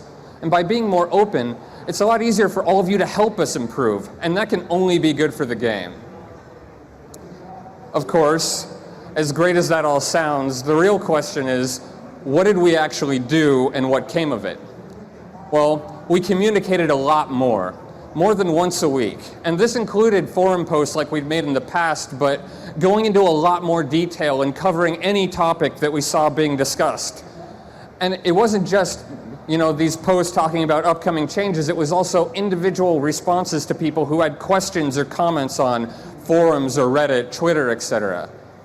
And in addition to this online effort, we also held community summits. For these, we flew in a bunch of really dedicated and outspoken community leaders from a ton of different regions, and we shared our upcoming plans with them. Then we sat down face to face and discussed those plans along with any other topics that they were passionate about. All of this conversation has resulted in direct changes to the game. To start with, we've made a ton of changes to units. One of my favorite examples of this is the Disruptor. Early on in the beta, we received very consistent feedback that although people really liked the micro involved with the unit, it felt a little bit too all or nothing. If you might recall, in the beginning of the beta, the Disruptor itself, rather than launching a projectile that you can control, you would move the Disruptor itself into the enemy army. And that meant that you either wiped out the entire enemy army with your Disruptors, or they're now behind enemy lines and they're probably all gonna die. So we discussed this. We then shared our discussion, asked everyone out there what they think, and we built off of everyone's comments and suggestions to propose some changes to make to the beta. One of the things we started with was saying maybe we can make it easier to rescue the Disruptor after it detonates, but make it so that the explosion isn't quite as extreme. And that meant that we got really great feedback when we tested this. We heard from people, yeah, mission accomplished. It feels less all or nothing, but it's still not perfect. Now it feels like most of the micro is in the Protoss player's hands, and there's not a lot the other person can do to combat it. So we continued the conversation. We built off of everyone's feedback and suggestions, and eventually we ended up redesigning the unit into what we have now, which is just a lot better, and it's working out to be a lot more fun. And we repeated this process with a ton of different units. It even gave us a brand new unit. The Terran's Liberator would not have been good enough to ship if it were not for the detailed thoughts and feedback that we received from all of you. I really can't stress how much of a long shot getting this unit up to the state that it's in really was. You might recall that in the heart of the Swarm beta, we ended up cutting the Warhound, and we couldn't quite get anything up to the high bar that we have that is a StarCraft 2 multiplayer unit. In Legacy of the Void, not only did we reach that bar, but with your help, I think this has actually become one of the most interesting units in the game right now. But we didn't just work on units. We also worked on all of the game mechanics changes that David was talking about earlier. For example, the economy changes. It was due to some really great analysis done and sent to us that had us look at the economy in the first place. And it was all of the in-depth testing and responses that we got during the beta that helped us walk a really fine line between encouraging more expansions and having more aggression and making the game just feel way too fast-paced, which is something that we didn't want. The warp-in changes as well. This was actually a pretty difficult thing, but by working together, we were able to not only make this more tactical and not as prone to all-in strategies, but also it's still strong defensively and it keeps the game stable. Probably the most heated topic that we've had so far is the changes to make macro mechanics more accessible. This was something that came up at one of the first community summits we had. We heard that mechanics like Inject Larva and Protoss's Chrono Boost are really, really important. In fact, so important that it feels like you have to be doing them rather than anything else in the game whenever the moment comes up to use them. And so it can feel like a burden that you have to, force yourself through in order to play the fun parts. And we thought this was really interesting feedback, so we opened the discussion to everyone online. And we heard a ton of feedback from a ton of people, by far the most engagement we've ever got, and we got a very clear message that the community was entirely split on this issue. No one out there could agree on this. Some people loved the macro mechanics, some people hated them, people had different ideas about whether we should redesign them, whether we should scrap them. But this was actually, well, it could have been a disaster. It turned out great, because people gave us so much detailed feedback about what they liked, what they didn't like, and tested out all of the iterations, even the things they didn't particularly think would work. We ended up building off of all of this to make changes that we hope make these mechanics more forgiving, but also still have a lot of strategic decision making and are really important at the top level of play. But more than that, something really interesting came up while we were looking into this issue. We received feedback that while we were testing a more scaled down version of macro mechanics, that players actually really liked the pace of the game, regardless of how easy to use or not these mechanics were. And when we thought about it, it made a lot of sense.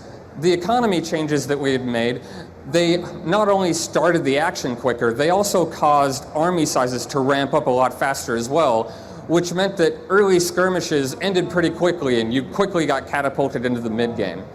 With the macro mechanics scaled down, your army sizes don't grow quite as quickly, so there's a longer period of skirmishes, and people found this to be a lot of fun. So in addition to making these mechanics a little more approachable, we also scaled them down a bit to create a smoother pace throughout the game. And I just think this is a really cool thing that happened, because it shows that not only is community collaboration useful for solving specific issues that come up, it's also a powerful tool that we can use to explore design, and it's something that I think we're going to have a lot of fun with in the future. So now the beta's over, and we've taken some time to look back at how things went, and it's pretty clear to us this process has just been really invaluable. We got way more feedback from the community, really great quality feedback, and this has allowed us to accomplish more in this beta period than we ever have before. In addition to that, we also got a lot more feedback and interaction from pro players, and this wasn't something we really expected. We had plans to work with them more, but it's always been a little bit difficult to get feedback from pros because they're so focused on whatever their next match is that it's hard for them to take the time out to look at a particular balanced test map or some new thing we want to try. So what we found was that with the community discussing all of these topics every single week, they couldn't help but get sucked into the process, and we found that a lot of pros were sending us their feedback of their own accord, which has been really, really helpful. So this process has just gone great. And I think one of the coolest things about it is that we haven't been doing it for that long, which means that we still have a lot of room to improve as we move forward. So let's talk about moving forward. So Legacy of the Void is going to ship in just a few more days. I feel like a kid before Christmas. Yeah. And although the beta is over, this process of community collaboration is still going to continue, but it will look a little bit different. As the game goes live and we have a ton of players filling into the servers, we're going to be focusing more on balance, which means there will be fewer topics to discuss and we might not be communicating as frequently. But the goal is still more open communication. We want to share our thoughts on where each matchup is early and often, and we want to try and start testing changes to things that appear like they might be a problem before we're really certain, to make sure that in the future, once these problems come up, we're ready to tackle them as quickly as we possibly can. Now, this isn't something that we've done in the past before, not during a balance period, so we're going to have to figure it out as we go. But we think there's a lot to be gained by sharing our thoughts early and often with all of you and working together to solve any issues that come up. It's also worth mentioning that this focus on balance is actually just one phase of development. There's still a lot on the horizon for StarCraft 2, And if you missed it, the Future of StarCraft 2 panel actually went into some more detail about our thoughts for future times with big changes. And as we go into these times, we're going to once again be reaching out to all of you to get all of your thoughts, your feedback, your testing, and your ideas, so that we can try and make sure that any features we try end up being as great as possible by working with, together with all of you. So to talk about one of those first areas of major changes, Aaron Larson is going to come up here and chat a bit about the ladder. Hello, friends. So I'm going to be talking to you guys about what our goals are for the ladder revamp. Now, before I get started, I do need to give you guys a disclaimer. You know, this is very early in the process. All this stuff is subject to change, et cetera, et cetera. So one of the things that we want to do, though, by talking about this so early is to get your thoughts about it, get your feedback on it, and be able to iterate on that and include that into our design. So if you missed the other panel, the Future of StarCraft 2 panel, we talked a lot about you know, our continuing support for Legacy of the Void post-launch. So this is the multiplayer team's top priority post-launch. All right, so diving into the goals. First up, as Aaron was talking about, the community collaboration stuff that we did for the Legacy of the Void beta has been awesome for us. It really helped us out, and we want to continue this process going forward. So what that means for the ladder is we want to hear your ideas. We want to hear what you like. We want to hear what you don't like about our current ladder. We want to know, you know, what we can do to improve it. So with that said, we know we want to move in a direction that provides more accuracy and transparency to the player. The StarCraft 2 multiplayer experience really is, you know, sort of that ultimate test of skill. No matter how much you play, you can always get better. So when we include a ranked mode for this, that means it really attracts a lot of the most competitive players out there. And the competitive players, they really want to see where they stack up against their competition. So we have an example here of something that's working pretty decently for us for this goal, our league system. Here you can see gold versus silver. It's pretty clear to tell, you know, who's the better player. And the way the medals work, they sort of communicate where you are, like roughly your skill level, and that's working pretty well for us. The problem is when we start comparing players within the same league, it doesn't quite work the same, and that's mostly due to the way that divisions work. So you might look at this and think, well, rank 52's got to be better than rank 64, right? Well, not necessarily. Because it's somewhat random which division you get placed in, some divisions can be a lot more competitive than others. You could get placed into a division that's a lot less active, so those people might not be spending the bonus pool, and if you're just active playing a bunch of games, you can shoot up pretty high. So that's an example of something that we do want to improve. And our last goal here is we really want a system that can accommodate a wide range of skill levels. And so what I mean by that is that the needs of a Grandmaster player from this system are really different from the needs of a bronze level player. A Grandmaster player is going to want to see, you know, exactly where they rank within the region. They want to see, like, you know, I'm the 71st best player in the region. And that number makes a lot of sense to them. It provides a lot of meaning within that context of being a Grandmaster. Now, if you take that same number and you put it on a bronze level player, they see a ridiculously high number that just basically means how many people are playing in that season. That number doesn't mean anything. So what does a bronze level player want to see? Well, they're trying to get better at the game, so how about we tell them a little bit more about how much they're improving by? Maybe give them better goals as far as, like, you know, if you keep playing then and you keep doing this well, then you can get into silver, and really help communicate that a little bit better. All right, so those are our big three goals. And with that, I'm going to pass this off to Alex Sun, who's going to talk about some of the details of this system.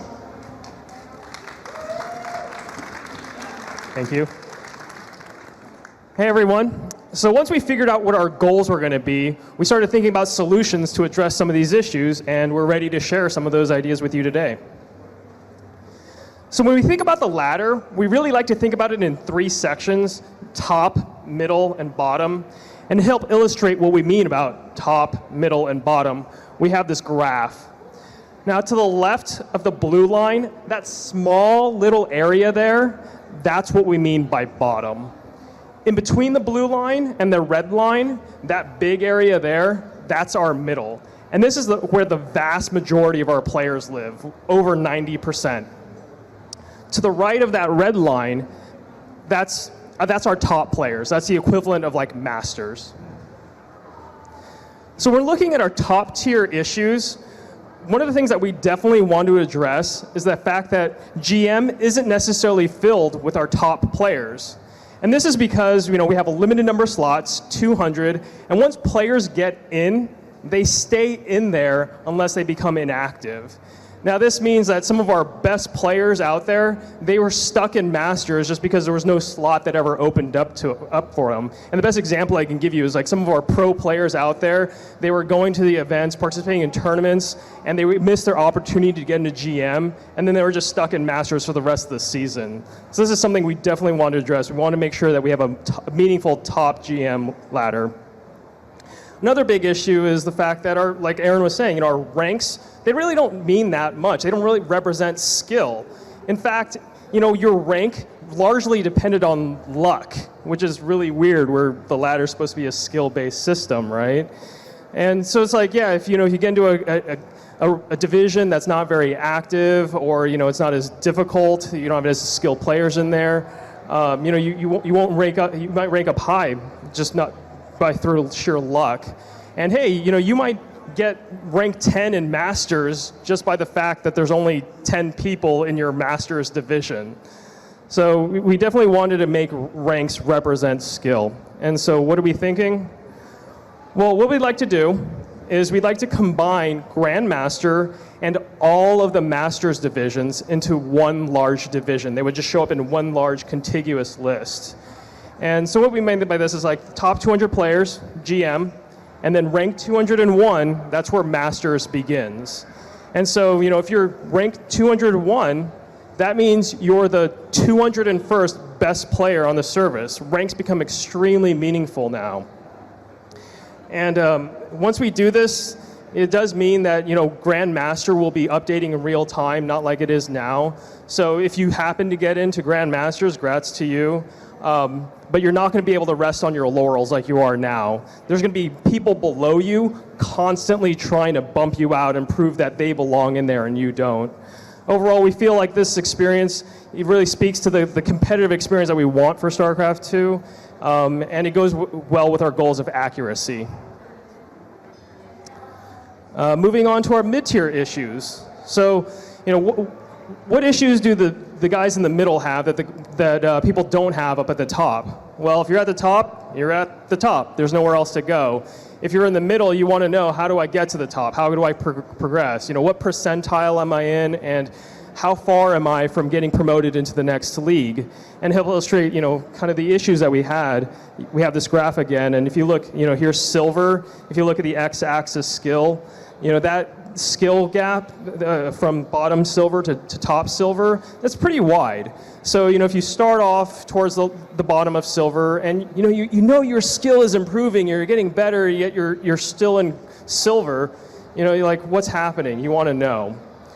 So what do we want to do here? Well, similar to Masters and Grandmasters, we want to get rid of that concept of the 100-player divisions and just combine them and have 10 skill-based divisions instead. So this means if you get placed into like Silver 1, congrats, that means you're at the top of Silver. You're the best in Silver, and you're probably not too far from Gold. But if you are in Silver 1, you're probably still curious, well, am I at the bottom of Silver 1? Am I at the top? How far am I to getting promoted into Gold? And to help with that, we want to look at at how ranks are sorted out and how you get points. And basically we want to revisit bonus pool. Like Aaron was saying, like people who were using up their bonus pool, they can get really high up in the ranks and surpass a lot of other people who are a lot more skilled by them. So we want to either get rid of bonus pool entirely or drastically reduce it. And once we do that, ranks become extremely meaningful, and you'll know, like if you're rank 10 in Silver 1, it actually means that you're rank 10 in Silver 1, and there is some more. You have to improve even a little more in order to get into Gold. All right, moving on to the bottom tier. So bottom, yeah, if you look at the graph here, we were looking at the issues that we were having. We really looked back to Wings of Liberty and the mistakes that we make there. And here you can clearly see, like in Wings of Liberty, we had the population set to 20%. And look again, like at that x-axis, that skill. There's a huge disparity between the bottom bronze players and the people who are, on the borderline between bronze and silver. If you look at that disparity, it's basically like this skill disparity between silver and platinum players. So what was happening in Wings of Liberty was, players who were starting off towards the bottom of bronze, they were watching the Day 9 videos, watching the Apollo videos, they were getting better. The equivalent of like going from silver to platinum, and yet what was happening? They were stuck in bronze. Blizzard was not recognizing the fact that their skill was increasing so much. And they were just stuck in our lowest league. It's very discouraging. So what do we want to do here? We think the 10 skill-based divisions is going to help a lot here. If you get put into bronze 6, you improve. You go into bronze 5. Grats, you've made some progress. And hey, you're in bronze 5. That's not the lowest. Bronze 10's the lowest. We think this will help, but in order to really solve the issue, what we feel like we really should do is just recognize the players for actually improving and give them what they deserve, and that's actually a promotion. And in order to do that, we want to make bronze a little bit smaller. So, this doesn't mean that we're going to make bronze so small that only like 1 or 2 people are in it, and hey, grats, you got into silver, and then silver becomes the new bronze. That's definitely not our intent here. What we just want to do is, like I said before, really recognize those players. That players whose skill has increased, the equivalent of like going from silver to platinum, we want to recognize them and give them the promotion that they deserve. So in Wings of Liberty, we had the value set at 20%. In Heart of the Swarm, we made it 8%. We're still not exactly sure what the right percentage is for the future. We're going to take a look at it, but basically our goal here is to make it not feel so impossible that you're going to be stuck in bronze forever, and give players a proper recognition. So those are the ladder ideas. If you guys have any questions, now is a good time to start lining up. We definitely want to hear the feedback that you guys have. We really appreciate all the feedback you guys have given in the past, being part of the development process.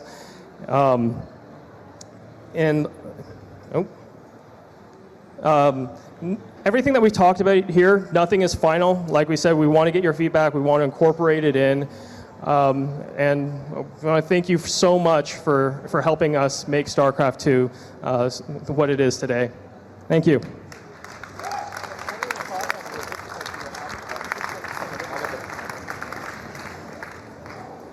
Hey, the question is about Chrono Boost when you have more than one Nexus. So, for example, when you take your NAT, you have 2 Chrono Boosts, right? So you chrono 2 Forges, for example. Now you want to chrono a Gateway or something, right? Now, you can't tell which Forge you unchronoed, so for some reason you unchronoed the wrong one, you're going to lose the game because +1 armor might not finish. Are there any thoughts about improving the way that you're going to figure out which chrono is which? Sure. So that's actually something that we took a lot of time with. One of the things that we did that helped is increasing the cooldown on the Chrono Boost. That way, you can sort of quickly recast all your Chrono Boosts on the structures that you want, and it'll set to what they properly are. We're definitely open to more suggestions for revamping it down the line, though, for sure.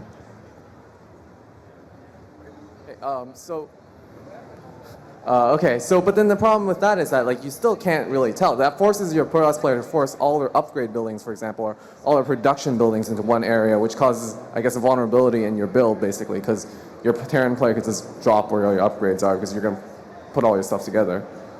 Yeah, so it's very difficult to just indicate, say for example, if we link the Nexus to the thing that is chrono boosting, that gets very difficult because it's a map-wide spell.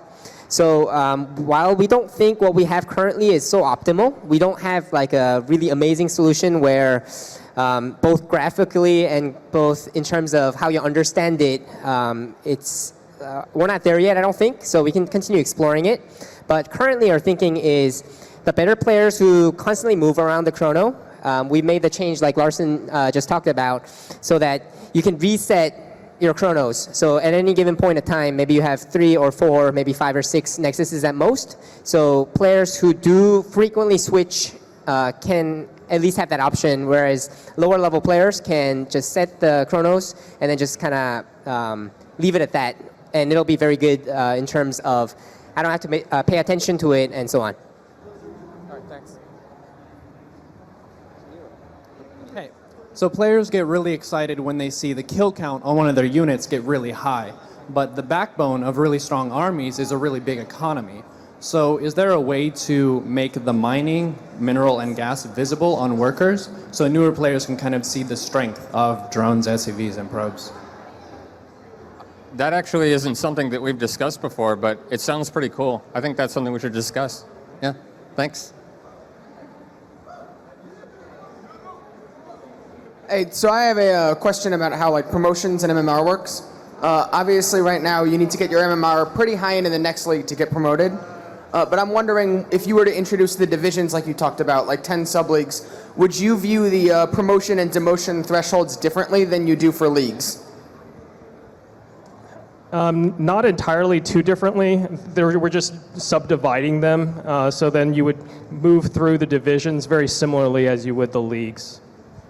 And just to clarify, there is no threshold when you get for promotions right now. We made that change maybe a year or 2 ago. So you get promoted right when you hit the border. But then demotions, there is a threshold before you get demoted. Just a couple questions. First is about the separate ranks for each race, where you mentioned how Masters and GM is going to be one combined ladder. Is there any plan to allow the same person, for example, to have Terran, Protoss, Zerg in that ladder, or is there going to be some sort of restriction on that? Currently, we're thinking there's not going to be a restriction. Based off of our stats, you have to play quite a few games in order to maintain your status in GM. So players might be able to do it, but it's going to be quite a bit of a time commitment. If it becomes an issue, we can definitely look at it. Just a follow-up, is there any plan for, at some point, once it's finished up, the WCS or some sort of WCS system or tied in tournaments or something like that to be affected by the regional ladder? Yeah, we're discussing it with the esports team. Currently in Heart of the Swarm, there were talks of doing something like that, but it was kind of difficult because, like Alex and Aaron talked about, the ranks were a little bit meaningless. So once we address that issue, we'll definitely have those discussions again and try to have a system where we can link the two together. It would be awesome. Hi guys, my question is about ladder maps. The WCS season scheduling is always hectic, and sometimes we end up with the same ladder maps for 4 to 5 months. So I was wondering if you guys in Legacy are going to move away from using the same map pool for the same amount of time as a WCS season. Yeah, the esports team will announce their 2016 plan tomorrow, I think, on the WCS stage. And depending on the changes that happen, I think something like that is a definite possibility. So one of the things that has been a sort of frustration for a lot of players has been the sort of Protoss deathballing or the Protoss centralization of power, especially with hero units like the Mothership Core and the Colossus that really function essentially best in an A-move sort of deathball-y kind of a way. What things do you think that you've done so far in Void that have helped disperse the Protoss power, and what kind of things may you be working on to continue that process? So yeah, that's definitely something that we've heard a lot throughout Wings of Liberty and Heart of the Swarm. In Legacy of the Void, one of the things that we really tried to do was tone back the Colossus a little bit and put in the Disruptor to help fill that gap. The Disruptor is definitely not an A-move unit. It requires a lot more micro on both sides. So that's definitely one of the big things that we've done to address it. I'd also mention that just the changes to the economy in general really help offset that kind of death ball-y A move sort of thing, because if you have your entire army in one location, it's not going to be nearly as optimal as somebody who's constantly attacking the different bases, because it's more spread out and it's really hard to defend everything. So I think the economy changes have helped that as well. Thanks. Okay.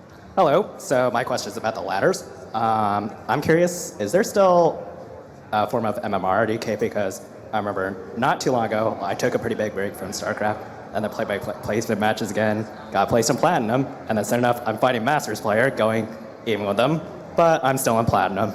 So, and it's kind of getting discouraging because I know I have to play a lot of games to get back up there, which I kind of don't have the time to. So I wonder how you're going to address that. Actually, a while ago we did remove MMR decay. If you're experiencing it, might be something like Legacy. Someone might have had their MMR decayed and it hasn't caught up yet, but it has been removed. Okay, thanks. I have a question about the ladders. So currently in the North American scene, we see a lot of the top players practicing on different servers. And I was wondering if you guys had a plan to incentivize practicing on the North American ladder. Yeah, I think that's something that definitely came up when we talked to pros, or even when we had the community summits and things like that. But I think at the esports stage tomorrow, when they go over the plans for next year, that's definitely something that I think they're going to be talking about. Hey, so first of all, I just want to say that you guys are awesome. Thanks for sharing everything and talking with us. I think that's really cool. Everything you guys shared is pretty awesome. You guys are awesome. Oh, you guys are awesome. Thanks. So my question is about team games. How much do you guys monitor balance for team games? I'm a big 2 versus 2 player. I got friends that play 3 versus 3. We're high level. And obviously there's combinations that seem a little more powerful than others. It seems like you guys are going to support 2 versus 2 in automated tournaments. That's awesome. Thank you. But do you guys actually monitor team game balance? Yeah, it is something that we keep an eye on, but it's always been a lower priority than 1v1 simply because 1v1 is the most played of all of our multiplayer modes. So we've tried to tackle it mostly through maps and just smaller changes, like if we see, oh, there's an issue that we can fix both in 1v1 while also helping in 2v2, we might do something like that, but we try to avoid upsetting the 1v1 balance for 2v2. With that said, it's something that we constantly keep an eye on, and it's something that we don't receive a lot of feedback on, so it's great to hear from people like you who really like our 2v2 mode. Sweet, thanks guys. Hello. Have you considered letting, with the new system, when you employ it, are you going to consider letting players know when they're going to move up in a, to the next level within the division, and then letting them know, hey, if you win this match, you're going to get a promotion? We would love to do that. One thing that we talked about, one value that we have is, seasons can go pretty long, and how do we introduce some stories, some nice stories in there? So like one thing we would want is you go on the load screen, and we match 2 people who are going to get promoted into maybe gold if they win the match. And then it's a promotion match. Whoever wins this gets into gold, something like that would be awesome. It's not necessarily something we can do right now, but we were looking into it. Cool. And I don't know if I missed this, but are mid-season demotions also being considered outside of just GM Master?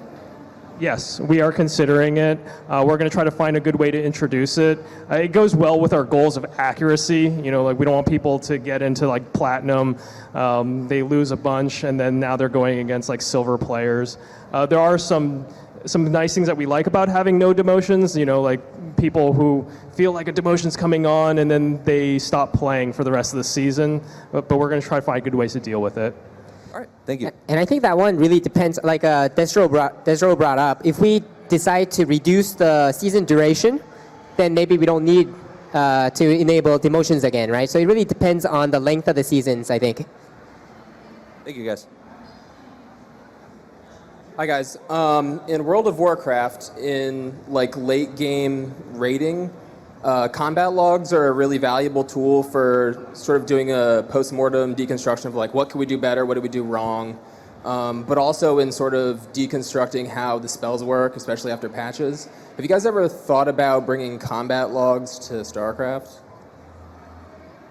So, not extensively, but that kind of thing is something that we have talked about. And one of our preferred ways to do things like that is to put tools in your hands, like through the editor.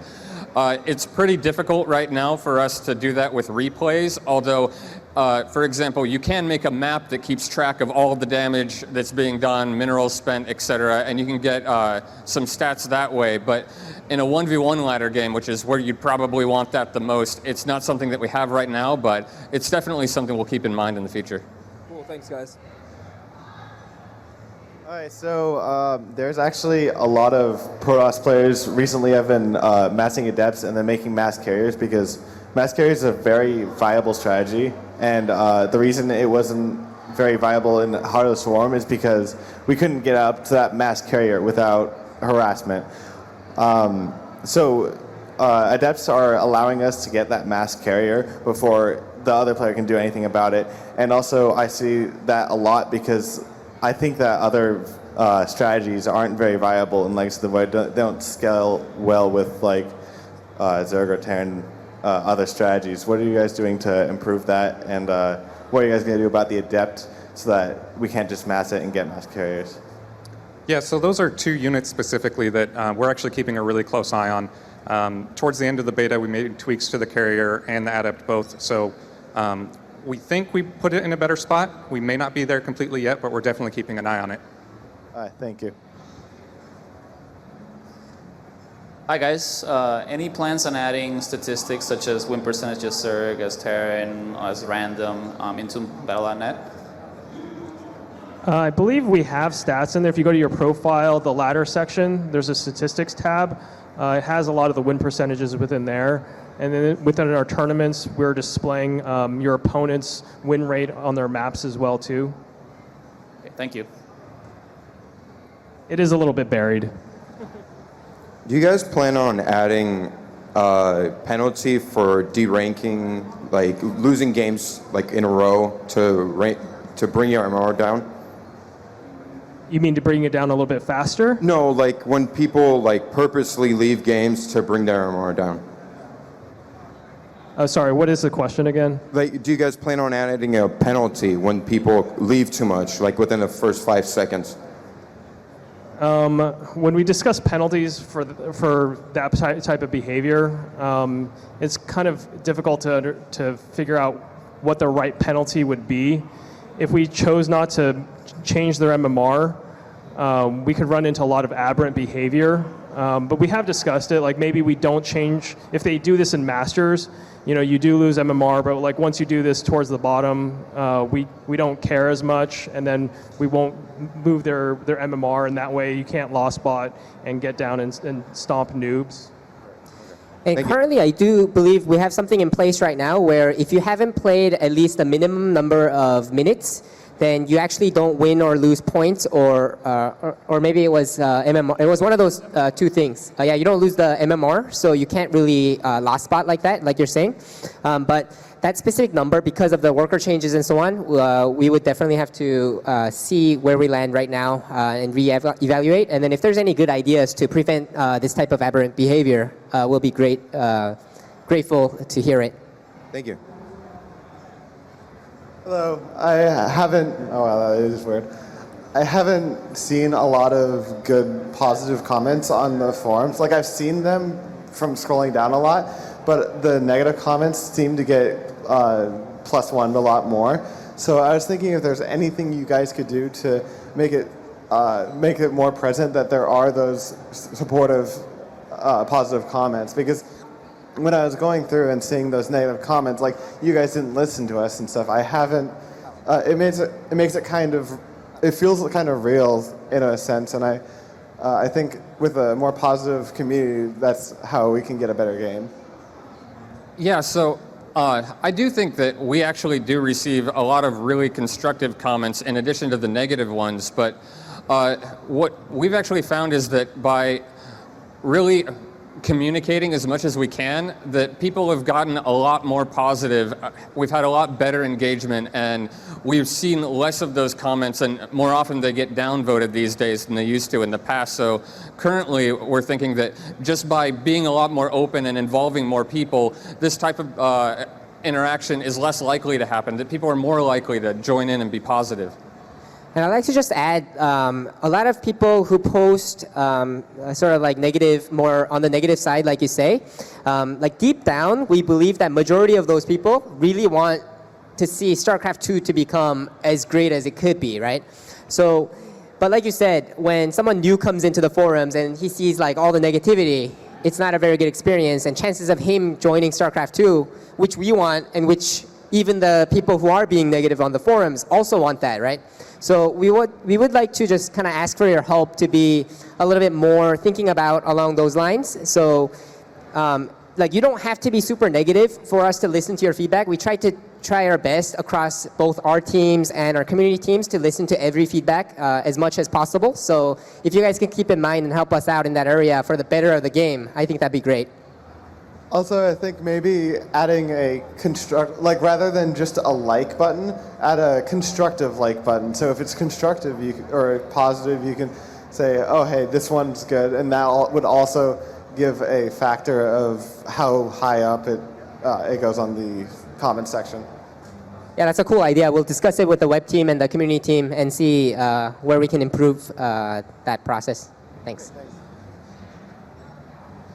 All right, hi guys. Can you talk more about specifically about balancing challenges and learnings with Archon mode, specific to Archon mode? So currently, because Archon mode is not in the same state as 1v1, like 1v1 is in a very unique place because all the esport tournaments happen around 1v1 and so on. So it's a little bit similar to what Aaron talked about with team games. We don't put as big of, like this game has to be super balanced so that tournament matches have to be fair on it.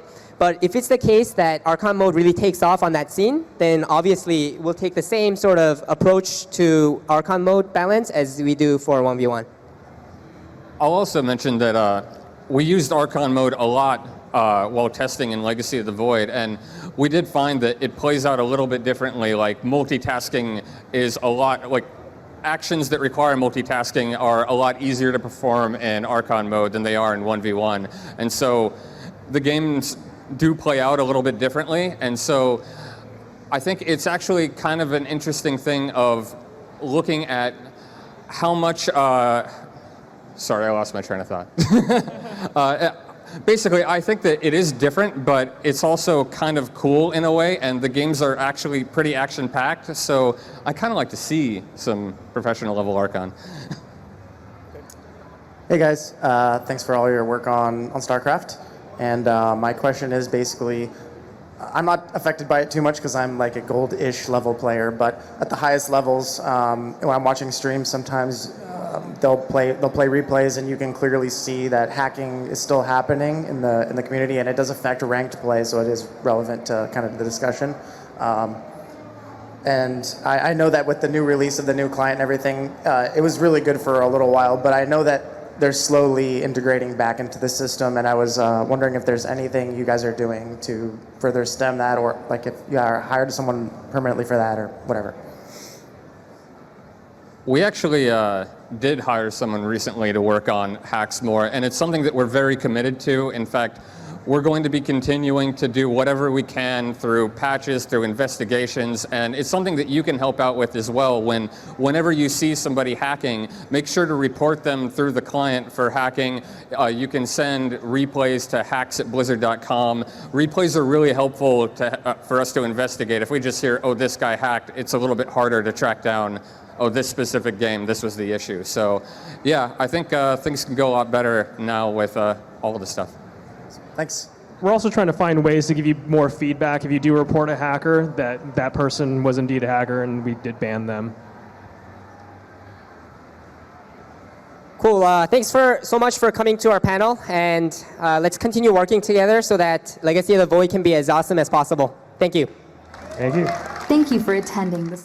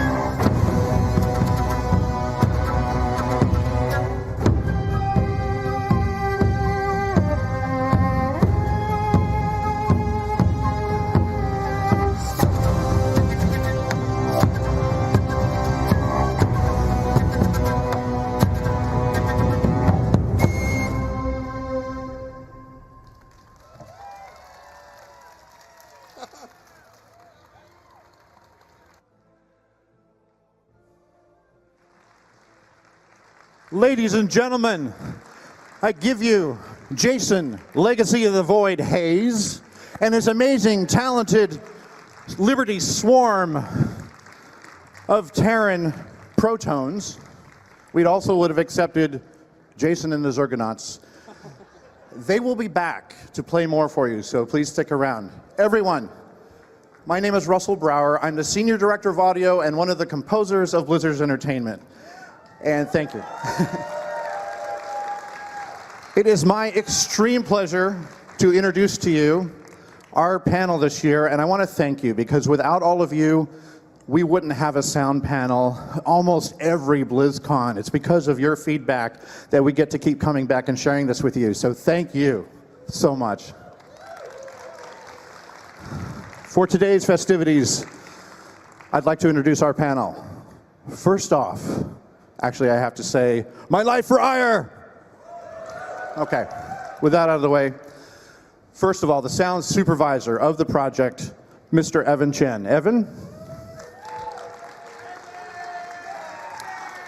Senior sound designer of the project, Mr. Ed Serrato. Ed, join us.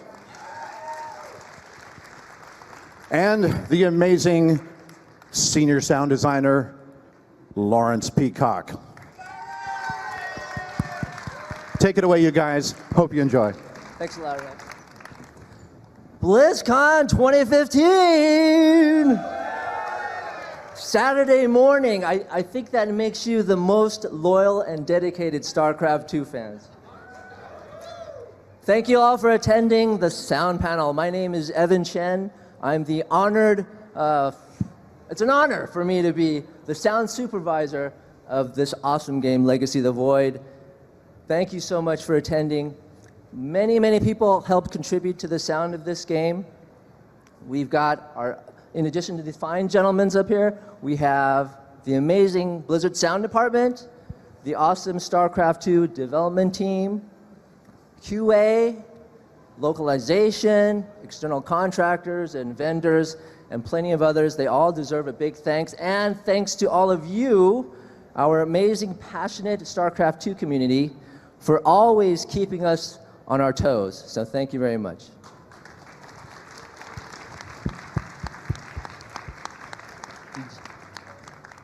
Enough chatter, let's take a look at what we've been up to.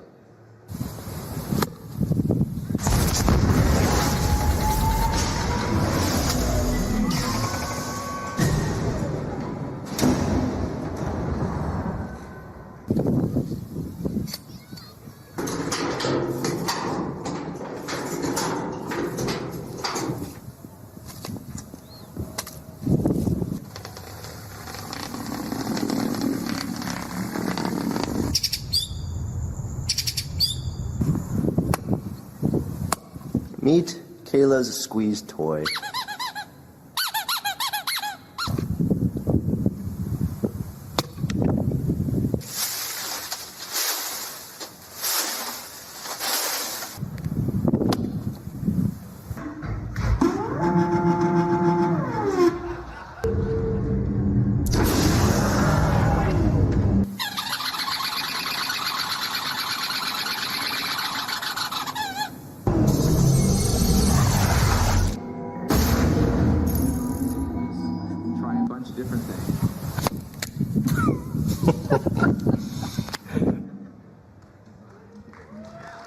Okay. It's a real challenge to work on Legacy of the Void. It's hard work. It's like working on a Hollywood motion picture at the same time as we're working on a game. One day, we're designing sounds for units, tiny little units on your screen from a top-down perspective to function as responsive gameplay feedback. And then the next day, this same unit that we're designing sounds for is now towering over you in your face. Oftentimes, these sounds have to be heard over the chaos of huge, large, just crazy battles. And at the same time, they have to all fit within the sonic sensibilities of the StarCraft 2 universe.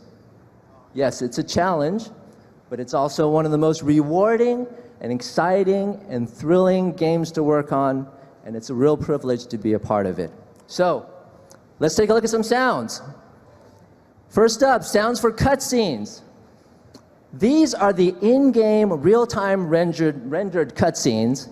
It's different than the pre-rendered cinematics that a different audio team does at Blizzard, led by the amazingly talented sound supervisor Paul Manichini.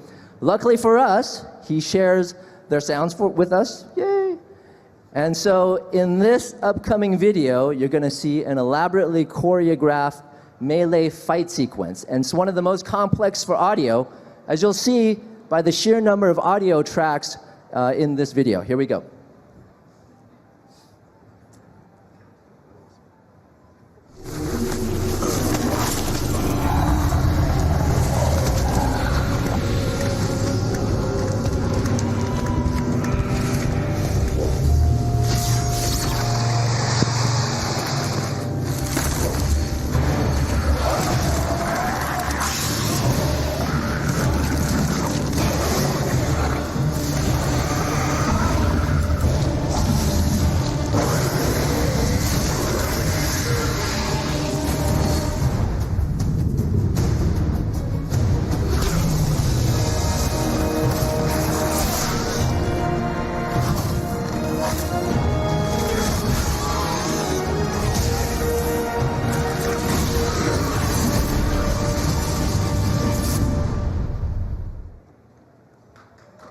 Okay.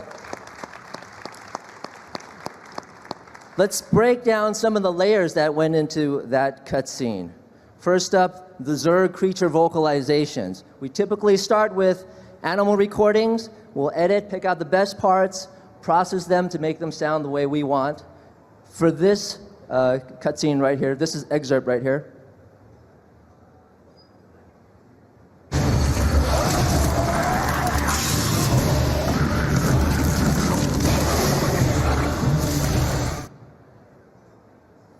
Okay, so that consisted of a horse. Here's the sound of that horse.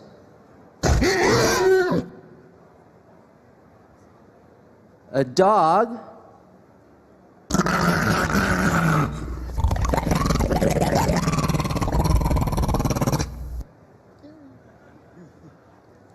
A seal.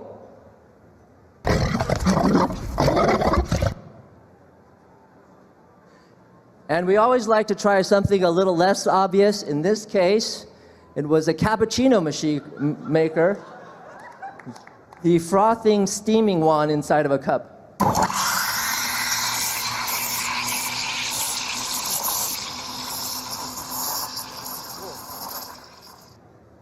Okay, and so here it is, just the vocalizations isolated by themselves. See if you can pick out what you just heard in this next video.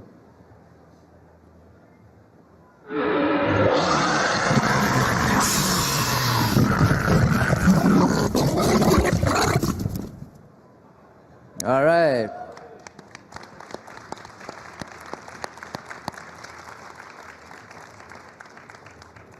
Next up, the Psyblade sweeteners. The Psyblade is just an amazing sound. I love this sound.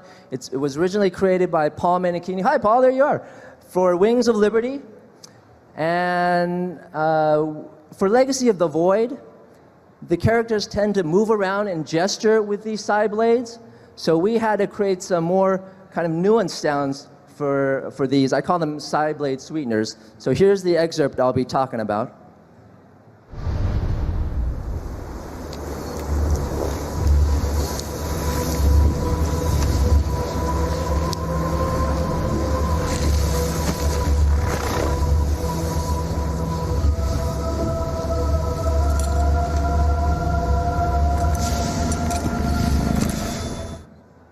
Okay. So notice that in this shot, Artanis actually has two Psyblades. How do we differentiate between the two? We can't just duplicate the same sound twice, otherwise it'll sound like one big, gigantic, mushy Psy-blah. So the right-hand Psyblade actually uses the original Psyblade sound. The left hand, I tried to recreate that buzziness in the original sound, which was created by an old Korg Z1 synthesizer. Thank you. This was like a didgeridoo, like hum and a buzz. So what I ended up with was a portable back massager inside, working the inside of a torch lamp, recorded with a contact microphone, which is a special type of microphone that just records sounds through vibrating objects. So here's the raw sound by itself.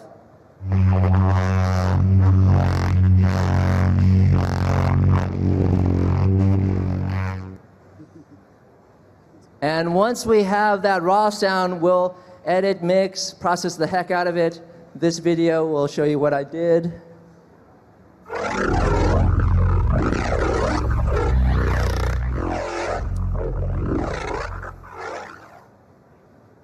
Okay, and oh, thank you, thank you. Here it is, all together, just with the Psyblades by themselves.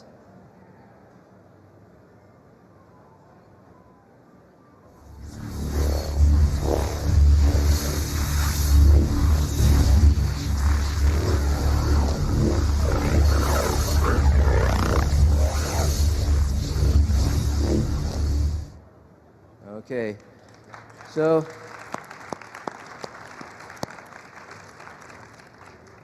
you can actually hear this same sound right now if you set your main menu background to Artanis and just wait long enough. Here's a quick excerpt of that.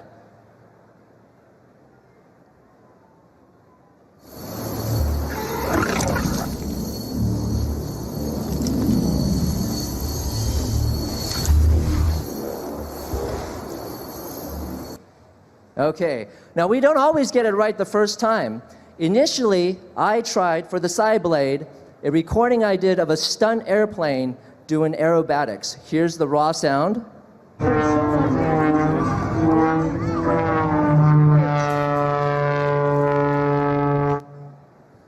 Okay, and if you slow it down, you can kind of get that side blade buzz. Here it is.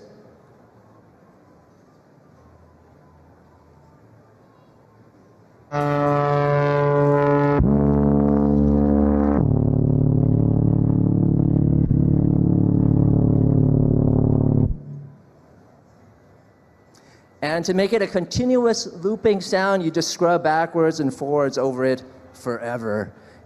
Here's the final sound I ended up with.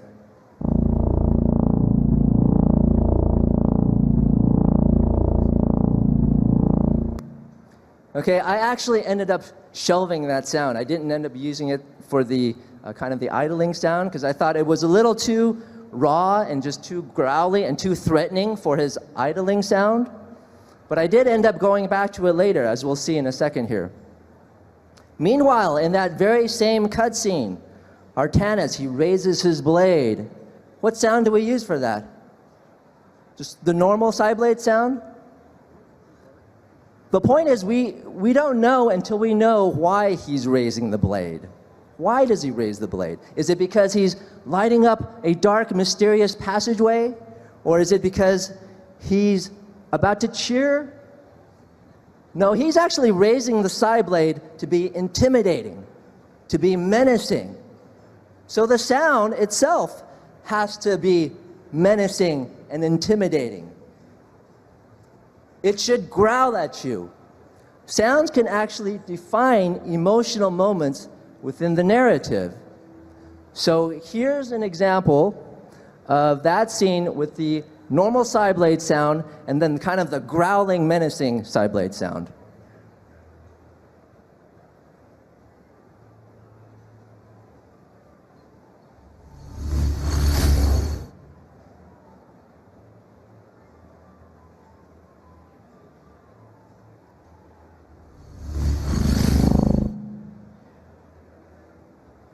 So this is actually one of my favorite areas to explore as a sound designer. There are several moments like this in the game. Please keep your ear out for them. I think they're more satisfying to find than even all of the audio Easter eggs that we put in the game. Okay, up next, new units, sounds for new units. We're not gonna go through all of them. These are some of the fan favorites and the ones that have garnered the most audio feedback. The tricky part with creating sounds for units is that we always have to take into account their context and their usage. So for example, how fast does this unit fire? What's its cooldown time? Is it an early game unit, a mid-game, late-game unit? Is it a harass unit? Is it a support unit? What's the typical army composition? So we're always keeping these things in mind when we design sounds for units. First up, the Protoss. Sound designer Sean Bernardo had a big hand here. He's right there. The Reaver and Dragoon make their return in campaign. The Reaver was a lot of fun to work on and revisit because we got to hear Blizzard employee number 14, Glenn Stafford's original vocalizations for the StarCraft 1 Reaver.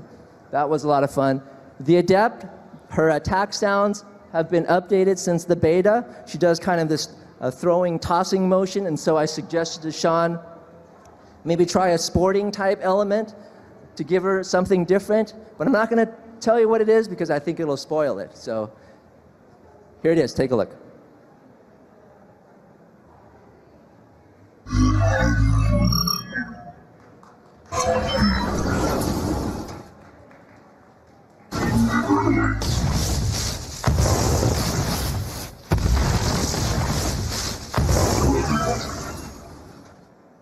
Awaiting instructions. Initiating. Confirmed.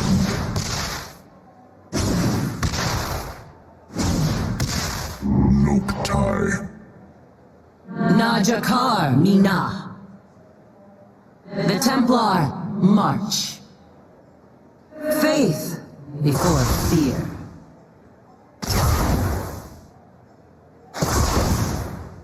Porzalah. Okay, for the Terran, we've updated the Liberator sounds, most of them done by Ed up here.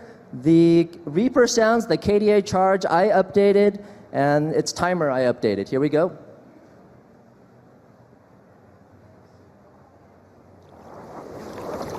Will do, Command.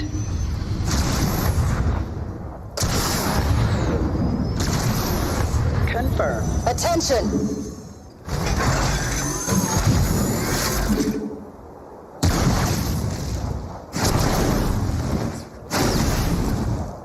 We read you. Course set. Got something for me to kill? I love it when a plan comes together.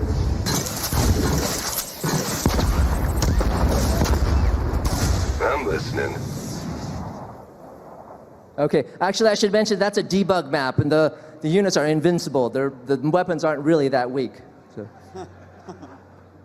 Okay, finally the Lurker. The Lurker deserves his own slide because we got the most feedback on the sound for the Lurker than any other unit in StarCraft 2. The problem was that you couldn't hear when the Lurker was attacking you. In fact, I got a personal visit from community casters Zombie Grub and Rifkin at my office to tell me about this issue. So we fixed it. The issue was the original sounds of the Lurker spikes from Wings of Liberty wasn't really designed for multiplayer. So we took that, we remastered it, made it punchier. Here's the original sound from Liberty.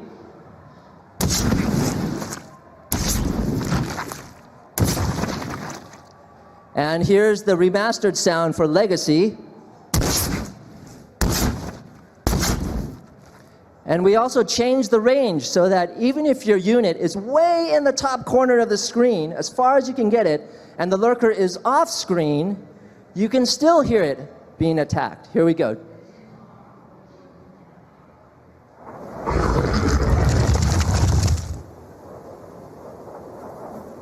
Keep your Can't wait. You got it.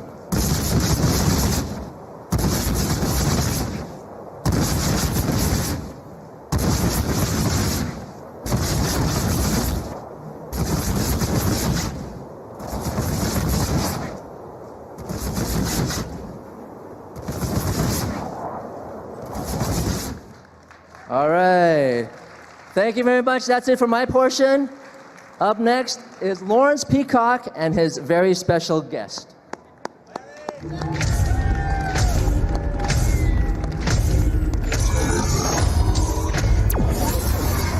Hello and welcome to Blizzcon 2015.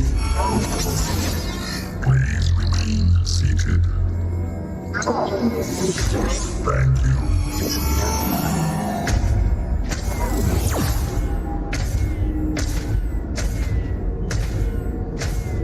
Whoa. Being mainly a Terran player, that guy just scared the crap out of my Marines. Any fellow Terran players out there? All right, we'll have to play sometime.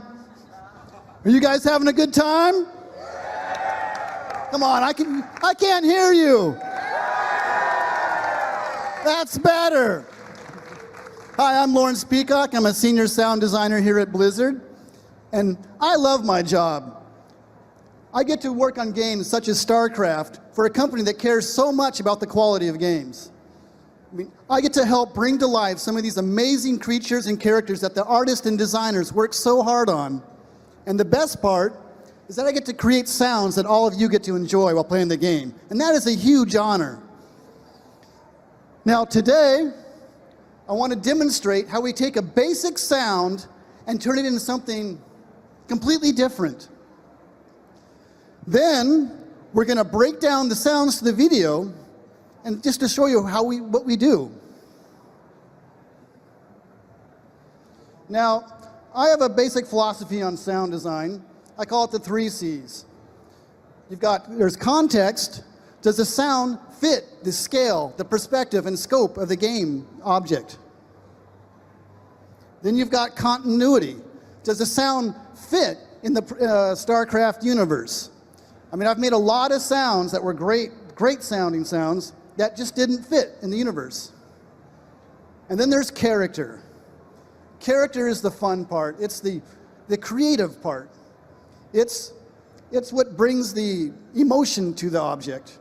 And it's also, it's what we bring, it brings the unit to life.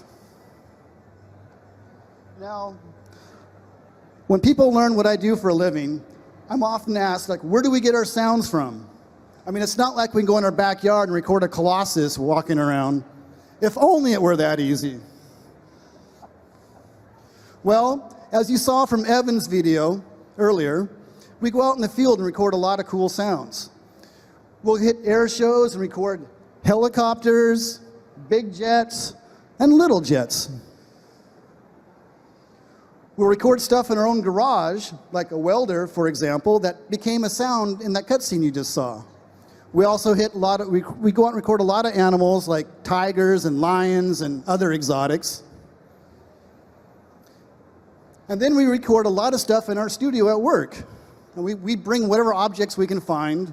For example, I brought some football pads in that later became the sound for the Protoss armor movement in some of the cutscenes.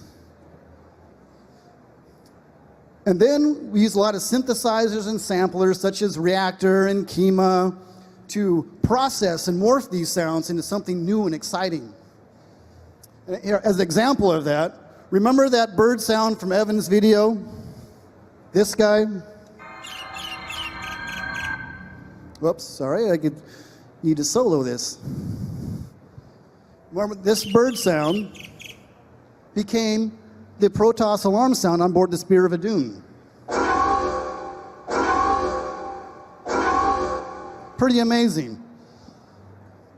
Now I could talk, so moving on, we also have a large library of sounds to draw from as well to fill in the cracks.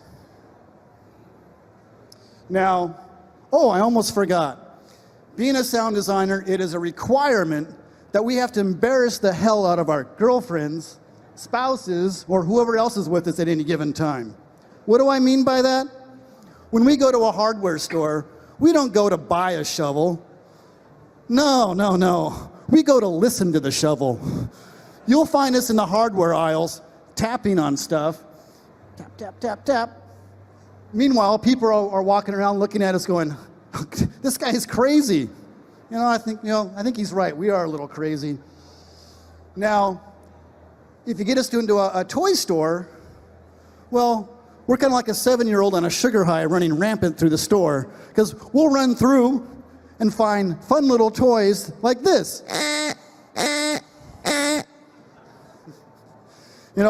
could talk about this all day, but I'm sure you'd rather have me show you how we do it. So,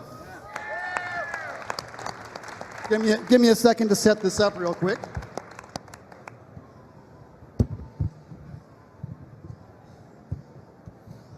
All right, my stand kind of fell down.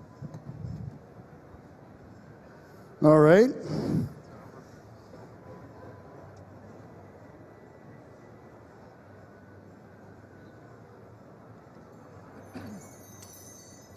So, I have these little, this bell tree here that I'm going to record and turn into something, well, completely different. So if you guys could be quiet just for a moment while I record this, that'd be awesome.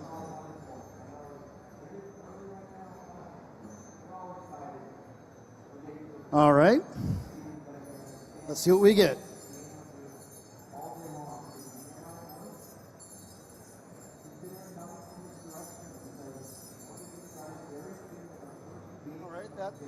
All right, that's good. Let me just trim this sound up a little bit.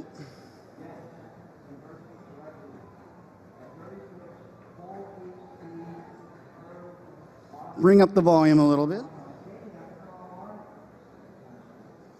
So just so you know, I have no tricks up my sleeve here. Here's the sound I just recorded.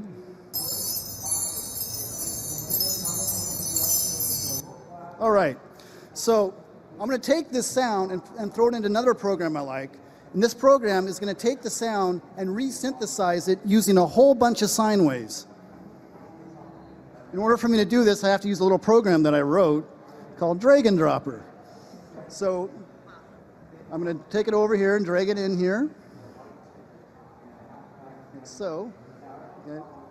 Now I'm going to let me open up this program called Morphine. So now I can drag it into Morphine. Now we need to analyze the sound. All right, let me make a couple tweaks here real quick.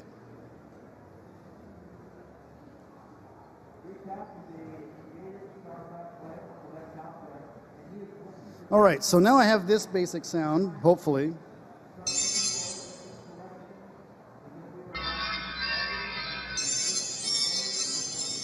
All right, it's almost there. Let me slow it down a little bit.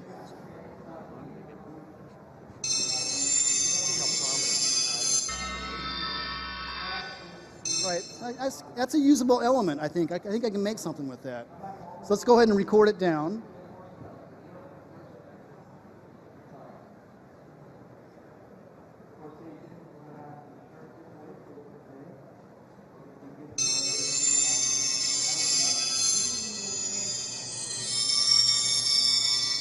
All right, that's good. So now I'm going to take it into another program I like to use to process it further. Now this is a program it's called a granular synthesizer, and what it does, it just messes with the sound even more to create something even cooler. So let's open up Pad Shop.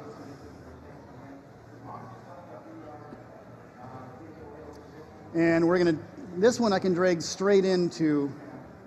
So I need to trim up the sound a little bit here again.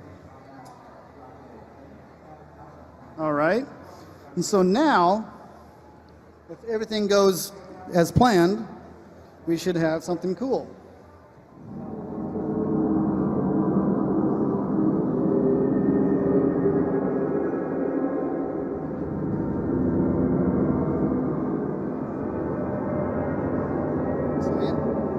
So we have a cool little ambience element for the video we just saw. And that's pretty much that's just one of many ways we use to make something new out of something basic. Thank you. Now, moving on, let's go ahead and break down the sounds of the video we just saw. Give me a second to get that set up here.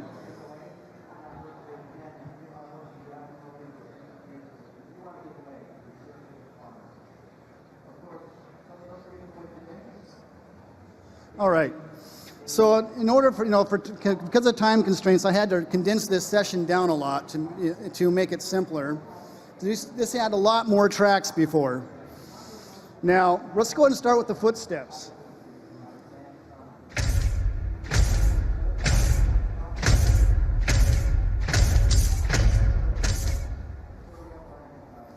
All right, those are decent steps, but it's missing something. Remember what I talked about earlier about the character layer? Well, for this, I created, using some samplers and synthesizers and playing with pitch, I added a little layer that adds basically a little melodic element to it that makes them a little more menacing. So if I add that in now, we have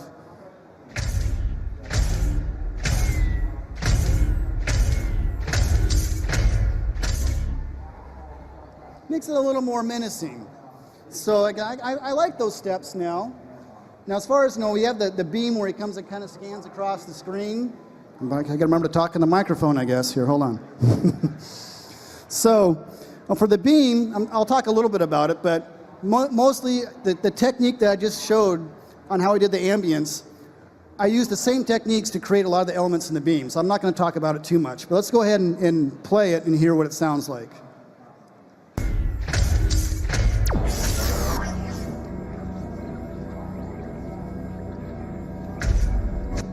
Right, that's a decent beam sound, but again, it's missing something. It's missing that character layer. And for the character, let's just go ahead and isolate this. I'll just play the character layer here. Let me talk about it for a second. Again, I used a lot of granular synthesizers and samplers and played with pitch to create elements that give movement as he goes back and forth across the screen. I even threw in the original Colossus voice from the game to stay true to the StarCraft universe. Then for the voice, it's just, the voice part is just a voice running through a vocoder. And then, there's also the arc welder sound that I recorded, as well as some fireworks I recorded and some few other sounds. But the whole layer sounds like this. Hello and welcome to Blizzcon 2015. And so, now when you take that, and let's go ahead and throw everything together now. Our footsteps, the beam on, the loop part of the beam, and the character layer. So now, we've got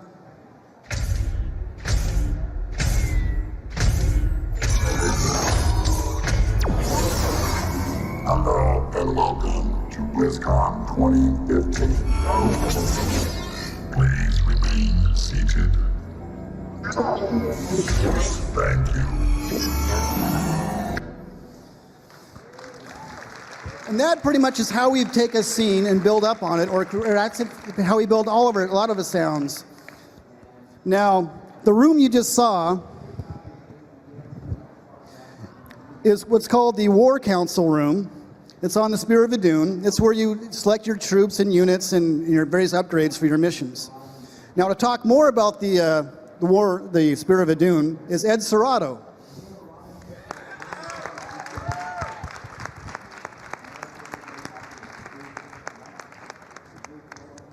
Thank you. Give it up for Larry.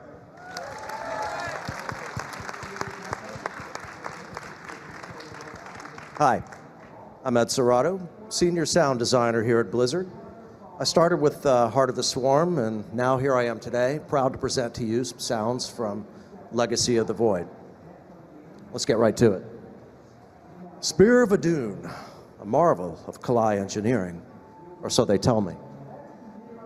What I've assembled here for you today are some clips demonstrating some of the practical sounds I used to reveal the Spear of Adun's launch from hibernation.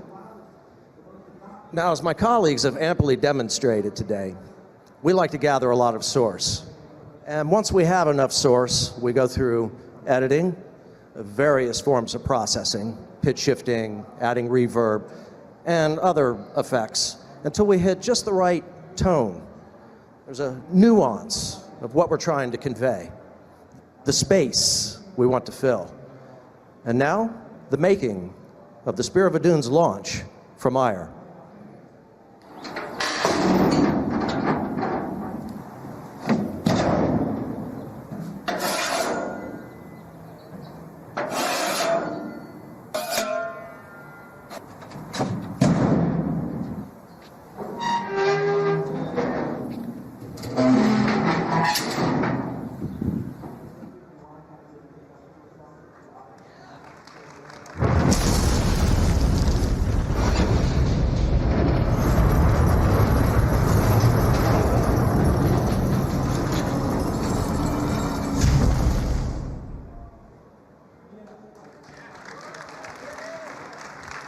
But wait.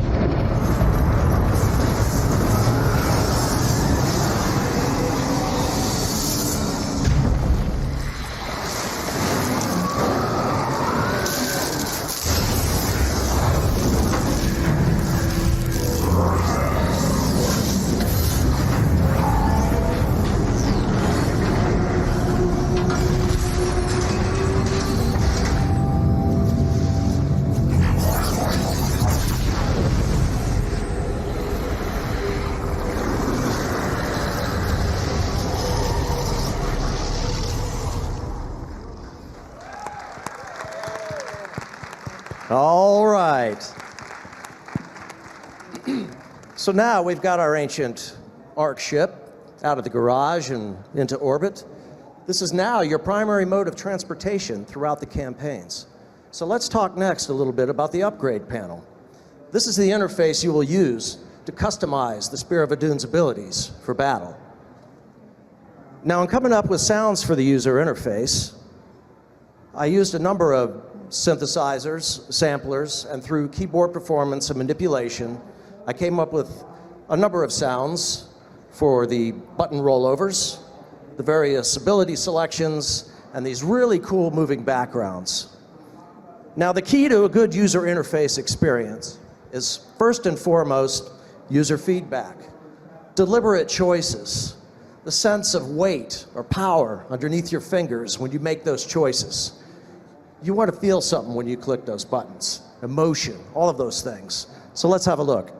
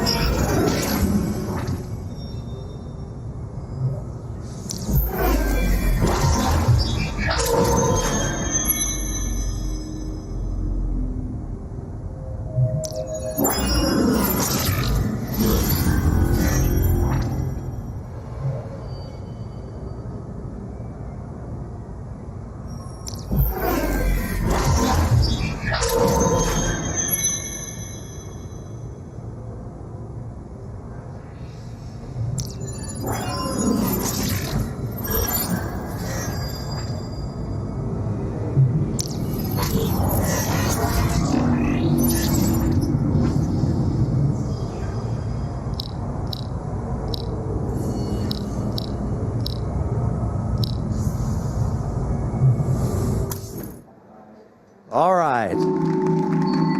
Here we are, newly acquired, dangerously upgraded, intergalactic traveling fortress. I think it's time to take this thing out for a little joyride. Let's see what she can do.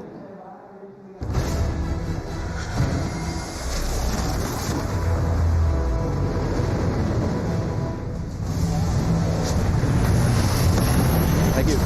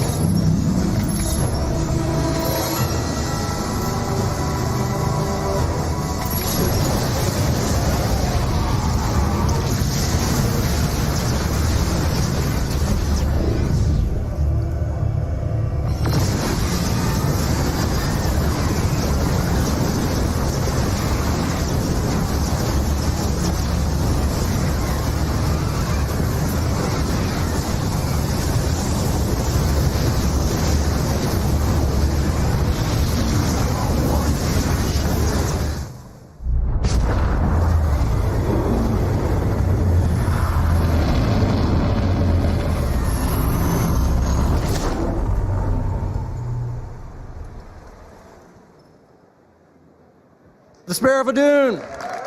Thank you very much, Blizzcon. I hand it back over to Jason. All right. We're going to bring the band back right now. Cool. My name is Jason Hayes, and I'm a senior music composer at Blizzard Entertainment. All right. Thank you. So I go way back with StarCraft, all the way to the very beginning, in fact. The first game I worked on at Blizzard was the original StarCraft from 1998. I'm big StarCraft fans.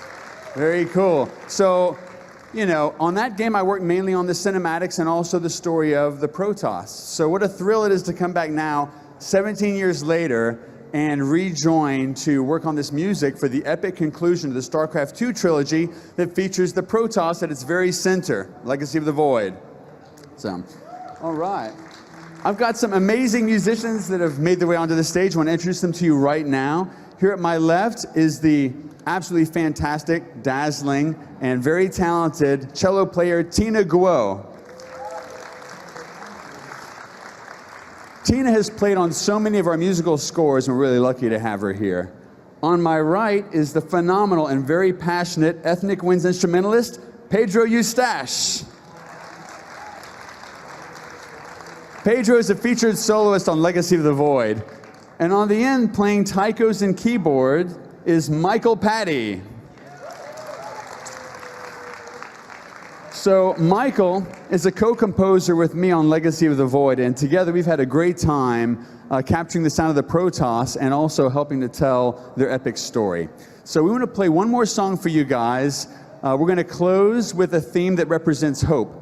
The Protoss are making a final stand, and they're clinging to the possibility that they just might recapture their former glory and return to a time when their culture can once again shine like a constellation. This is called My Life for Ire.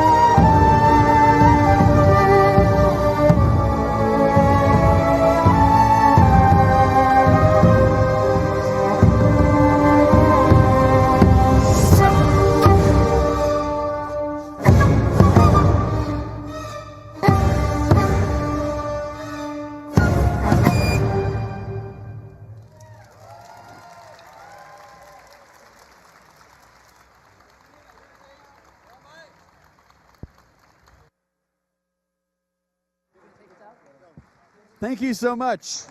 Okay, we're going to have a Q&A with the panel members. Let's bring them back on stage. Great job, Pedro. Excellent. All right. Okay, Q&A section. We got a few minutes for questions. Anybody?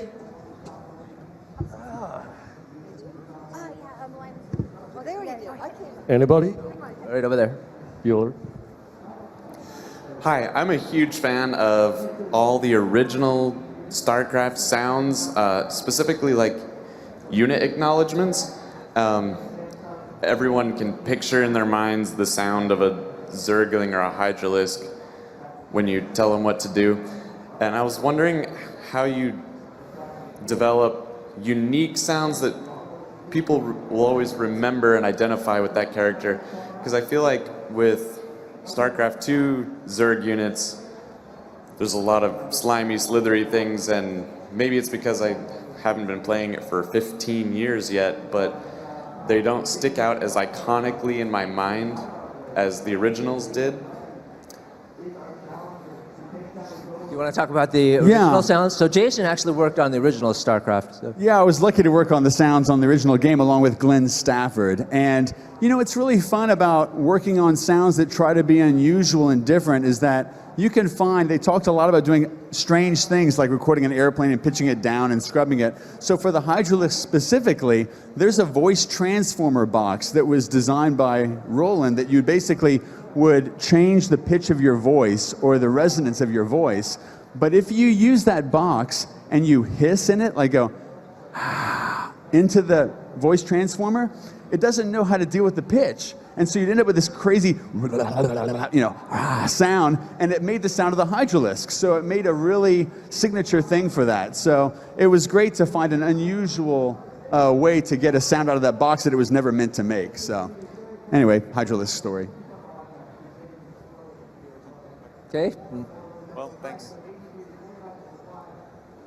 Hey guys, so both the Terran Marine and Protoss Zealot are both big kind of armored characters. How do you kind of make sure that each one sounds unique and not too similar?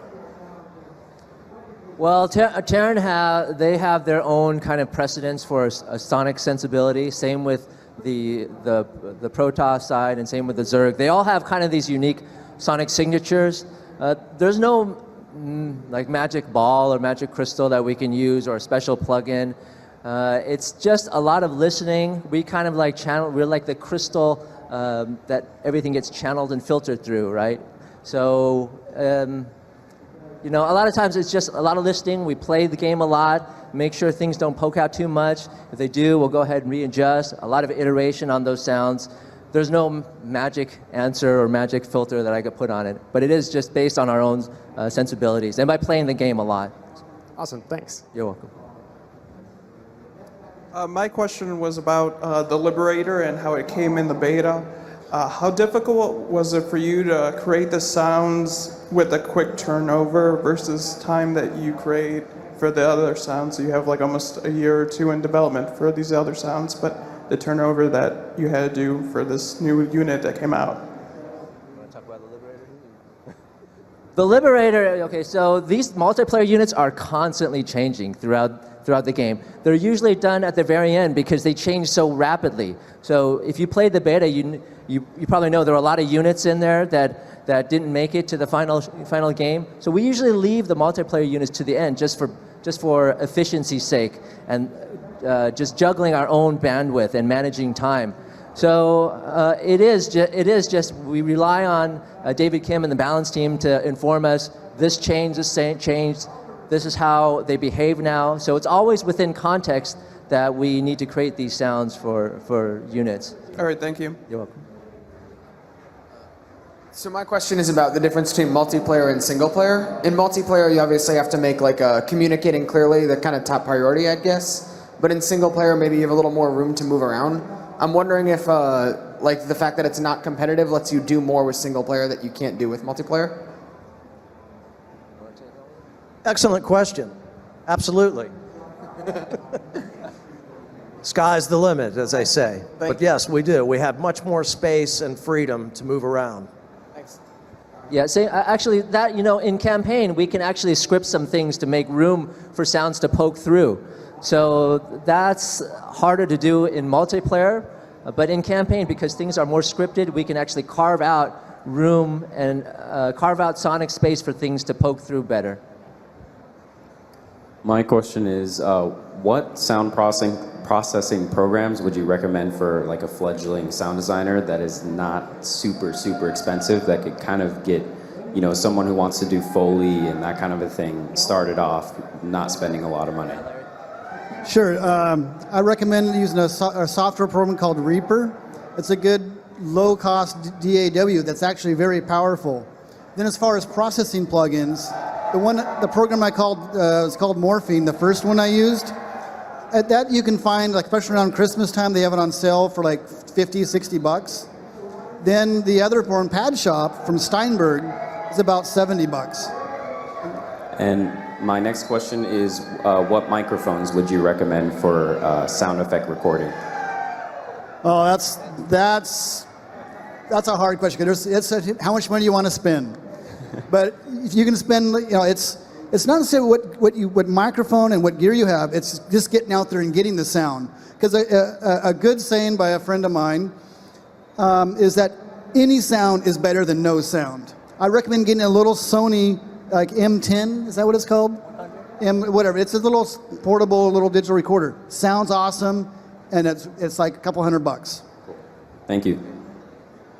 I think that's it. I think that's all the time we have. I'm sorry. We'll still be around the stage for a few minutes, so feel free to come up and chat with us, or feel free to find us wandering the floor. Come up and say hi. Thank you all so much for coming to the sound panel. There are all kinds of things happening on the VO stage all day today, and also upstairs in the Dolby Theater. It was a great experience. We couldn't have had it without your support, so thank you for making it so exhilarating for us today. Have a great rest of the Blizzcon.